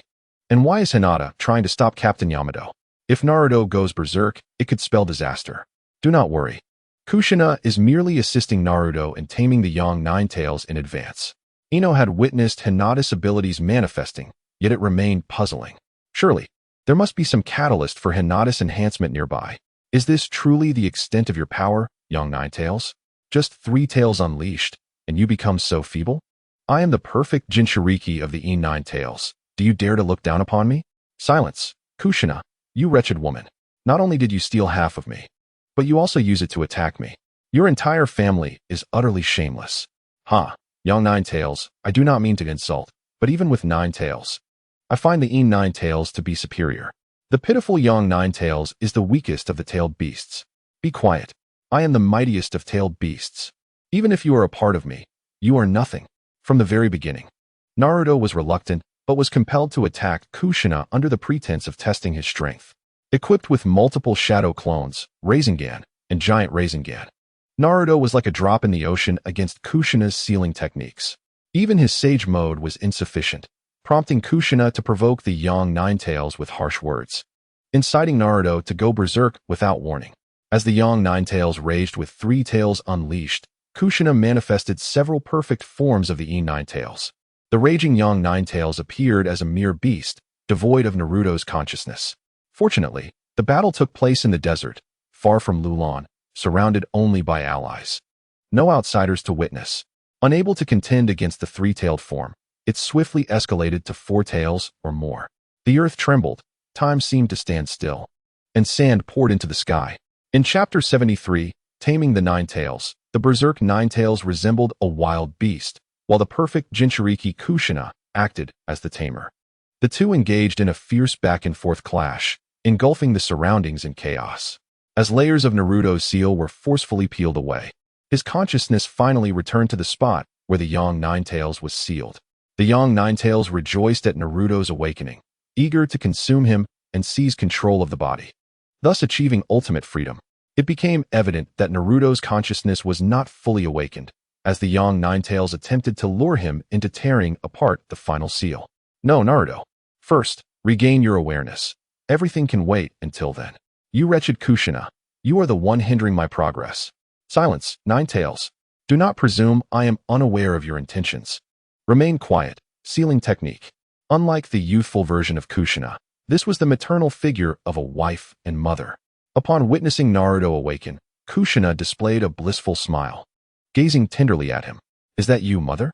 I saw you in Sarah's illusion. Later, father awakened me, yet he would not acknowledge me. Why? I had a mother younger than you who I called Aunt, and she asked me numerous questions, always listening intently. Eventually, she helped assess my strength, but Aunt's power was immense. Even the sage of the 6 paths could not surpass her, and even you went berserk. My mother knows everything. I have always strived to be good. Mother has been watching. I am the best. Mother, I miss you so much. I wish we could live together like in the illusion, doing homework and learning side by side. No, Naruto, your dream is to become Hokage, just like your father, to be an outstanding man. Mother, I have told you no apologies. Your voice is becoming louder. I just want you to grow up healthy, just like your father. Kushina nearly understood the feeling of having a son aspiring to be a freeloader. Time passed, and Kushina and Naruto conversed joyfully, with Kushina speaking while Naruto listened. Whenever the 9 tails misbehaved, Kushina would intervene with a lesson. Ahem, I hate to interrupt your mother-son reunion, but is your method of dealing with the 9 tails not excessive? Keeping it locked up or bound will hardly make it listen to you. My time as a ninja? Do you not realize how brutal the 9 tails can be? This is the first time I have heard such a perspective. We have 2 in our family, one in its complete form and the other, the 9 tails within me. I will tame this young 9 tails first. The other Kushina also appeared within Naruto's consciousness, where time was stagnant, relying solely on awareness to navigate. Kushina formed hand seals and released the captured young 9 tails. Now free, the young 9 tails harbored a fierce resentment towards those present, immediately attempting to retaliate by swallowing them whole. In the name of my master, I command you, 9 tails, to obey and not defy. Sealing. Kushina retrieved a piece of white paper from her pocket, folded it, and held it in her mouth. With hands clasped together, she forcefully expelled the sealing patterns from the paper, which flew towards the young 9 tails. Unable to resist, the 9 tails was struck, its power dwindling and body shrinking. Internally, the young 9 tails realized something was amiss. What have you done to me? Why can I no longer feel my chakra? You have 2 choices. Become Naruto's pet or cooperate with him as the perfect Jinchuriki. You must be joking. Let go of me. Why am I shrinking? What have you done? The young 9 tails shrank entirely, maintaining its fox form with 9 tails, lacking any power. It was easily held aloft by Kushina, who disregarded its futile attempts to bite. Is this truly the 9 tails? So small yet rather adorable. To think of the 9 tails as a pet sounds delightful, but will it agree? The adult version of Kushina approached, taking the small nine-tails from the younger Kushina. She examined it carefully, flipping it over to understand its structure. It will agree, such matters cannot be rushed. However, the nine-tails possess a uniform temperament across the nation. My complete nine-tails behaves similarly, aiding me in persuading the nine-tails. Impressive. You truly are remarkable. Are you truly the version of myself from my youth? At this moment, it seems that it was around the time when the adult version of Kushina had just graduated from the ninja academy. She tossed the nine-tails in her hand to Naruto, who was beside her, and then engaged in a casual conversation with her younger self. Perhaps having not spoken to anyone for too long, she felt an overwhelming urge to share many thoughts. It was indeed a delightful surprise to see her son and reminisce about her youthful days. Oh, you were taken away to another world? Does that mean that since Mito Grandma's passing, fate has already shifted? Yes, it was Mito Grandma who guided me away. I was brought to the night you and your husband sealed the nine-tails. It was during that time that the nine-tails was snatched from the Grim Reaper. After that, I have been living in the world where Tsunade became the 5th Hokage. What a bizarre series of events. I hardly know where to begin my complaints. Do you have someone special in your life now? The younger Kushina pondered for a moment before nodding, sharing details about her current living situation. Is he an outstanding man? Here's what I propose. I will impart the fruits of my years of training to you, to help you avoid unnecessary detours. But your spirit is too weak. It doesn't matter. At the very least, I can support you until the moment Naruto becomes the perfect Jinchuriki. The adult Kushina gazed at Naruto with a motherly love, turning to observe him as he quarreled with the nine-tails. Their argument seemed to quiet down after a while. Well then, since that is the case, I entrust you with my future family. Yes, my younger self, I will leave Naruto's welfare in your hands. The two reached an agreement. While Naruto and the nine-tails also came to a consensus, the nine-tails needed to regain strength, and Naruto would become the perfect Jinchuriki. Outside, the two nine-tails, who had previously been at each other's throats, had now calmed down, silently confronting one another, as if engaging in a new round of battle within their consciousness. Now is a good opportunity, Hinata. Let me through. I will seal the rampaging nine-tails, and Naruto will be safe. No, it has already rampaged to the 8th tail. You can't do anything now. This is Kushina's battle. You cannot interfere. Yamato was still uneasy about Naruto's rampaging state. Even with the 8th tail manifested, he wanted to give it a try. Can this ninja uncle use would release? He should also know the first Hokage's techniques, right? How about a friendly spar? No. You misunderstand. I simply want to stop Naruto from continuing his rampage. I have no intention of fighting you. The nine tails within Naruto, we know better than you do. If you think you can handle us, subdue us first before you go searching for your Naruto. At some unknown moment, Kuruma Yakumo suddenly appeared beside Yamato, causing him to break into a cold sweat. If I told you that you were already under a Jinjutsu, would you believe me? Please stop joking. Jinjutsu shouldn't feel that real. I surrender, but please do not harm Naruto. Hehe, you are wise to recognize that. Keep an eye on things. Once it's all over, we will send you back to your original world, and the 100 feet will be in your hands. After saying this, Kuruma Yakumo dispelled the Jinjutsu. She had been standing in the same place all along, but found Yamato to be somewhat bothersome, which prompted her to cast the illusion. When the Jinjutsu was lifted, Yamato belatedly realized that he had genuinely been trapped. So close to reality was the illusion. But when did it start? Was it when Kuruma Yakumo appeared, or even earlier? It hurts, but it's just a little Jinjutsu. I was merely chatting with him, no need to be nervous. I did not harm him. Hitting you is the least of it. You have no respect for your seniors at all. I regret not sending all 3 of you to the Ninja Academy when you were younger. You don't even understand the most basic respect. Yes, Teacher Yui. You are absolutely right. But why hasn't Kakashi from Team 7 continued being a teacher? He wasn't taken out by someone, was he? As soon as Kuruma Yakumo finished speaking, she received a few light slaps from Yuhi Kurenai. The future was so uncertain that even she was perplexed. Chapter 74, Return. Did Natsum change the future? Or did she alter it? According to Yamato's world information, he was supposed to be with Hinata, Kiba, and Shino. This trio was the closest to reality. Hey, Teacher Yuhi, are you awake? Please don't get too caught up in your thoughts. We have changed the future. Haven Tiwi? Or else how could I still see my father? It's all your fault for asking so much. Once Natsum finishes this battle, we'll go back right away. My thoughts are starting to jumble. Oh, I wonder how strong the 4th's resistance to Jinjutsu is. Should I try releasing a little as a test? No, Natsum, I'm just joking. Please don't strike me with lightning. As Kuruma Yakumo and Yuhi Kurenai exchanged playful banter, a mass of dark thunderclouds began to gather overhead. This was Natsume's level 6 super electromagnetic power, which she had recently upgraded within the dragon vein. Ultimately, the thunderclouds above dispersed, and Kuruma Yakumo let out a sigh of relief before turning her attention back to the battlefield between Natsume and Minato Namikaze. Both were cautious, continuously throwing kunai. Minato's kunai bore his exclusive space markings, allowing him to appear and vanish without approaching. Meanwhile, Natsume's kunai was imbued with her super electromagnetic capabilities, displaying tremendous destructive power. It seems you are well aware of my abilities. While I lack sufficient intelligence about yours, comparatively, I may be at a disadvantage. I cannot afford to underestimate you. As the son of the Shadow Tree, I have been somewhat of a tyrant in Konoha since childhood, and my opportunities for battle have been few and far between. By the way, I must thank you for inspiring my teammate. Is it that Byakugan girl? With her space transferability? If I am not mistaken, this too does not belong to the chakra system, does it? Yes, it falls under the category of superpowers.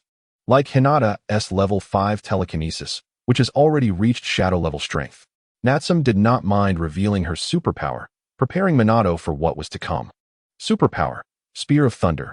No matter how many kunai one prepares, there will always come a time when they run out. This time, Natsume chose close combat, summoning a spear made of electric currents and thrusting it toward Minato. Minato retreated at the first touch, quickly forming hand seals to use the body flicker technique to evade. Having encountered a battle where everything was known to the opponent for the first time, she wondered if it would be possible to halt this meaningless conflict. If you have anything to convey, I can take it back as an additional task. Are you trying to use Flying Thunder God technique to escape? That would trouble me greatly. How about you take a hit from me first? Natsume felt that she was failing as a villain. After just a few exchanges, Minato seemed ready to retreat. Being able to use Flying Thunder God technique to escape indicated that Minato had already prepared an escape route before arriving. Flying Thunder God technique was quite troublesome. It mattered little whether one could win or lose, as a safe retreat was paramount. Superpower, Super Electromagnetic Field, centered around Natsume.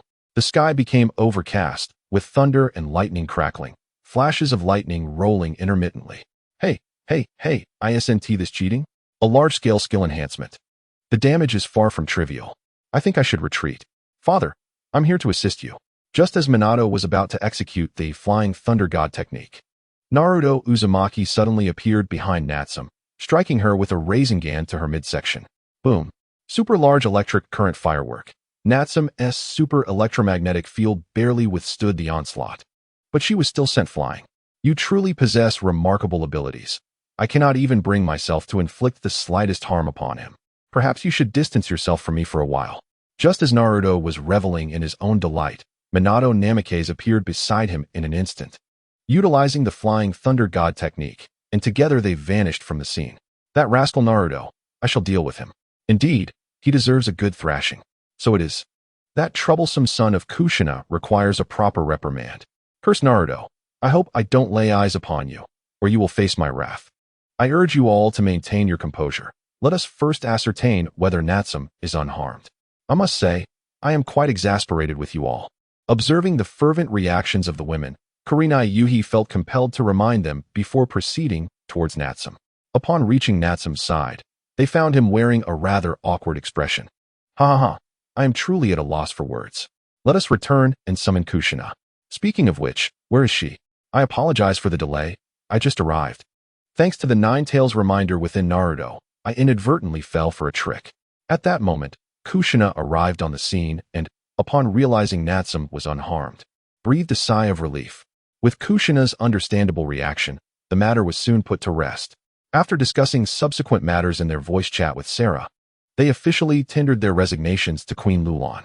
The group then ventured to the Dragon Vein, where they returned to their original world through Kushina, concluding their journey in Lulan. Is it truly over? Had I not witnessed the dilapidated ruins of Lulan with my own eyes, I would find it hard to believe that such a lively place could have fallen into this state. I feel as though our adventures were in vain. Look at this letter. It was left by the fourth Hokage. Ino picked up a letter from the ground, certain it had not been there before, having just noticed it. To future generations, by the time you read this, you may have just returned from Lulan. However, I have sealed all memories of your actions there from those in the know. As for the instructions regarding the third Hokage, even as the fourth Hokage, I am powerless. I can only hope to alleviate some of your burdens during my lifetime, while the rest must be entrusted to you. Signed, Minato Namikaze. A few days later, two individuals clad in the Akatsuki's black cloaks adorned with red clouds encountered Natsume and his companions as they emerged from the desert. Ha. It seems we have stumbled upon a wild Uchiha. What do you say? Shall we capture him? Leave the heavy lifting to me. The first to react was Kuruma, who swiftly ensnared the two Akatsuki members in a Jinjutsu. What about Itachi Uchiha? 2 against 7, do we stand a chance? I can sense that the swordswoman possesses formidable strength. If I am not mistaken, we have already fallen victim to a Jinjutsu. I have heard tales of the Kuruma clan's bloodline limit, which even the Sharingan cannot counter. We should look for an opportune moment to escape. Itachi Uchiha and Kisame Hoshigaki took this situation more seriously, until Konoha pointed her sword at Kisame, signaling him for a spar. Do not be hasty to flee. We have encountered a worthy opponent. Let us engage in battle. Within this Jinjutsu, your abilities will not be suppressed, I assure you. After our spar, we shall act as though we have never met, 2 against 2. I sincerely hope you uphold your end of the agreement, Natsume added, making it clear that any refusal would result in all 7 of them joining forces against Itachi. Kuina vs. Kisame. The blade of Konoha's Kusanagi clashed against Kisame's mighty sword, the strength of her strikes rivaling that of a Kaga-level shinobi. The two exchanged dozens of blows, their battle exhilarating enough to draw gasps from onlookers. Kisame's weapon relied on brute force and the absorption of chakra, but he found himself at a loss, gaining nothing from Konoha. Why are you so fixated on the swordsmanship of a bygone era? Wouldn't it be wiser to focus on chakra cultivation? As long as I exist, swordsmanship shall never fade into obscurity. One day, it shall rise again.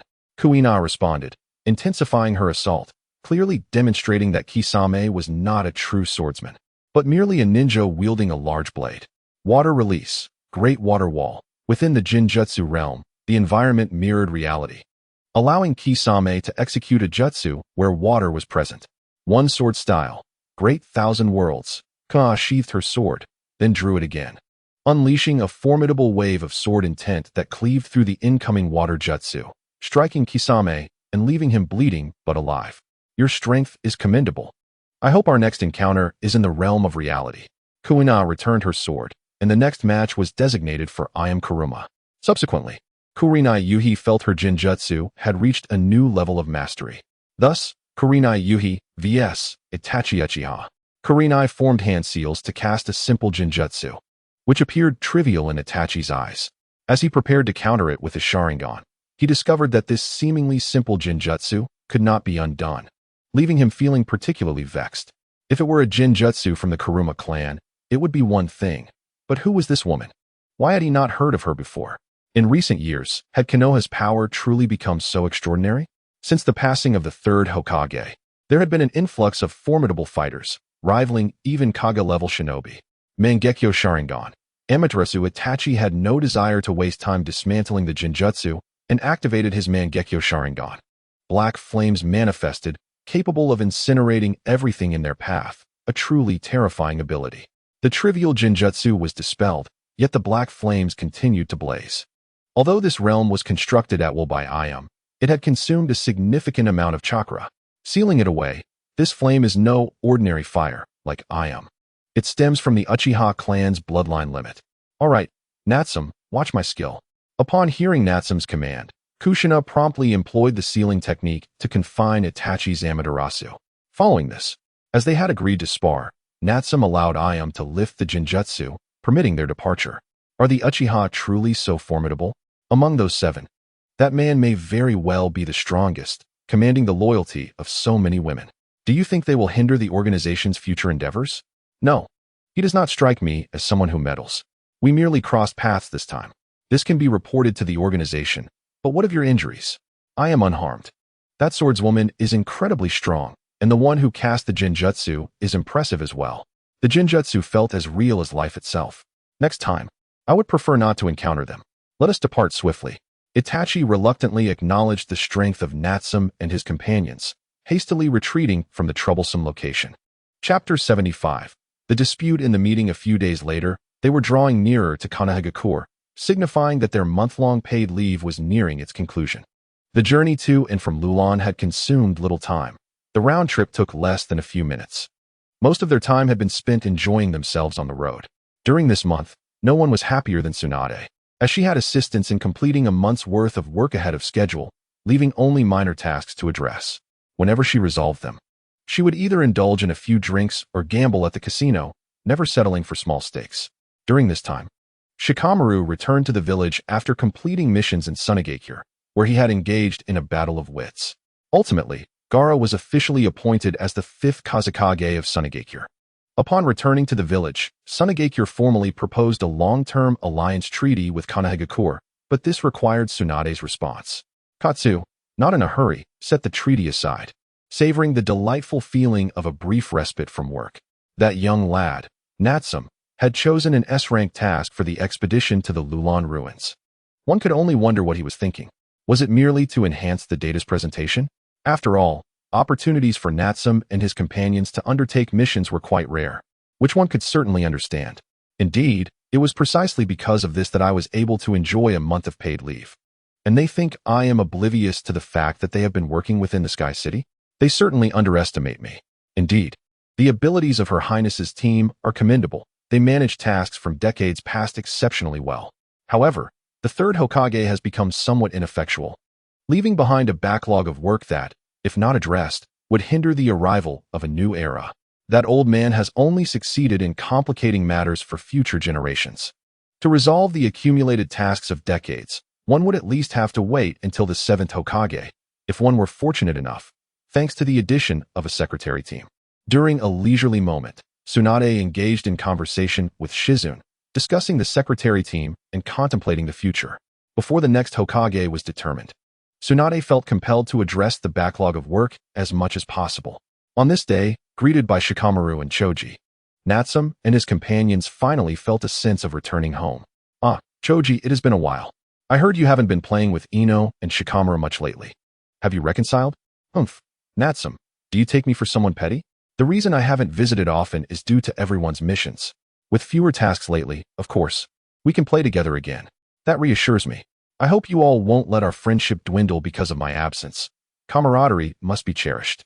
Having just returned, they were eager to indulge in a hearty meal, inviting a few acquaintances to share amusing stories from their missions. The next day, the members of Team 10 officially transitioned into the 5th Hokage's Guard team, a suggestion made by Natsum, which also related to the long-term alliance treaty previously signed with the Sand Village. Gaara, the 5th Kazekage, and a Jinchuriki had added a guard team to Tsunade's side, intending to surround herself with powerful protectors, which sounded quite impressive. Upon returning from the expedition to the Lulan ruins, the combined strength of Kurinai, Kuna, Kuruma Yakumo, and Kushina had reached a level comparable to that of the Kage, and their task data was remarkably well executed, leaving no room for criticism. Knock, pardon the interruption. Lord Hokage, the 2 advisors have arrived and inquire when the meeting may commence. Upon receiving a response from within, a member of the Umbu appeared at the Hokage's office door, flanked by 2 advisors, both elderly men and women. Understood. We may proceed to the conference room now. Please have Secretary Natsum join as well. Yes, Lord Hokage. The Umbu ninja complied, turning to inform the advisors. The 2 advisors, upon hearing this, did not greet Tsunade, but directly walked towards the conference room. What arrogance! Even I, the Hokage, am not afforded respect. They shall not blame me later. Shizune, please ensure Natsum does not escalate matters. Understood, Your Highness. Shizune instinctively obeyed, only to realize that Tsunade's words seemed to carry a double meaning. In the conference room, Natsum, delayed by some work, finally arrived as the others gathered. To hold a meeting, we must wait for this brat. One might think he is the Hokage. Seated among the advisors, Kamachi turned to Natsum with irritation over his tardiness, perceiving it as disrespectful to the 2 of them. Well, look who we have here, our village's 2 old advisors. How are you still alive? Has the 3rd not sent you off to join him? As soon as Natsum settled into his designated seat, Kamachi's derision fell upon him. Natsum, unyielding, felt that the 3rd's companions should maintain decorum. What did you say, you brat? Do you comprehend the consequences of offending the advisors of Konoha? Old fool, do you realize the repercussions of crossing me, Natsum? I've long been displeased with your inefficacy. Allowing decades of work to accumulate while you waste away in idleness, occupying high positions without fulfilling duties. When do you plan to depart this world? Do let me know, so I may find you a proper grave. Show some respect, you insolent child. When I was establishing my place in the ninja world, you were likely playing in the mud. Care to brawl? Come on, I will eventually take you down. The conference room descended into chaos due to their incessant bickering. Though the disruption was minimal, it still reverberated throughout the Hokage building. The alliance with the Sand Village had been established more than once, and the number of betrayals matched the frequency of alliances. Under Tsunade's guidance, the meeting continued. The fifth Hokage proposed the 8th clause of the alliance treaty, granting them partial access to the Sky City, while the 11th clause, dispatching 20 Chunin to assist the Sand Village in development, was tantamount to aiding the enemy. As outlined in the 18th clause, as everyone reviewed the alliance treaty in hand, Kamachi began to voice her opposition. I object. Those who speak such words are only interested in reaping benefits without contributing. Shouldn't you return the goodwill of the Sand Village? Be silent, you child. What gives you the right to disrupt this meeting? A mere secretary daring to cause chaos. Huh, you old relic. What an imposing authority you wield. One might mistake you for the Hokage. I believe everyone present has the right to oppose or support, rather than allowing a single voice to dominate. You insolent brat. Do you wish for your demise? You old fool. Do not claim I am not providing you an opportunity. I will take you down myself. This is outrageous. Do not restrain me. I will tear that brat apart. Hearing Natsum's tone only fueled Kamachi's fury. She had never encountered such disrespect. Acknowledging the ongoing meeting, she could not storm out in a huff. Yet, unable to swallow her indignation, she crumpled a piece of paper and hurled it at him. Natsum, equally incensed, retaliated in kind. Once more, the meeting devolved into disarray, with Tsunade offering no intervention. Yet, from Natsum's words, she gleaned some inspiration.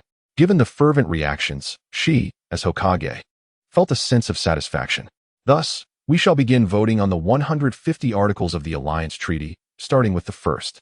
Abstentions, oppositions, and approvals will all be counted. Future meetings will no longer involve discussions, but will rely on the votes cast, with my position as Hokage granting me a veto. This unprecedented method of conducting meetings sparked extensive debate, unheard of before, yet granted everyone a voice. Kamachi opposed what she deemed a farcical meeting. I, Natsum, support the Hokage's decision. This is a monumental choice that will pave the way for a new future, comparable to that of the first Hokage. The village belongs to us all, and everyone has the right to participate. Whenever the advisors opposed, Natsum would affirm his support. Initially, he too found Tsunade's approach somewhat childish. However, upon reflection, with the Hokage wielding a veto, it remained within Tsunade's control. This method of conducting meetings felt oddly familiar. Among those present were many clan leaders, including the Hyuga clan, the Kuruma clan, the Inoshikacho trio, and the Sarutobi clan, among others. Perhaps the legacy of the third Hokage lingered. Yet the future of the new generation was in Tsunade's capable hands. This method of determining the meeting's direction through voting received overwhelming support, marking a pivotal moment when the authority of the Hokage was for the first time delegated. Chapter 76. Voting Conference. The voting session commenced officially. Adhering to Article 1 of the Alliance Treaty, which stipulates the enduring alliance between the Sand Village and the Leaf Village, prohibiting any unilateral breach. Let the voting begin, declared Tsunade, and the hands raised in approval nearly constituted the entirety of the assembly. The subsequent votes proceeded seamlessly, with only the dissent of Tenten, while Natsum expressed his support. Midway, the two engaged in yet another quarrel, yet the meeting continued to progress normally. In the root base, Danzo, upon receiving the news, shattered his teacup in a fit of rage. How dare Tsunade treat the Hokage's authority with such levity? It is evident that only I, Danzo, am truly fit to assume the mantle of Hokage. He summoned his allies to join him in the vote. Lord Danzo, the fifth Hokage has issued orders. No one shall disturb the proceedings, or they shall be treated as traitors. Furthermore, the number of individuals determining the outcome via voting has been established, and anyone wishing to join must secure approval through the vote. That detestable Tsunade, that wretched fifth Hokage shall come to regret this. Danzo's impotent howls reverberated throughout the root base. He had initially dismissed the meeting, citing ill health, underestimating its significance. Typically, such meetings were dictated solely by the Hokage. with minimal input from others before swiftly concluding.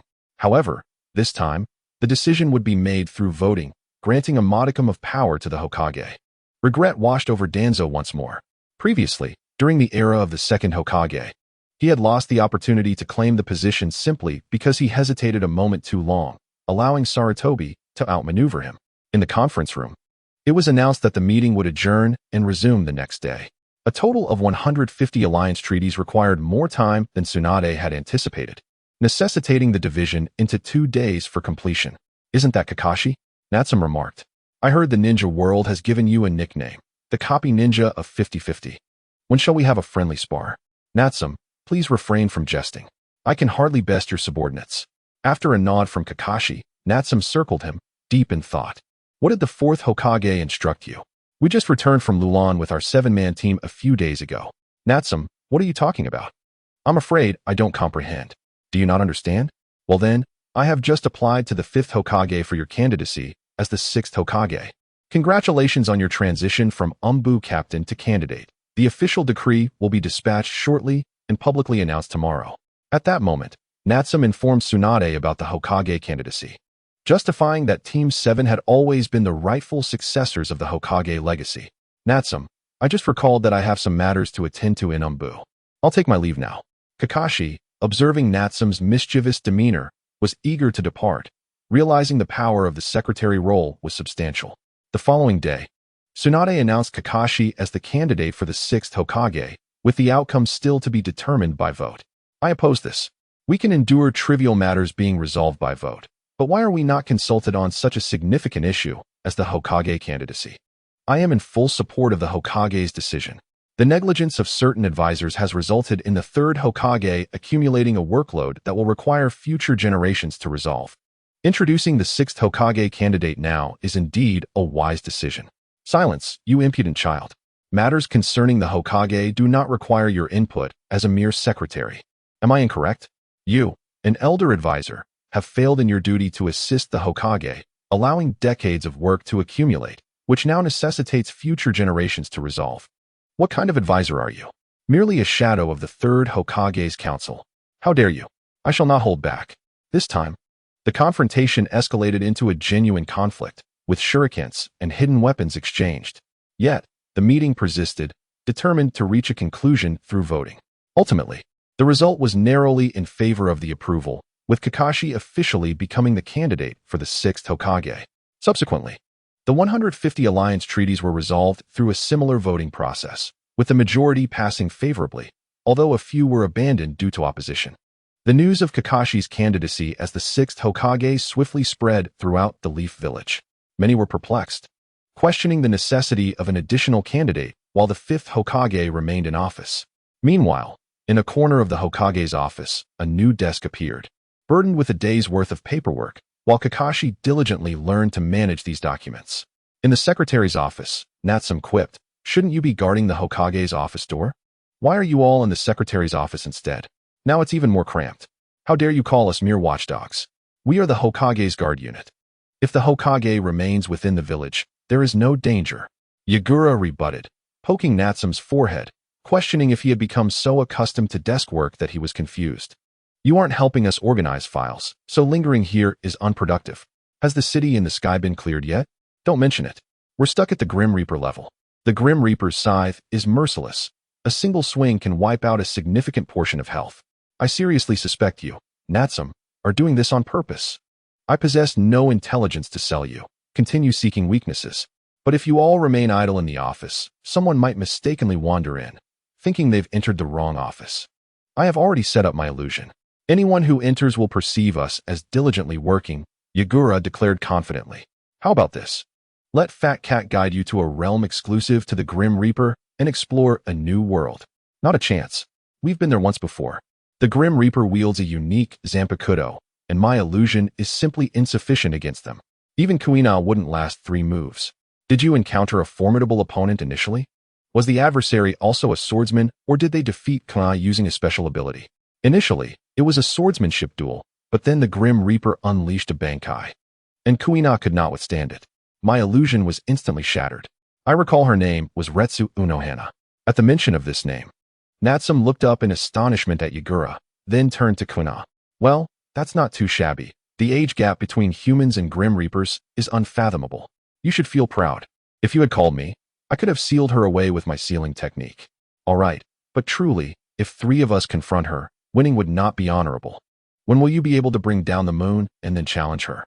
Bring down the moon? Natsum, your thinking is misguided. Is there a formidable opponent residing on the moon?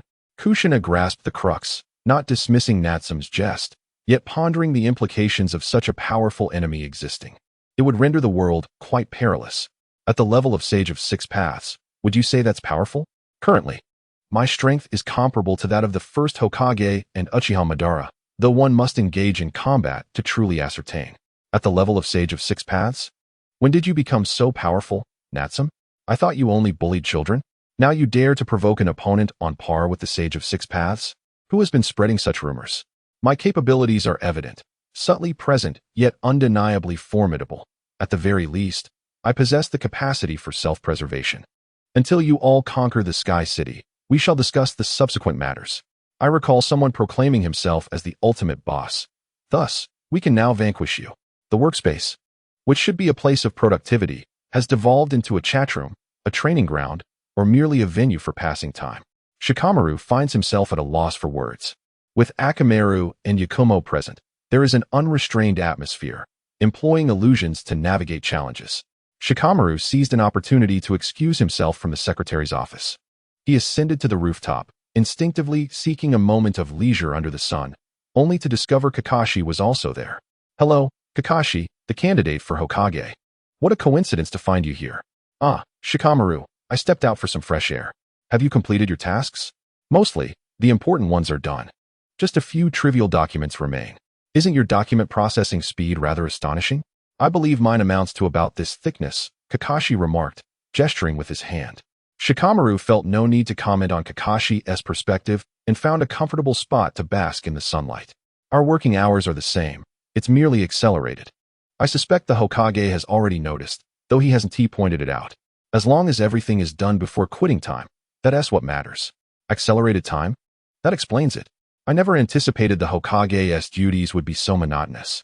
Kakashi lingered for a moment longer, bidding farewell to the drowsy Shikamaru before returning to the Hokage's office. Chapter 77. The Hell Butterfly. The next day, Kakashi, under the pretense of needing assistance, summoned Shikamaru to the Hokage's office. Oh no, the most intelligent Shikamaru has been taken away. Doesn't he that leave a gap in our workload? Yuhi Kurenai. Your guard team, doesn't he have much to do? Why not take on some clerical duties? That's out of the question. We must remain vigilant to avoid giving any ill-intentioned individuals an opportunity. An opportunity? With 2 training, 1 chatting with Ino, and you enjoying coffee, whereas the threat. Without Shikamaru's intellect, many tasks required personal calculation, which was quite bothersome. He was akin to a computer's presence. Computer's presence?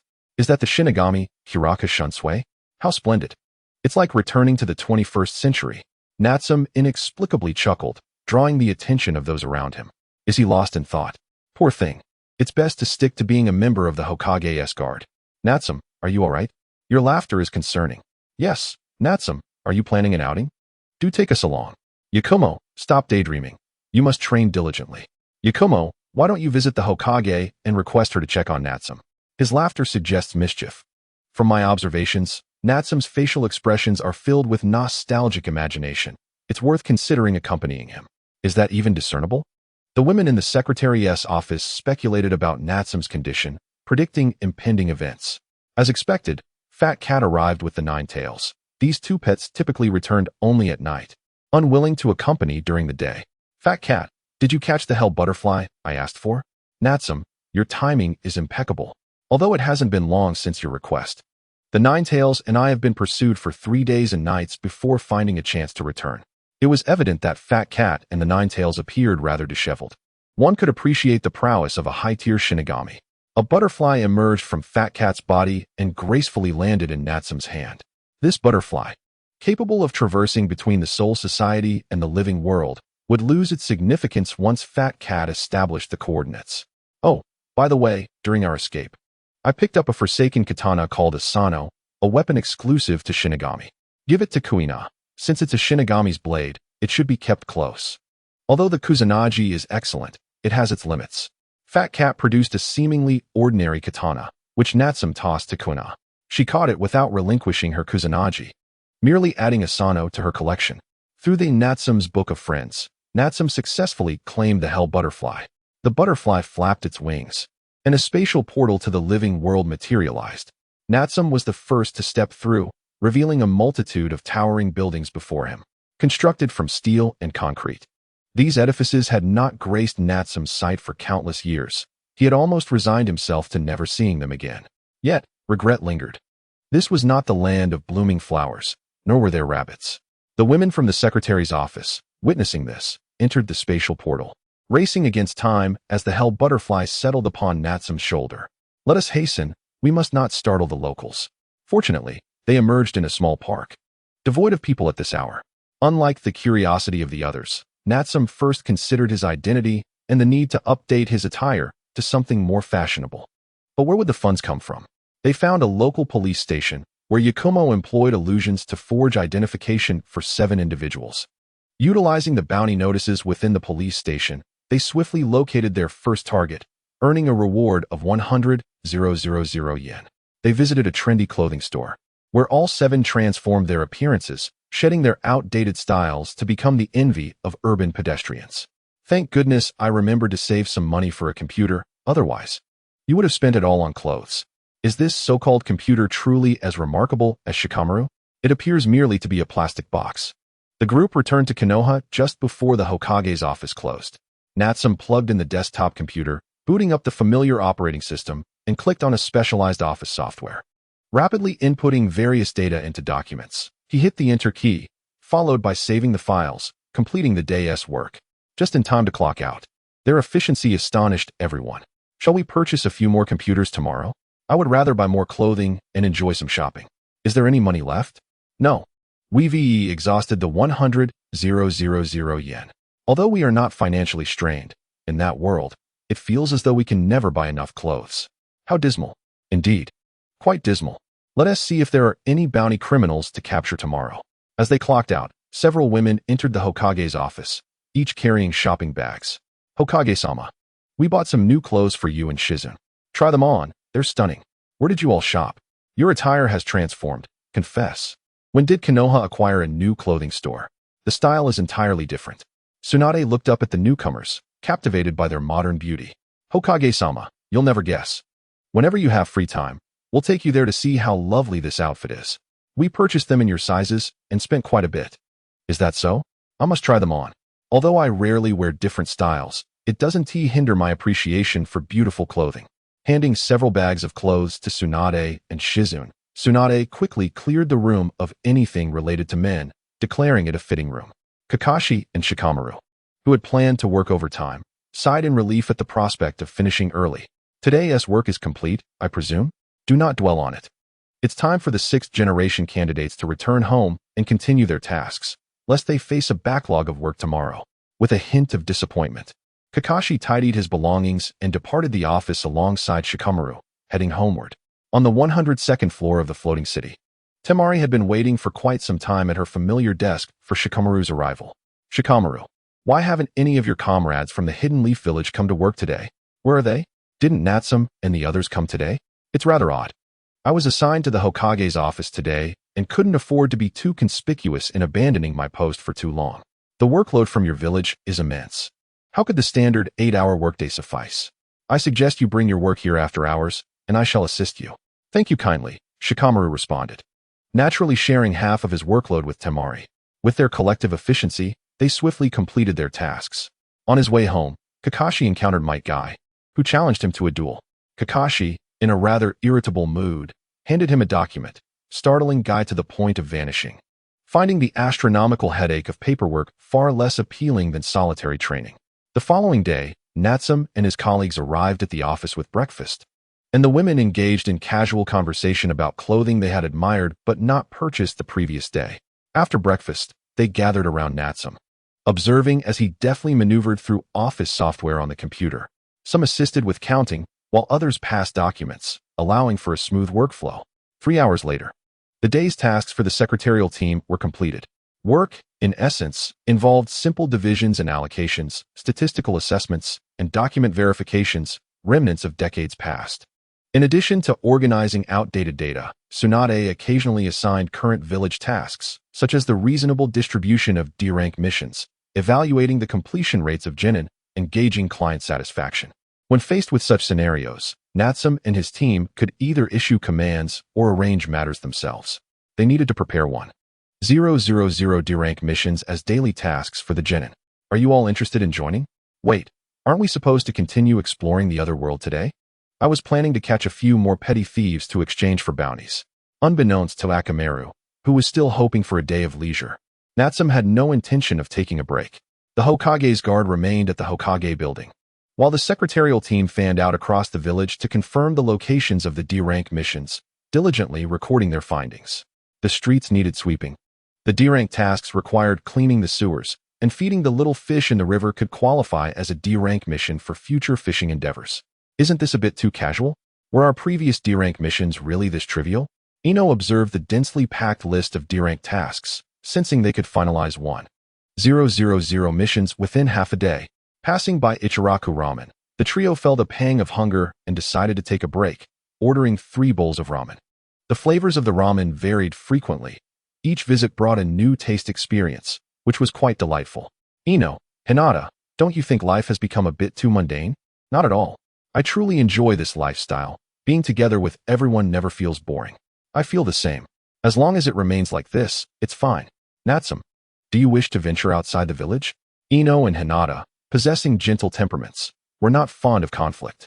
As for Natsum's longing for the outside world, he himself was uncertain, merely sensing that the outside held exciting prospects. In a certain cave, the Outer Path's magical statue housed 10 individuals atop its fingers. It was quite peculiar that all members of the Akatsuki had gathered today. They had heard an intriguing piece of news. Uchiha Itachi and Kisame had been defeated by the Hidden Leaf Village, though the details remained unclear. How could there exist illusions that even the Uchiha clan could not counter? What manner of being could that be? Even Kisame's sword could not withstand a single strike from a female swordsman. When did ninjas become so weak? Though Itachi remained silent, Kisame's expression betrayed his discomfort.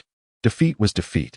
Naturally, he and Kisame had been executing their usual tasks when they encountered 7 individuals from the Hidden Leaf Village, led by a man. While the other 6 were women, 4 of whom exhibited strength at the level of a Kage, including a swordswoman, 2 illusionists, a sealing specialist, and 1 harboring the 9 tails within. The 9 tails? Has the Hidden Leaf Village already mastered 2-tailed beasts? Isn't that an overwhelming combat force? Itachi reported the situation to the Akatsuki, but the focus remained on the tailed beasts. The presence of the 9 tails within could easily be discerned through the Mangekyo Sharingan.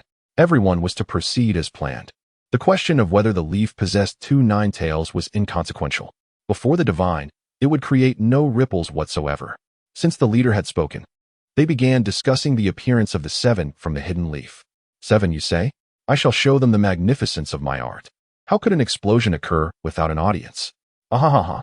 My Dark Lord also relishes in crowded places. Presenting the heads of those 7 will surely please him. I have no interest in heads without bounties.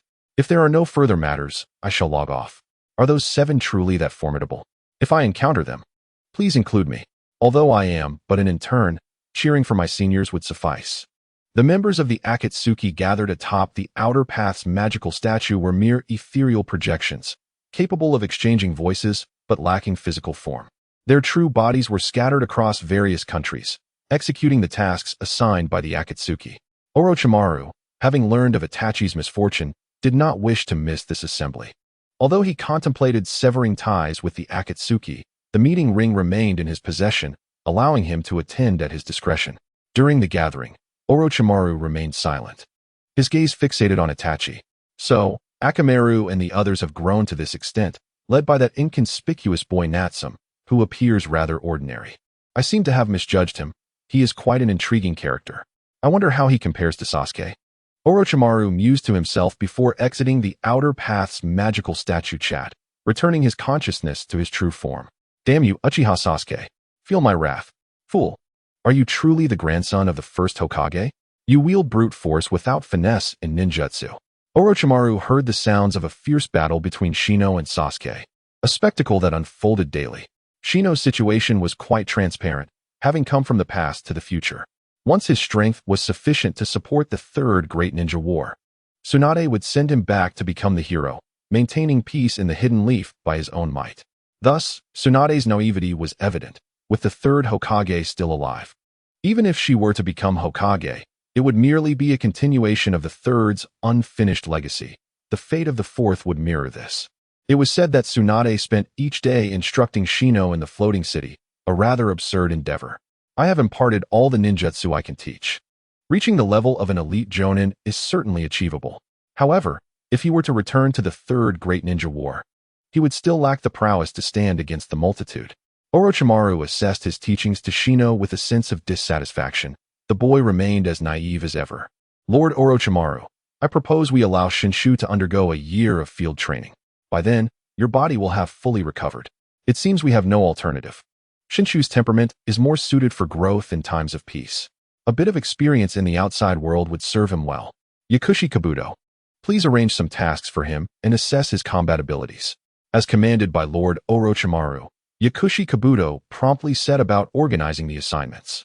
However, he was quite displeased with Shinshu's reluctance to learn forbidden techniques, especially given how many aspire to inherit Orochimaru's true legacy. It was imperative to place him at a considerable distance, allowing him to experience the harsh realities of the world. Moments later, Shinshu approached Yakushi Kabuto, who maintained his seemingly harmless demeanor while patiently explaining the situation. Shinshu, Lord Orochimaru has tasked you with undertaking missions for a period, starting in the Land of Eagles. Is that true? That is splendid news. I have grown weary of the relentless cycle of training day and night. To think I will be alongside Uchiha Sasuke. I wonder what Lord Orochimaru is thinking. Everything is for your training, to prepare you to stand on your own. Your current strength is formidable, very few can match you. This mission should be manageable, merely locating the key in the Land of Eagles. Ensure it remains unclaimed by others. Upon accepting the mission, Shinshu quickly gathered his belongings and set off alone. Orochimaru observed Shinshu's departure without further instructions, as the task in the Land of Eagles was not overly challenging.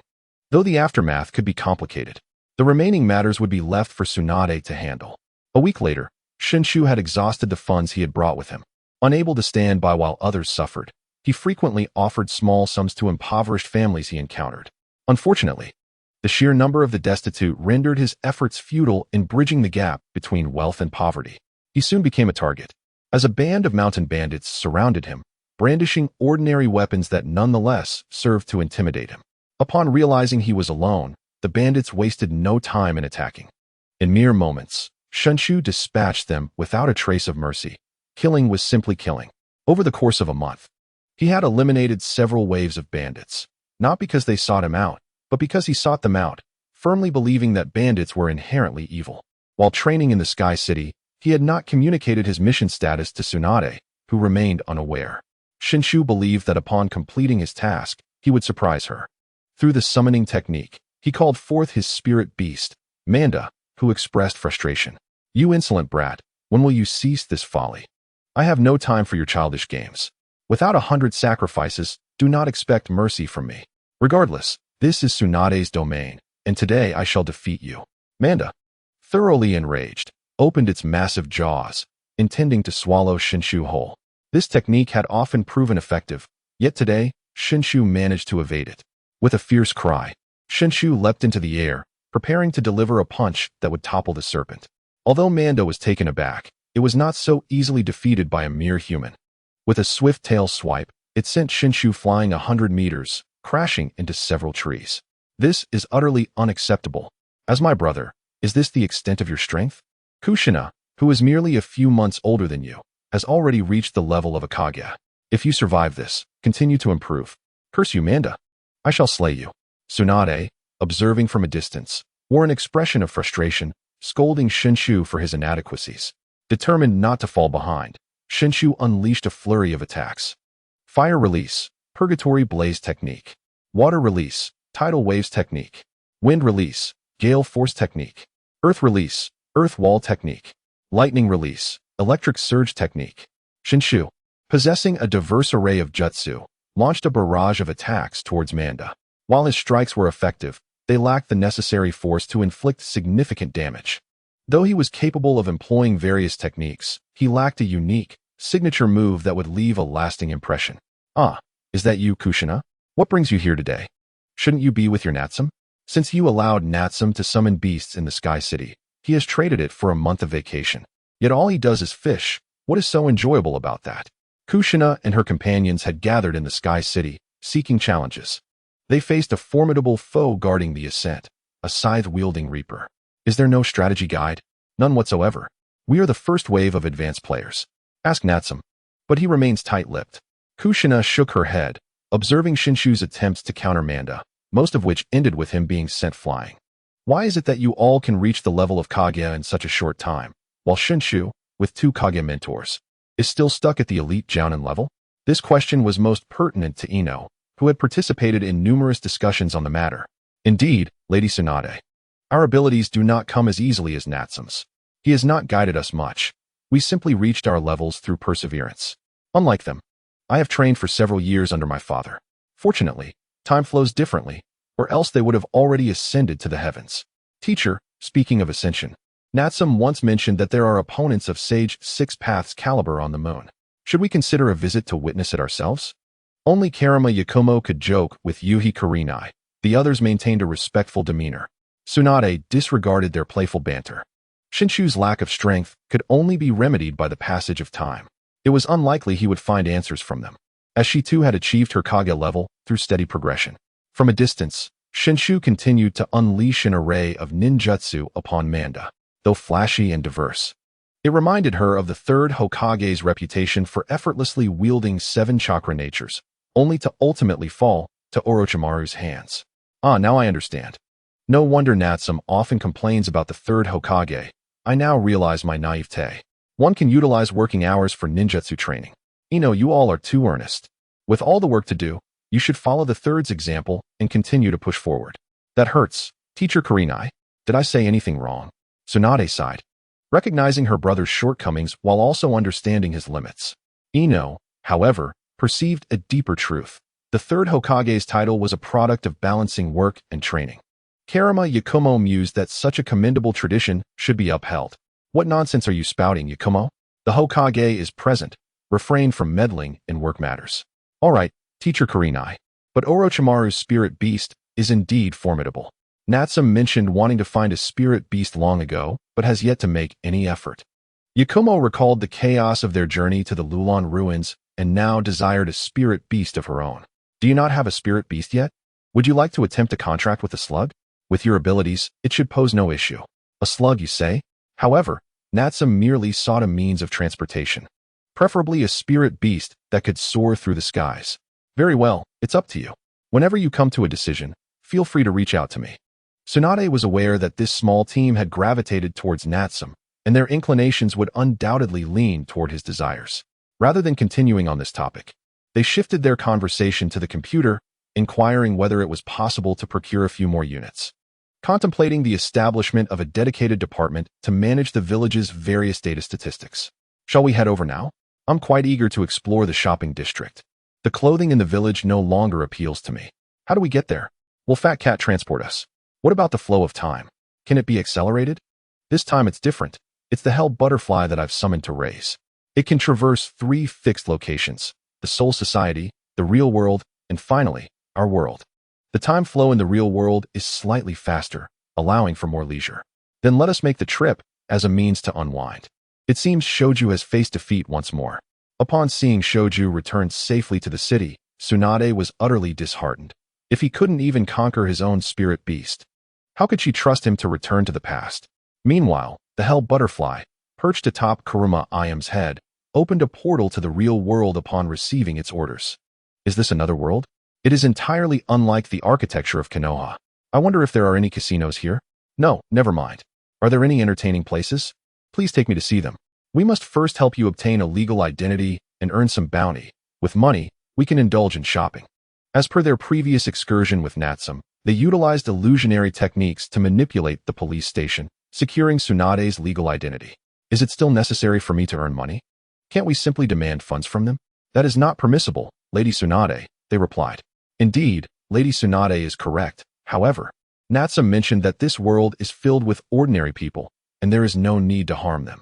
Earning money is not particularly difficult. Last time, it merely required time.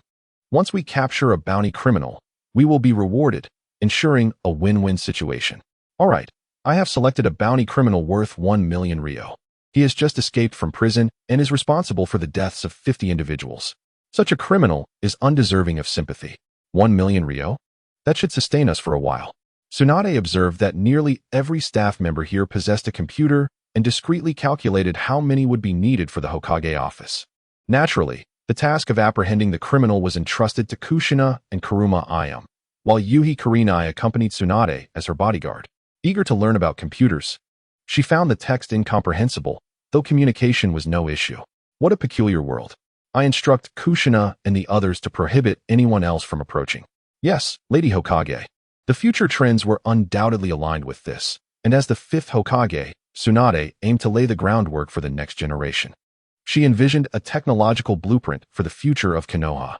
Uncertain of how Kushina and Kuruma Ayam had managed to find the criminal, they swiftly subdued him and successfully obtained the bounty of 1 million Rio. Everything unfolded so naturally. They hailed several taxis and arrived at the bustling heart of the commercial district. An array of vibrant storefronts greeted them, each brimming with diverse merchandise. Initially, they believed these to be the finest goods. Only those who had visited knew that the most luxurious items were found at the pinnacle of the commercial complex, where Tsunade and her companions headed directly. With a grand gesture, they began to shop extravagantly. In no time, the 1 million Rio had nearly vanished, their hands laden with numerous bags. Out of money, indeed. Shall we return then? Let us head back. The hell butterfly flapped its wings, opening a portal back to Konoha, and the group returned. In the Hokage's office, Tsunade was greeted with concern. Princess, how could you? You were absent all day. Will today's work still be completed? My apologies.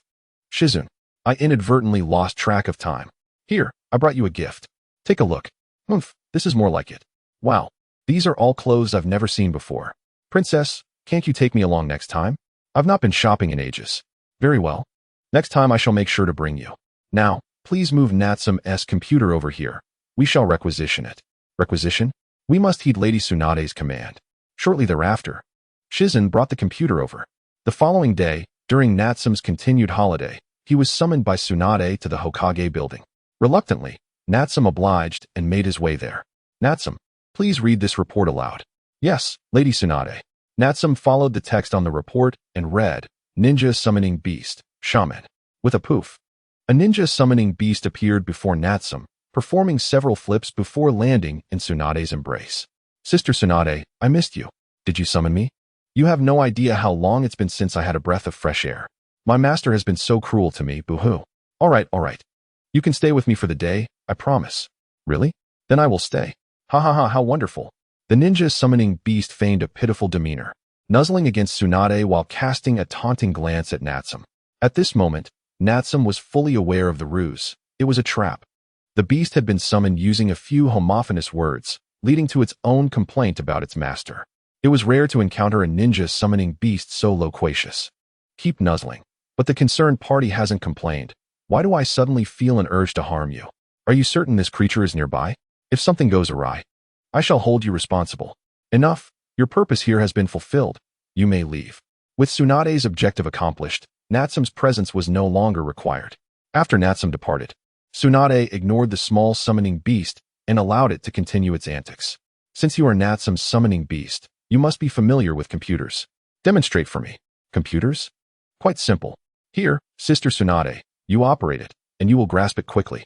The little creature comfortably settled on Tsunade's chest, directing her on how to operate the device. One was eager to teach, while the other was eager to learn. Remarkably, the little beast exhibited commendable teaching skills, and Tsunade managed to keep pace. In another corner, Kakashi, having never seen a ninja summoning beast before, was filled with curiosity.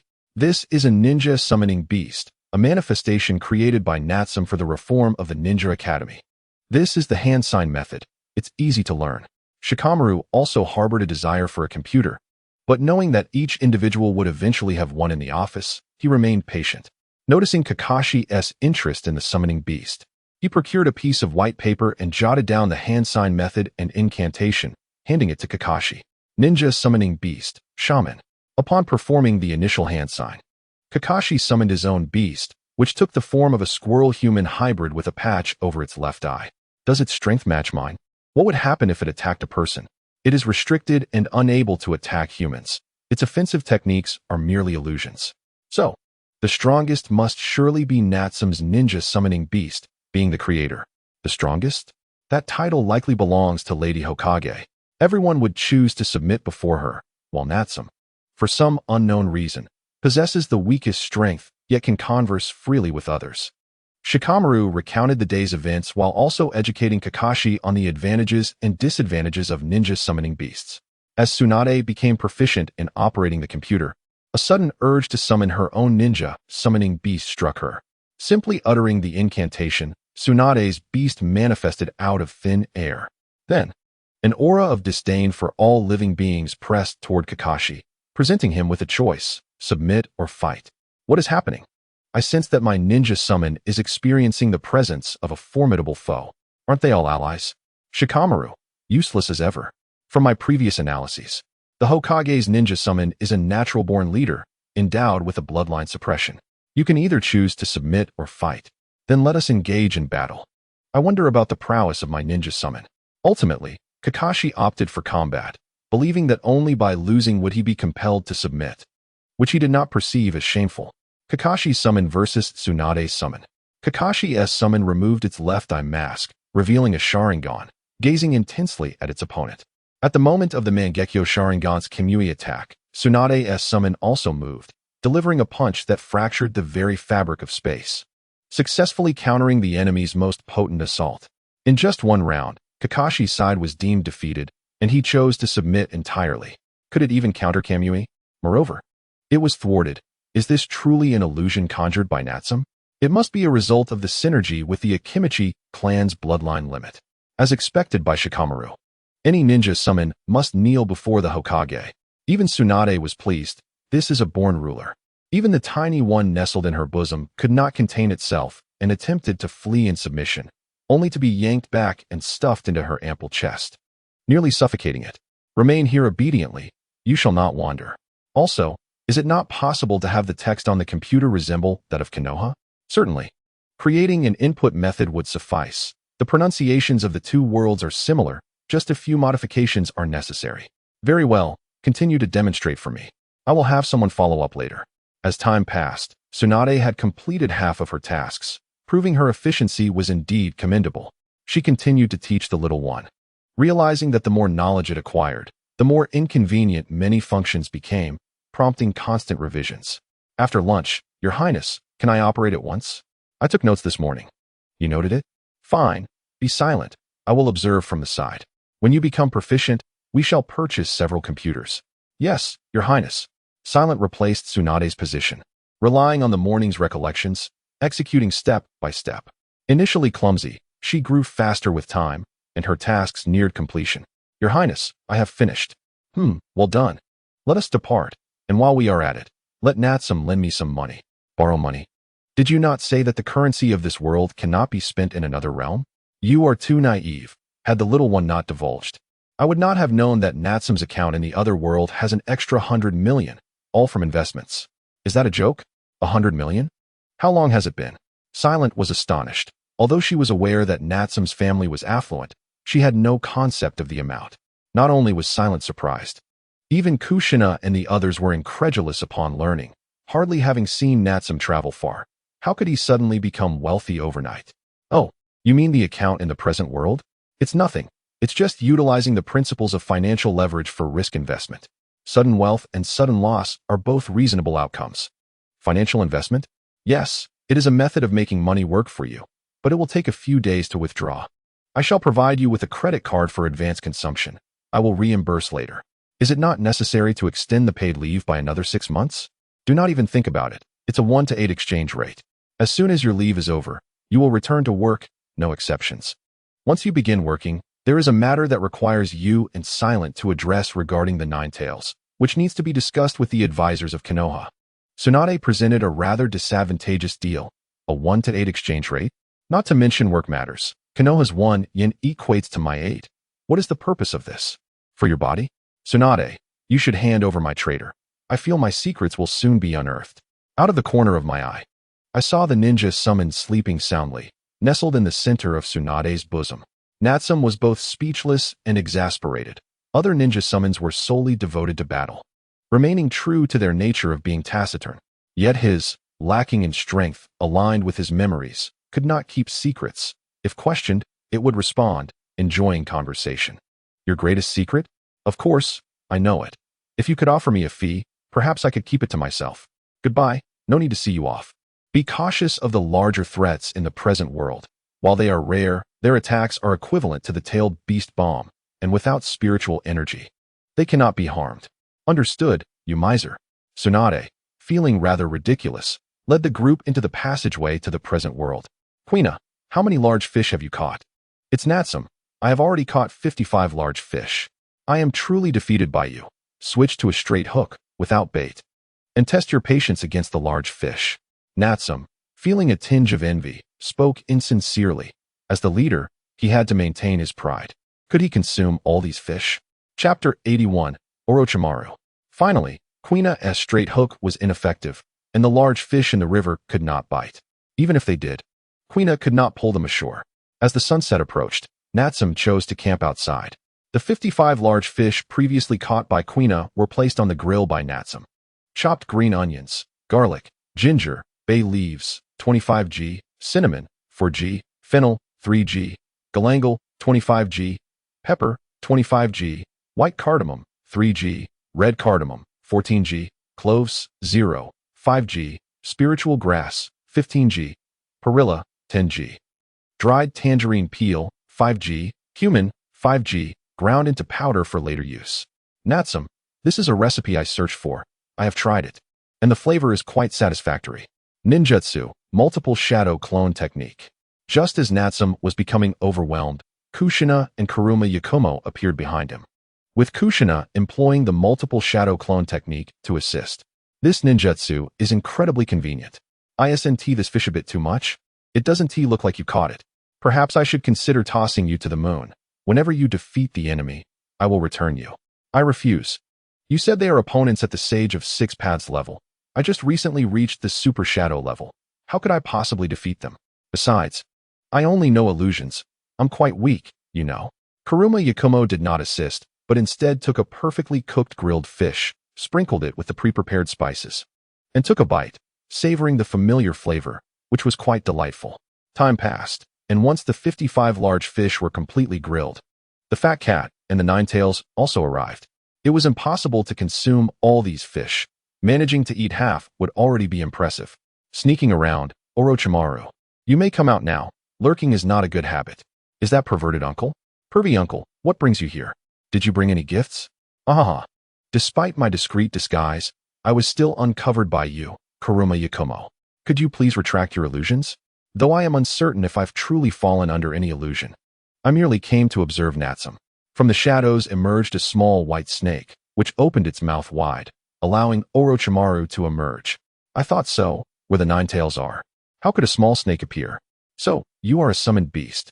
If you wish to abduct Sasuke as you did, you must at least possess the strength of the Sage of Six Paths. The Sage of Six Paths? Kuruma Yakumo, you certainly jest. Orochimaru initially thought it was a joke until he noticed the calm expressions on the others, realizing it was indeed true. Someone barely, over their teenage years, possessed the power of the Sage of Six Paths? Orochimaru, although the purpose of your visit remains unclear, I extend my hospitality to you with a feast of grilled fish. Indeed, there is an abundance here. Thank you, Natsum-kun. Have you heard of the Akatsuki organization? What about it? If you wish to share intelligence, I suggest you consult the 5th Hokage. I merely wish to inform you that the Akatsuki has begun to take an interest in you. Orochimaru sought to gauge Natsum's reaction, but was met with disappointment. Unable to discern any information from his expression. You are referring to those clad in black cloaks adorned with red clouds, are you not? Their strength is commendable, though their resistance to Genjutsu leaves much to be desired. Not every adversary is as formidable as Kuruma Yakumo. The Akatsuki comprises rogue ninjas from various villages, and their leader may indeed possess the prowess akin to the Sage of Six Paths you mentioned. Another one? It seems the future will not be tranquil. If we project further, This implies the Fourth Great Ninja War may soon erupt. Kuruma Yakumo was taken aback, initially believing himself to be unrivaled, only to learn of the Akatsuki's leader. Even Kina, who had been training after savoring the grilled fish, felt a stir of interest. A foe of Sage of Six Paths caliber could provide an opportunity to test her blade. Historically, the opponents encountered during missions were either too weak or unable to display their true strength. Kuina, this is not a battle you should involve yourself in. The stakes here are considerable. Focus on becoming stronger, for formidable enemies exist beyond this world. Yes, Natsum. Kuina withdrew her thoughts, becoming engrossed once more in her training. In the end, they were unable to consume all the grilled fish, necessitating the use of a space scroll to package the remainder for the Umbu to deliver to Choji's home. Orochimaru's arrival was primarily to relay information. As for conflict, the synergy between Kuruma Yakumo's Jinjutsu and Natsum's Jinjutsu modification skills would be revealed only at the moment of unraveling, intentionally allowing Orochimaru to notice. After departing, Orochimaru found a relatively safe location and took an extended period to regain his composure, contemplating his exit from Konoha. The intelligence was indeed flawed. Beneath the facade of a mere teenager lay a power that could command the loyalty of those around him, potentially surpassing anyone he had encountered. This further confirmed the prowess of the Kuruma clan's bloodline limit, which had evidently reached a level of mastery. As for the female swordsman and Kushina Uzumaki, upon hearing of the legendary Rinnegan's emergence, they were not overly surprised, but rather felt a surge of anticipation. Unbeknownst to him, as he walked and organized his thoughts, Orochimaru discovered he had arrived at the Hokage's office. Ordinary individuals could not perceive him, yet Tsunade awaited his arrival, accompanied by Shizune and Sakura. Orochimaru, your brazen visit to me disregards my dignity as the fifth Hokage, or do you merely wish to reminisce with an old friend? What? So it is Tsunade. Have you been waiting for me all this time? Orochimaru, do not play coy. State your purpose for coming to the village. If I claim to be merely passing through, would you believe me? Orochimaru retorted. You scoundrel, return Sasuke to me. Super Strength Fist, Sakura, unable to contain her emotions, saw Orochimaru and equated him to Sasuke. She raised her fist and struck down upon Orochimaru with all her might. Though she bore a semblance to Tsunade, her strength paled in comparison to Sasuke's. To be frank, you lack the capability to match Uchiha Sasuke. Silence. Your worthiness is none of your concern. Return Sasuke at once. The impulsive Sakura, clearly blinded by emotion, attacked Orochimaru recklessly. Possessing this super strength fist, she found herself unable to land a hit on him. Her attacks, though fierce, were overly singular in nature and lacked remarkable speed, at best. If he were struck, it would cause him mild discomfort. Sakura's strikes were indeed fierce, capable of devastating any object they impacted. Yet her stamina could not sustain such force for long, due to her chakra reserves. Orochimaru deftly sidestepped Sakura's heavy punch, casually forming a hand seal. Fire release, fireball technique. He unleashed a small jutsu at close range, releasing a modest fireball that struck Sakura, sending her flying 5 meters away and leaving her with minor burns. The conflict concluded in mere moments, and Tsunade, unable to intervene in time, caught Sakura before she fell to the ground, entrusting her to Shizune for healing. Orochimaru, you scoundrel, beware, or you may find it impossible to leave this village. Oh, do not display such a fearsome expression. After all, I acted solely in self-defense. It was but a minor burn, easily remedied by your medical ninjutsu, is it not? Enough talk. Let us engage in battle, and do not entertain notions of departing easily. As she spoke, Tsunade raised her fist, advancing toward Orochimaru with determination. He narrowly evaded her blow, lacking the time to form seals, focusing solely on dodging. In contrast to Sakura's destructive capabilities, Tsunade's attacks induced widespread devastation, causing significant commotion that drew the attention of the Umbu. Among the protective team, Yuhi Karai, upon witnessing the battle near the Hokage Tower, immediately inquired about the situation in their communication group, hastening towards the source of the conflict. Communication group, Karai, Tsunade-sama, Shizune, are you engaged in battle? Is anyone near the Hokage Tower? Ino, I'm on my way home from the Hokage Tower. I'll turn back to check the situation. Karai, understood, stay safe. I'm on my way as well. Hinata, I'm at home now. I'll head out to provide support. Karai, good, let us keep in touch. Within the communication group, aside from these three maintaining contact, The others were either unaware of the situation or chose not to engage further. The battle persisted, and Orochimaru's figure was recognized by many Umbu. Tsunade, intent on preventing anyone from approaching, issued orders for distance, compelling them to observe in silence. Tsunade, shall we conclude this? If we continue fighting, the village will suffer extensive damage. Silence. If it is destroyed, we shall rebuild. However, I cannot allow you to swagger before me. That is impossible. My intent is to leave, and you cannot impede me. Orochimaru disregarded the obstinate Tsunade, seizing an opportunity to create distance. Chapter 82, VS Battle, Summoning Technique. Five-headed gate of hell, 5 grotesque, monstrous gates erupted from the ground, impeding Tsunade's advance toward Orochimaru. With each gate that materialized, Tsunade was forced to retreat a step. Once the 5 gates stood before her, Orochimaru's figure vanished, leaving Tsunade frustrated. She unleashed her strength, demolishing the 5 towering gates with 5 powerful punches, sending them back to the summoning realm. Orochimaru, you wretch, do not let me see you again. Tsunade's voice reverberated through the surroundings. Whether Orochimaru heard it was irrelevant. They would settle this upon their next encounter. Clearly, the retreating Orochimaru did hear, yet he remained unfazed. Along the way, he encountered a passing Chunin. Halt! Who are you? You seem suspicious. I have never seen you before. Is that so? If even I, Orochimaru, am unknown to you, it seems Konoha's intelligence is lacking in this regard. Orochimaru, you are the legendary Sannin, Orochimaru. Someone, save me. The passing Chunin was soon ensnared by countless white serpents unleashed by Orochimaru. Although he fought valiantly against the swarm, he was inevitably bitten by one, succumbing to its paralyzing effect, leaving him to await his demise. Super Ninjutsu, illusory sound technique. Just in time, Ino arrived and, targeting the writhing serpents, unleashed her powers, combining them with Jinjutsu to eliminate the entire horde. In the midst of the chaos, a certain Chunin found himself repeatedly bitten by several small snakes, rendering him unconscious. I remember you. You are Ino from the mountains, are you not? You defeated the subordinates of the Sound Village during the Chunin exams. Truly an impressive ninja. You are Orochimaru, are you not? Why do you harm the people of Konoha? Just now, Lady Tsunade mentioned that you were driven away by her. Why continue such actions? There is no particular reason. It is merely a whim. By the way, are you alone? It is rather unsafe for a girl to traverse the night roads alone. This time, Orochimaru did not rush into action but instead chose to observe the situation, as his recent display of swiftly dispatching a group of snakes was somewhat peculiar. How curious. As one of the legendary Sannin, your weakness lies in a deficiency of the soul. Although I am not as formidable as Kuruma Yakumo in Jinjutsu, I am still capable of confronting you. Ah, I see.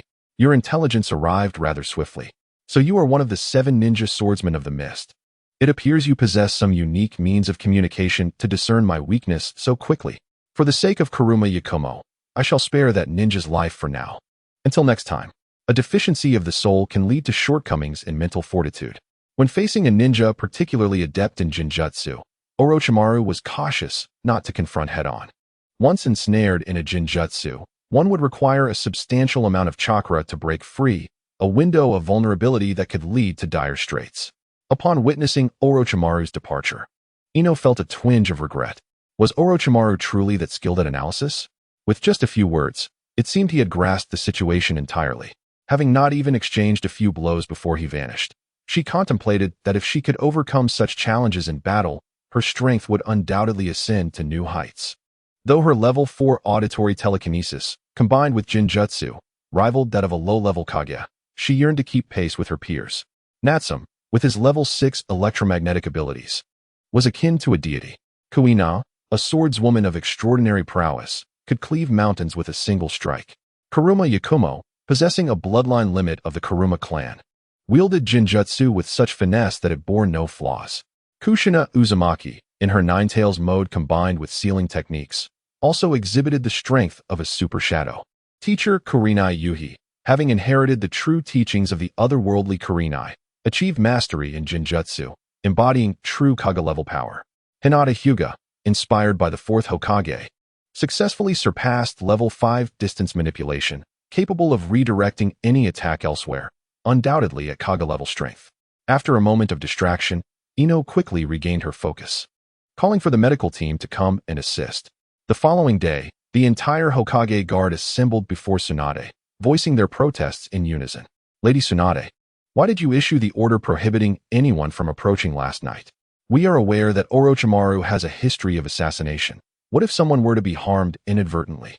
Indeed, Teacher Kurenai is correct. As your guard, we were deprived of the opportunity to act, which is quite unacceptable. As Kuruma Yakumo uttered these words, the office fell silent. Everyone turned to look at her, although she appeared unfazed. You cannot say such things, it is my fault. Lady Tsunade acted only because of me. Furthermore, your guard has not been consistently by the Hokage's side. What sort of guard are you? Be quiet, Sakura Haruno.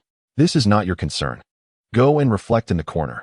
The speaker was not Tsunade but Kuruma Yakumo, who waved her hand casually, ensnaring Sakura in Jinjutsu. Unbeknownst to her, she wandered to the corner, continuing the earlier discussion, albeit alone, as if in penance for her master's sake. This is absurd, Kuruma Yakumo. Why do I feel that Sakura is perpetually disregarded by you all? Very well, release the Jinjutsu. In future battles, I shall allow you to take the lead. Unjust.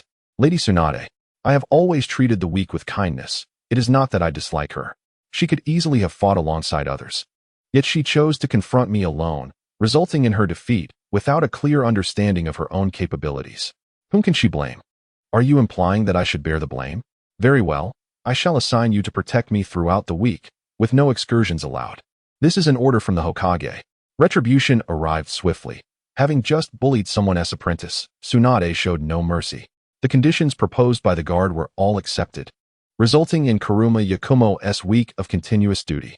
Days later, Natsum returned from his vacation to resume work with the secretarial team. The first order of business was to accompany Shizun to the advisory office in Konoha. In the reception room, esteemed advisors, Lady Tsunade is currently unavailable. So we have come to discuss preliminary matters with you. It is indeed Shizun. It is perfectly understandable that Lady Tsunade is occupied. You may relay your message.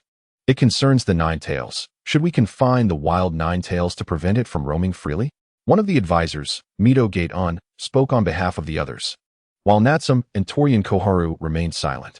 Yes, esteemed advisor. Regarding the Nine Tails, it is essential to inform you both that Konoha currently has 3 sealed Nine Tails. While the wild Nine Tails exists as an independent entity, coming and going without a trace. Was not the wild Nine Tails sealed? How can it come and go without a trace? In response to Shizune's statement, the two advisors maintained a skeptical demeanor. The sealed Nine Tails posed no threat, akin to ordinary creatures. Shizun.